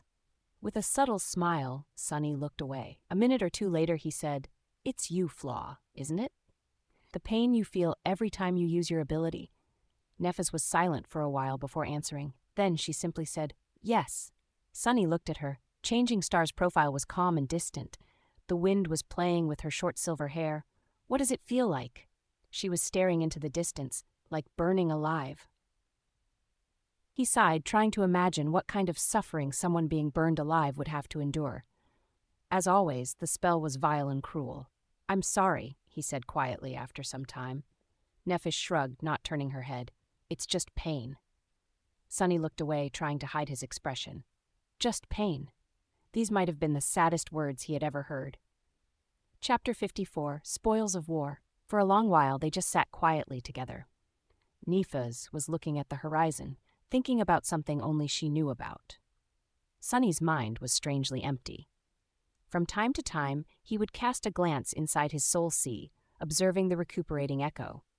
The scavenger managed to survive its fight against the carapace centurion, even if it was just barely. Now, enveloped in a cocoon of light, it was flowing in the calming darkness of Sunny's soul and slowly regenerating. If an echo managed to retreat into the Sea of Soul alive, it would eventually recover from any wounds. The holes on the scavenger's carapace were already beginning to close. Its lost pincer arm, however, was not growing back anytime soon. Sunny sighed and summoned the runes. He decided to go over the spoils of the harrowing battle. Shadow Fragments, 28-1000. Since it was his echo that delivered the final blow, the kill was considered to be his. Thus, he received 4 shadow fragments, 2 for each of the Centurion's awakened cores. The shards of the cores themselves went to Nefis as per their agreement. She decided to consume one herself and give the other one to Cassie. The reward was sizable, but seemed disproportionate to the amount of trouble they had gone through to get rid of the terrifying monster. Ultimately, dormant humans like them were really not supposed to battle awakened nightmare creatures. No way, really? He thought to himself, full of sarcasm. It was just their bad luck that there was not a single dormant rank creature in this whole damned region of the dream realm. Sunny remembered his lofty plans of hunting weak monsters while safely protected from all their attacks by his Tier 5 awakened armor and couldn't help but smile bitterly. Who knew that the puppeteer's shroud would turn out to be merely a minimum requirement for survival, as opposed to a huge, odds-defying advantage? Still, that armor had already saved his life twice, so it was doing its job. Speaking of armor, he lowered his gaze. Memory, Starlight Legion armor. Memory rank, awakened. Memory type, armor. Memory description. Born in the all-consuming darkness, 7 valiant heroes made an oath to return light to the cursed land. Time has erased their names and their faces, but the memory of the defiant oath still remains. Teacher Julius would have been ecstatic to be reading this stuff. The old man used to be an avid explorer and student of the Dream Realm's history, before becoming a professor in the Awakened Academy and settling down in one of the most prosperous human citadels. He was still one of the leading researchers in that field, often irritating hunting expeditions with requests to explore this or that ruin. Sadly, Sunny had no idea when they would meet again. He cleared his throat and looked at Nefis. "Anyway, I have a present for you." She turned her head and looked at him with a bit of confusion. "A present?" Sunny smiled. "Yeah, I forgot to tell you that I received a memory after we finished off the Centurion. Guess what type it is?" He glanced at her expectantly. However, Changing Star did not guess. In fact, her expression did not even show a hint of curiosity. After an awkward pause, Sunny had to look away. It's an armor, so give me your hand." Physical contact was required to transfer a memory. Otherwise, he would have preferred to avoid it for as long as possible. There had already been too much contact between them for his mental composure. In retrospect, being invaded by the healing flame was a strangely intimate experience. Not to mention the memory of her soft touch. Not that he had been in any condition to think about such things back then. Staring right at him, Nefis slowly held out a hand. Sunny hurriedly grasped it in his own, wishing to be done with this part of the process as soon as possible. Her skin was cool and soft. Trying not to get distracted, he willed the Starlight Legion armor to be expelled from his soul sea. One of the spheres of light disappeared from the Shadow Core's orbit. Immediately, he felt something akin to a spark of electricity moving through his body and into Changing Stars. She blinked and retracted her hand. Then, Nefis stood up, walked a few steps away from the edge of the cliff, and summoned the memory. Spinning sparks of light appeared around her. A moment later, they covered her porcelain body and turned into a black, skin-tight bodysuit made out of an unknown, durable material. It looked quite similar to the rubbery seaweed that permeated the area. Then, intricate pieces of pristine white plate armor materialized over the black bodysuit. First the greaves and vambraces, then articulated pauldrons and riri braces, then cuisses and sabatons. Finally, a breastplate engraved with 7 shining stars appeared to protect Neff's torso, short enough to pose no hindrance to her mobility. It was followed by a helmet with a white plume. The engraving of the 7 stars was identical to those carved into the giant knight statue's cuirass. The armor looked light and elegant. It was simultaneously functional and flattering, both providing high levels of protection and accentuating the graceful lines of Changing Star's body. A stark contrast of black and white made for quite a striking sight. Neffes dismissed the helmet, letting her silver hair move in the wind. Then she summoned her sword and performed a few tentative pirouettes, testing out the weight and flexibility of the armor. Seemingly satisfied, she then let the sword disappear into the air. Sunny observed all this in silence. When Neff was finally done, he asked, "Well, how is it?" She turned to him. Soon a wide smile appeared on her face. Beaming with delight, Neffes hesitated and finally said with a bit of embarrassment, "Much better." Sunny heaved a sigh of relief. At least now all 3 of them were properly clothed. That was good, really good. Not only because Changing Star's combat effectiveness would dramatically increase due to the acquisition of a reliable armor, but also because now he wouldn't have to be distracted every time he saw her. Chapter 55, Lucky People. When they returned to the makeshift camp, the first thing that Neffes did was come up to Cassie. "Hey, Cass, guess what?" The blind girl turned to her and smiled. "You've finally received an armor-type memory?" Simultaneously, Neffes said, "I found something decent to wear." Then she fell silent and stared at her smiling friend. Cassie laughed. "The sound of your footsteps changed." Changing Star blinked. "Ah, I see. Well, it's from the Carapace Centurion." While she was describing the armor to Cassia and letting her touch the mysterious white metal it was forged out of, Sunny relaxed and rested by the fire. Sometime later, Neffes was busy preparing dinner. Sunny was once again lying lazily on the stones and staring into the sky. The sky, like always, was gray and unfriendly. With all 3 of them equipped with decent armor, they were finally starting to resemble a real awakened cohort. In fact, Sunny thought that their group was rather eye-catching even by awakened standards. In her light tunic and sea-wave cloak, beautiful and delicate, Cassie looked like a princess. Lithe and poised, Neffes was like a noble knight tasked with protecting her. Sunny, however, if he was generous to himself, he would say that he looked like a young squire, but truthfully, he resembled a page boy a lot more, at best. If a random stranger were to see the 3 of them, that stranger would most likely assume that Sunny was either a lowly servant or a feeble ruffian that had been captured by the noble lady's guard. Well, that'll just add to their surprise when I stab them in the back. Wait, why would he stab a random stranger? Ah, who cares? I'm sure there'll be a reason. At that moment, Cassie sat down by his side. Sunny turned his head, looking at the blind girl with a bit of surprise. She bit her lip. "Neffes told me that you almost died yesterday." "Oh, so that's what this is about?" He shrugged. "Yeah." Then, with a silent sigh, Sunny added, "But don't worry about it too much. It's not my first brush with death, although it was, as far as he knew, the closest." The memory still sent shivers running down his spine. Cassie was silent for a while, then she quietly said, "I'm sorry." Sunny raised his eyebrows. "Sorry? What are you sorry for?" The blind girl lowered her eyes. "For being so useless." Sunny frowned and looked away. A second or two later, he said in his usual careless tone, "You're not useless." Cassie softly chuckled. "Aren't I? If I want to walk, I need to be leashed to you or Neff. If I want to eat, I need to wait for one of you to feed me. That's my life now. I can't do even the simplest of things without your help, let alone be of use to either of you in return." Slowly, her voice turned raw with emotion. This was the first time Sunny had seen her mask of resolve slip a little, revealing the desperate, angry, frightened face beneath. He was silent for a long time. Then he said, "Hey, have I ever told you about my first nightmare?" The blind girl shook her head. Sunny half closed his eyes.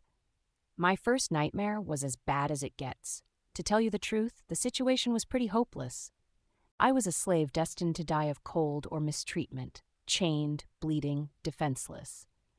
What's worse, my aspect turned out to be completely useless. I mean, literally. If I remember correctly, the phrase the spell chosen to describe it was a useless wretch with no skills or abilities worth a mention.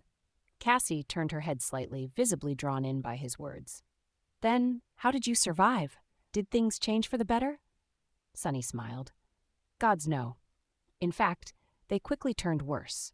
Much, much worse. But what would you know? In a strange twist of fate, my useless aspect turned out to be the only thing that could guide me through that mess alive. In that regard, I was incredibly lucky. He shifted a little and glanced at the delicate girl, noticing a thoughtful frown on her face. But here is a thing about luck. People usually speak about it as though luck is something that just happens to you. It's not. Luck is 50% circumstance and 50% your own ability to grasp it. Luck is something you have to make happen yourself. I fought with everything I had to survive.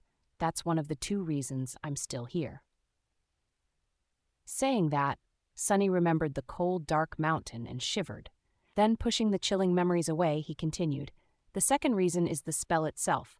I won't go as far as to call it reasonable, but it is fair, in its own perverted way. The spell takes with one hand and gives with the other. It was like this with my first nightmare, and it is the same with you. Cassie's frown deepened. Sunny chose his next words very carefully. Eventually, he said, Your flaw is the most debilitating one I have ever seen or heard of. You are right, without help from someone like Neff, it would have been a certain death sentence, and people like her, well, I'm not even sure that someone else like that exists. But, the blind girl gritted her teeth. But what? Sunny looked at her with a serious expression. But that also means that the other side of the flaw, your power, is equally as extraordinary. You just haven't found the way to grasp it yet. When you do, believe me, you'll remember this conversation and feel very embarrassed about how naive and foolish you were. Cassie's expression changed to one of doubt and confusion. Do you really think so? She whispered. There was a hint of desperate desire in her voice. However, the question itself almost made him laugh, for an obvious reason.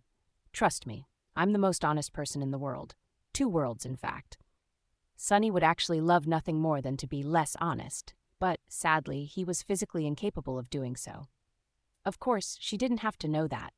Cassie was silent for a long time, lost in thought. It looked as though she was in the throes of some inner struggle.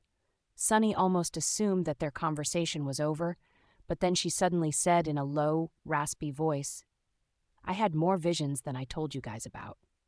Chapter 56, The Heaviest Thing in the World.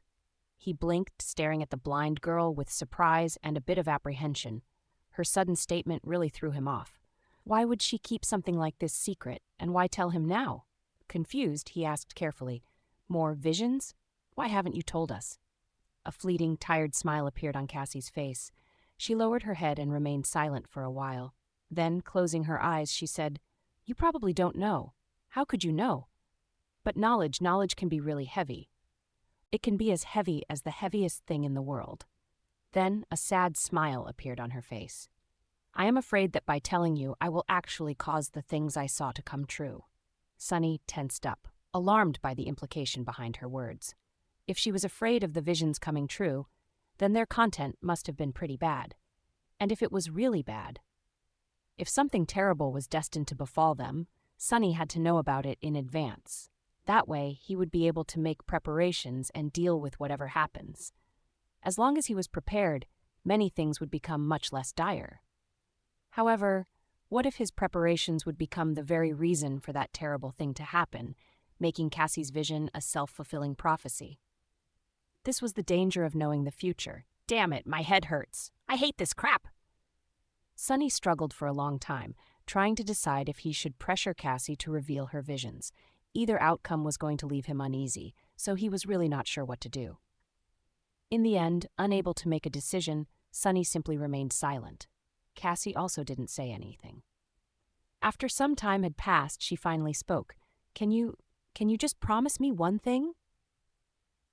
It seemed as though this was her attempt to find a compromise between revealing everything and doing nothing. Sunny frowned. That depends on what it is. The blind girl hesitated before speaking. Can you promise that you'll take care of Neff? No matter what?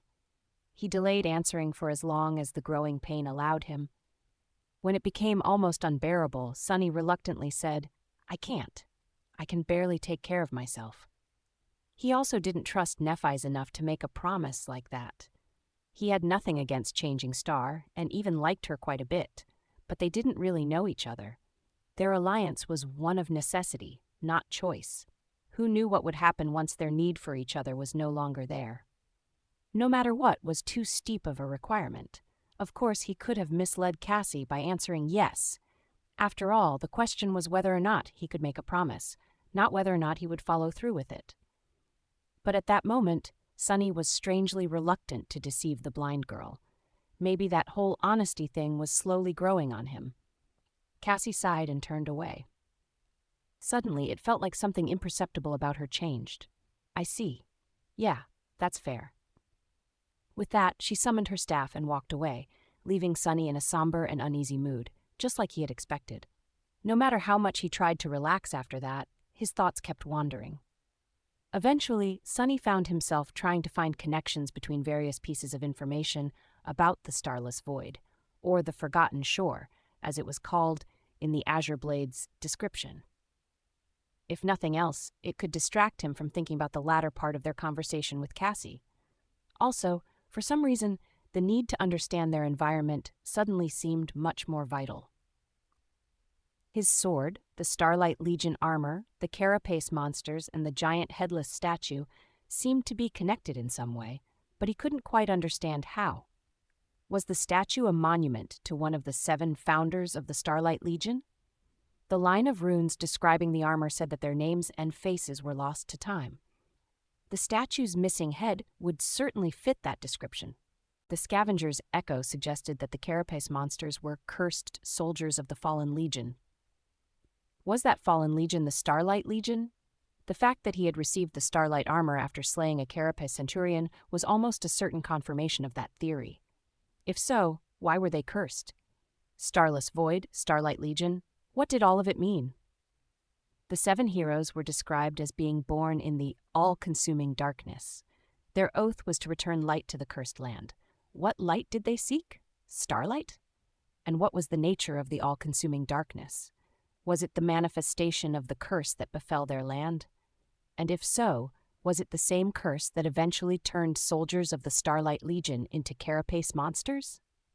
If the curse was still around, was Sunny going to wake up one day with patches of chitin growing over his skin? What a creepy thought. The 7 heroes were forgotten, but the memory of their oath, apparently, still remained. On this forgotten shore only Stell remembers. That was the Azure Blade's description.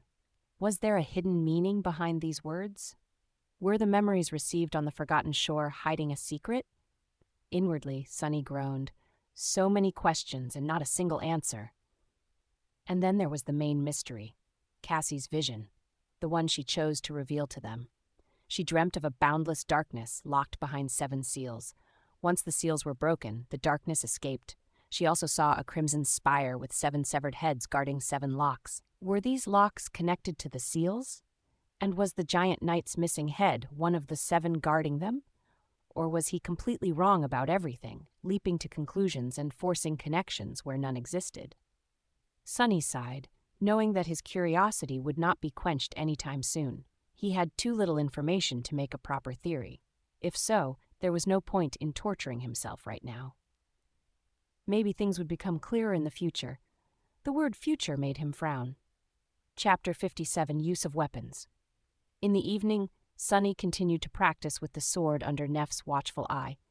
With his new insight, every movement felt different from before.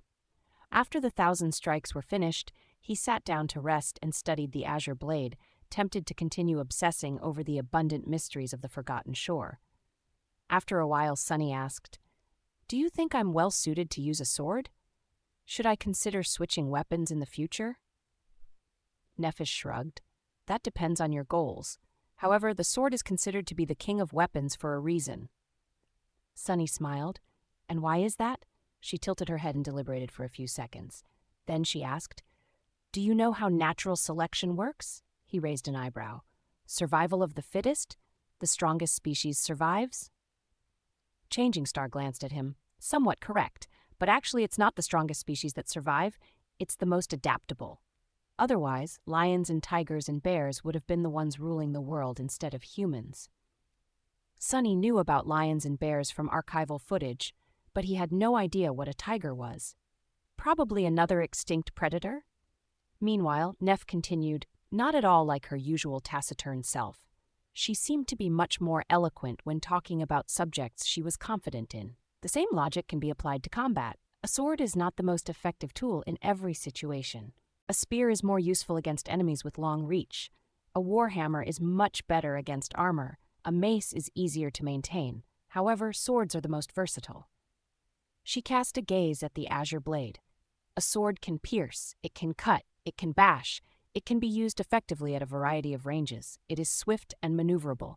Every part of the sword, from tip to pommel, can be used to attack. While wielding a sword, you won't be the best at everything, but you'll be the most adaptable. Nephis turned to him. Do you understand? Sunny thought for a bit before answering. I think I do. She gave him a nod and looked away. But in the end, you must remember one thing. It doesn't matter that much what's in your hands. A sword, a spear, a club. That's just tools. You are the weapon. He sighed and dismissed the azure blade. As always, Changing Star's lesson gave him a lot to think about. You are the weapon. He repeated it in his mind, feeling as though another piece of the puzzle had fallen into place. Together, they watched the sun set in comfortable silence. As the night approached, the sea was coming back, flooding the crimson labyrinth like a rush of darkness.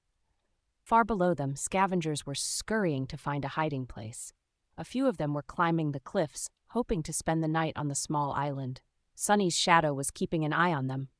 We're going to have guests soon, he said, disheartened at the thought that their short respite was about to end. Nifis sighed. That's all right. With the higher ground advantage, dealing with them won't be too hard. Sunny nodded and looked at the disappearing sun. Suddenly, his mood turned solemn.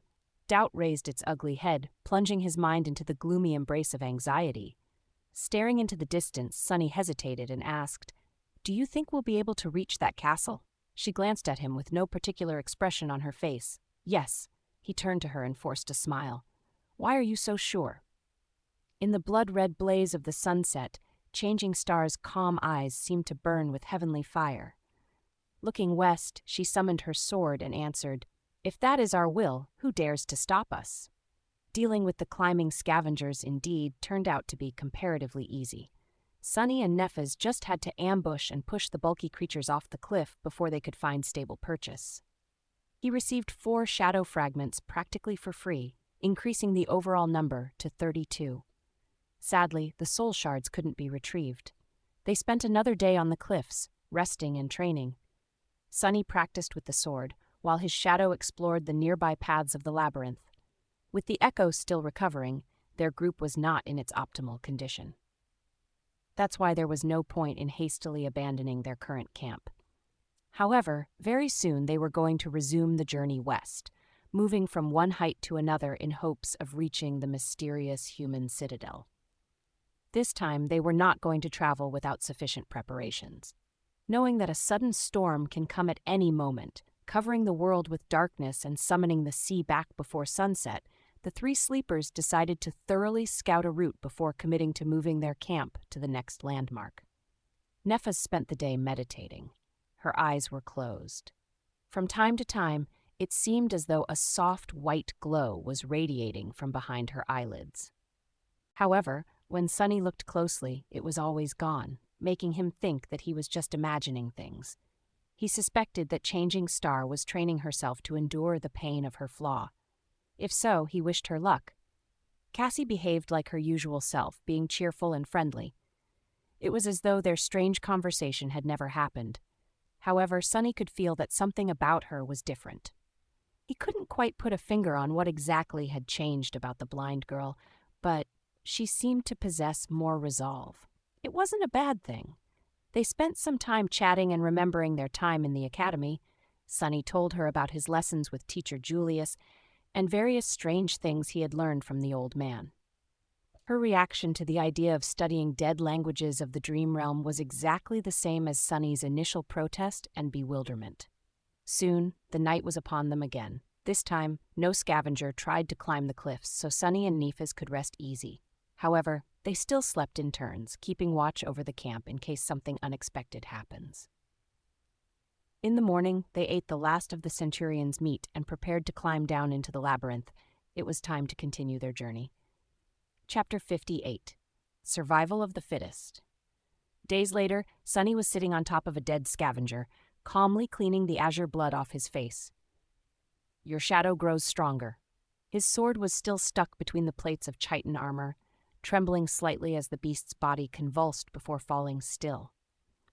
Somewhere behind him, the sound of breaking carapaces announced that Nephis was already digging out soul shards from the corpses of the creatures they had slain.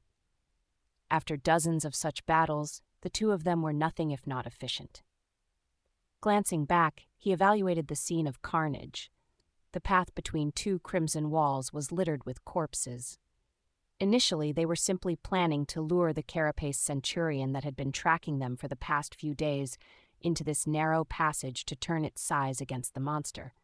However, things quickly took a turn. Attracted by the noise of the battle, both the scavengers and the weird centipede creatures that were waging war against the carapace legion in this part of the labyrinth showed up to join the fight. In the ensuing mayhem, Sunny and Nephis used the animosity between the two tribes of monsters to their advantage and ended up as the only victors. Not far from him, the Echo was mutilating the corpse of the centurion. Its lost arm had long grown back. Now, the scavenger was tearing pieces of monster meat with its new pincer and vindictively devouring them. Technically, an Echo wasn't supposed to experience hunger.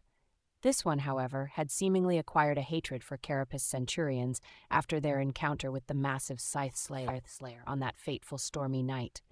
It had already been 2 weeks since they left the cliffs. In that time, many things had changed, while many remained the same.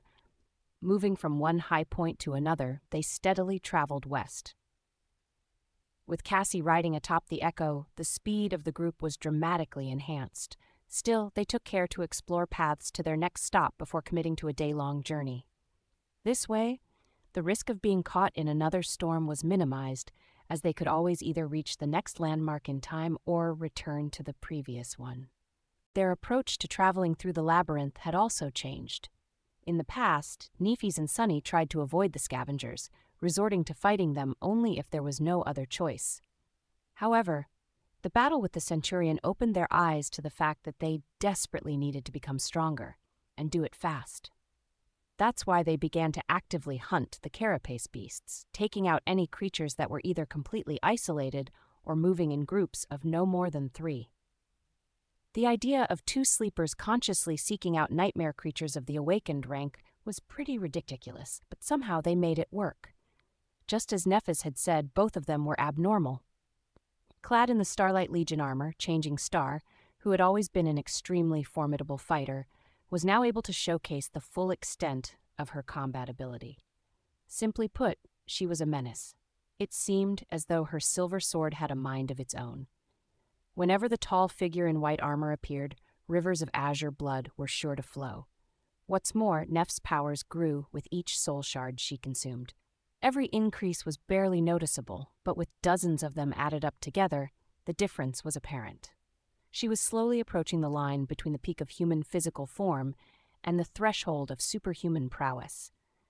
The same could be said about Sunny, although, in his case, it was predicated on the timely use of the shadow.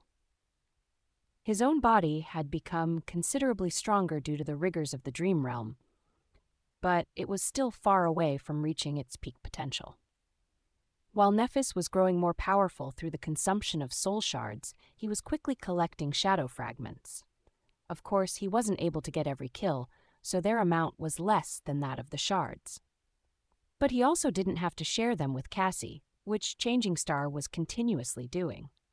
As the result, the rate of their progress was more or less the same. However, the slow accumulation of power was not the only factor that influenced the rapid growth of their combat effectiveness. Sunny's skill level and battle sense were also improving by leaps and bounds. Under the tutelage of sword goddess Nephis herself, he was quickly learning the ins and outs of wielding the blade. Then he was forced to apply these lessons to practice, participating in bloody battles each day with his life on the line. This brutal, merciless reality was, for better or worse, the best training grounds for a true fighter. There was no room for mistakes, only progress, because a single mistake would most likely become his last. One real fight was worth 1,000 hours of training. With experience, Sonny was able to gain knowledge. With clarity, he was able to turn this knowledge into a seed of understanding. But even that wasn't the biggest contributor to the dramatic increase in the group's overall might. The main culprit was, to his endless surprise, teamwork. After fighting side by side for so long, Sonny and Neffes had developed a tacit, intuitive understanding. Without the need for words and signals, they were able to act in unison with each other, perfectly coordinating their attacks and actions to better control the battlefield and destroy their opponents. The importance of this unity was hard to overestimate. With proper cooperation, it was as though their numbers doubled. The effect was immediate and overwhelming, at least as long as they chose their battles carefully. It was nothing short of jolly. With all this added up together, their group had turned from a trio of lost kids into a cohort of well-equipped, experienced, and battle-hardened survivors. Even Cassie was becoming stronger. Apart from the boost she had received from absorbing the soul shards, the blind girl was also slowly learning to live and function with her disability. After all, it was less than 2 months since she lost her sight. Cassie was still adapting to her condition, and she was doing an incredible job, considering the circumstances. She was still unable to help them fight against the monsters, but the burden of taking care of her was becoming less and less heavy. Sonny had also grown accustomed to it, even finding the time spent watching over the blind girl somewhat calming. The goal of reaching the human castle did not seem as impossible as it had before, and now he felt as though they were getting closer and closer.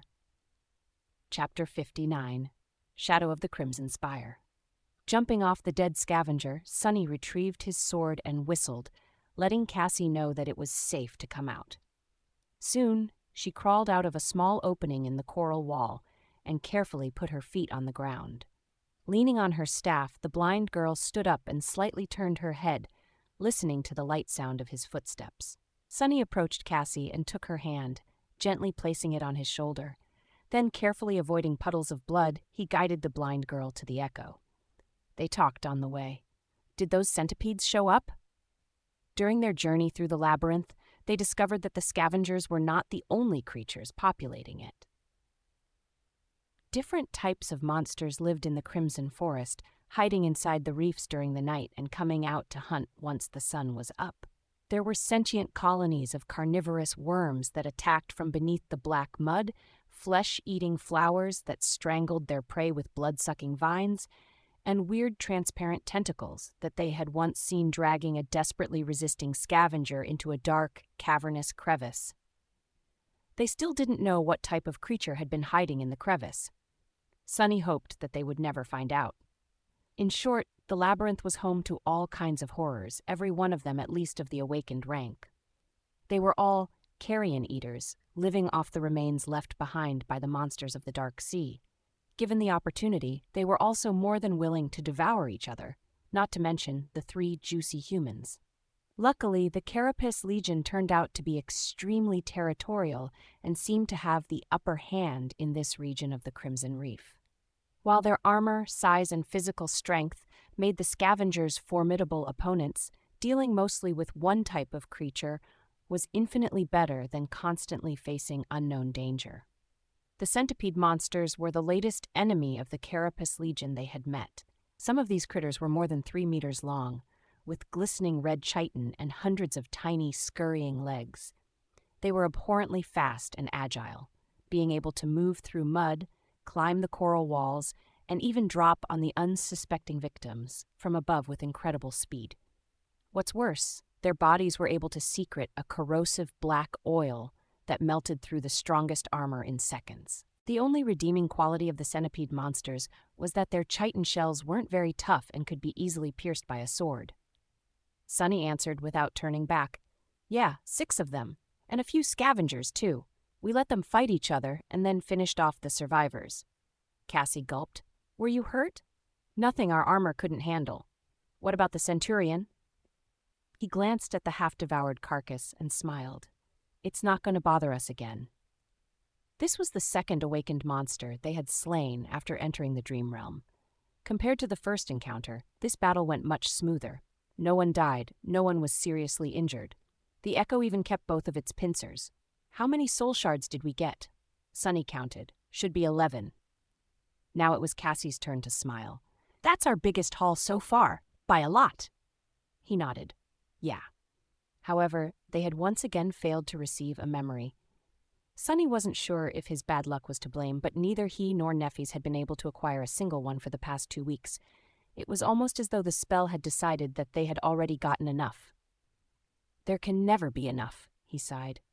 One of the games he and Cassie liked to play during camp was to discuss what they would buy after coming back to the real world and becoming rich. However, he had to collect a few memories to auction off first. Otherwise, where would the money come from? Consumed by greed and avarice, Sunny approached the echo and looked up at it with disapproval. Hey, you! Stop chewing! The scavenger obediently froze, a piece of meat still hanging from its mouth. Spit it out! Shaking his head, Sunny helped Cassie climb to her seat and handed her the reins. This weirdo actually gobbled up almost half of the centurion. What's up with that? Of all the echoes in the world, why did I have to get stuck with a defective one? His shadow solemnly nodded, expressing that it completely understood his sentiment. Sunny squinted at it. What a rare show of solidarity. The shadow didn't have any echoes, though. What defective individual was it stuck with? Cheeky bastard, Cassie laughed. Don't badmouth my steed. He is a great echo. I like him very much. It's a he now, huh? Sunny shook his head again and got to stripping the remaining meat off the centurion's carcass. Then he placed the meat into the seaweed saddlebags attached to the scavenger. He had made these bags himself to increase the group's carrying capacity. After all, the scavenger was supposed to be extremely strong. Not using it to their advantage would have been an oversight. After that, Sunny sighed and got to the least pleasant task, harvesting the oil sacs from the centipede monster's corpses. Each had 2 of them, connected to a special gland. The whole process was more disgusting than dangerous, since the corrosive effect was only achieved after the liquids from the 2 sacs were mixed.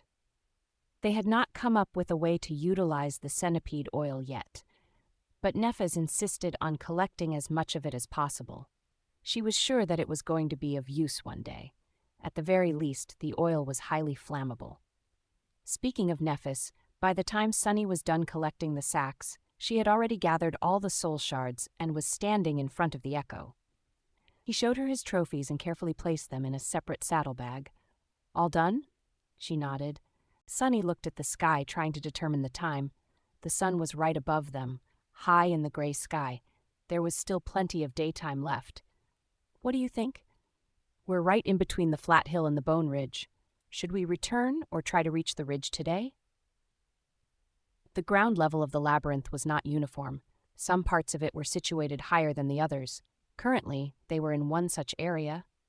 The dark sea was much more shallow here, which meant that there were more natural features that remained above water during the night.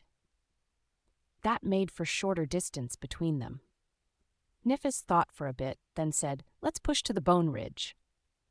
They had already scouted most of the way to it yesterday, so there wasn't much danger of getting lost in the labyrinth and not making it on time. With the carapace centurion dead, the unpredictable element that had been making their lives harder for these past few days was also gone.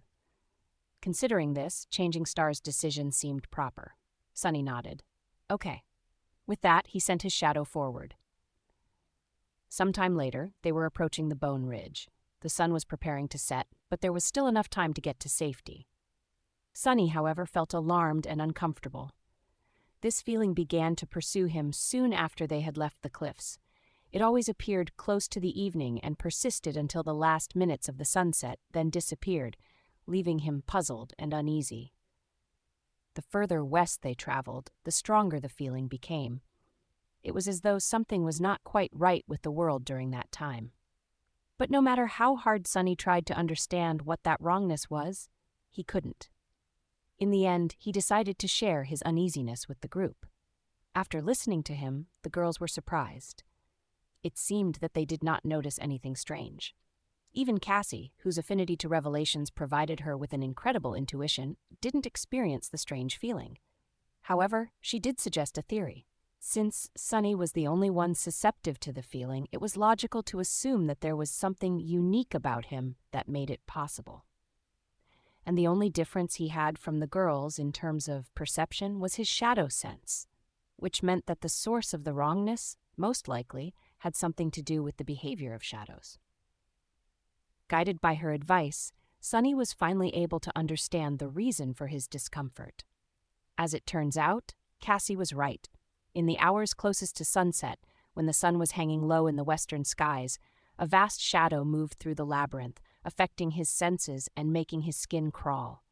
The shadow was too distant and colossal to be seen, but he could still feel its presence. When he told Cassie about the immense shadow, she nodded, as though it explained everything. Then she said, "That is the shadow of the Crimson Spire." Chapter 60, Bone Ridge. Back then, it took him a couple of seconds to realize what she was talking about. "The spire from your vision? The one with 7 seals?" Cassie nodded. "Yes. In my dream, it seemed to be as tall as a mountain. I could even see it from the walls of the human castle, looming in the distance like a crimson spear piercing the skies.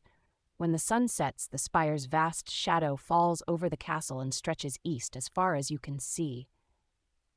She was silent for a moment, then added, "The feeling I got when looking at the Crimson Spire was very similar to what you had described, only much more intense." Sunny frowned, trying to remember the exact words Cassie had used to describe her vision. 7 severed heads guarding 7 seals, a dying angel being devoured by hungry shadows, feeling of extreme terror and loss. What was the deal with that spire exactly? Is it crimson because it's made out of the same stuff as the labyrinth? The crimson coral surrounding them was not, in fact, coral. It's just what they called it based on some resemblance, for the sake of simplicity. The actual nature of the strange material remained a mystery. Cassie hesitated. Maybe it's the other way around. Maybe the labyrinth is made from the same stuff as the spire. In other words, the Crimson Spire might have been the source of all this madness. Still, it was just a theory. There was too little information to confirm it. However, Sunny did feel that the spire was, in one way or another, at the center of all things that they had encountered. He just hoped that it wouldn't be their final destination. Knowing the reason behind his restlessness, Sunny was able to endure it much better. He even found a hidden benefit to this situation. As long as he sensed the shadow of the Crimson Spire, he could pinpoint the direction to the human castle, since it was situated somewhere between their location and the source of the shadow. In a sense, the Crimson Spire had become his inner compass.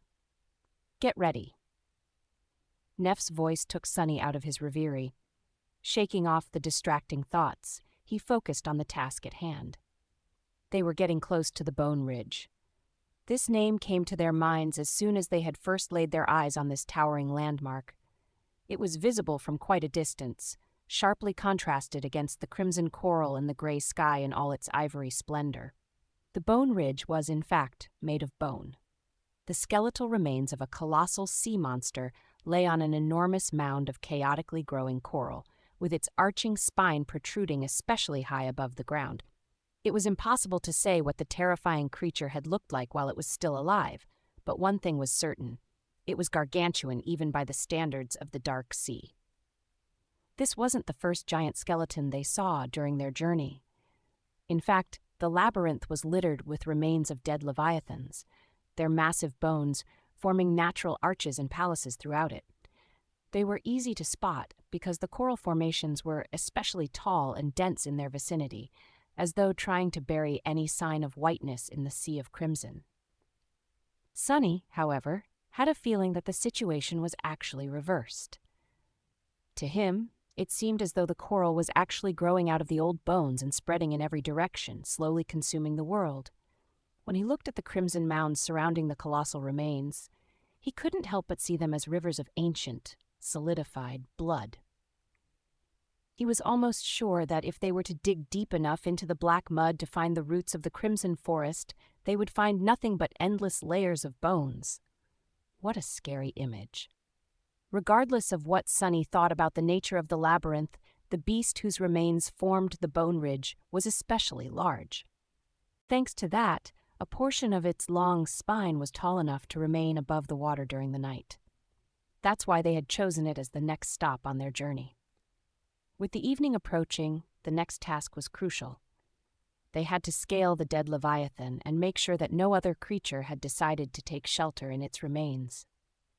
If something did, they had no choice but to try and kill it, since there was no time to retreat to their previous safe haven. The last step was often the riskiest. Coming to the base of the coral mound, the group moved around it, searching for a convenient path up. Eventually, they arrived in front of the creature's cracked, misshapen skull.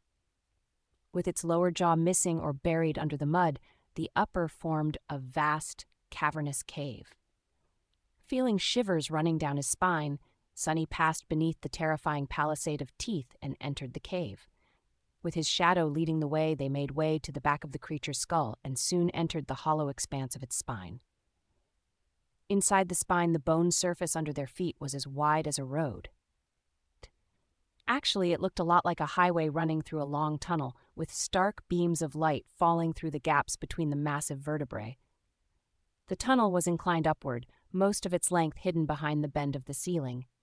When the echo entered the spine, its chitin legs produced a loud, echoing clatter.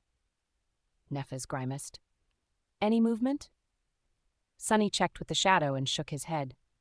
Changing Star looked forward and slightly lowered her chin. Let's proceed. Despite the fact that the shadow had not noticed any danger, they still summoned their swords before moving forward. It was not their first time being ambushed at the edge of safety. Luckily, their precautions turned out to be unnecessary. Nothing was hiding inside the gargantuan remains, so they were able to reach the highest point of the spine without having to cut their way through an unknown number of monsters. By the time they got to safety, the sun was already setting. The dark sea was returning, filling the inside of the sea monster's spine with the echoing sound of rushing water. Sunny took the saddlebags off the echo and dismissed it, making their camp instantly feel much roomier. All three of them were in desperate need of a bath. Leaving the girls alone to give them an opportunity to wash themselves, Sunny walked some distance away and sat down, letting his tired body rest. His shadow returned to the lower parts of the spine, watching the black, dim water slowly rise and devour the ivory whiteness. He had to make sure that nothing would crawl out of the water at the last minute. With half of his mind preoccupied with observing the rising tide, the other half was free to wander. Sunny summoned the runes and checked the number of shadow fragments in his possession. Shadow fragments, 96, 1000. Not bad. He only had 12 at the beginning of all this. In less than a month, the amount increased dramatically. He was stronger and faster now. He was also more experienced. However, that still left him far inferior to even the weakest nightmare creatures of the Forgotten Shore in terms of raw physical might, even with the help of the shadow. How long before I'm able to wrestle a scavenger with my bare hands? The answer was pretty obvious, not to mention extremely disappointing. Not before his own shadow core had awakened, which could only happen after returning to the real world. Sunny sighed. Soon it was his turn to wash. Taking the bottle of endless water from refreshed, rosy Cassie, he walked back to his secluded spot and dismissed the poupetter's shroud. A cold breeze touched his pale skin, making Sunny shiver. He looked down, shaking his head at the amount of dirt, sweat, and dried blood that was covering his body. Being an awakened was not the cleanest of professions. While he was washing up, Nephi's used the remaining time before nightfall to make a fire and cook some meat. These days, they even had salt to season it. At first, the idea of using the sea salt left behind by the dark sea did not seem very appealing, but after a while, they grew accustomed to it. Salt made every meal they had much tastier. They ate in silence, too hungry and tired to talk. Soon it was time to sleep. Sunny took the first watch, planning to fit in some sword practice before it was his turn to rest. Going through the motions of the basic kata, he split his mind in two. One part was concentrating on the movements of his body, while the other, smaller part, was observing the surface of the black water through his shadow. In the absence of wind, the dark circle covering the lower part of the spine was strangely calm. This was his first time seeing the black water without the constant undulation of waves, with its surface strangely flat and absolutely still. It looked like a giant mirror, one that was made of pure darkness. It was unnaturally mesmerizing. Suddenly, he felt a strong desire to come closer and take a look at his reflection. However, Sunny didn't move. He was terrified of what might look back. Chapter 61, Sea of Ash. In the morning, Sunny woke up feeling grim and uneasy. The memory of the frightening dark mirror was still fresh in his mind, making every shadow seem sinister and foreboding.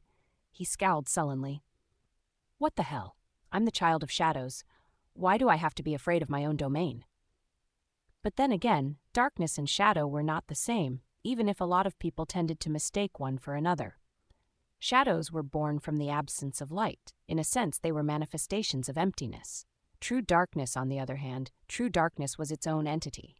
In a sense, shadows shared more in common with light than they did with darkness. I mean, I guess they do. Do they? Philosophical debates with his internal monologue were not the best way to start the day, at least as far as Sunny was concerned. His already sour mood only got worse. With a short sigh, he sat up and stretched his arms, yawning. Good morning. The sound of his voice was almost drowned by the echoing noise of rushing water. With the sun rising, the dark sea was in a hurry to retreat. Sunny was finally able to relax a little. Morning. Nephis had been guarding the camp during the latter part of the night, so she was already awake. As usual, she was meditating with her eyes closed. In the absolute darkness of the night, watching over something actually meant listening for suspicious sounds, so keeping one's eyes open was not that useful. For everyone except Sunny, that is, who had perfect night vision thanks to his attributes. Hearing him stand up, Changing Star slowly opened her eyes. A soft afterglow left behind by the dancing white flame could still be seen in their depth, quickly disappearing as her sight adjusted to the twilight of dawn. She looked at Sunny and offered him a polite smile. In the past 2 weeks, Nephis had also been training, perhaps even more diligently than him. However, she wasn't trying to improve her swordsmanship. She was actually trying to learn how to behave like a normal human. As the result, their interactions had become slightly less awkward, for the most part. Sunny was able to recognize Changing Star's efforts because they were very similar to a phase he himself had gone through many years ago. On several occasions, he had caught her intently observing how Cassie talked and behaved around them. Sometime later, Neph would randomly try to mimic small details of her friend's behavior. The results were a mixed bag, to say the least. The first time she tried to greet him with a smile in the morning, Sunny panicked and almost summoned the Azure Blade. However, Nephis was very smart and persistent. Today, her polite smile looked almost natural. He had no idea why Changing Star decided to work on her social skills, of all things, during their perilous journey through the monster-infested hellscape that was the Forgotten Shore. But he didn't mind. It was actually rather entertaining to watch. Watching her torture herself every day, enduring terrible pain in hopes of learning to better control her aspect ability, on the contrary, was not fun at all.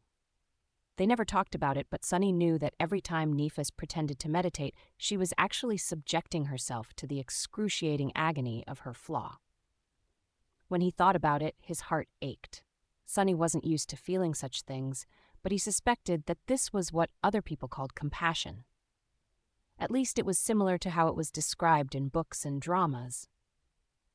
Not that he knew a lot about that stuff. After they had breakfast, Nephis stood up and looked at the beam of light falling through the nearest gap between giant vertebrae. Turning to Sunny, she said, "Let's study the surroundings." They needed to get the lay of the land and decide on their next step.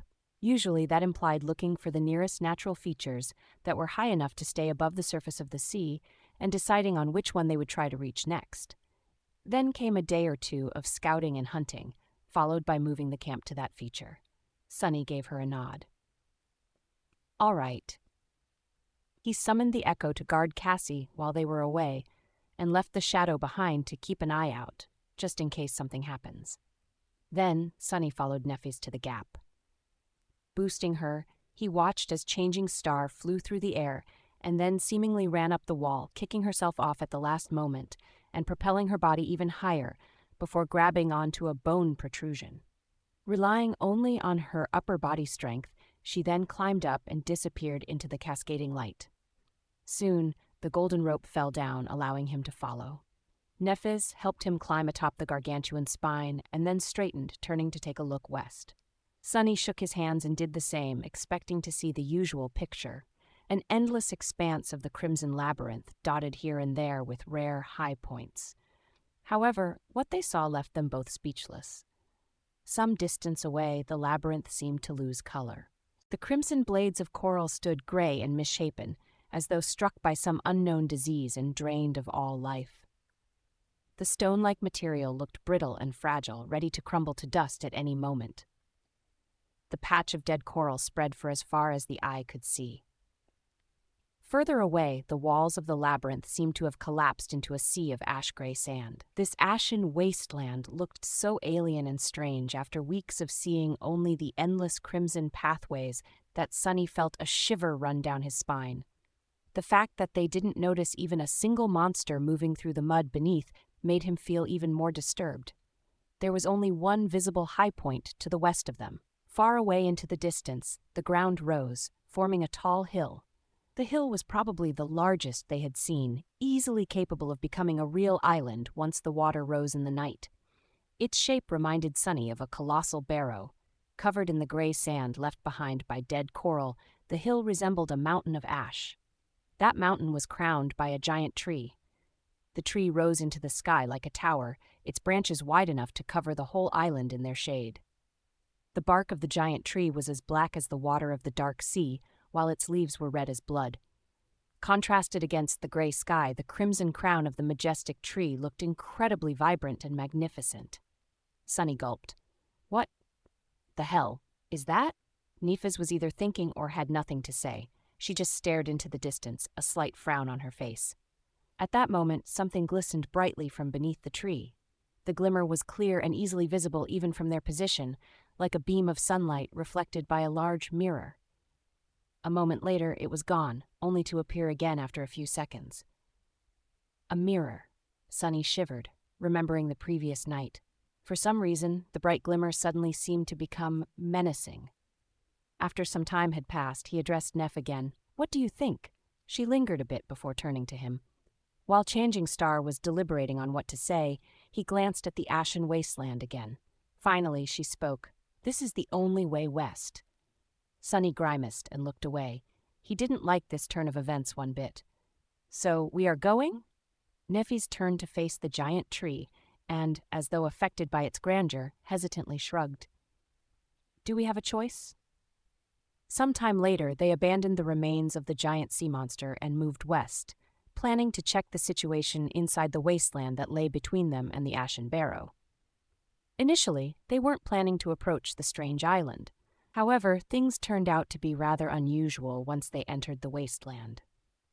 With gray sand under their feet and dead coral walls surrounding them, the group was fully prepared to face unknown danger.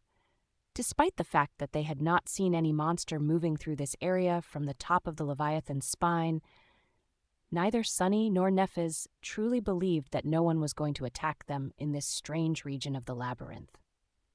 There were too many ways for the nightmare creatures to hide themselves, and if there was one thing the sleepers had learned during their time on the Forgotten Shore, it was that everything here was either deadly or concealing something capable of killing them. In that regard, their first encounter with the carnivorous worms was especially traumatic. However, their common sense turned out to be wrong this time around. The wasteland was quiet and empty, completely void of any signs of life. The absence of monsters was, in theory, supposed to make Sunny feel better, but he felt even more nervous than usual instead. This whole situation reeked of danger. It was strange and unnatural.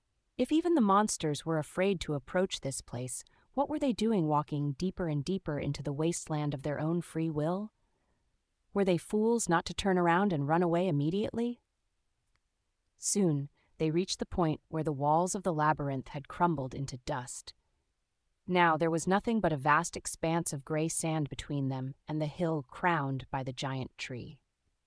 Nothing could hide on that ashen flat. However, they would also be unable to conceal themselves from anyone's gaze. Sunny glanced at Nephi's. Are you sure you want to do this?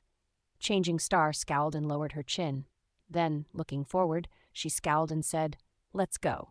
Chapter 62, Hide and Seek. As soon as they left the familiar confines of the labyrinth and stepped into the vast expanse of the ashen wasteland, Sunny felt strangely uncomfortable.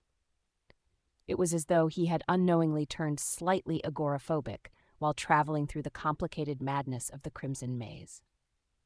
He had grown accustomed to being surrounded by tall walls of coral, with endless tangled paths stretching in all directions for as far as he could see. Despite the fact that the labyrinth was hiding numerous dangers, it also offered a strange sort of safety, at least in the case of Sunny, who had the advantage of being able to see beyond its twists and turns, thanks to his stealthy shadow scout. Now, with gray sand beneath and nothing to break the line of sight, he had lost that advantage. The idea of not being able to hide from the enemy made him feel naked. Keep cool, there's no one here. That thought, which was supposed to calm him down, had the opposite effect instead. Indeed, there were no nightmare creatures anywhere in the desolate wasteland. But why was that? What made them so eager to avoid this place? Nephis was walking in the front of the group, with Sunny right behind her. The Echo was in the rear, moving at a slow pace. He looked around and, after a bit of hesitation, said in a low voice, I don't like this. Nephis glanced at him with her indifferent expression. Turning away, she simply said, Stay alert. They continued forward in silence, sand squeaking under their feet. A dozen or so minutes later, Changing Star raised her hand, gesturing them to stop. Turning to Sunny, she asked, Has your shadow noticed anything? He shook his head. No. There are some irregularities here and there, like small knolls or shallow pits, but nothing is moving. Mostly, it just seems flat and lifeless. He turned to Cassie and asked hesitantly, Do you hear anything?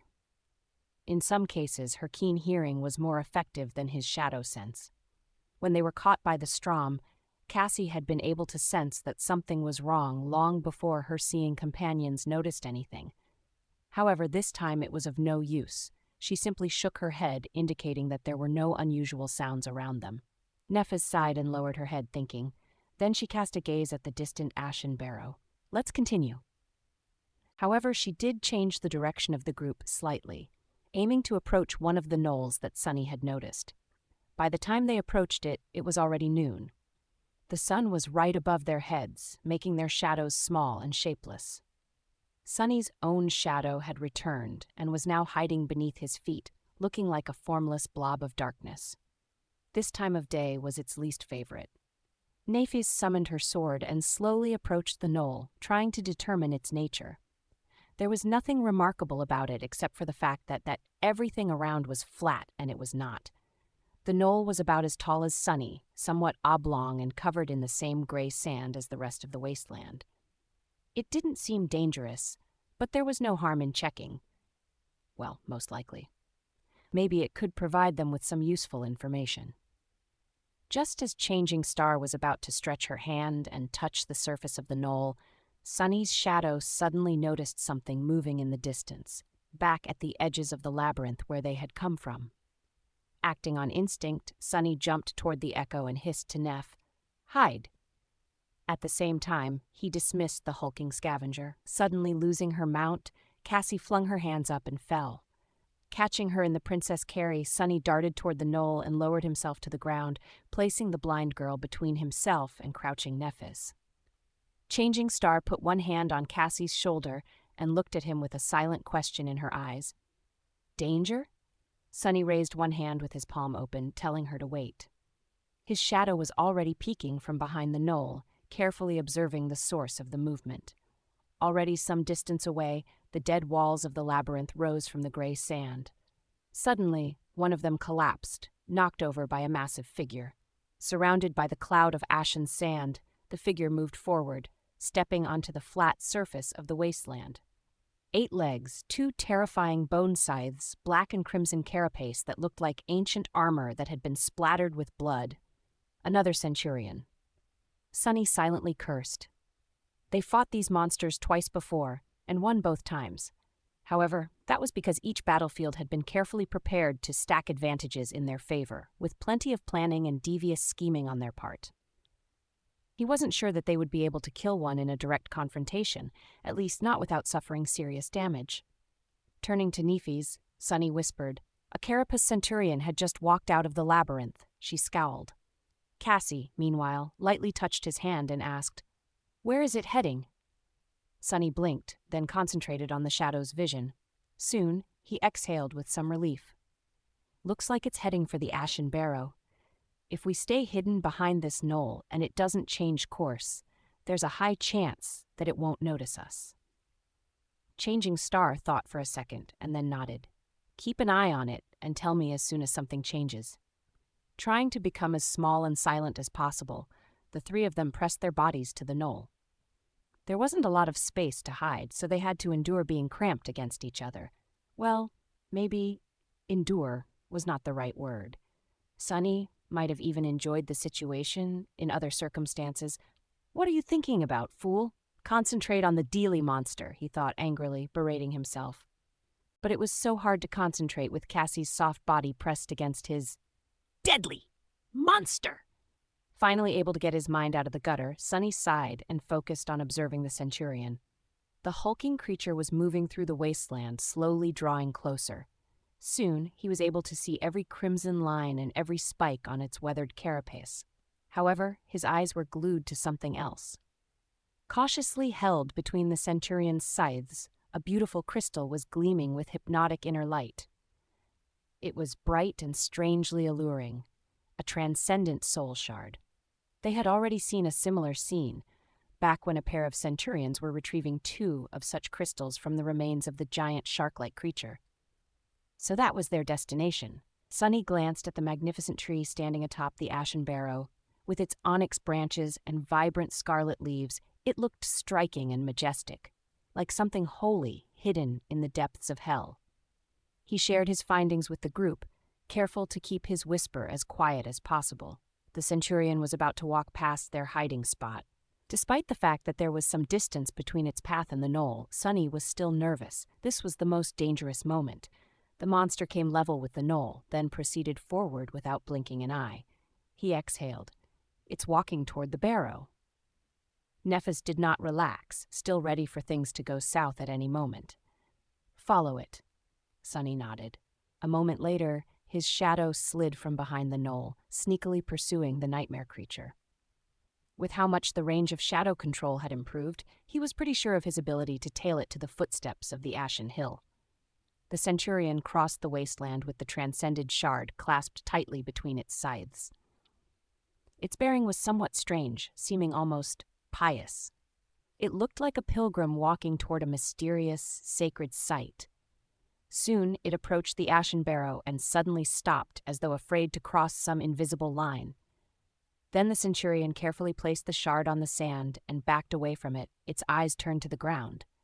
After distancing itself from the gleaming crystal, the massive creature kneeled. Sunny had to rub his eyes to make sure that he wasn't seeing things. He wasn't. The carapace centurion bent its 8 legs and lowered itself to the ground, submissive placing its terrifying scythes in front of its bowing torso. Noticing Sunny's strange behavior, Nephis raised an eyebrow. "What is it?" He hesitated. "Wait." At this moment, his shadow, which was safely hidden some distance away from the kneeling monster, noticed a slight change on the surface of the Ashen Barrow. The bright glimmer they had seen from the top of the Leviathan's spine was back. Only this time, it was even more blinding. The glimmer rose into the air from the shadows cast by the branches of the towering tree and moved, slowly approaching the footsteps of the hill. When Sunny was finally able to discern the source of the shining, his eyes widened. Feeling a cold shiver running down his spine, he forgot to breathe. Chapter 63, Lord of Ashes.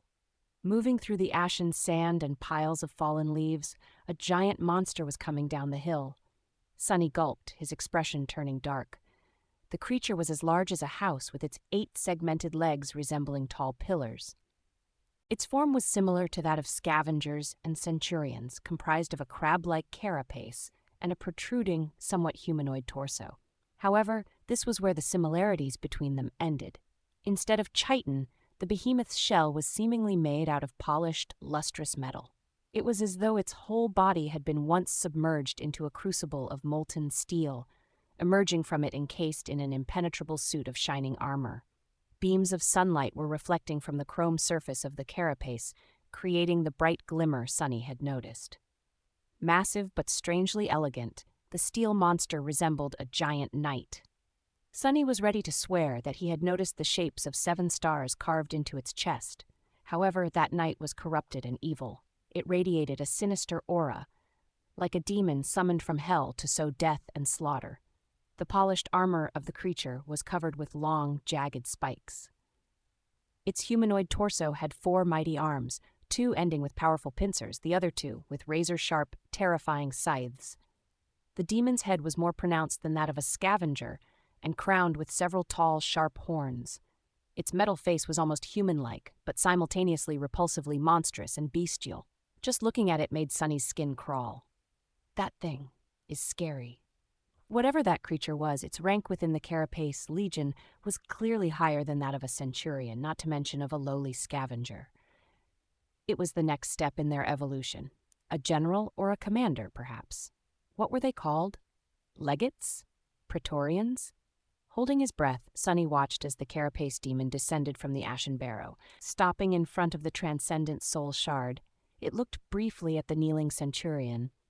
The deadly awakened monster shrank under its gaze, as if terrified of the larger nightmare creature. Sunny knew how it felt, since he did the same when the behemoth's eyes had briefly glided past his shadow's hiding place. Not paying the centurion any attention, the Carapace demon picked up the gleaming crystal and turned around. Then it unhurriedly returned to the shade of the giant tree's branches. Sunny slowly exhaled. "Sunny? What is happening?" He looked at Cassie, whose face was full of worry and curiosity. After hesitating for a little while, he said, "There's a new threat. Stay quiet a bit longer. I'll explain later." Back at the footsteps of the tall hill, the Carapace centurion was finally ready to stand up again. Sunny was in a dilemma. He had to follow the monster to make sure that it doesn't stumble on their hiding place on its way back to the labyrinth. However, he was also extremely curious to see what the Carapace demon was up to in its lair on the top of the ashen barrow. There was no time to think things through properly. Making a hasty decision, Sunny sent his shadow sliding over the gray sand. It masterfully avoided the Carapace centurion's eyes and was already climbing the tall hill a few seconds later. One look. I'll just take one look. Hiding in the deep shade cast by the majestic tree's scarlet crown, the shadow glided up the slope and approached the place where the Carapace demon had disappeared from its sight. On top of the hill, the ground was covered with fallen leaves. The ashen barrow was indeed larger than any high natural feature they had encountered before, vast and spacious as an actual island. However, the traces left behind by the massive creature's pillar-like legs could be easily seen. They led the shadow to the center of the island, where the obsidian tree's enormous trunk was rising from the ground, with its broad roots stretching in all directions. The Carapace demon was standing beneath the tree, looking up at its lower branches. The transcendent shard was still clenched in its pincer. "What is it looking at?" Sunny made the shadow trace the creature's gaze and noticed several round, appetizing fruits hanging between the scarlet leaves. One of them looked especially ripe.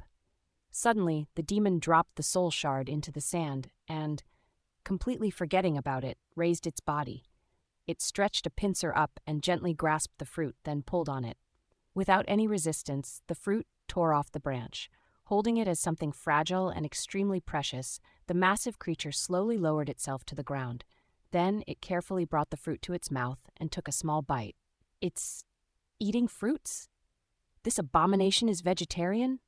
Bewildered and not quite sure of what he had just seen, Sunny had no choice but to command his shadow to leave and hurry to the base of the hill. The time was up, and if he wanted to catch up with the Carapace centurion, he had to act with haste. Gliding over the fallen leaves, the shadow descended from the ashen barrow and flew back in the direction of the labyrinth, soon catching up with the retreating monster. Phew.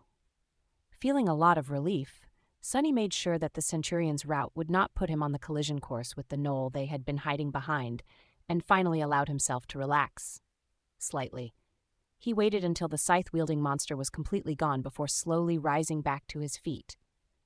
"It's safe to come out now. Nifis and Cassie stood up, stretching and massaging their limbs. Suddenly, remembering how tightly they were pressed against each other while hiding behind the knoll, Sunny just barely avoided turning red with embarrassment. Was a necessary measure. He was almost glad that the carapace demon had appeared at the perfect moment to take his thought away from that situation. What happened? Nifis looked at him and raised an eyebrow. For once, her expression of indifference did not look very convincing. Sunny glanced at the not-so-distant ashen barrow and shivered. There's danger ahead. We need to return to the Bone Ridge. I'll explain everything once we're safe and sound back at the camp. She opened her mouth to say something, but then thought better of it and remained silent, simply giving him a nod. The trust they had built was enough for that much, at least. Sunny summoned the echo, tied the golden rope around its torso, placed Cassie's makeshift saddle back on its carapace and helped the blind girl climb to her seat. Picking up the saddlebags, he fixed them back onto the scavenger and took a step away. They were ready to go. Before that, however, Sunny had one more thing to do. Coming close to the knoll, he used his hands to brush the sand off its surface. Soon, the onyx-black surface was revealed beneath. It was the same exact color as the bark of the colossal tree growing from the center of the ashen barrow. The knoll was, in fact, just a small portion of one of the tree's giant roots, raised slightly above the ground in this part of the wasteland. Sunny looked around, trying to calculate the size of this sea of ash. Finally, he was starting to understand what had drained all life from the giant patch of the Crimson Labyrinth. Back inside the Bone Ridge, they were sitting around the fire. The delicious smell of roasting meat filled the air, making Sunny's stomach produce embarrassing sounds. However, it wasn't time to eat yet. He was in the middle of telling the girls about what he had seen. After the centurion kneeled, another carapace creature came from the top of the ashen barrow. Only this one was not one of those we had seen before. It was easily twice the size of the centurion, 6 or 7 meters tall. I can't even imagine how much it weighs. It looked like a moving house.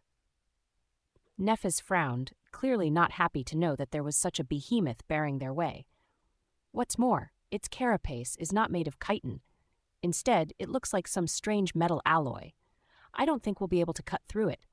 I also didn't notice any gaps in that monstrosity's armor, not even around the joints. Cassie gulped, turning her head to her friend. Changing Star, however, remained silent. Sunny sighed. In addition, that thing has 4 arms instead of the usual 2, a pair with pincers and a pair with scythes. They're even bigger than the Centurion's. Its carapace is littered with spikes, and it has long horns on its head. It also looks, more human-like. It almost got a face, albeit an extremely ugly one. And its eyes, well, I think that it is more sentient than anything we had faced before. Nefis was thoughtful. After a while, she said, "It is probably an awakened demon." Nightmare creatures with 1 soul core were called beasts. The ones with 2 cores were called monsters. 3 cores belonged to a class of creatures known as demons, with devils right above them with 4 cores. Sunny gave her a nod, indicating that he was in agreement with her conclusion. Or maybe a devil. In any case, I think we should avoid that scary bastard at all cost. Changing Star stared at him, tilting her head a little. For a minute or so, there was only silence. Sunny gritted his teeth, then sighed, then blinked a couple of times. Finally, he gave her a doomed, crooked smile. "Let me guess, you want to kill it." Chapter 64, Pursued by Demons. "Let me guess, you want to kill it." Nefis continued to stare at him with her usual unreadable expression. After a while, Sunny chuckled and shook his head in disbelief. "You really are crazy. That's an awakened demon we're talking about, remember? Have you forgotten that we're just sleepers?" Then he frowned and scratched his head. "Wait a second. I feel like we already had this conversation before. Doesn't it feel familiar?" Cassie glanced at the two of them and politely cleared her throat. "Actually, you had said pretty much the exact same thing right before we decided to attack that first carapace centurion." Sunny beamed. "Yes, exactly, and how did that end up? I almost got killed." Nefis shrugged indifferently. "You survived, didn't you?" Naki froze with his mouth open, too flabbergasted by the sheer audacity of her remark to answer immediately. A few seconds later, Sunny was finally able to speak again. That's not the point. Cassie gently touched her friend on the shoulder and whispered, Neff, that's not a very nice thing to say. Changing Star's face flushed a little. Glancing aside, she hesitated and said, What I meant to say is, we've won in the end, didn't we? It was a risk we had to take, and it paid off. We've grown stronger since then. Sunny had a feeling that the fight against the carapace demon was already inevitable, but couldn't bring himself to stop protesting, solely out of principle. But that thing, it's huge. It's so tall you won't even be able to poke it with your sword. What are we going to do? Ask the bastard politely to lower itself to our level. Neff frowned and looked at him with displeasure. It's just an awakened demon, I know. Sunny sighed and shook his head again, feeling like he was talking to a stone wall. Changing Star's mind was still a mystery to him. He had realized a long time ago that there was a deep, dark well hidden behind her seemingly radiant exterior. No one pushed themselves that hard, endured that much, went that far, unless they were being pursued by demons of their own. He knew that from experience. And judging by how far ahead of everyone he had ever known Nephis was, her personal demons were especially dreadful. Much more dreadful than the terrifying carapace demon, at least. But although Sunny understood that she was running from something, he had no idea what destination she was so desperate to reach. Just why was she so hell-bent on finding that damned human castle, even more so than Sunny himself? His burning desire to come back to reality and rip all the rewards that the world owed him was so intense that it would frighten most people to death. There were very few things that he wasn't willing to do to achieve his dream. However, it only had meaning for as long as he stayed alive. Nephis, on the other hand, seemed to pursue a goal that held more meaning than her life. Why else would she be so willing to risk it? Sunny just couldn't understand that logic. It was irrational and paradoxical. What can be more important than your life? If you die, you won't be able to enjoy the fruits of your labor anyway. He looked Nephis in the eyes and said, Back when we agreed to fight the carapace centurion, we did so because there was no other choice. We were literally stuck on a rock with it. What about now? Don't we have a choice to avoid the Ashen Barrow? She stared at him for a while and then simply said, That's the only way west. Sunny laughed. That is the truth, I'll give you that. When his laughter died down, he wiped the corner of his eye and said, All right, that makes sense. But believe me when I say it, as the only one who actually saw the carapace demon, we won't be able to defeat it in a fight. Nephis scowled. Your point? Sunny spread his hands. Don't misunderstand. Yes, we can't defeat it. But a dark smile appeared on his face. That doesn't mean that we can't kill it. Changing Star thought about it, then raised an eyebrow and asked, You have a plan? Sunny shook his head. Not yet, not entirely. Let me sleep on it. However, there's one thing I know for sure. He looked west, remembering the carapace demon's disturbing, bestial face. In the ensuing silence, Cassie turned her head to face him and asked with curiosity, What is it? Sunny blinked. Oh yes, it's pretty simple, really. Unlike the scavengers and centurions, that thing appears to be rather intelligent, which means that it can be deceived. They spent another uneventful night inside the dead Leviathan's spine. As far as their camps went, this one was probably the safest. There was a certain comfort in being surrounded by walls from all sides, even if they were made out of bone. Sleeping on top of cliffs and coral mounds, just meters away from the surface of the dark sea, exposed to elements, was not very restful. Sunny even entertained the thought of suggesting to Nephis that they should stay here for a while, a few weeks, or even months if needed. They could slowly explore the surrounding areas, hunt monsters, and grow stronger. Then, after absorbing hundreds of soul shards and shadow fragments, armed with dozens of memories and even a few more echoes, perhaps, they could attack the carapace demon and be more sure of success. However, he quickly realized that it was a bad idea. The Forgotten Shore was perilous and unpredictable. They were rather successful in conquering its dangers so far, but it was too easy for the situation to change. One moment of bad luck was enough to doom them. One wrong turn, one unfortunate encounter, one more enemy than they were able to handle, and their lives would be over. And that was only in regard to the usual menagerie of abominable horrors they had to fight on the daily basis. The labyrinth hid much more terrifying secrets and existences, not to mention the unimaginable terrors of the deep, dark sea. Every additional day they spent here gave a chance for something fatal and unavoidable to happen. Their best hope of survival was to face the carapace demon as soon as possible. Maybe after defeating it, they would finally be able to see the tall walls of the promised castle. Sunny tossed and turned the whole night, thinking about the giant creature and trying to give shape to the nascent seed of the idea of how to kill it. Close to the morning, he was finally able to fall asleep, only to be awakened by Cassie carefully shaking his shoulder half an hour later. Sunny blinked, looking at the blind girl in confusion. "What is it?" She gestured to Nefis, asking her to come closer. Then, a little pale, she gathered her courage and said, "I had another vision, a vision about the carapace demon." Chapter 65. Lights in the Darkness.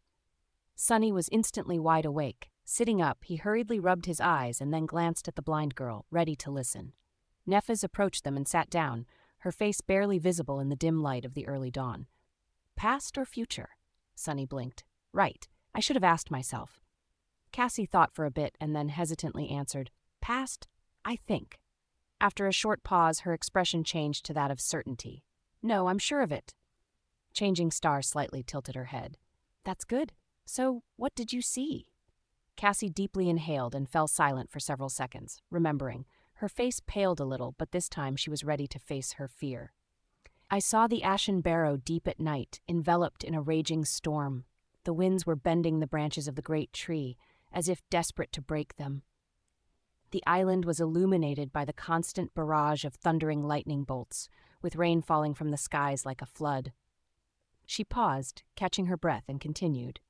"The carapace demon was there, standing in the middle of the storm like an unshakable fortress made of polished steel. Arcs of electricity were dancing between the spikes on his armor, but the demon did not pay it any attention.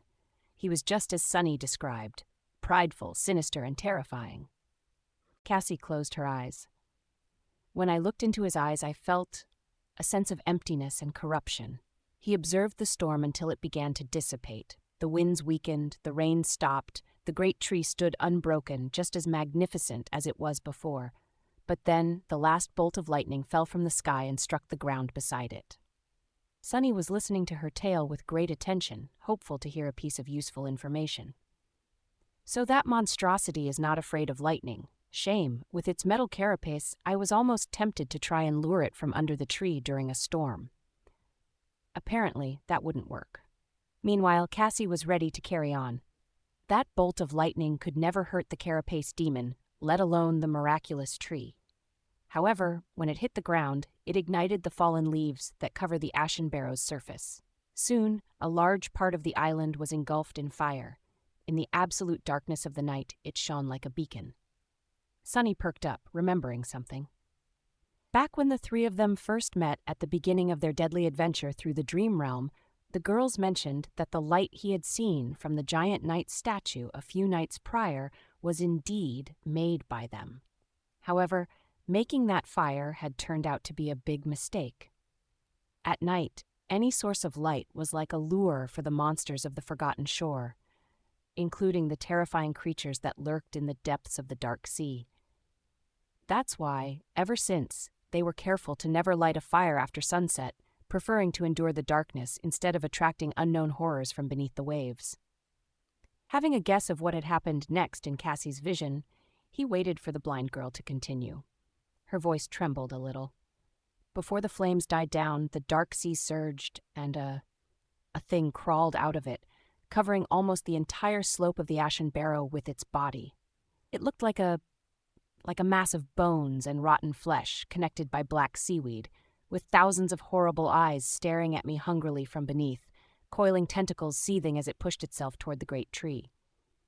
Her face turned slightly green.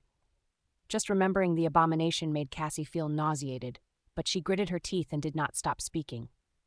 "That was the most repulsive creature I've ever seen.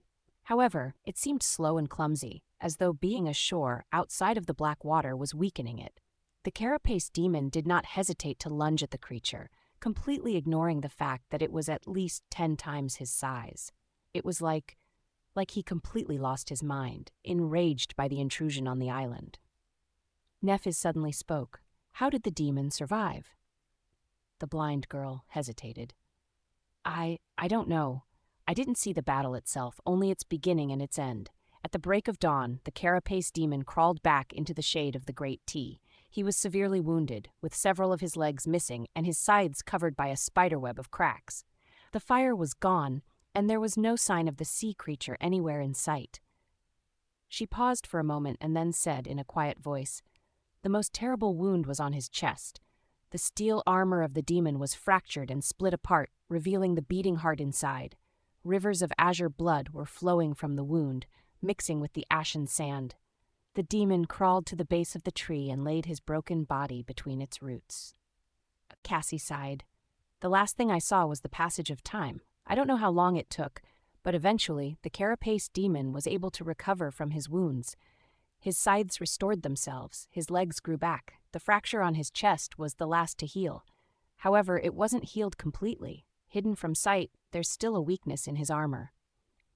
Both Sunny and Nefes were silent for a long time, thinking. Changing Star was the first to break the silence, so it's not impenetrable after all. Then she looked at Sunny and asked, "How's your plan coming along?" He blinked, extricating himself from the swarm of thoughts. Glancing at his companions, Sunny smiled. "Pretty well.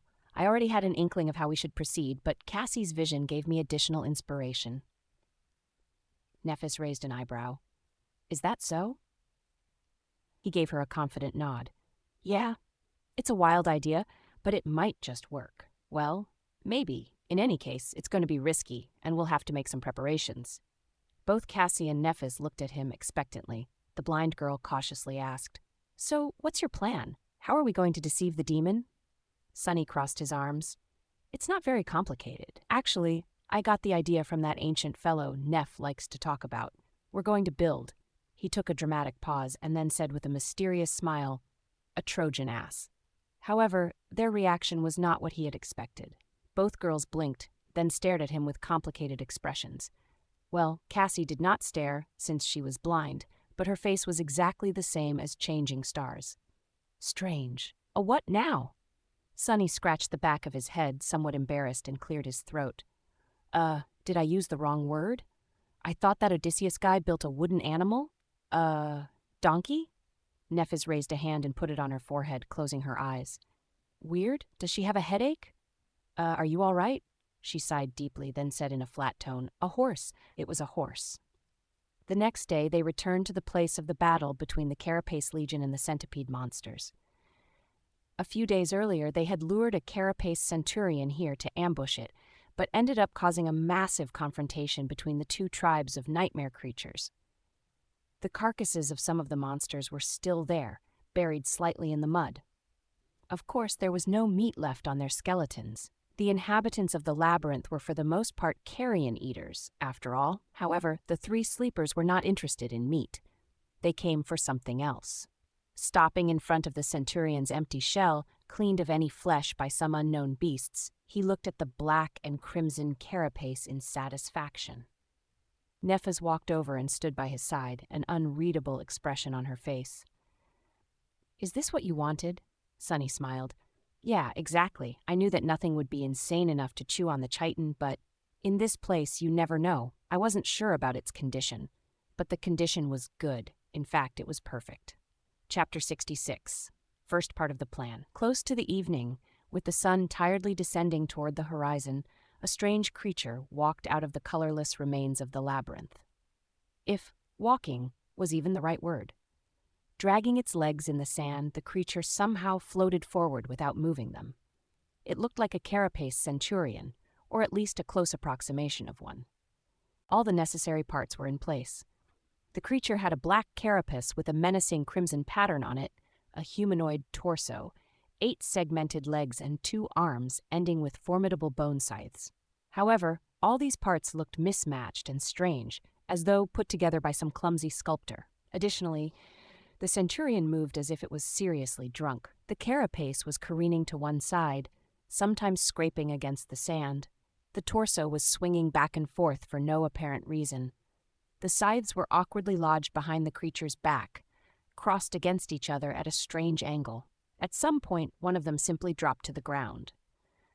The centurion stopped and hesitated for a few seconds, as though unsure what to do. Then it left its scythe arm behind and continued on its way as if nothing had happened. A perceptive observer would have noticed that the creature seemed to possess two shadows. The first shadow was as one would expect, its shape identical to the creature itself. The second one resembled a human.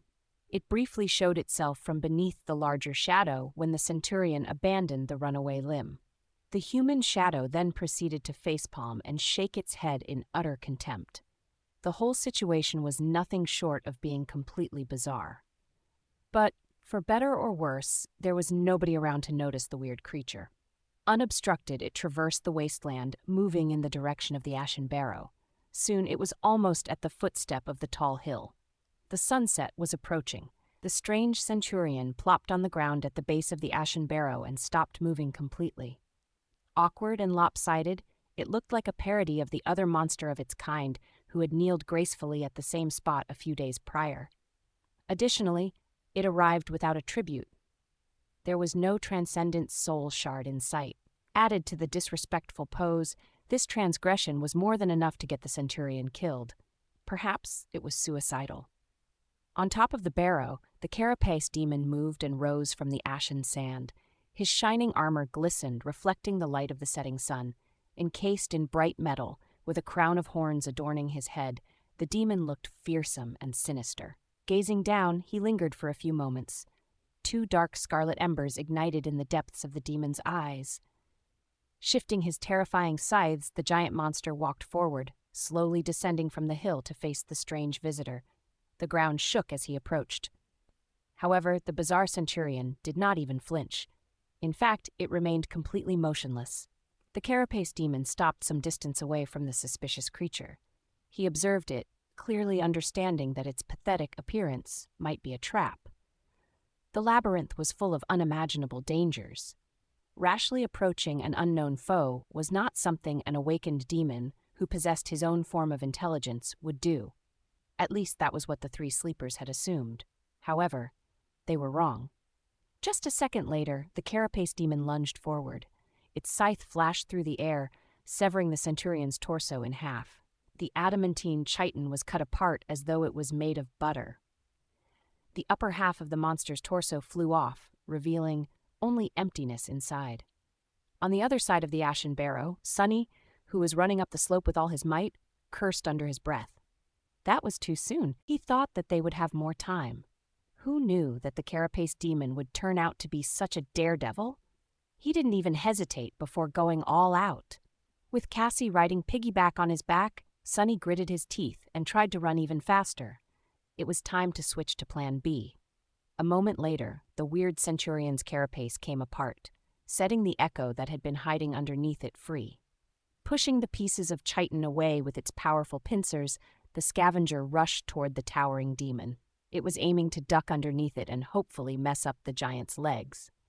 The first part of Sonny's plan was rather simple. They were going to use the remains of a dead carapace centurion to disguise the echo, which was much smaller in comparison, as one of the officers of the Carapace Legion. Then they would send it to the base of the Ashen Barrow to lure the demon away. The three of them were going to circle the hill and hide themselves under the gray sand in advance, then run up the slope into the center of the island as soon as the demon had left. The echo was supposed to buy them enough time to climb the great tree and conceal themselves in its branches. Then Sonny would dismiss the echo, thus finishing the first stage of the plan. He never intended for the scavenger to actually fight the fearsome demon. However, the carapace demon's unusually swift act of aggression had messed up the timing of the whole thing. The decoy was already destroyed, yet they weren't even halfway to the tree. In this situation, there was no choice but to order the echo to attack, hoping that it could stall the giant monster. That way, of course, Sonny was putting his scavenger at risk, but there was no other choice. Just as he was about to reach the crest of the hill, the echo tried to hide itself beneath the carapace demon's massive body. It was doing the same thing that Nephi's had done when fighting the first carapace centurion, intending to use the size of the enemy against it. The difference was that this time, The smaller participant of the fight was clad in a sturdy carapace, as opposed to a squishy human girl who had no protection. Even if the demon tried to crush the scavenger with its weight, it wouldn't be able to kill it. However, the demon understood it too. Moving with incredible speed, he shifted his torso and struck out with a pincer. The scavenger was swatted away like an irritating insect, flying through the air and heavily crashing onto the ground. Its carapace had almost cracked. Running toward the great tree, Sunny grimaced. He wanted to dismiss the echo, but knew that it was too soon. They needed more time. Ahead of him, Nefis was already approaching the enormous black trunk. Not wasting any time, she removed the seaweed rucksack from her back, gently laid it on the ground, and began climbing, grabbing onto the cracks of the onyx bark. Meanwhile, the echo was shakily rising to its legs. A stubborn light was burning in its eyes. Producing a loud screech, it clacked its pincers in the air and once again rushed toward the demon. "Go get him, buddy," Sunny screamed inwardly, wishing his scavenger luck with all his heart.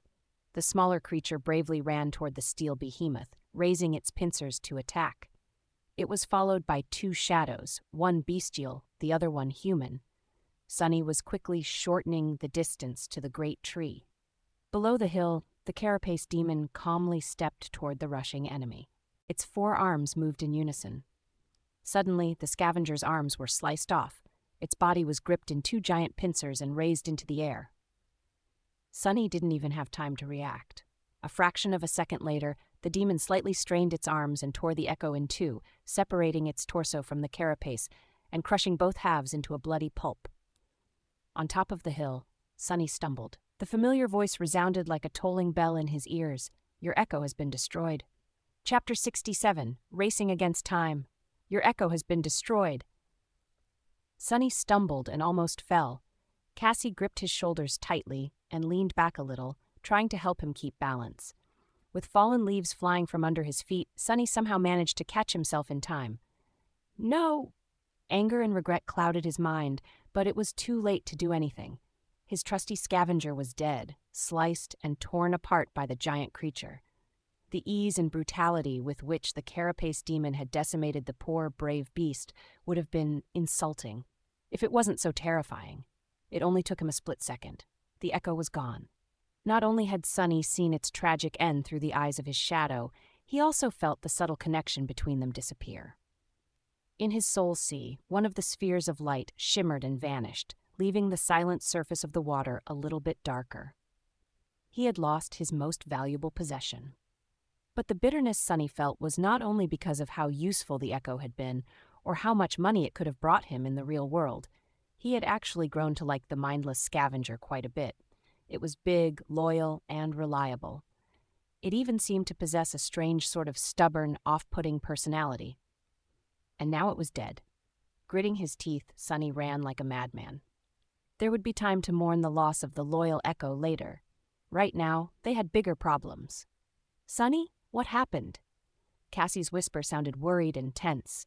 She must have felt the change in his mood through his posture and body language. To be completely honest, Sunny was in no shape to talk. Running up the hill at top speed with the blind girl on his back, no matter how delicate and light she was, had been a tall task for him without the support of the shadow. He was struggling to breathe, and there was still a considerable distance to the great tree. However, Sunny had to answer, his voice hoarse and rugged. He killed the echo. Then there was no time for words anymore.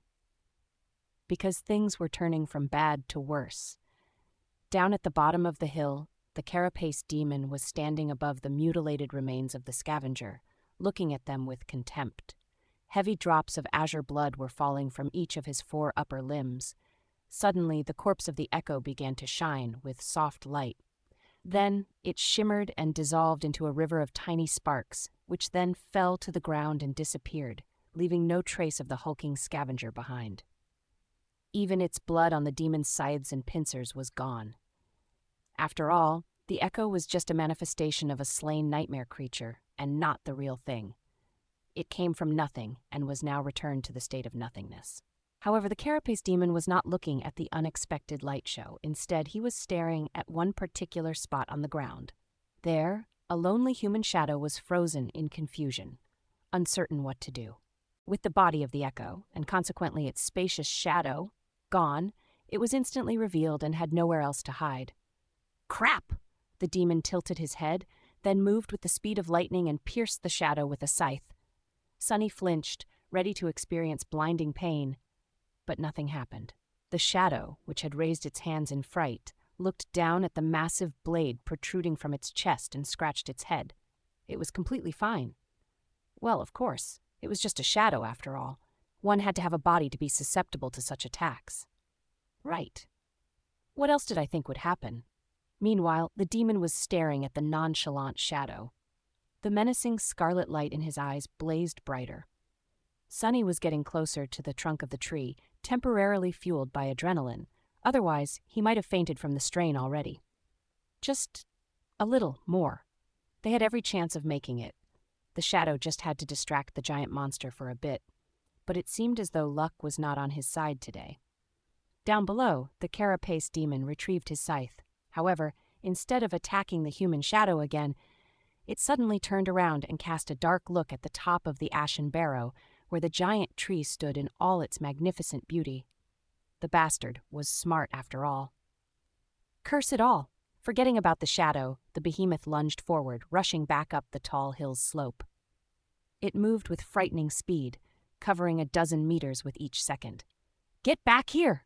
Sunny screamed to his shadow as he approached the trunk of the tree.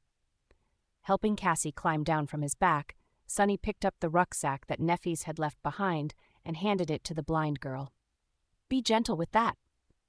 Cassie nodded, well aware of the contents of the rucksack, and carefully hung it on her shoulder. At that time, Changing Star had already reached the lowest branches of the great tree. Not wasting any time, she moved to a spot above her companions, summoned the golden rope, and threw one of its ends down. Catching the rope, Sunny quickly tied a loop and handed it to Cassie. "You go up first." The blind girl hesitated for a moment, then accepted it. Just as she was about to put her foot inside the loop, Sunny suddenly stopped her. "Wait, summon your staff." The wooden staff that Cassie used to walk was actually a magical item capable of summoning strong winds.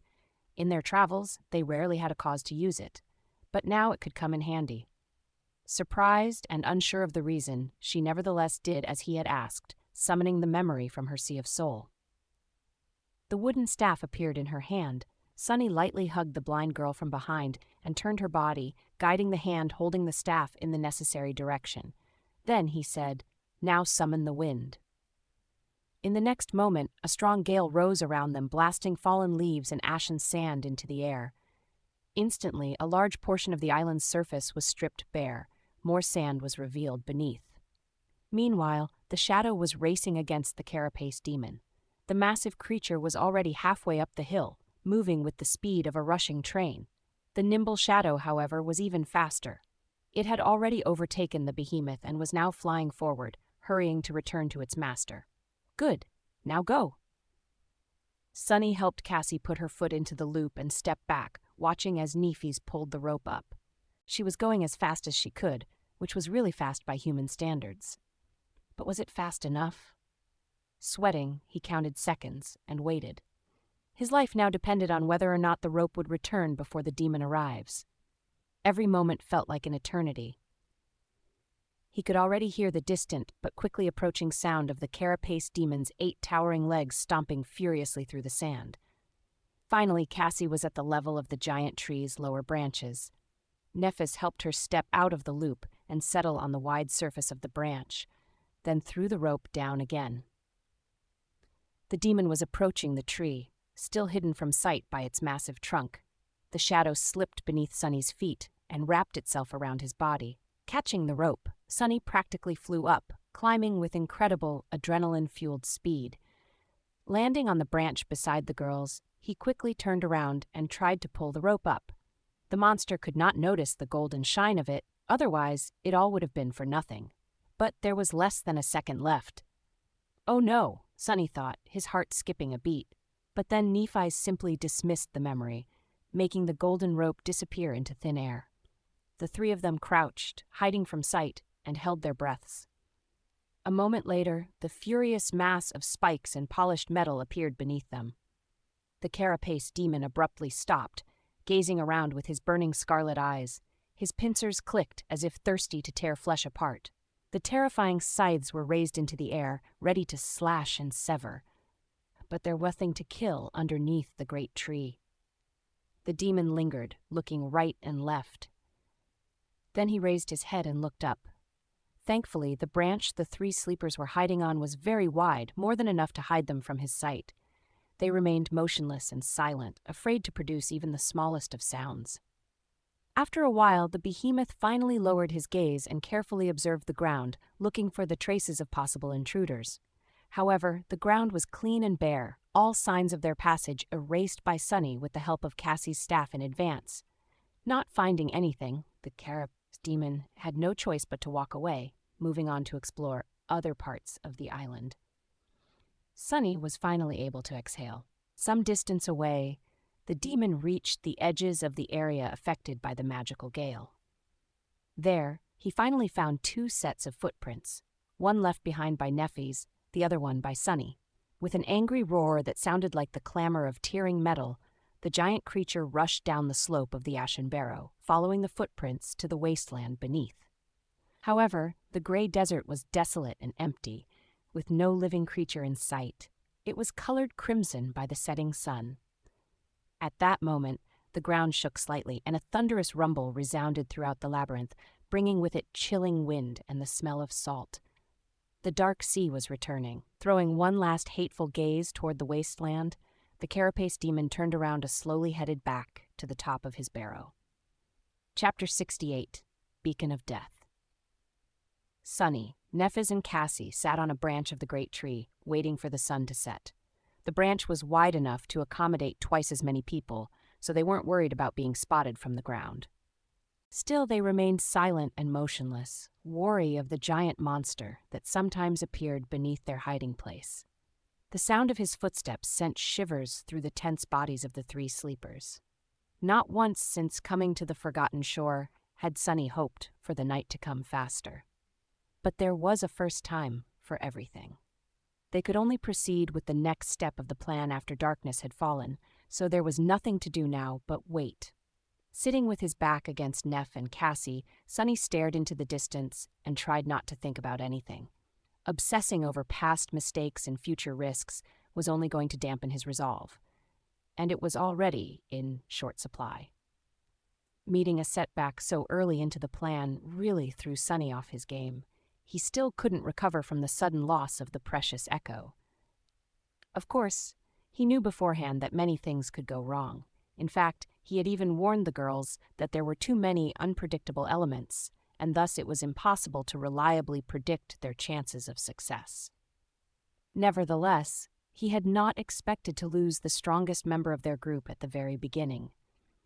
The first stage of the plan was supposed to be the safest. Things to come were going to be much more dangerous. Sunny looked at the darkening skies, barely visible through the thick canopy of the great tree's crown, and listened to the noise of the rising sea. In the dim twilight, Cassie shifted a little and then gently squeezed his hand. Her warm touch made Sunny tense up, but then, realizing that the blind girl was just trying to console him, he allowed himself to relax. Stupid. What am I, a kid? Holding hands will not solve anything. But despite these grumbling thoughts, Sunny reluctantly realized that he did feel a bit reassured, with no logical reason at all. Maybe they were going to pull this off after all. If this was their will, who dared to stop them? Soon, the night descended, drowning the world in absolute darkness. The Ashen Barrow had become an island in the black, undulating void of the dark sea. The branches of the great tree swayed gently in the darkness, their vibrant scarlet leaves now indistinguishable from the obsidian surface of the wood. The leaves whispered and rustled, creating a calming melody in the threatening murmur of the surging waves. Sunny sighed, knowing that the moment of truth was approaching. He was sure of his plan, as far as it was possible to be sure of anything in this cursed place. But he also knew all the risks and all the things that could go wrong. At the end of it all, they were still tossing a coin, hoping that its fall was not going to spell their doom. He felt Neff's position shift. She turned her head and glanced in his direction, a calm expression on her face. Today, Her inexplicable ability to remain composed in any situation, no matter how dire, was especially frustrating. Even though Changing Star could not see anything in the pitch-black darkness of the starless void, she knew that he would notice her questioning look. Sunny closed his eyes, then opened them again and slowly exhaled. "Let's begin." The three of them moved, performing a rehearsed set of motions. Cassie carefully shifted to the side, giving Sunny and Nephis space to do what needed to be done. Sunny gently placed the seaweed rucksack between himself and Neph, then opened it. His motions were slow and cautious. Inside the rucksack, 2 large clay containers lay surrounded by several layers of soft seaweed fiber. These jars were made by Sunny himself, and as such were not particularly sturdy. After all, he wasn't a craftsman. All his knowledge about pottery was received in a single day of listening to Teacher Julius's rants about the importance of clay in the development of human civilization. Still, he at least remembered the basics. Inside the jars, all the oil they had gathered from the centipede monsters splashed around, making Sunny's heartbeat unsteady. A centipede monster had 2 sacs in its body, each containing a different oily substance. When mixed, these substances produced an incredibly corrosive, deadly oil that could eat through a scavenger's carapace in seconds. It was also highly flammable. The jars contained the 2 components of the centipede oil. If they were to break during their run to the great tree, allowing the components to mix, well, there was a reason why the rucksack was entrusted to Nephis, while Sunny carried Cassie despite his inferior physical endurance. The centipede oil was the centerpiece of his plan. Placing the clay jars on the branch, Sunny took out one last thing from the rucksack. It was a makeshift torch made out of bone and, more seaweed. Traditionally, torches were supposed to be made out of wood, but on the Forbidden Shore, bones were much more easily found than sticks. In the darkness, he found Neph's cool hand, took it into his own, and then placed the torch on her open palm. At that moment, Sunny couldn't help but remember the other times Changing Star's hands had touched his body. The first time was when he was dying, his chest crushed by the Carapace Centurion's bone scythe. The other time was on the day he handed her the Starlight Legion armor and learned about her cruel flaw. Both days were very memorable, although for different reasons. He had a feeling that this day was also going to be forever etched in his memory, provided they lived to see the morning. Sunny deeply inhaled. "I'm ready." Nephis nodded and then rose to her feet. Standing tall, she grasped the torch and closed her eyes, as though praying. Clad in white armor, with her silver hair dancing in the wind, she looked like a beautiful, solemn angel. Then white radiance ignited beneath her eyelids.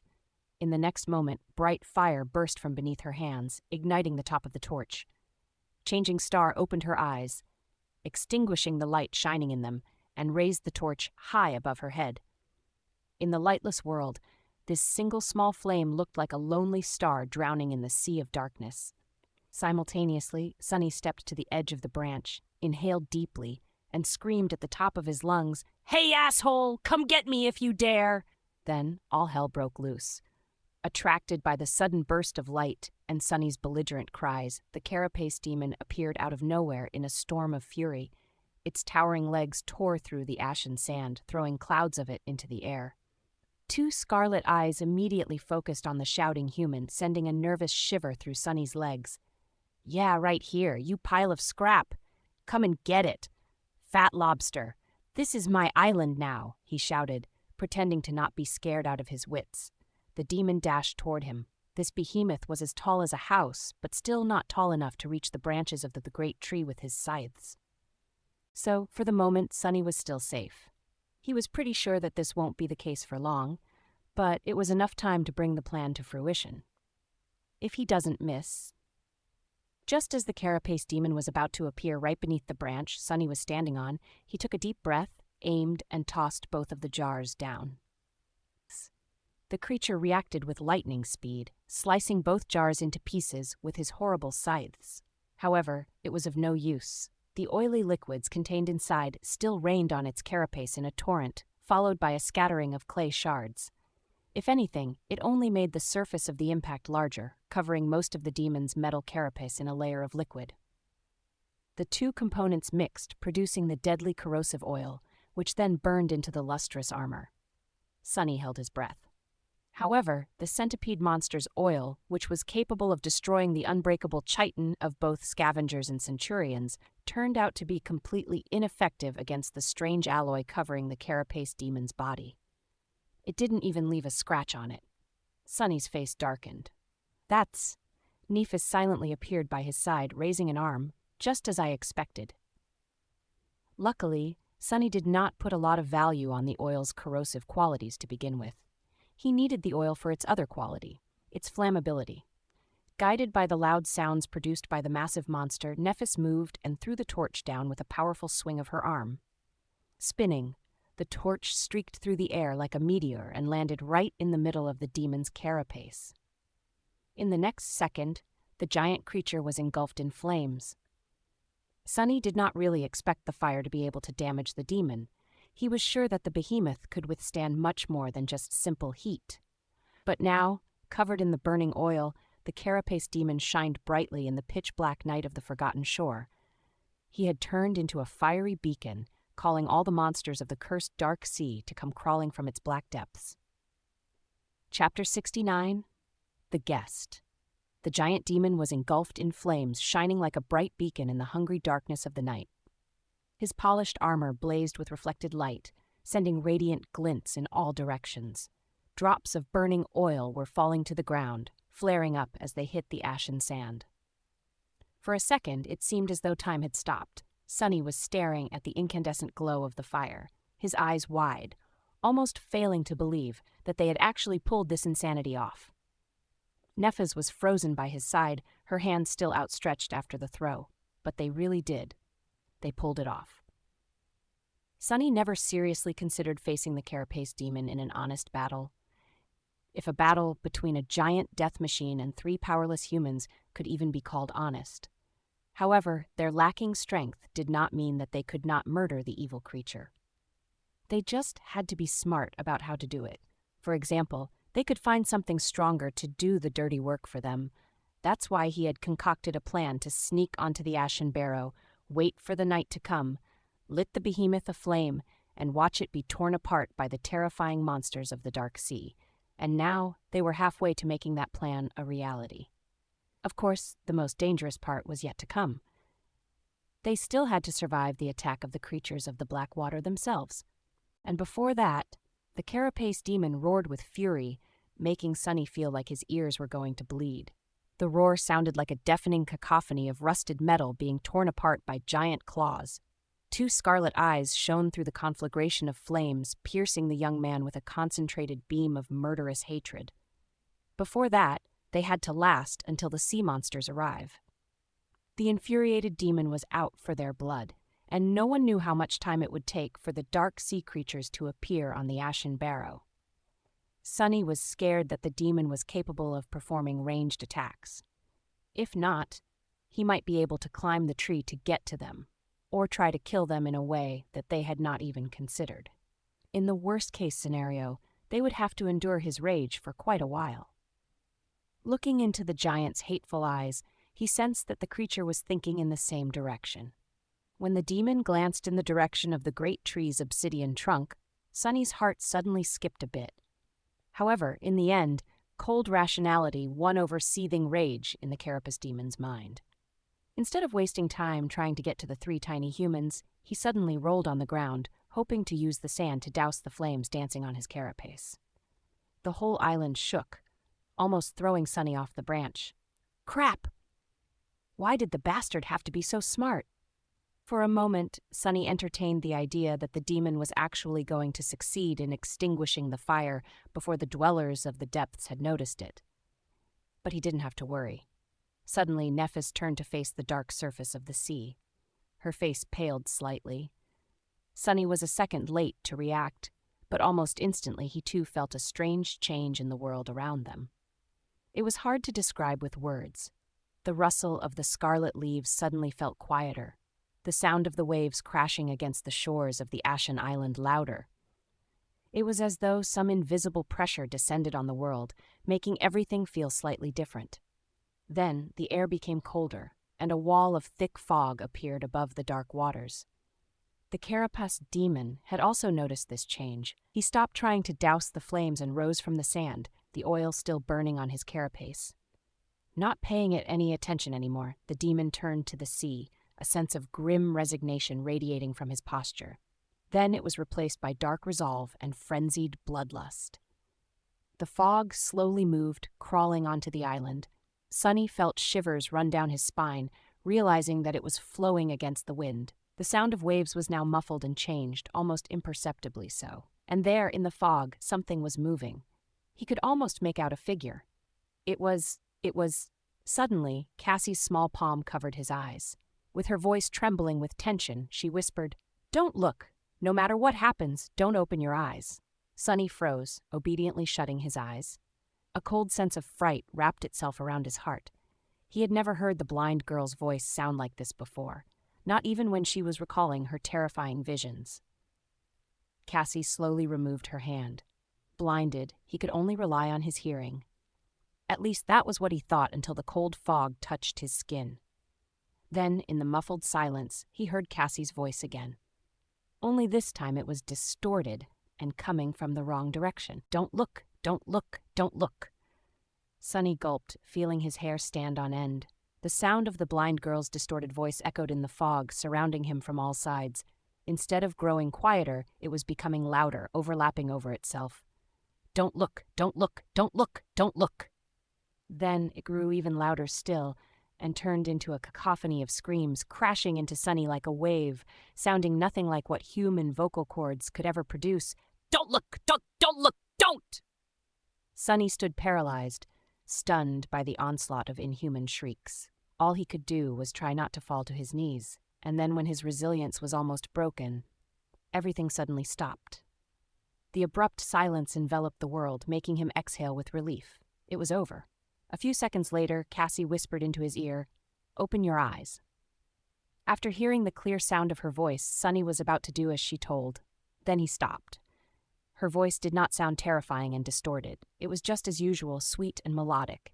It even came from the right direction. But something about it was wrong. What? He lingered, keeping his eyes closed. Why was it so calm? Why didn't he feel the warmth of her breath as she leaned close to whisper into his ear? And how could she lean if he was taller? Sunny froze, afraid to even breathe. Cassie's clear, familiar voice repeated, "Open your eyes. Open." Then, mere centimeters away, it exploded with cold, malevolent authority, "Open your eyes!" But he didn't. A second passed, then another, then one more. Each of them felt like an eternity. Sunny trembled, practically feeling his body aging. Finally, the voice returned, but this time it felt as though it was further away, withdrawing. No matter, no matter. Soon he was able to hear the rustling of leaves and the sound of waves again. He could also hear Cassie and Neff breathing ruggedly beside him. It seemed that they were also assaulted by the terrifying mimic. And also, somewhere beneath them, the carapace demon roared and hit his scythes against each other. The loud clamor of steel resounded beneath the great tree, sending an almost palpable wave in all directions. This wave seemed to expel the unnatural fog, creating an enormous sphere of clean air. Sunny still kept his eyes shut. In the next moment, the whole island trembled as the demon clashed with the unknown horror that had been hiding in the fog. Something shattered with a deafening thunder, and the ground shook again, causing the branches of the great tree to sway. With his hands trembling, Sunny outstretched them and grabbed onto his companions, drawing them close. Holding each other, they listened to the sounds of the furious battle and waited. An eternity later, the fight between the carapace demon and the guest from the depths was over. Silence had returned to the Ashen Barrow once again. Sunny had long ago lost the track of time and grew desensitized to the tremors running through the great tree each time the two monsters clashed. Sudden stillness gave him a start. With a slight shudder, he turned his head and listened, trying to discern what was happening. In the quiet aftermath of the terrible battle, Nephis hesitated and then said in a raspy voice, "We can open our eyes now." Sunny lingered before following her advice. He opened his eyes and blinked a couple of times, his vision slowly returning. The pale light of dawn was creeping from the east, enveloping the island in the dim twilight. Beneath them, the surface of the island was torn apart and upturned, almost unrecognizable. It was as though the ashen barrow was pummeled by several rounds of heavy artillery fire, and on that surface— Damn it! The carapace demon was slowly limping back from the edges of the island, leaving a trail of azure blood behind. He was heavily wounded and in a terrible shape, with several limbs missing and a spiderweb of cracks covering his once pristine carapace. 2 of his arms were gone, leaving him with a single scythe and a single pincer. Most of his rear legs were either broken or severed, forcing the behemoth to walk in a strange, unsteady gait. However, he was still alive. More than that, none of the armor plates covering his vital organs were seriously damaged, his metal shell still strong and impenetrable. Sonny clenched his fists and glanced at Neff, a dark expression on his face. What do we do?" Changing Star looked down. There was a cold glint in her calm, gray eyes. Stretching her arm to the side, she summoned her sword and said, "Finish him off." Chapter 70. Judgment of the Blade. Sonny looked at the wounded demon, a grim look of resolve on his face. At this point, there was no reason to argue. They had no other choice but to face the guardian of the island themselves. Sonny's bag of tricks was all empty anyway. In the end, their fates were still going to be decided by sharp blades. Someone was going to get killed, and someone was going to be the killer.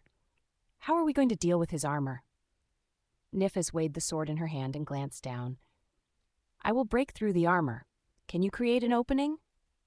Sonny nodded, not wasting time on unnecessary questions. If Changing Star was certain of her ability to cut through the demon's carapace, he had no reason to doubt it. Creating an opening, that was not going to be easy. Even though the monster had suffered terrible injuries, he was still a force to be reckoned with. His size alone was going to pose difficulties. They would have to bring the behemoth down to his knees before even thinking of carrying out any sort of an effective attack. And he was not just going to stand still under their assault either. But what else was there to do? While Nifas was tying the golden rope to the branch, Sonny walked over to Cassie and lightly squeezed her shoulder. She tried to force a smile. "I take it that the carapace demon is still alive?" Despite the heavy, cold, dark feeling gripping his heart, Sonny tried to make his voice sound relaxed and carefree. "Yeah, but just barely. Don't worry too much. This whole thing will be over in no time." "One way or another," he added inwardly. Cassie's smile weakened. She was clearly not convinced by his clumsy attempt to reassure her. Sonny hesitated. "Hey, have you ever eaten demon meat?" The blind girl was clearly surprised by his question. "What?" Sonny grinned. "How about a demon steak? I'm an excellent cook, I'll have you know." I think. Neff had sort of monopolized the preparation of food, so I had no chance to put all the knowledge from the wilderness survival course to practice. Teacher Julius had indeed spent a lot of time teaching him how to cook all kinds of seemingly inedible things, as well as meats of all sorts of nightmare creatures, in preparation for his journey into the dream realm. Here, hunger was as much of an enemy as the fiercest of monsters. "As soon as we get our hands on some demon meat, I'll make you a steak. It'll be the most delicious demon steak you had ever eaten. I promise." Finally, a real smile appeared on Cassie's face. She gave him a courteous nod. "All right. That's a promise, then." Meanwhile, Nephis was done with the rope. She threw it down without hesitation and glanced at him. "Are you ready?" Sonny sighed and closed his eyes for a second, feeling the strength of his body being enhanced by the shadow. "Yes, let's do this." As soon as their feet touched the ground, Sonny felt a heavy gaze burning a hole in his chest. Glancing up, he saw the crippled carapace demon staring right at him, a dark glint shining in his one remaining eye. The other one was gone, leaving only a bleeding black gap behind. At this distance, the damage dealt to the demon's body seemed even more debilitating. Its carapace was fractured in several places and covered in cracks, each seeping with azure blood. Sadly, none of the cracks were near the vital organs. His horns were shattered, as was one of his front legs, in addition to several rear ones that were either broken or torn off completely. The stumps of his 2 severed arms were pressed tight against his torso to stem the heavy bleeding. The other 2 were hanging to the ground, almost brushing against the ashen sand. The giant monster looked broken and tired. However, it was still terrifying, perhaps even more so than before. Because despite the horrible wounds, his gaze was still firm and full of evil intelligence. It was still radiating madness and bloodlust, which was now concentrated on Sunny and Nephi's, the architects of his sorry state. The first beams of the rising sun shone on the spikes covering the demon's once lustrous carapace, painting them in shades of burning crimson. Sunny summoned the azure blade and glanced at Nephi's. "Be careful. He's lightning fast." He was the only one who had seen the terrible creature in action. As such, only he knew how dangerous the demon really was. Nephi's nodded, not taking her eyes off the enemy, and stepped forward. The two of them walked toward the waiting carapace demon. Sunny was slightly ahead and aiming to circle the behemoth from the right, the side where the demon had both his last remaining scythe and eye. Changing Star was a step or two behind him, aiming to circle the creature from the left, the side where his pincer arm was slowly rising into the air. In this battle, Sunny's role was to take the brunt of the enemy's attacks, letting his partner deal the lethal blow when the time was right.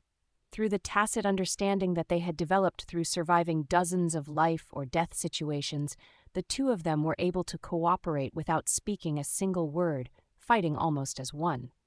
This was their main advantage. As they were closing in, Sunny felt a slight shift in the demon's posture. Instantly, he knew that hell was about to break loose. He had warned Nephi's about the speed of their enemy, but he also had to deal with it himself. Sunny knew that he was much slower than the giant creature, but he still had to find a way to dodge the massive, terrifying scythe. That wasn't as bad as it seemed. Speed wasn't everything in a fight. Take, for example, Changing Star's training fight against the proud scion of the Han Li clan. Castor possessed an aspect ability that made him 10 times faster than the silver-haired girl, at least. However, in the end, he only won by a hair's breadth. Nephi's had almost smashed his face with an unexpected elbow strike. She had been able to catch Castor unaware, not because of her fast reaction.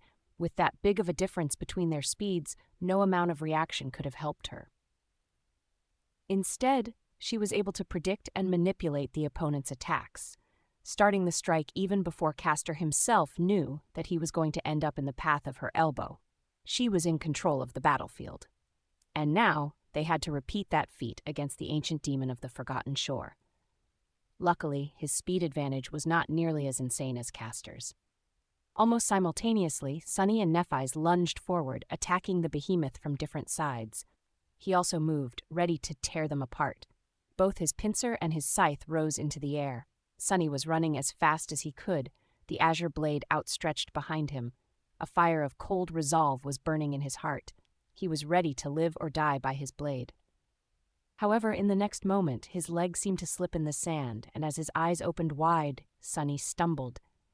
Not wasting the opportunity, the carapace demon attacked. The terrifying scythe tore through the air, aiming to cut the helpless human in half. But it hit only sand. Sunny, who had feigned his loss of balance to bait the demon's strike, easily avoided the deadly blade by jumping to the side at the last second. He wasn't quite at the level where he could predict every move of the enemy. Instead, manipulating the enemy into performing a predictable attack was easier. After all, deceit and manipulation were his forte. Temporarily safe from the threat of the scythe, Sunny dashed toward the demon's legs. At the same time, Nephis had managed to avoid the massive pincer, and was closing in on them too. They reached their goals almost simultaneously, one from the right, the other from the left. Sunny slashed with the azure blade, feeling it hit the polished armor and bounce back without leaving even a slight scratch on it. Dull pain radiated through his hands. On the other side of the behemoth's massive body, Nephis achieved more success. She had attacked the already injured front leg of the monster, cutting deep into his flesh through the wide crack in the metal plate. Severely damaged, the leg wasn't able to support the weight of the giant creature anymore. It buckled, sending the demon reeling. At this point, a scavenger or a centurion would have lost their balance and fallen to the ground.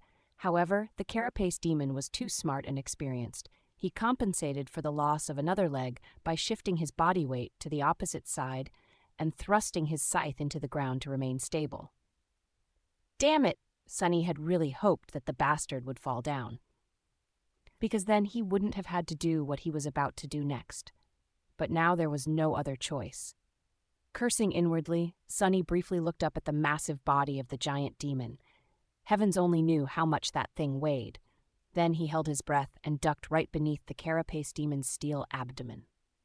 Chapter 71. One Small Mistake. With the carapace demon using his deadly scythe to support the weight of his body, Sunny was temporarily safe from its sharp blade. Of course, the monster had other means of attack. Each one of his towering legs was like a siege ram, dangerous and capable of devastating destruction. But at the moment, his position was too precarious to lash out with them. Sunny had at least a second to do whatever he wished to, with no risk involved.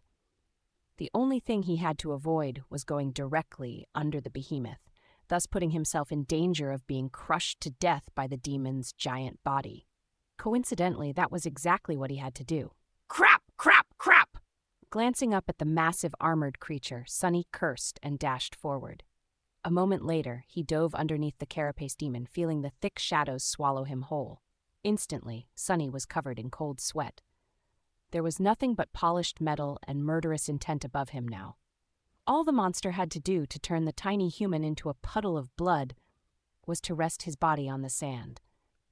Under the crushing weight, Sunny's organs would burst and his bones would turn to dust.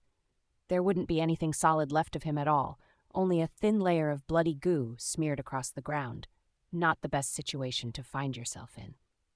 With his nerves on the verge of melting, Sunny brandished his sword and rushed forward. His eyes were glued to the joints of Carapace Demon's legs. He was utterly focused, looking for the slightest movement. Waiting for it. With no room for error, Sunny pushed every unnecessary thought and emotion into the farthest corner of his mind, not allowing dread, doubt, and his tendency to overthink things to slow him down even by a fraction of a second. Time moved excruciatingly slowly. It felt as though hours had passed, but in reality, it was only a couple of moments. Sunny was only at the second pair of the giant monster's legs. It was then that he finally noticed the almost imperceptible change in the demon's posture. The tension in his joint changed slightly, indicating that the behemoth was about to move. This was the sign that Sunny was both hoping for and terrified of. Now his survival was wholly dependent on whether or not he was fast enough. As soon as his eyes had registered the change in the creature's posture, Sunny pivoted on one leg and dashed to the side, trying to get away from underneath the armored giant. A small cloud of sand was sent flying by his sudden turn, but the demon was incredibly fast. He threw his body down, determined to squash the odious invader like a bug. With inertia and the limits of his human body slowing Sunny down, he felt the metal surface of the carapace begin to fall down on his head long before reaching the safe zone. Death was approaching with abhorrent speed. One step, two. Was he going to make it in time? The carapace demon fell to the ground with a thunderous crash, sending large clouds of sand into the air. The impact was so strong that the whole island trembled. The furious mass of falling metal and spikes missed Sunny by just a few centimeters. He flew from underneath the demon's body at the last possible moment by performing a desperate dive. Crushing into the sand, Sunny rolled away and jumped back to his feet, slightly disoriented by the shockwave of the giant's fall. I actually managed to survive. Sometimes life was full of surprises, but all jokes aside, he was not really astonished. His actions, while potentially fatal, had been deliberate and calculated. He was not in the habit of putting his life at risk without being sure that there would be at least a moderate chance of making it out alive. His actions were also always purposeful and pursued a specific goal. In this case, it was to bring the carapace demon down. Only by forcing the giant creature down to the ground in reach of their blades could they hope to kill it. In that sense, this dangerous gamble ended in resounding success. The bastard was now lying on his abdomen, his carapace and humanoid torso, where all the vital organs were situated, well in the changing star's attack range. Now Sunny just had to create an opening for her to deal the fatal blow, although he still had no idea about how she was planning to bypass the impenetrable barrier of the demon's armor. However, creating that opening was not going to be a trivial task. Despite the fact that the monster's mobility was now severely reduced, the distance between him and the two sleepers was also much smaller. which made dodging his attacks that much harder. Sunny was about to experience that hardship for himself. He was barely back on his feet when the terrifying scythe flashed through the air, threatening to slice his body in half. Sunny had no idea how Nephis was doing on the other side of the creature's enormous body against the pincer, but dealing with the scythe was almost beyond his abilities. The burning eye of the demon that followed his every move was not helping the situation at all. With very little time to react, Sunny did the only thing he could think of. He jumped as high as he could and pulled his legs up to his chest, performing a very awkward forward somersault. Because of the number of shadow fragments he had consumed and the physical enhancement brought by the shadow, the height of his jump was nothing short of impressive, by human standards. The scythe's blade whistled beneath Sunny, so close that he could feel the wind brushing against his face. Landing on the ground, he dashed forward. Sunny knew that the scythe would come back, but he had a second or two to change his position, getting in front of the behemoth. He had to make the giant creature forget about Nephis completely and concentrate fully on dealing with him, and him alone. To do that, he had to get in range of both the scythe and the pincer. What a lovely task. Feeling that his time was running out, Sunny spun around and raised the azure blade. Just as he thought, the carapace demon was already bringing the scythe down at him again, this time in a ruthless horizontal thrust. The sharp tip of the scythe was flying through the air, aimed at his chest. However, he had slightly underestimated the demon's reaction time. As the result, there was already no time to dodge.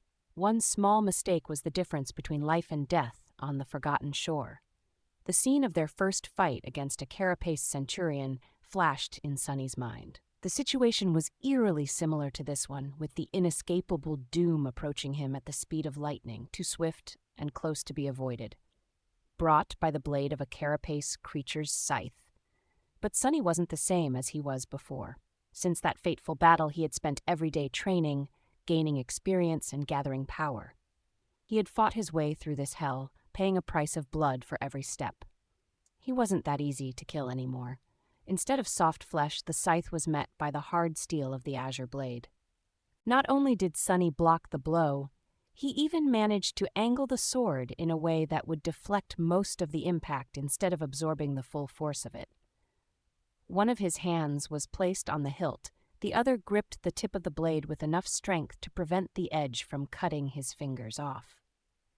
The residual force was still enough to send him flying back, but it was not enough to break the bones in his hands, not with the shadow enhancing the resilience of his body. The azure blade, however, was not as lucky. With a sorrowful ring, the blade shattered, breaking off near the crossguard. Beautiful shards of blue steel fell to the ground. Sunny gritted his teeth, knowing what would happen next. The spell spoke, announcing the destruction of his trusty sword. "Your memory has been..." He didn't get to hear the rest of the sentence because in the next moment his body collided with the ground. Sunny bounced a couple of times, feeling flashes of pain radiating through his bones, rolled, and finally came to a stop. He was comparatively fine. Standing up, Sunny stumbled and barely managed to remain on his feet. He glanced around and noticed that the trunk of the great tree was not that far away. 24 meters away, the carapace demon was slowly turning his head, planning to concentrate his murderous rage on Nephis. This was the exact opposite of what Sunny had to achieve. He had to attract the monster's attention somehow. But what could he do? As the remains of the azure blade began to shine with soft light in his hand, ready to disintegrate into a rain of sparks, Sunny raised his hand and threw the broken sword with as much force as he could gather. However, he didn't throw it at the demon.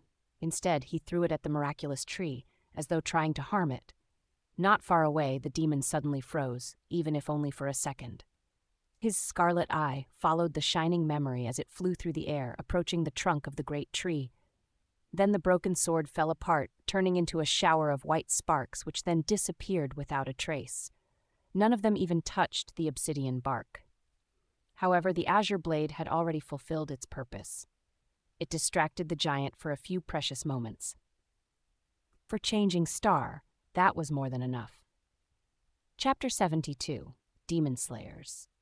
As soon as the carapace demon froze, distracted by the feigned threat to the great tree, Nephis lunged forward. There was no hesitation, no doubt, not even the slightest pause between the moment her enemy had lowered his defenses and her reckless attack. Just like Sunny had been utterly focused on observing the monster's movements before, she had been watching and waiting for this exact moment since the beginning of the battle. Changing Star knew that, when the opportunity presents itself, it will only last for a second. Even that single second almost cost Sunny his life. Nephis wasn't going to waste it. Her graceful figure flew through the air like an arrow released from a powerful bow, almost leaving afterimages behind. The silver blade of her longsword glimmered, reflecting the light of dawn. The black and white armor seemed to turn into a blur. She was going all in, rushing at the enemy without leaving herself even the slightest chance to retreat. Things were happening too fast for Sunny to form a coherent thought. He could only watch, time slowing down to a crawl, a storm of emotions raging in his mind. The demon reacted almost immediately, recognizing the threat. But almost didn't count on a battlefield. A moment of distraction was all it took to lose everything. That one mistake, no matter how small, had been enough to seal his fate. If Nephis was really capable of breaking through the creature's indestructible carapace, that is. Otherwise, it was all for nothing, and they would be the ones dying instead. The fearsome giant moved his scythe, trying to slice her apart. The pincer flashed from the other side, threatening to crush her body into pulp, but he was a fraction of a second too late. Changing Star was just a tiny bit faster. As she ran, something changed about the cadence of her steps. Sunny couldn't see her face behind the visor of her helmet, but if he could, he would see a grimace of agony contorting Neph's pale face. In the next moment, a soft white radiance ignited beneath the skin of her hands. However, this time it didn't stay there. Instead, the white flame flowed outward, into the hilt of the silver sword, and then into its blade. The sword suddenly turned into a sharp, radiant edge, burning with incandescent white light. It shined so brightly that Sunny felt the desire to close his eyes. However, the radiance wasn't soft and warm anymore. Instead, it seemed to be capable of reducing anything it touched to ash and sharp enough to cut the fabric of the world itself. Perhaps it was even sharp enough to cut the strings of fate. Sunny remembered how Nephis had described her aspect ability. It can be used for healing. Back then, he had suspected that this phrase of hers implied that there was more to it. He even marveled at how precious and rare such an ability would be. It seemed as though he was right. Changing Star's miraculous flame was capable of both healing and destroying. It possessed an enhancing effect similar to his own shadow control, at least when applied to weapons. Who knew what else it could do? An incredible ability indeed. Looking back, he understood that Nephis had not tortured herself in vain. All the times she pretended to meditate while enduring the excruciating agony of her flaw in secret were meant to make this moment possible. To give her enough fortitude to use this ability in battle without passing out from the pain. She succeeded. The question was, would that be enough? Was her sword strong enough to break the mighty carapace of the awakened demon? After all, no matter how incredible the ability, it was still powered by a weak, dormant soul core of a lowly sleeper. They were about to find out. A few steps away from the carapace demon's towering torso, Nephis bent her legs and jumped, soaring high into the air. Her sword flashed forward in a vicious thrust, so fast that for a moment it looked like a beam of pure white sunlight. Then it collided with the strange alloy of the giant's lustrous armor, right at the spot where his heart was supposed to be. Of course! Back when they were hiding in the dead Leviathan's empty spine, Cassie had told them about her vision. In that vision, she saw the carapace demon being attacked by a terrible creature of the deep, dark sea. In the aftermath of the battle, the demon was severely wounded and on the verge of dying. The most horrible wound was on his chest, where the armor was torn apart and shattered, revealing the monster's beating heart. With time, all his injuries had healed, except for this one. While the carapace of the demon seemed to have recovered, in truth, it was never fully restored. In this one spot, the armor was secretly weakened, and it was exactly to that spot that Nephis had delivered her blow. It didn't matter whether her radiant sword was really capable of breaking through the impregnable armor of the awakened creature, because she attacked the only weak spot on his body, the place where his armor had already been broken. With a flash of white light, the incandescent sword pierced through the metal of the demon's carapace and plunged into his body, unleashing a fury of fire inside the adamantine shell. It seemed as though the giant was suddenly illuminated from within, with beams of light shining through the cracks in his armor. For a moment, the surreal sight was burned into Sunny's mind. Then Changing Star's sword had reached the carapace demon's heart and sliced it apart, incinerating everything around it and making the azure blood of the fearsome creature boil and evaporate. Sunny's legs buckled and he gracelessly fell on his ass. "What? We did it?" The demon staggered. His arms slowly rose, as though trying to pull Nefi's into a final embrace. But then, as his body twitched, they fell to the ground. Nef landed in the sand and jumped back, ready to defend herself. But there was no need. The proud guardian of the Ashen Barrow was dying. The scarlet light in his one remaining eye was dimming, any semblance of intelligence quickly disappearing from his gaze. The demon heavily slumped, all remnants of strength abandoning his mighty body. Turning his head with incredible effort, he cast one last look on the great tree. Then his gaze stopped on Sunny. There was no fury or madness in that gaze anymore, only some strange, calm, inexplicable emotion. It almost felt like relief. Before Sunny could discern the meaning of that emotion, the last glimmer of light was gone from the eye of the carapace demon. His head rolled back and fell. They won. In front of the giant body, Nephis had dismissed her helmet. Behind it, her face was pale and tired, her hair sticking to it in a sweaty mess. The afterglow of the white radiance was already extinguished, leaving her eyes gray once again. Changing Star kneeled, then lay down on her back, too exhausted to move. The whole fight lasted less than a minute, but it took everything out of both of them. Sunny followed Nef's example and lay on the ground, trying to catch his breath. They actually won. He couldn't quite believe it. "I want to sleep for a week." Remembering that Cassie was still waiting in the branches of the great tree, not knowing who lived and who died, Sunny sighed. A few moments later, he deeply inhaled. Then, straining his vocal cords, he screamed at the top of his lungs.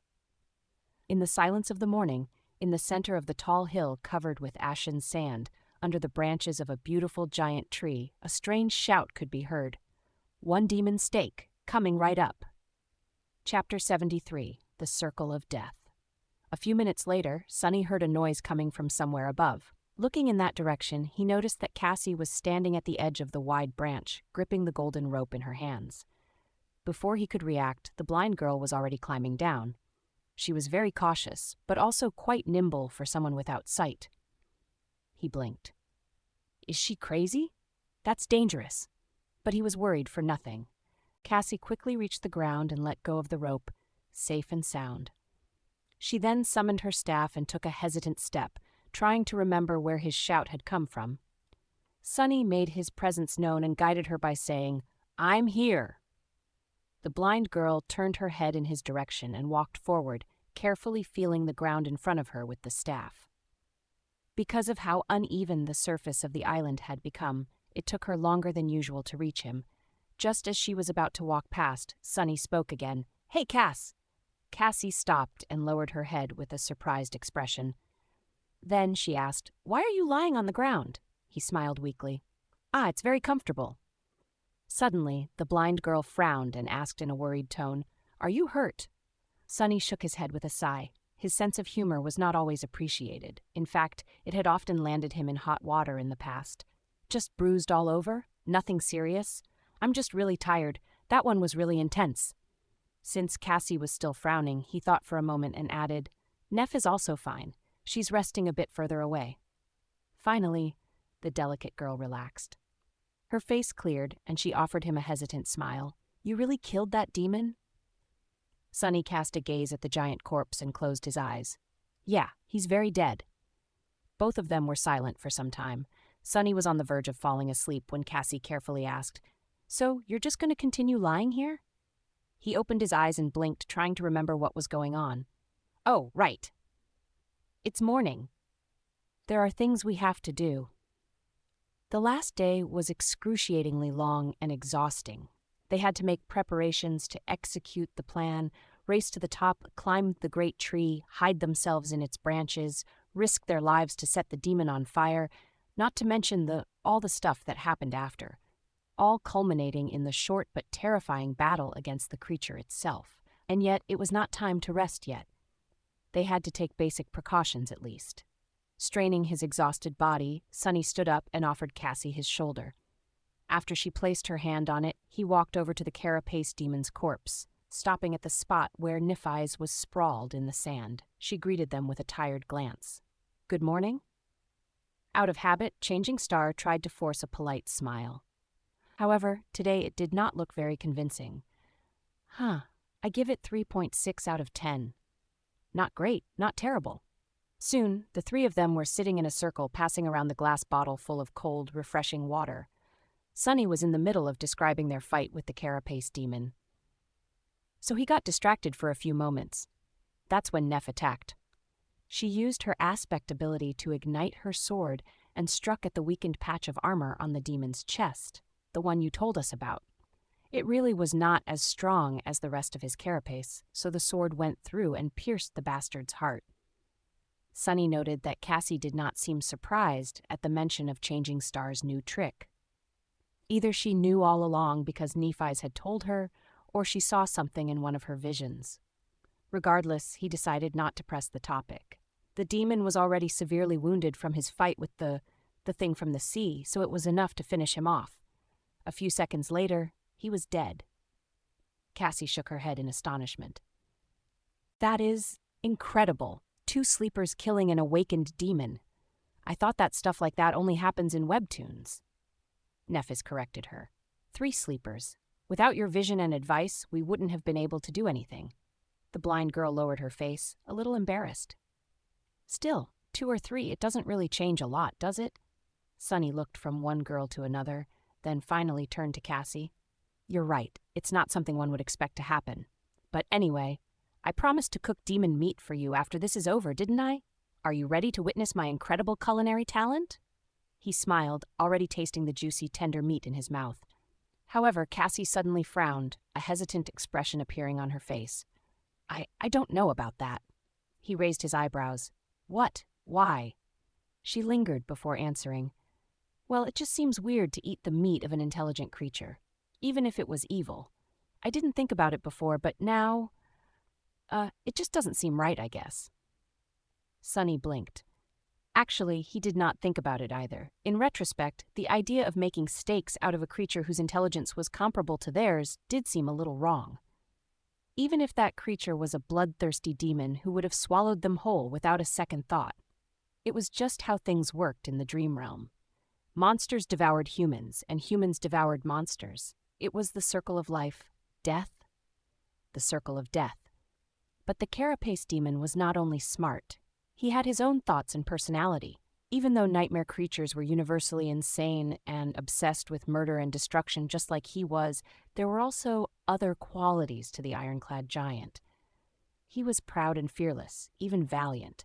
When fighting against the terrifying monsters of the Dark Sea, he did not hesitate to stand his ground, refusing to surrender. Cooking the meat of someone like that could indeed be considered strange. How come Teacher Julius did not educate me on the ethics of eating your enemies? What an oversight! Misunderstanding Sunny's silence, Cassie blushed and said, "Sorry, I know it seems ridiculous, but that's just how I feel.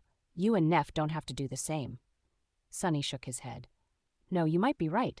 I understand, sort of. It's just that we didn't bring any supplies with us, so we won't be able to eat anything unless we go hunting." The blind girl sighed. Then her face brightened and she said, "What about the great tree's fruits? I bet they're delicious." Sunny looked at her in amazement. "Are you serious?" Cassie was visibly confused by his question. Yes. Why?" He blinked a couple of times before answering. "That tree is magnificent and pretty, but it's also very strange and suspicious. Why is it able to grow here when nothing else can? I'm pretty sure that it's the reason why all the coral around the Ashen Barrow is dead. Have you seen anything else capable of damaging the labyrinth itself?" Sunny looked at Cassie, then at Nefes, trying to show how serious he was about this. "In any case, it's too creepy. I don't think that we should eat these fruits. Who knows what they'll do to us?" The blind girl smiled.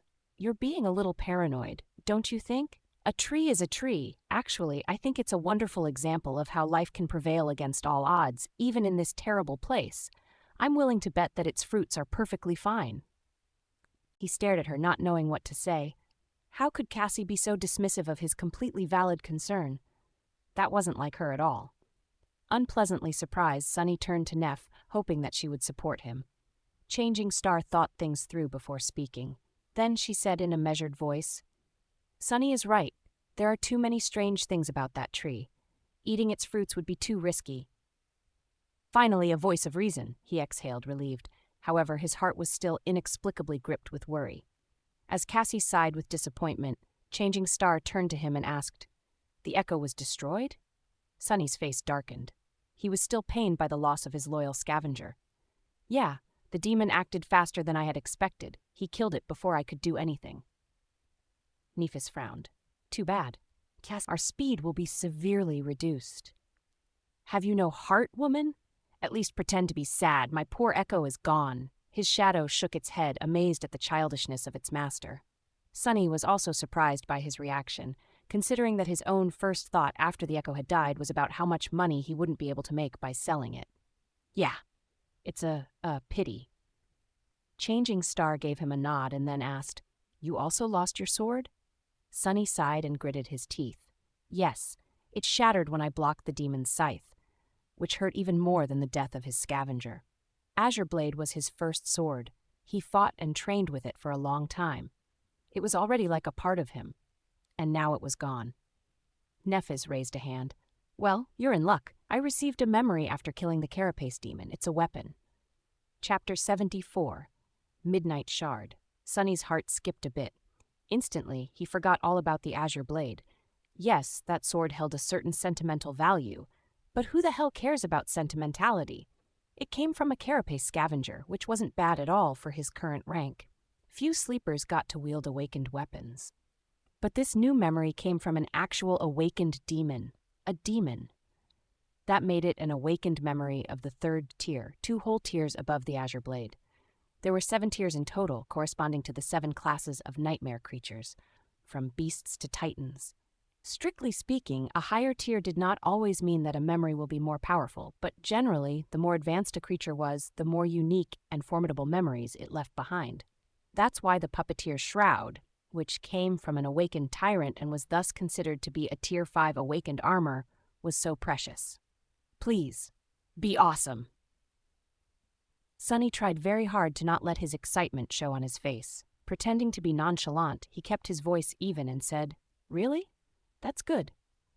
Nephis took his hand, ruining all Sunny's attempts to appear calm, and closed her eyes. Hiding the startled expression on his face, Sunny felt a spark of energy travel from her body to his.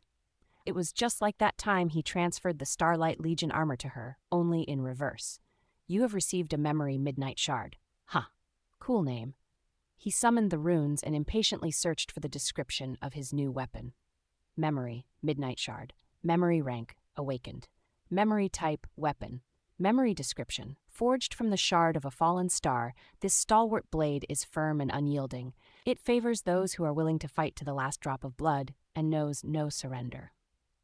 Interesting. Not wasting any time, Sunny summoned the Midnight Shard. Immediately, an elegant sword appeared in his hand. The sword looked a bit like the Azure Blade, but only in the sense that it was single-edged and had a long hilt suitable for 2 hands. However, this was where the similarities ended. For starters, its blade was much longer, somewhere between 70 and 80 centimeters, and slightly curved. It was forged out of the same bright, lustrous metal as the carapace demon's armor. It was incredibly sharp. The hilt was made out of polished black wood, quite similar in appearance to the onyx branches of the great tree. The crossguard was round in shape and more pronounced than that of the Azure Blade, offering better support and protection to the wielder's hand. The sword had no decorations, no ornaments, no embellishments. It was simple and austere, like a true weapon designed for battle and battle alone. It seemed to radiate a cold, fearsome aura. As soon as his hand touched the Midnight Shard, Sunny felt that this sword possessed an unbreakable will. Its blade was strong enough to withstand devastating blows without suffering any damage.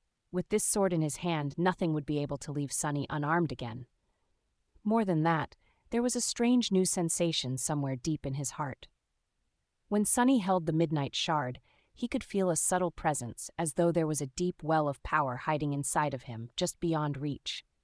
He couldn't quite understand how to access that power yet, but it was certainly real. I guess I'll have to win its favor first, but how do I do it? I'll have to experiment later.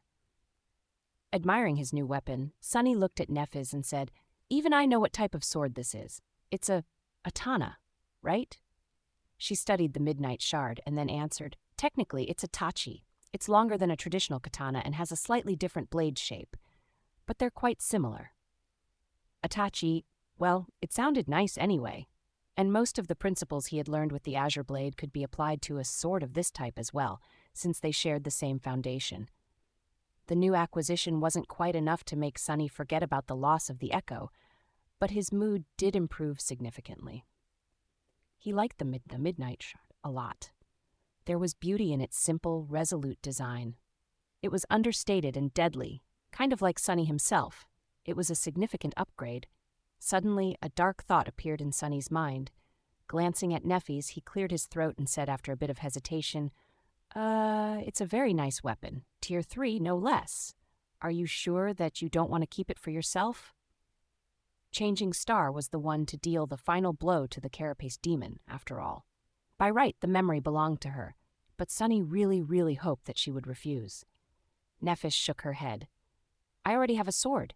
It suits me." Inwardly, Sunny sighed with relief. Good, he thought. Makes you wonder, though, if she's unwilling to exchange her longsword for a Tier 3 weapon, then what is the tier of that silver sword of hers? He didn't buy the idea that it simply suited Changing Star better even for a second. She had told him herself that the principle of using these types of swords was basically the same. Upgrading to the Midnight Shard and giving the old weapon to Sunny would not have caused her any problem. The only reason she would refuse it was that it would have been a downgrade instead.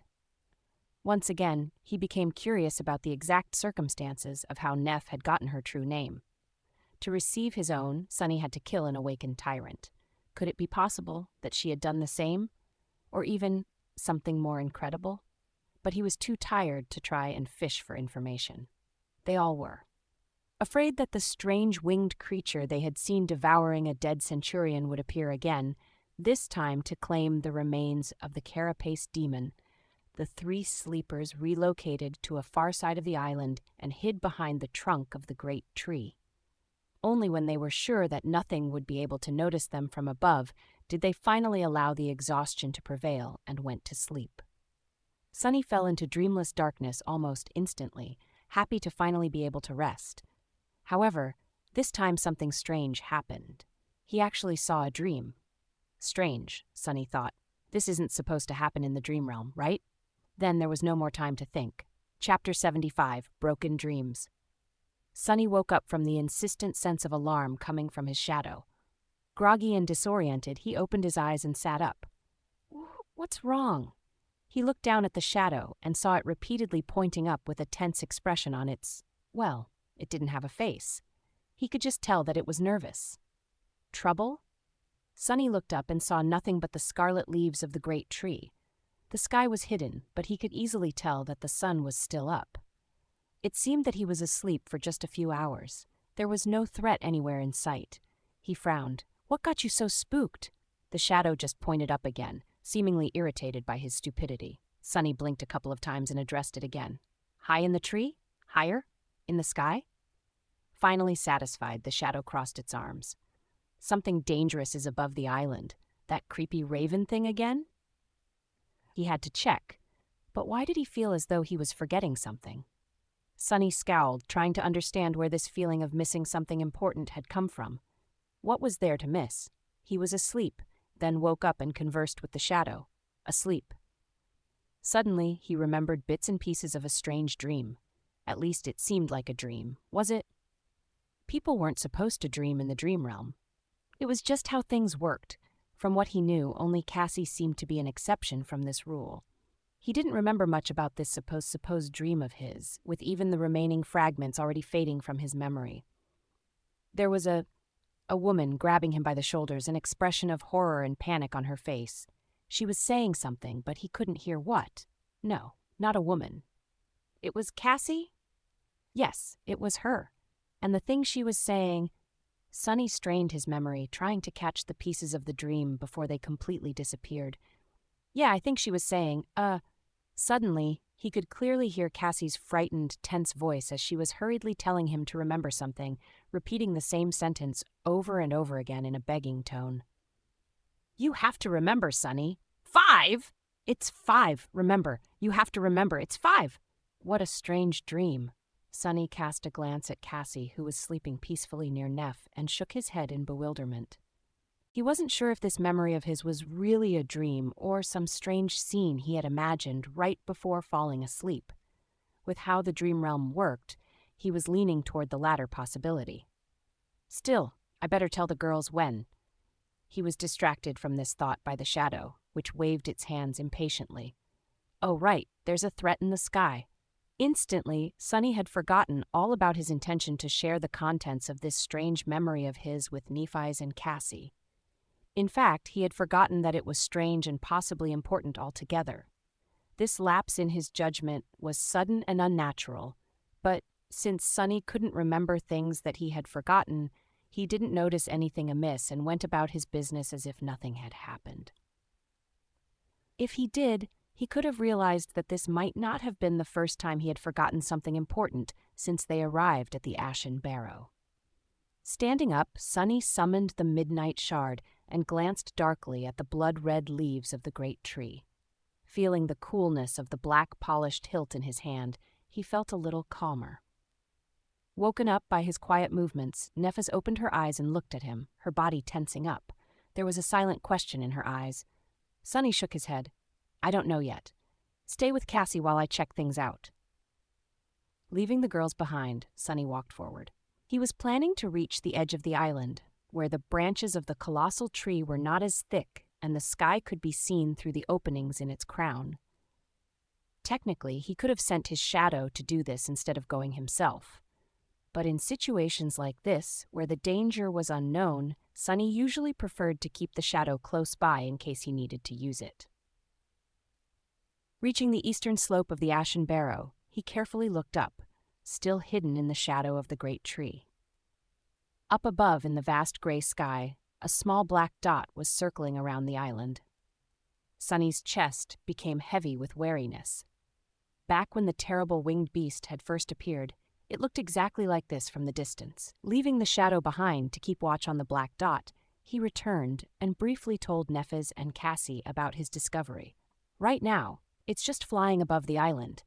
I don't know if it's the same creature or not, and when it is going to land. Changing Star frowned. Last time, it wasn't very interested in searching for live prey. Perhaps it's mostly a carrion eater, and thus is only interested in the carapace demon's carcass. Cassie offered her own opinion. Maybe we're too weak and little to satiate it? After all, it never came for the corpses of the scavengers we had slain, as if eating mere beasts is beneath it. Sonny shook his head. Back then, it did come for the carapace centurion's meat, but it took a few scavengers with it as well before leaving, so it'll be too optimistic to think that this abomination will not try to devour us too if given a chance. Nephis thought for a while, then gave him a nod. You're right. The best course of action would be to stay away from the carapace demon for now and hide when it decides to land. Then, looking up, she added, but first, we must observe it to make sure that it's the same creature and confirm its intentions.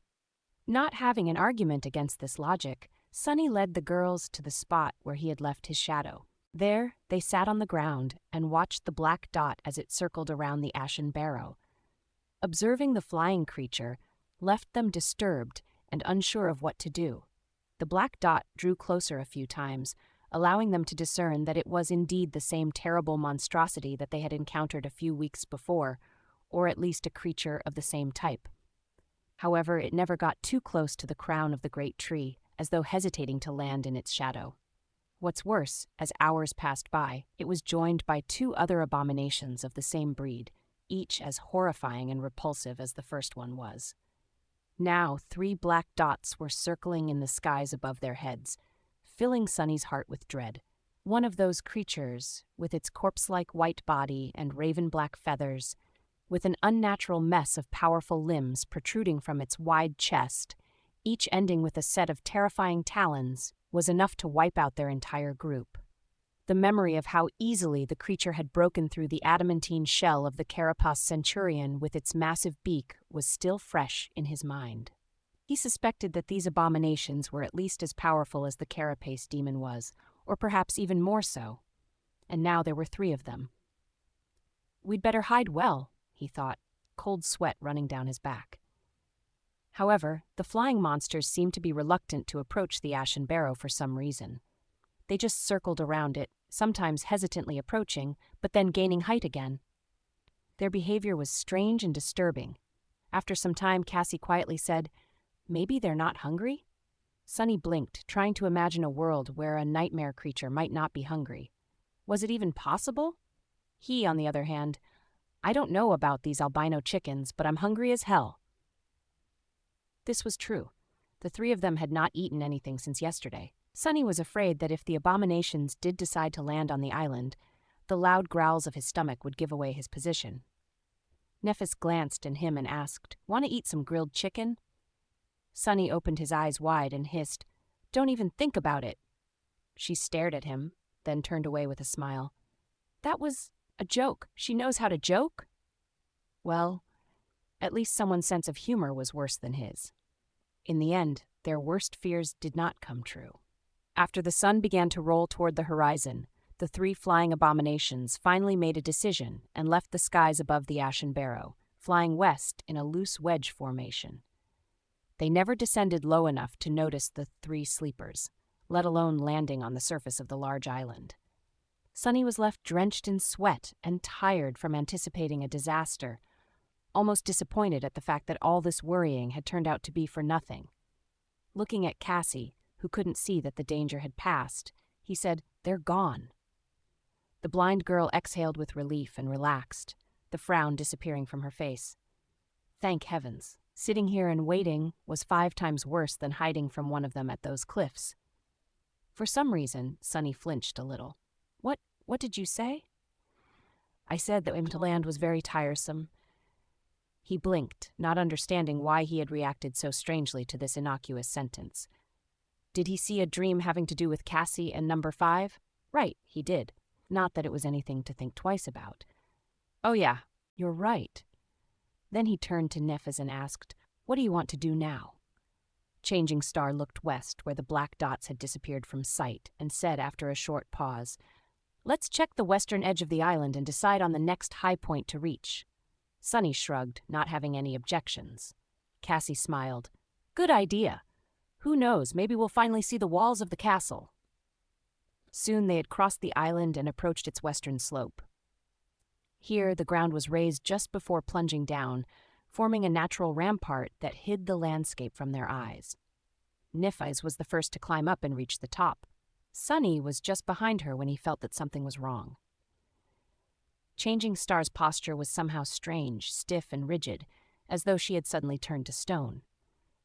Stepping on the ashen surface of the natural rampart, he worriedly looked at Nephis and noticed a grim, resentful expression on her face.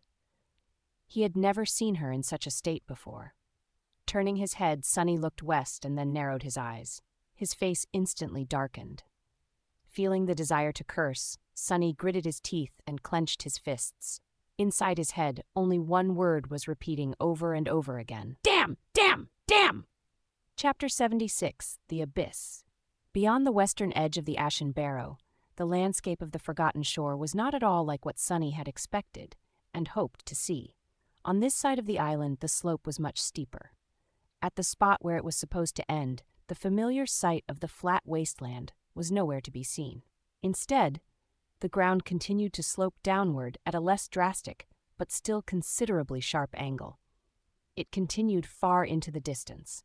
In fact, the whole island appeared to be standing on the edge of a colossal depression in the earth, one that stretched as far as the eye could see. With its edges slightly curved, It resembled a giant crater left behind by an unimaginable impact. From what Sunny was able to observe, the crater's diameter could only be calculated in hundreds of kilometers. The roots of the giant tree, which could be seen protruding from the soil far below, seemed like tiny blades of grass in comparison to the sheer size of the abyssal chasm's wall. It was like the whole world was tilted on its side, making Sunny's head spin. In short, there were no more high natural features to the west of them. The only way forward was to go down, with no hope of finding shelter from the crushing torrents of the dark sea, which meant that there was no way forward at all. Their journey to the west had come to an end, and with it, all hope of finding a gateway to the real world was lost. Sunny stared at the desolate landscape, feeling rage and disbelief clawing at his heart. He just couldn't believe that all their struggles were for nothing. But the proof was right in front of him, real and undeniable. Damn it! Damn it all! He tried to think of some cunning way to solve the situation, but there was nothing his imagination could come up with. The dark sea with all its horrors drowned the world every night, and the only way to escape it was to climb high enough before the sunset. With no heights anywhere in sight, what could he do? Sunny glanced at Nephi's, who seemed to be even more crestfallen than him. Her face had turned into an icy mask, a dark look full of bitterness and resentment in her eyes. He opened his mouth, trying to come up with something to say, but no words came to his mind. In the end, they both remained silent until the distant rumble announced the return of the dark sea. Deep in the colossal crater, dark torrents appeared from beyond the horizon, rushing to fill it to the brim. A little bit stunned, Sunny watched as the water level rapidly rose, finally turning the endless chasm into a vast sea of black. Then it began to overflow, sending an unstoppable flood of water into the wasteland. Flowing past the ashen barrow, it rushed inland, crushing against the coral of the crimson labyrinth. Soon, the whole world was covered in seething black water. Sunny licked his dry lips and turned to Nephi's. After a short pause, he said in a raspy voice, "I think we found the source of the dark sea." She lingered, watching the last rays of sunshine slowly disappear from the sky, then turned to him with a grim expression on her face. "Let's head back." All three of them felt lost and heartbroken because of the terrible discovery. Cassie in particular seemed to be utterly shocked. "It doesn't make sense, it just doesn't," she mumbled on their way to camp. "How could it be?" Gripping Sunny's shoulder, she quickened her step and asked, "Are you sure that there's nothing higher than the sea level out there? Are you absolutely sure?" He sighed, feeling his mood turning even darker than before. "Yes, we looked quite thoroughly. The whole land just goes down, down, and down. It stretches to the horizon as far as we could see in all directions except for the east. The ashen barrow is right on the edge." The blind girl shook her head. "But how could it be? I've seen that. We had reached the castle. There must be a way." Sunny remained silent, not knowing how to answer. If there really was a way, he had no idea about it. After a few seconds, Nephi's answered instead of him, "We will try to come up with something tomorrow. Worst case scenario, we'll have to go around the whole thing." Sunny trembled at the thought. A journey like that would take months. To circle around the colossal crater, they would have to cover many times more distance than they had in the prior weeks, each day bringing the risk of stumbling onto something beyond their ability to resist, and each night bringing the risk of something stumbling onto them. The chances of surviving several months in this hellish place were nothing if not abyssal. Abyssal. With a grimace, he tried to not think of the worst-case scenario. The darkness of the falling night was not the best environment for scary thoughts. Tomorrow. We'll rest, recharge, and think of something tomorrow. It is just like Cassie said. Since she saw us entering the castle, there must be a way. They reached their temporary camp just before the sun had completely disappeared. Lying on the makeshift bed of fallen leaves, Sunny tiredly closed his eyes and thought, "I hope I won't see any dreams today." Then he slightly frowned. "Dreams? Since when am I capable of dreaming in this place? Oh, right. There was that one dream. Or was it a memory? What was it about again? I can't seem to remember." With that thought disappearing from his mind, he fell asleep. In the morning, the mood between the three of them was pretty somber. No one seemed to want to talk or do anything. aimlessly staring at the ground or the rustling leaves of the great tree. In addition to the blow of yesterday's revelation, they were also hungry. The corpse of the carapace demon was starting to look more and more appealing, at least to Sunny. However, he was still not at the point of breaking his promise to Cassie. Finally, Nefas broke the silence. Standing up, she looked up with grim resolution and said, "I'm going to climb to the top of the tree and take a look around. Maybe I'll notice something that we missed from up high." Sunny stared at the giant tree, suddenly feeling incredibly small. It was truly enormous. The ashen barrow itself was already much taller than the giant knight's statue and every other shelter they had seen, and the tree almost dwarfed it in size. Climbing all the way up would take a lot of time and effort, but maybe she would really be able to notice something from that incredible height. He scratched the back of his head and said, "All right, but be careful. Keep an eye on the sky. If you notice those winged abominations again, come back down." Changing Star gave him a nod and headed for the tree. Without turning her head, she calmly said as a farewell, "Take care of Cassie while I'm gone. It shouldn't be more than a few hours." Sunny waved a hand and watched her walk away. Then he tried to think of something to do. On a usual day, he would have already started his morning training. But today, he was too hungry. Come on. Hunger is not an excuse. Do you think you'll always have a full stomach before a battle? No. So get up and train. Don't you want to try how the midnight shard feels in your hand? With a sigh, Sunny got up. He trained for an hour, enjoying the swift and reliable feeling of his new sword. The long tachi was truly incredible. It was light, maneuverable, and unrelenting. Its edge sang as it cut the air. Sunny already felt as though it was a part of him. His movements were fluid and measured, almost elegant. After the training session was over, he decided to do something useful. Walking over to the carapace demon's corpse, Sunny spent some time prying the soul shard out of it. In the end, he gathered all 3 of the crystals with some effort and stashed them into the seaweed rucksack. What to do now? After a bit of pondering, he suddenly got an idea and tried to find the place from his memory, the one where the carapace demon had dropped the transcendent soul shard into the sand. That shard had been brought to the Ashen Barrow by the subservient centurion and would be a real treat for Neff or Cassie. He quickly found the right spot. However, no matter how hard Sunny looked, he couldn't find the alluring crystal. In the process, a couple more hours had passed by. Stange. It was quite large. Where could it be? He was determined to continue the search. But at that moment, the shadow that he had left with Cassie noticed movement in the branches of the great tree. Nefas was back. Sunny walked back to the camp, thinking about what she had found. Was there hope for them after all, or was there only more bad news? By the time he returned, Neff and Cassie were sitting on the ground with relaxed expressions on their faces. She saw something? Sunny thought, suddenly excited, but in the next second his eyes widened. The 2 girls were holding something in their hands, their lips painted red.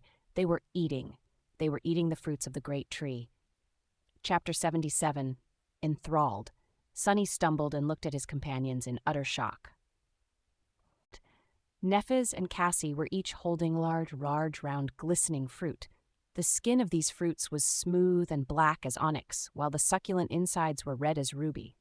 Their hands, chins, and lips were smeared with red juice, making it look as though they were feasting on blood. The air was filled with an alluring, sweet aroma. Sunny recoiled, but his stomach involuntarily growled, reminding him how hungry he was. Nefas looked at Sunny and offered him a relaxed smile. "Hey," he stared at her, lost for words. Finally, after a few seconds had passed, Sunny collected himself and screamed, "What do you mean, hey? What the hell are you doing?"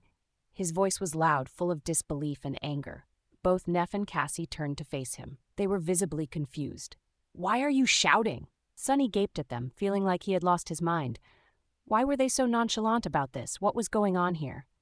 Trying to find some sense in the situation, he took a cautious step forward and looked at Nefas. Did she wait? What was he thinking about? He was so hungry. It was hard to concentrate on anything except for food. Shaking off the unexpected memory lapse, Sunny remembered what he was about to say and pressed, "Why did you change your mind?" Changing Star frowned. "Changed my mind? About what?" He clenched his teeth, thinking that she was trying to fool him. About the fruits, I thought we had agreed to avoid eating them. Nefes blinked, a confused expression appearing on her face. Did we? Why? Sunny opened his mouth to answer, but then froze. Actually, why did they make that agreement? I can't quite remember. He was sure that there was a reason, but his memory was completely blank. There definitely was an agreement, wasn't there? He was pretty sure that there was, at least up until a few moments ago. Now, however, did he imagine the whole thing? There really was no reason not to eat the alluring fruits, especially when the three of them were so hungry. No, wait, that's not right. Are you all right, Sunny? He flinched and glanced at Nefes, who was looking at him with concern. Suddenly, Sunny felt lost and confused.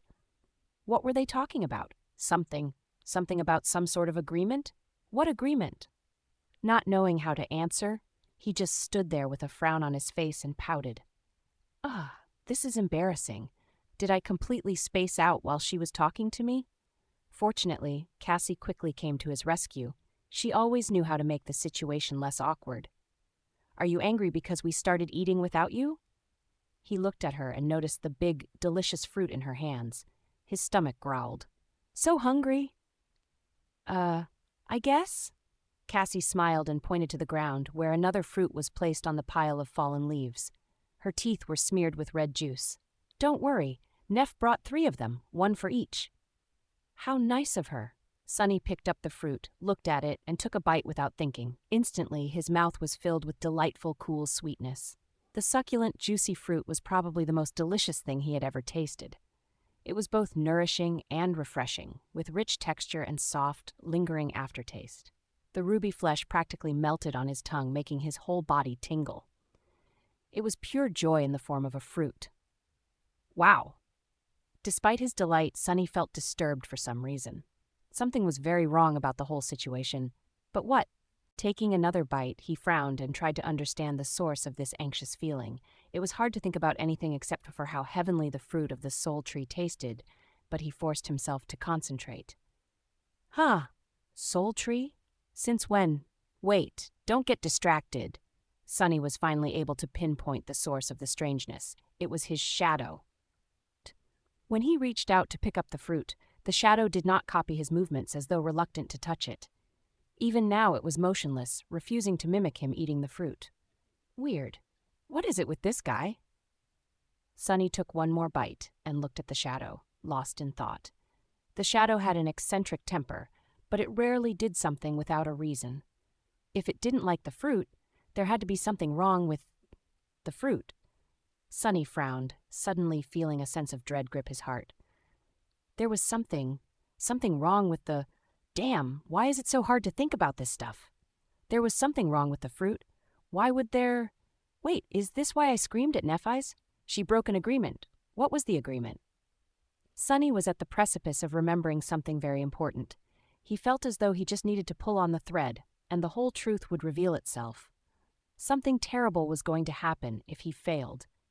But then, Sunny got distracted. Something unexpected happened, something that required his full attention. Instantly, he somehow forgot all about the problem with the soul tree's fruits. Because at that moment the spell was talking into his ear. Your shadow grows stronger. What? He blinked, then looked at the delicious fruit in his hands. The spell announced the increase in his power right after Sunny swallowed his 3rd bite. Stunned, he raised his head and looked at Nefes. Changing Star, too, was staring at her fruit with a strange expression on her face. Feeling his gaze, she looked up. Sunny licked his lips. Did you? At the same time, Nefes said, I just absorbed a point of soul essence. Without saying anything, they both turned to Cassie. The blind girl was enthusiastically devouring the fruit. Red juice was flowing down her chin and dripping to the ground. Stopping for a moment, she smiled. Actually, I received mine a few bites ago. Sunny's eyes widened. Excitedly, he summoned the runes and found the right cluster, shadow fragments. 97-1000. He really received a fragment. He received a shadow fragment without risking his life in a battle against deadly monsters. Finally, Sunny was able to realize why the carapace demon had been so fixated on the soul tree and its fruits. These fruits were pure magic. Forgetting all about the uneasy feeling, he raised his hand and greedily bit into the succulent, delicious, nourishing flesh. Late in the evening, when the sun was already hidden behind the horizon and the dark sea had once again turned the Ashen Barrow into a lonely island, the three of them were preparing for the night. They had moved their camp to rest between the roots of the great tree. With newfound energy received from consuming miraculous fruits, all their worries seemed to fade. With no way to move further west, Nephis, Sunny, and Cassie had decided to rest for a few days before making any decisions. They deserved a short vacation. The Ashen Barrows was a perfect place to recuperate. There were no monsters in the surrounding wasteland. It was large enough to protect them from the horrors of the sea, and they had plenty of food, thanks to the Soul Tree. What's more, that food could even provide them with power. Where else would they be able to grow stronger without risking their lives? As far as hell goes, this place was almost a paradise. Sunny lay on the makeshift mattress of fallen leaves, feeling relaxed and optimistic for the first time in many, many days. Things seemed to be getting better. Before falling asleep, he glanced at the mighty branches of the great tree and thought with a bit of regret, with the carapace demon gone, there's no one to protect this magnificent tree anymore. When we continue our journey, it will be completely defenseless. What a shame. His consciousness was already half asleep. However, one last thought entered Sunny's mind right before he completely slipped into the embrace of darkness. What a shame that no one will be here to serve it, and feed it, and help it spread its seeds. Chapter 78, Bliss. In the morning, Sunny was woken up by the gentle rustling of leaves. Opening his eyes, he saw rays of sunshine falling through the scarlet crown of the Soul Tree, painting the world in soft shades of pink. The sight was beautiful and tranquil. It felt as though none of the dangers and terrors of the dream realm could reach him here.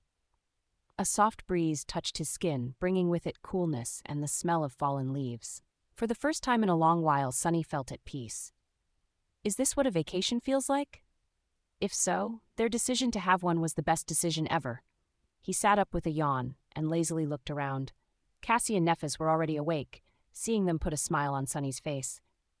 Why the hell am I grinning? Shaking his head, Sunny put on a serious expression and said, "Good morning." The girls greeted him. Then, Nephis slightly tilted her head and asked, "Hey, do you remember why we didn't leave anyone to keep watch last night?" Sunny blinked. Indeed, why hadn't anyone guarded the camp?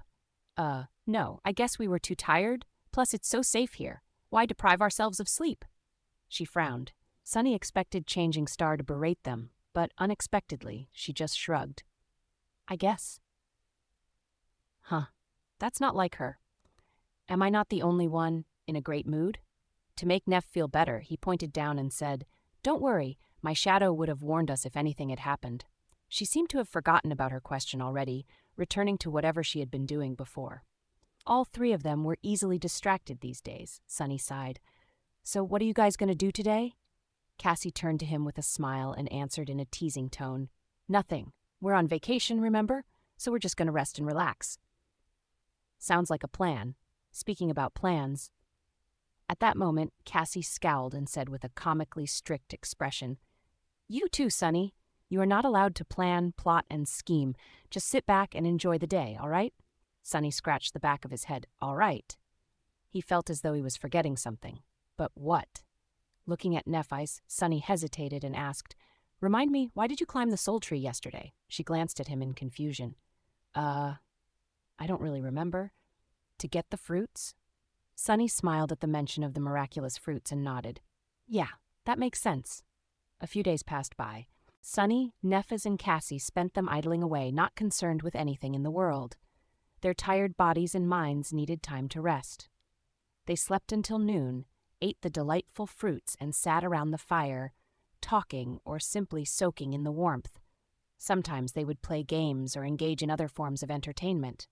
Other times, they would keep to themselves, enjoying the almost forgotten feeling of privacy. Sunny had been a loner for most of his life, so these past few weeks that he had spent side by side with other people, without even a minute to himself, were a taxing experience. He relished the opportunity to be alone with his thoughts once again. Luckily, the island was large enough for the three of them to stay apart if they didn't wish to be disturbed. Not that it happened often. At first, he had expected that lazing around doing nothing would very quickly grow boring, but surprisingly, it did not. He felt perfectly fine simply laying on the ground and staring at the gently swaying branches of the soul tree, caught in a blissful reverie. In moments like these, he would lose track of time, often realizing that entire hours had passed only when the sun was about to set. The concept of time in general had become strangely hard to grasp. Sunny wasn't entirely sure how many days they had spent on the peaceful island. He was pretty sure that it was less than a week, but couldn't remember the exact amount. Not being able to remember something had become a common occurrence. All three of them were turning increasingly absent-minded and forgetful. Sometimes, Sunny would catch himself straining to remember details of his previous life or notice the strangeness of their behavior. But a minute later, he would forget about these concerns, distracted by some innocuous thought or occurrence. His memory was becoming hazier and hazier. The only clear things in it were how delicious and refreshing the magical fruits were, how pleasant it was to live under the shade of the soul tree, and how magnificent it was. The tree was beautiful, benevolent, and generous. It protected them from the cursed blight of the crimson labyrinth, kept the monsters away, and provided nourishment both for their bodies and for their soul cores. Sunny was becoming increasingly convinced that finding the majestic soul tree was a true blessing. The thought of leaving its gifts behind and returning to the horror of the outside world seemed less and less attractive. Why leave when they were perfectly happy here? Well, at least two of them were. While Nifa's was as carefree and tranquil as Sunny and Cassie in the beginning, as time went by, she grew strangely despondent and gloomy.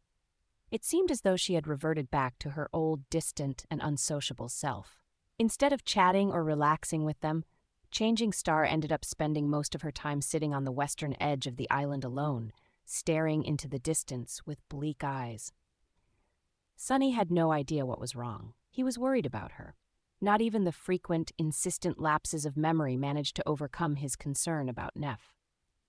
On one of the evenings, Sunny approached the western slope of the island, feeling as though his head was about to split from pain. For some reason, he kept forgetting the reason for this visit on the way here. It took all of his willpower to hold on to his intentions. He wanted to check on Nephis. Just like always, she was sitting at the ridge of the western edge, gazing into the distance. Sunny climbed onto the ridge and sat down, looking at her with hesitation. "Hey, Neff." Changing Star glanced at him.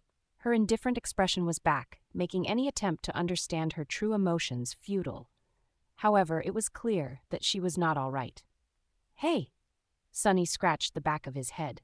Was he seeing things, or was her hair a bit longer than before? "Why aren't you enjoying the vacation?" Changing Star frowned. After a while, she said, "Don't we need to keep moving west?"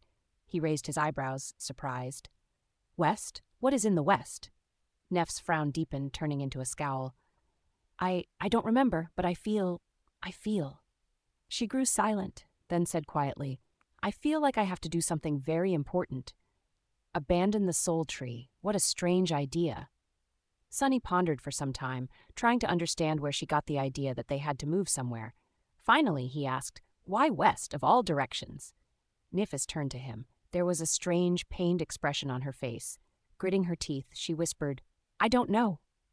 Sunny sighed. If she didn't know, then he, of course, had no idea either. All he knew was that he wanted to make her feel better. But how? Sunny frowned, trying to think of a way.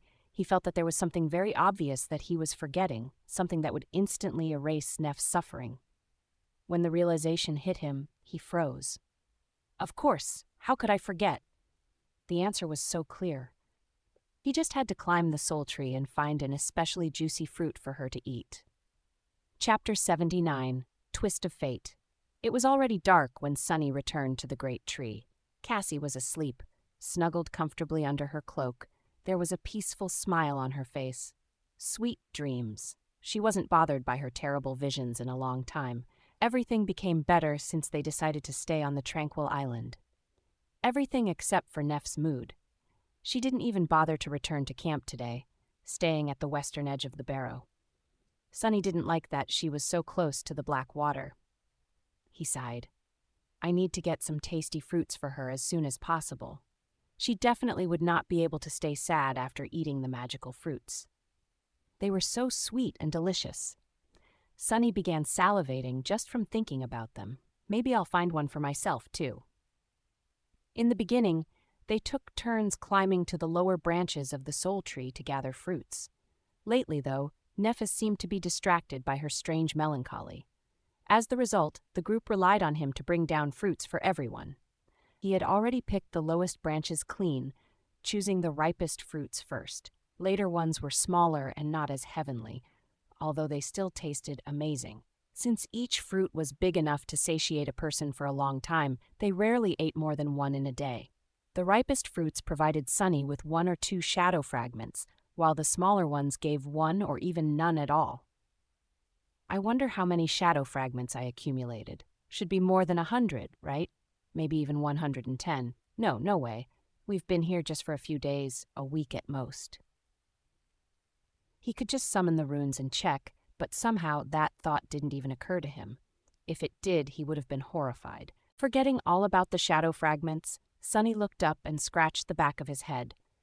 Initially, he was planning to climb the tree in the morning and explore higher than he had previously gone, looking for the best, most delicious fruit possible to give to Neph.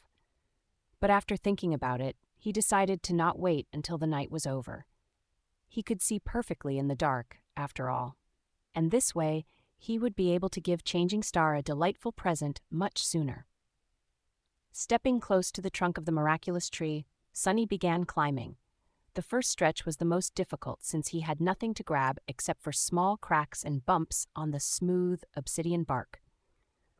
Reaching the branches required a lot of effort. However, he was already accustomed to it. Moving his hands and feet almost on instinct, Sunny got higher and higher. Soon, he was already pulling himself on top of an enormous, wide branch. These first branches were as wide as roads. He sat down and rested for some time, enjoying the coolness of the night air. Sunny had never climbed the soul tree in the dark before. Without the bright sunbeams falling through the leaves, it looked strangely different. The vibrant magnificence was gone, replaced with eerie stillness. The rustling of scarlet leaves did not seem calming and tranquil anymore. In fact, it made Sunny shudder.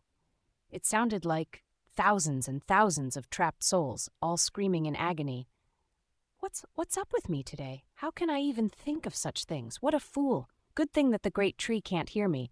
Otherwise, I'd be so ashamed. Please forgive me, soul tree. Shaking his head, Sunny stood up and continued climbing. He was very disappointed in himself. After all the good things that the tree had given them, he had stupidly doubted its benevolence, its greatness, its desire to devour, always ravenous, always growing, starving, hungry, forever. How ungrateful. Why did he even begin to think about? What exactly was he thinking about? Sunny frowned, failing to recall his train of thought. Whatever. I'm here to find a tasty fruit for Neph, not practice my reasoning. Climbing higher and higher, he soon abandoned the area that they had explored before. The crown of the great tree was vast enough to form a maze of its own. The large branches grew chaotically in all directions, twisting and crossing each other, with thick foliage blocking lines of sight and making any attempt of looking for the fruits difficult, and time-consuming. Still, Sunny was determined to continue. He figured that if he went really high, where sunlight was denser, the fruits would be much riper. They had never tried a fruit from the higher branches. If he could find a really amazing one, Nephis would have to change her mind and abandon her strange thoughts of leaving the island. After all, these fruits were magical. Maybe she'll even smile? Encouraged, Sunny continued climbing. Time slowly passed. After a long while, Sunny finally decided that he had climbed high enough. He wasn't sure how many hours ago he had started the ascent, but judging by the soreness of his muscles and the visibly diminished width of the branches, he was somewhere in the upper part of the tree. Stepping on one of the branches, he slowly walked forward and looked from side to side. Searching for the fruits was not easy. It required good perception and patience, and a great sense of equilibrium, of course. Falling from this height would not be a great experience. In fact, it would be his last. Carefully observing the surroundings, Sunny moved further and further away from the trunk of the great tree. The branches were softly swaying under his feet. A few times, he jumped from one to another, causing a change in the melody of rustling leaves. On the way, he noticed several hanging fruits. They looked ripe and delicious, but none of them was really special, and he wanted to find the most wonderful fruit possible. Finally, Sunny got so far that the branches grew really narrow and thin. Now they were almost the same size as those of a normal tree, barely able to support his weight. But he still did not find a suitable gift for Nefis. Sunny helplessly looked around, crestfallen. He really thought that he would be able to. Then he noticed something strange. Some distance away from him, the branches just above the one he was standing on were twisted downward as though weighed down by something. However, he couldn't quite see what it was behind the almost impenetrable wall of leaves. In fact, he only noticed the anomaly because it was dark. In the light of day, the bright color of the soul tree's foliage would make the shape of the branches indiscernible. But in Sunny's night vision, all colors were muted, almost turning into various shades of gray. Interesting. Jumping, he grabbed onto a higher branch and pulled himself up. Then, careful not to fall, Sunny approached the leaf barrier and forced his way through. In the process, he had to enhance his strength and agility with the help of the shadow. Otherwise, he would either have had to turn back or tumbled down to his death. Finally, he freed himself from the last layer of leaves and took a step forward. Then Sunny froze, his eyes opening wide with wonder. Right in front of him, hidden from the world in the secretive pocket of twisted branches, a giant, elaborate bird nest rested between the scarlet leaves. Chapter 80. Spirit of Exploration. The nest was spherical in shape, with a round hole at the center of it. Usually, such a nest would be made out of grass and twigs, but this one was constructed from the branches of the great tree, each at least as thick as a man's arm. These branches were twisted and interwoven together in a chaotic pattern, creating gapeless, onyx-black walls. Sunny had never seen anything like it. Birds were a rare sight in the real world, let alone giant ones. The size of the entrance into the nest was large enough for a small truck to pass through. The nest itself was several times bigger. Wow! For a second, he felt a sense of fear, afraid that the giant bird was somewhere near. But then his fears disappeared. The nest looked abandoned. It was ancient and empty, some of its parts already on the verge of collapse. It was as though thousands of years had passed since anyone had been in this hidden, secretive place. The air was filled with the feeling of lonesomeness and desolation. Makes sense.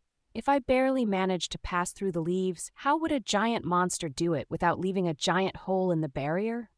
Sunny hesitated, caution and curiosity wrestling against each other inside his heart. On one hand, exploring ancient nests was not the best of ideas anywhere, let alone inside the dream realm. It posed great risks. On the other hand, it also could lead to a great reward. Plus, wasn't it just too damn interesting? In the end, Sunny decided to climb inside the nest to satiate his curiosity. He had convinced himself that it was safe following an unexpected train of thought. In his warped state of mind, Sunny was convinced that the soul tree was a great and benevolent being, one that protected them from the terrible threats hiding in the outside world. If so, how could anything having to do with the great tree be unsafe? Moving closer to the entrance of the nest, he balanced on the edge of the branch and tried to look inside. However, he wasn't tall enough to see anything except for the inner side of the nest's roof. Since his position was pretty precarious, Sunny decided not to delay the inevitable and jumped, throwing himself up and over the lip of the entrance. A moment later, he landed on a soft surface. The lower part of the nest was covered in a thick cushion of white, silky spiderwebs. Time had made them brittle and pliable like sand. There was so much spiderweb around that for a moment, Sunny thought that he had fallen into a giant white cocoon. But no, it was just a nest. And there, in the center of it, was a... Sunny blinked. At the center of the nest, there was an egg. A giant ancient egg that was as tall as he was, gray and seemingly lifeless, as though turned to stone by the passage of time.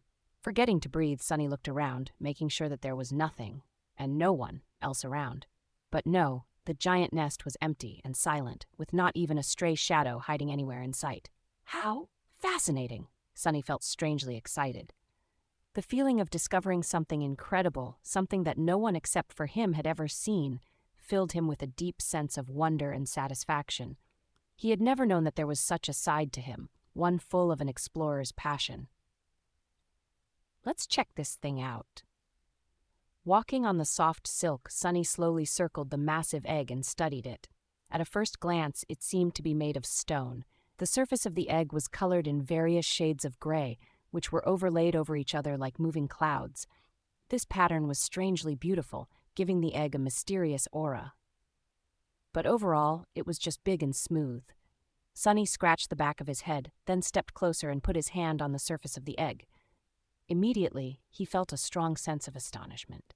The egg was warm to the touch. Is it still alive?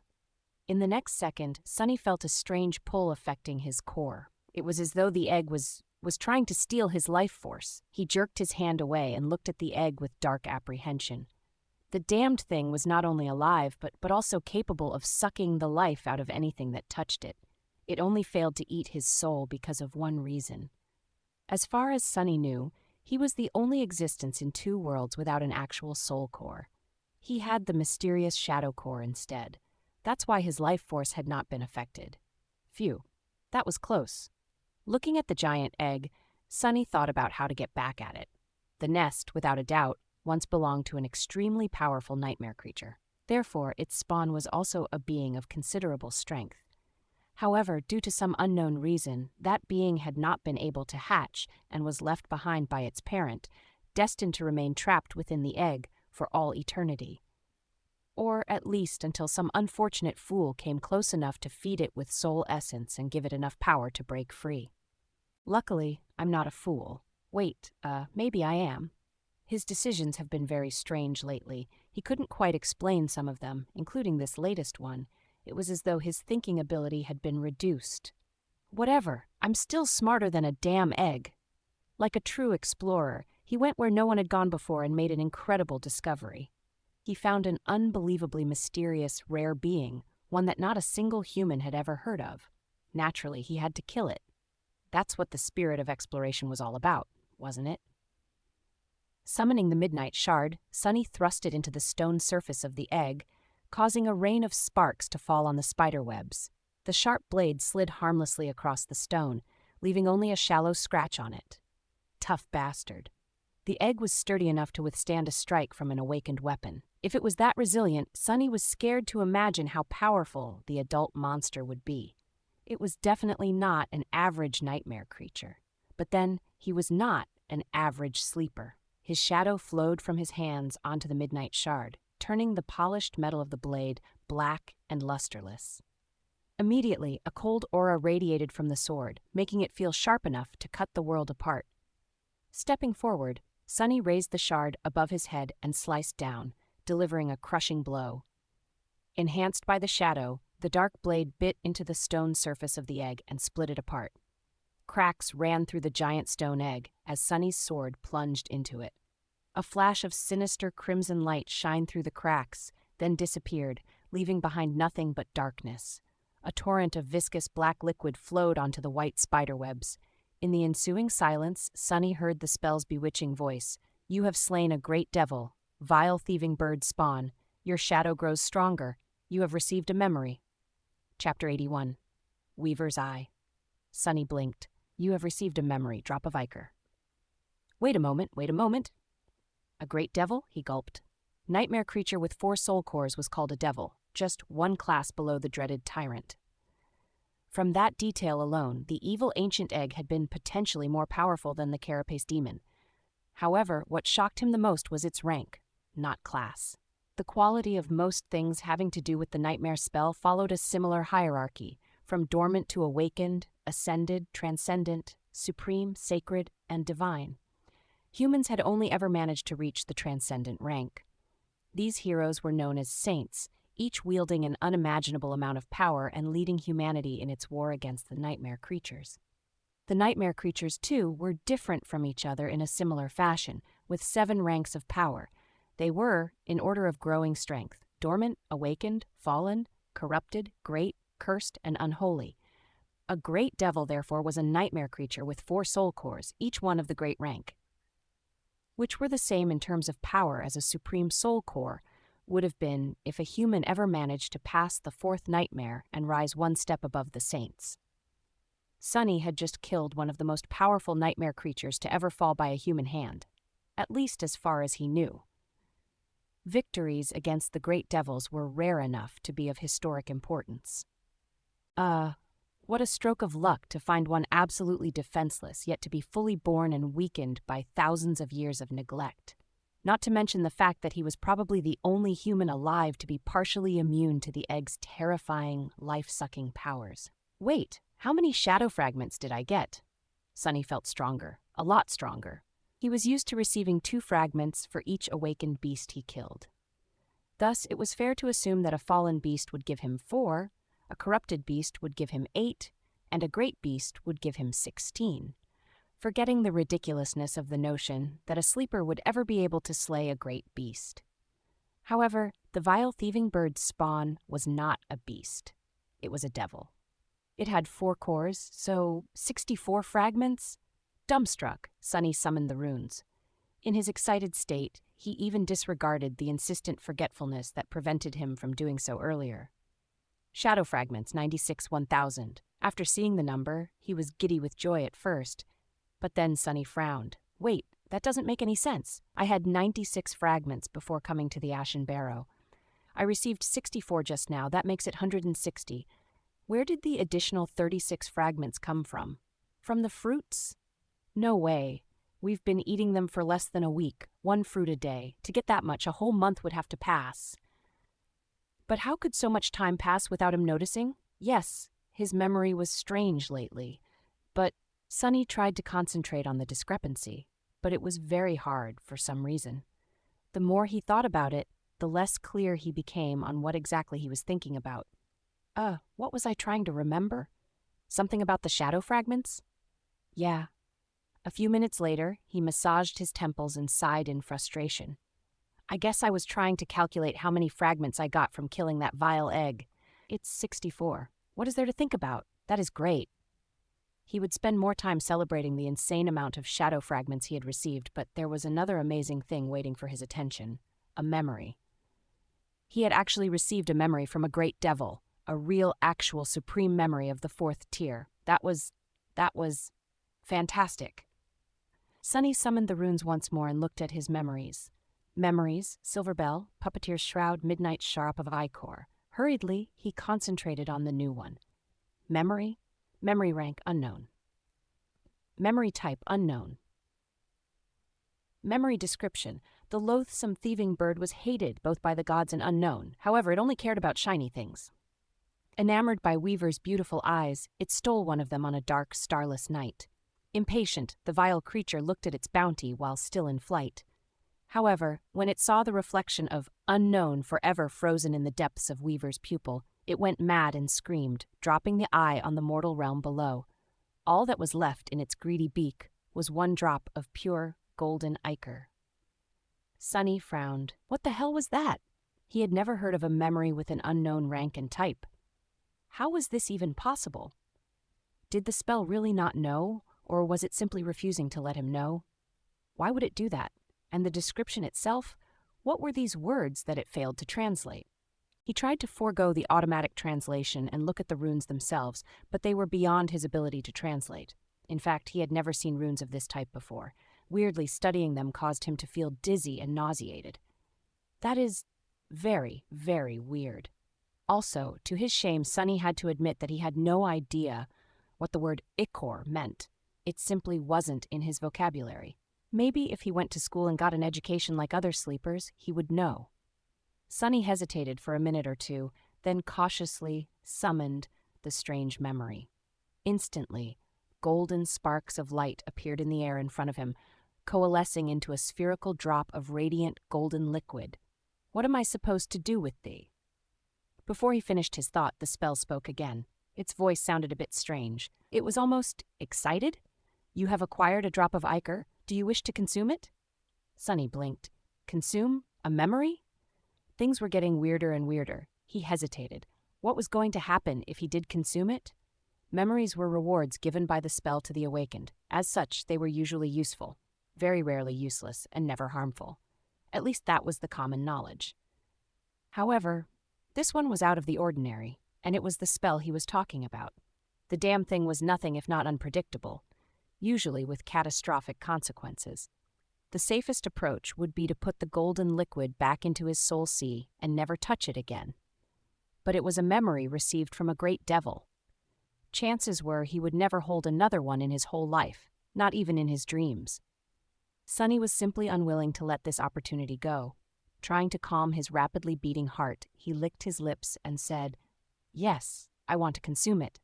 As you wish." The golden sphere separated into two streams of beautiful, radiant liquid. The streams flowed through the air, approaching Sonny's face. He felt a gentle touch caress his cheeks. Then, the golden liquid reached his eyes and flowed through them, entering his soul through the pupils. Soon, it was gone. Sonny was frozen, not knowing what to expect. A second passed, then another. He raised his trembling hands to his face, finally feeling something. In the next moment, Sonny opened his mouth and let out a terrible, wailing shriek as unimaginable. Blinding pain tore through his entire being. Chapter 82. Fear of the Unknown. Sonny fell into the soft embrace of spiderwebs, screaming, his whole body convulsing in spasms of terrible pain. The unbearable agony radiated through his nervous system, his mind drowning in the endless torrent of torturous, excruciating, harrowing suffering. It felt as though every muscle, every fiber, every molecule of his body was being torn apart and reassembled, only to be torn apart again. His eyes especially felt as though there were two white-hot metal rods inserted in them, making all the other pain pale in comparison. Or maybe they had become searing spheres of molten metal themselves. He clawed at his face, leaving bloody marks on it. However, seconds later, they were already gone, erased by some unknown force. His voice was soon gone, too, leaving Sonny without an outlet to express his horrible torment. The process was the opposite of the gentle rebirth he had experienced after passing the first nightmare. It was violent, ruthless, and unnatural, forcefully reshaping Sonny's body into something that it was not meant to be. That nothing was ever meant to be. Powerless to stop it, Sonny had no choice but to endure the agony. All he could do was try not to go mad from pain. Tears were streaming down his face, leaving bloody trails in their wake. There was no end to torture. Then, after what felt like an eternity, there was. The pain subsided, lessened, and finally vanished. Sonny was left lying on the thick carpet of spiderwebs, utterly drained and depleted. In the silence that was broken only by the hoarse sound of his ragged breathing, the spell's voice whispered, "You have acquired a new attribute. One of your attributes is ready to evolve." Sonny remained motionless for a long time, slowly coming back to his senses. The memory of the terrible ordeal was still echoing in his mind, making him shudder from time to time. He was afraid to open his eyes and look at his body, afraid to see himself changed in some horrific, repulsive way. Have I become a monster? Feeling a sense of dread, Sonny shut his eyes tighter. However, he did not feel like a monster. In fact, he didn't feel different at all. From what he could tell, he still had 2 hands, 2 legs, and soft human skin. There was no change in his strength and resilience. It was as though nothing had happened. Come on, just do it. With a nervous sigh, Sonny opened his eyes and looked himself over. Everything was the same.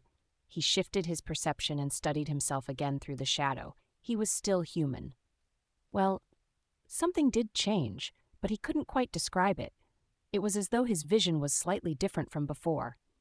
The world seemed deeper somehow. Sonny only noticed the difference because of the contrast between his own perception and that of the shadow. Previously, they were more or less similar. A drop of ichor that came from the weaver's eye. Carefully, he raised a hand and touched his eyes. They felt the same, but they were also different. He just couldn't understand in what way. Lowering his hand, Sonny noticed a drop of blood on one of his fingers. It came from a small scratch on his cheek, one that had not healed like the others. Deep inside his blood, Sonny noticed a barely visible hint of the golden shine. As if the radiant drop of golden liquid he had absorbed was still there, now a part of him, strongly diluted and fused into his own bloodstream. The shine was so faint that he had almost missed it. Sonny suspected that in the light it wouldn't be visible at all. What the hell have I done to myself? That was the moment when he accidentally glanced at the Pupetter's shroud, simultaneously thinking about the golden shine. Something switched in Sunny's head, and suddenly he saw the memory differently. His eyes widened. Under the surface of the gray fabric, 5 glowing embers were shining with ethereal light. Each of them represented a nexus and anchor of countless diamond strings that stretched to different parts of the armor, weaving an intricate, elaborate, unpredictable pattern. It looked a lot like the inner void of the spell, only at an infinitely smaller scale. However, Sunny was surprised to find out that he sort of understood the pattern. A newly found innate knowledge helped him sense the traces of logic behind the seemingly chaotic placement of the strings, a defined purpose behind every twist and turn. They were meant to achieve certain effects: durability, resilience, and another, more complex type of protection. The hint of understanding came naturally to him, as though it was his innate ability. I need to study this further. Intrigued and apprehensive, he entered the Soul Sea. A familiar dark expanse of still water appeared in front of his mind's eye. There was the looming shadow core, the shining satellites of his memories, and the strange feeling that something was moving just beyond the periphery of his vision. Out of habit, Sunny turned his head to try and catch sight of that something, knowing that he would not see anything. However, this time, he did. With a startled yelp, Sunny flinched away and lost his balance. "What the hell? What the actual hell?" Out there in the darkness, at the border of the dim light cast by the shining memories, stood motionless black figures. They were shadows of creatures he had killed. There was a shadow that resembled the slave with broad shoulders and bloodied back, one whose name Sunny had never bothered to learn. His figure was deformed and horrifying, as he had been transformed into a murderous beast after becoming the host of a mountain king's larva. That larva was then strangled by Sunny. The shadow of the Mountain King itself was towering above him, just as dreadful and abhorrent as the tyrant had been when still alive. Sunny shuddered as he remembered escaping from the horrid creature's claws. The shadow of the cruel slaver that had hit him with the whip was also there, standing beside the tyrant. This was the first, and for now the only, human whose life Sunny had ended with his own 2 hands. He even stole the boots and cloak of the dead man's body. On both sides of them, there were other shadows. Hulking carapace scavengers stood silently, their pincers lowered to the ground. A fearsome centurion's savage silhouette could be seen among them, surrounded by the giant centipedes, bulbous knots of carnivorous worms, and a few strange man-eating flowers. Every single being that had fallen by Sunny's hand was there in the form of a shadow. Or, to be more precise, every being whose shadow's fragments had been absorbed by him. Despite the fact that shadows had no eyes, he couldn't help but feel that they were all staring at him. Silent, motionless, watching. Feeling cold shivers running down his spine, Sunny gulped and stood up, his legs shaking a little.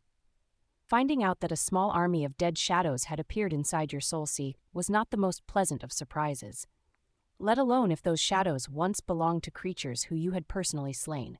He clenched his teeth. "Can I repeat? What the actual hell?" Chapter 83, 5. The shadows stared at Sunny, and Sunny stared at the shadows. After a while, the situation became a bit awkward. Sunny shifted a little, then hesitantly asked, Are you guys not going to do anything?" The shadows did not react, remaining as motionless and quiet as they had been from the start. As a matter of fact, he didn't see them move or show any sign of life at all. In that regard, they were even more lifeless than his echo had been here in the Sea of Soul. Sunny scratched his head. His initial fear was slowly disappearing. At first, he was scared out of his wits, but more so from being startled than from feeling an actual threat. This was his soul sea, after all. Very few things could harm him here. Sunny was pretty sure that the shadows were not capable of doing anything, let alone attacking him. They seemed more like manifestations of some weird facet of his aspect rather than actual beings. As such, they weren't dangerous. The question was, why did the shadows suddenly appear? After briefly thinking about it, Sunny came to the conclusion that they did not actually appear per se. Instead, they were always here. It's just that he had not been able to see them. But now, with his eyes changed by the strange transformation he had gone through, he could, just like he could see the diamond strings inside the puppeteer's shroud. Speaking of the puppeteer's shroud, Glancing at the silent shadows one last time to make sure that they would not lunge at him, Sunny frowned with suspicion and turned away. His back instantly began to tingle. Just think of them as fashionable pieces of furniture. Who says soul-seas don't need a touch of interior design? Somewhat consoled, he walked closer to the shining spheres that represented memories and summoned the puppeteer's shroud. One of the spheres floated down and slowly dimmed, revealing the armor within. Just like before, Sunny could see 5 glowing nexuses and countless strings permeating the gray fabric. They resembled miniature stars assembled into a constellation. The shroud came from a tyrant, which is a class of nightmare creatures with 5 soul cores. 5 soul cores, 5th-tier memory, 5 nexuses. Makes sense. For some reason, the number 5 moved something in his mind. Sunny scowled, not understanding the feeling of unease that suddenly appeared out of nowhere and disrupted the flow of his thoughts. Trying to concentrate on the task at hand, he summoned the runes describing the puppeteer's shroud. The familiar description appeared in the air around the armor. Memory, puppeteer shroud. Memory rank, awakened. Memory tier, V. Memory type, armor. Memory description, a worm of doubt. The identification of the tier was new. It seems that the spell decided to be helpful and incorporated Sunny's new understanding of the inner workings of memories into its, interface? Tiers were not something that humans had learned from the spell. Instead, it was just an improvised way of differentiating memories of different power levels within the same rank. It was often unreliable and outright wrong, but it was better than nothing. But in the case of Sunny, the information was 100% true.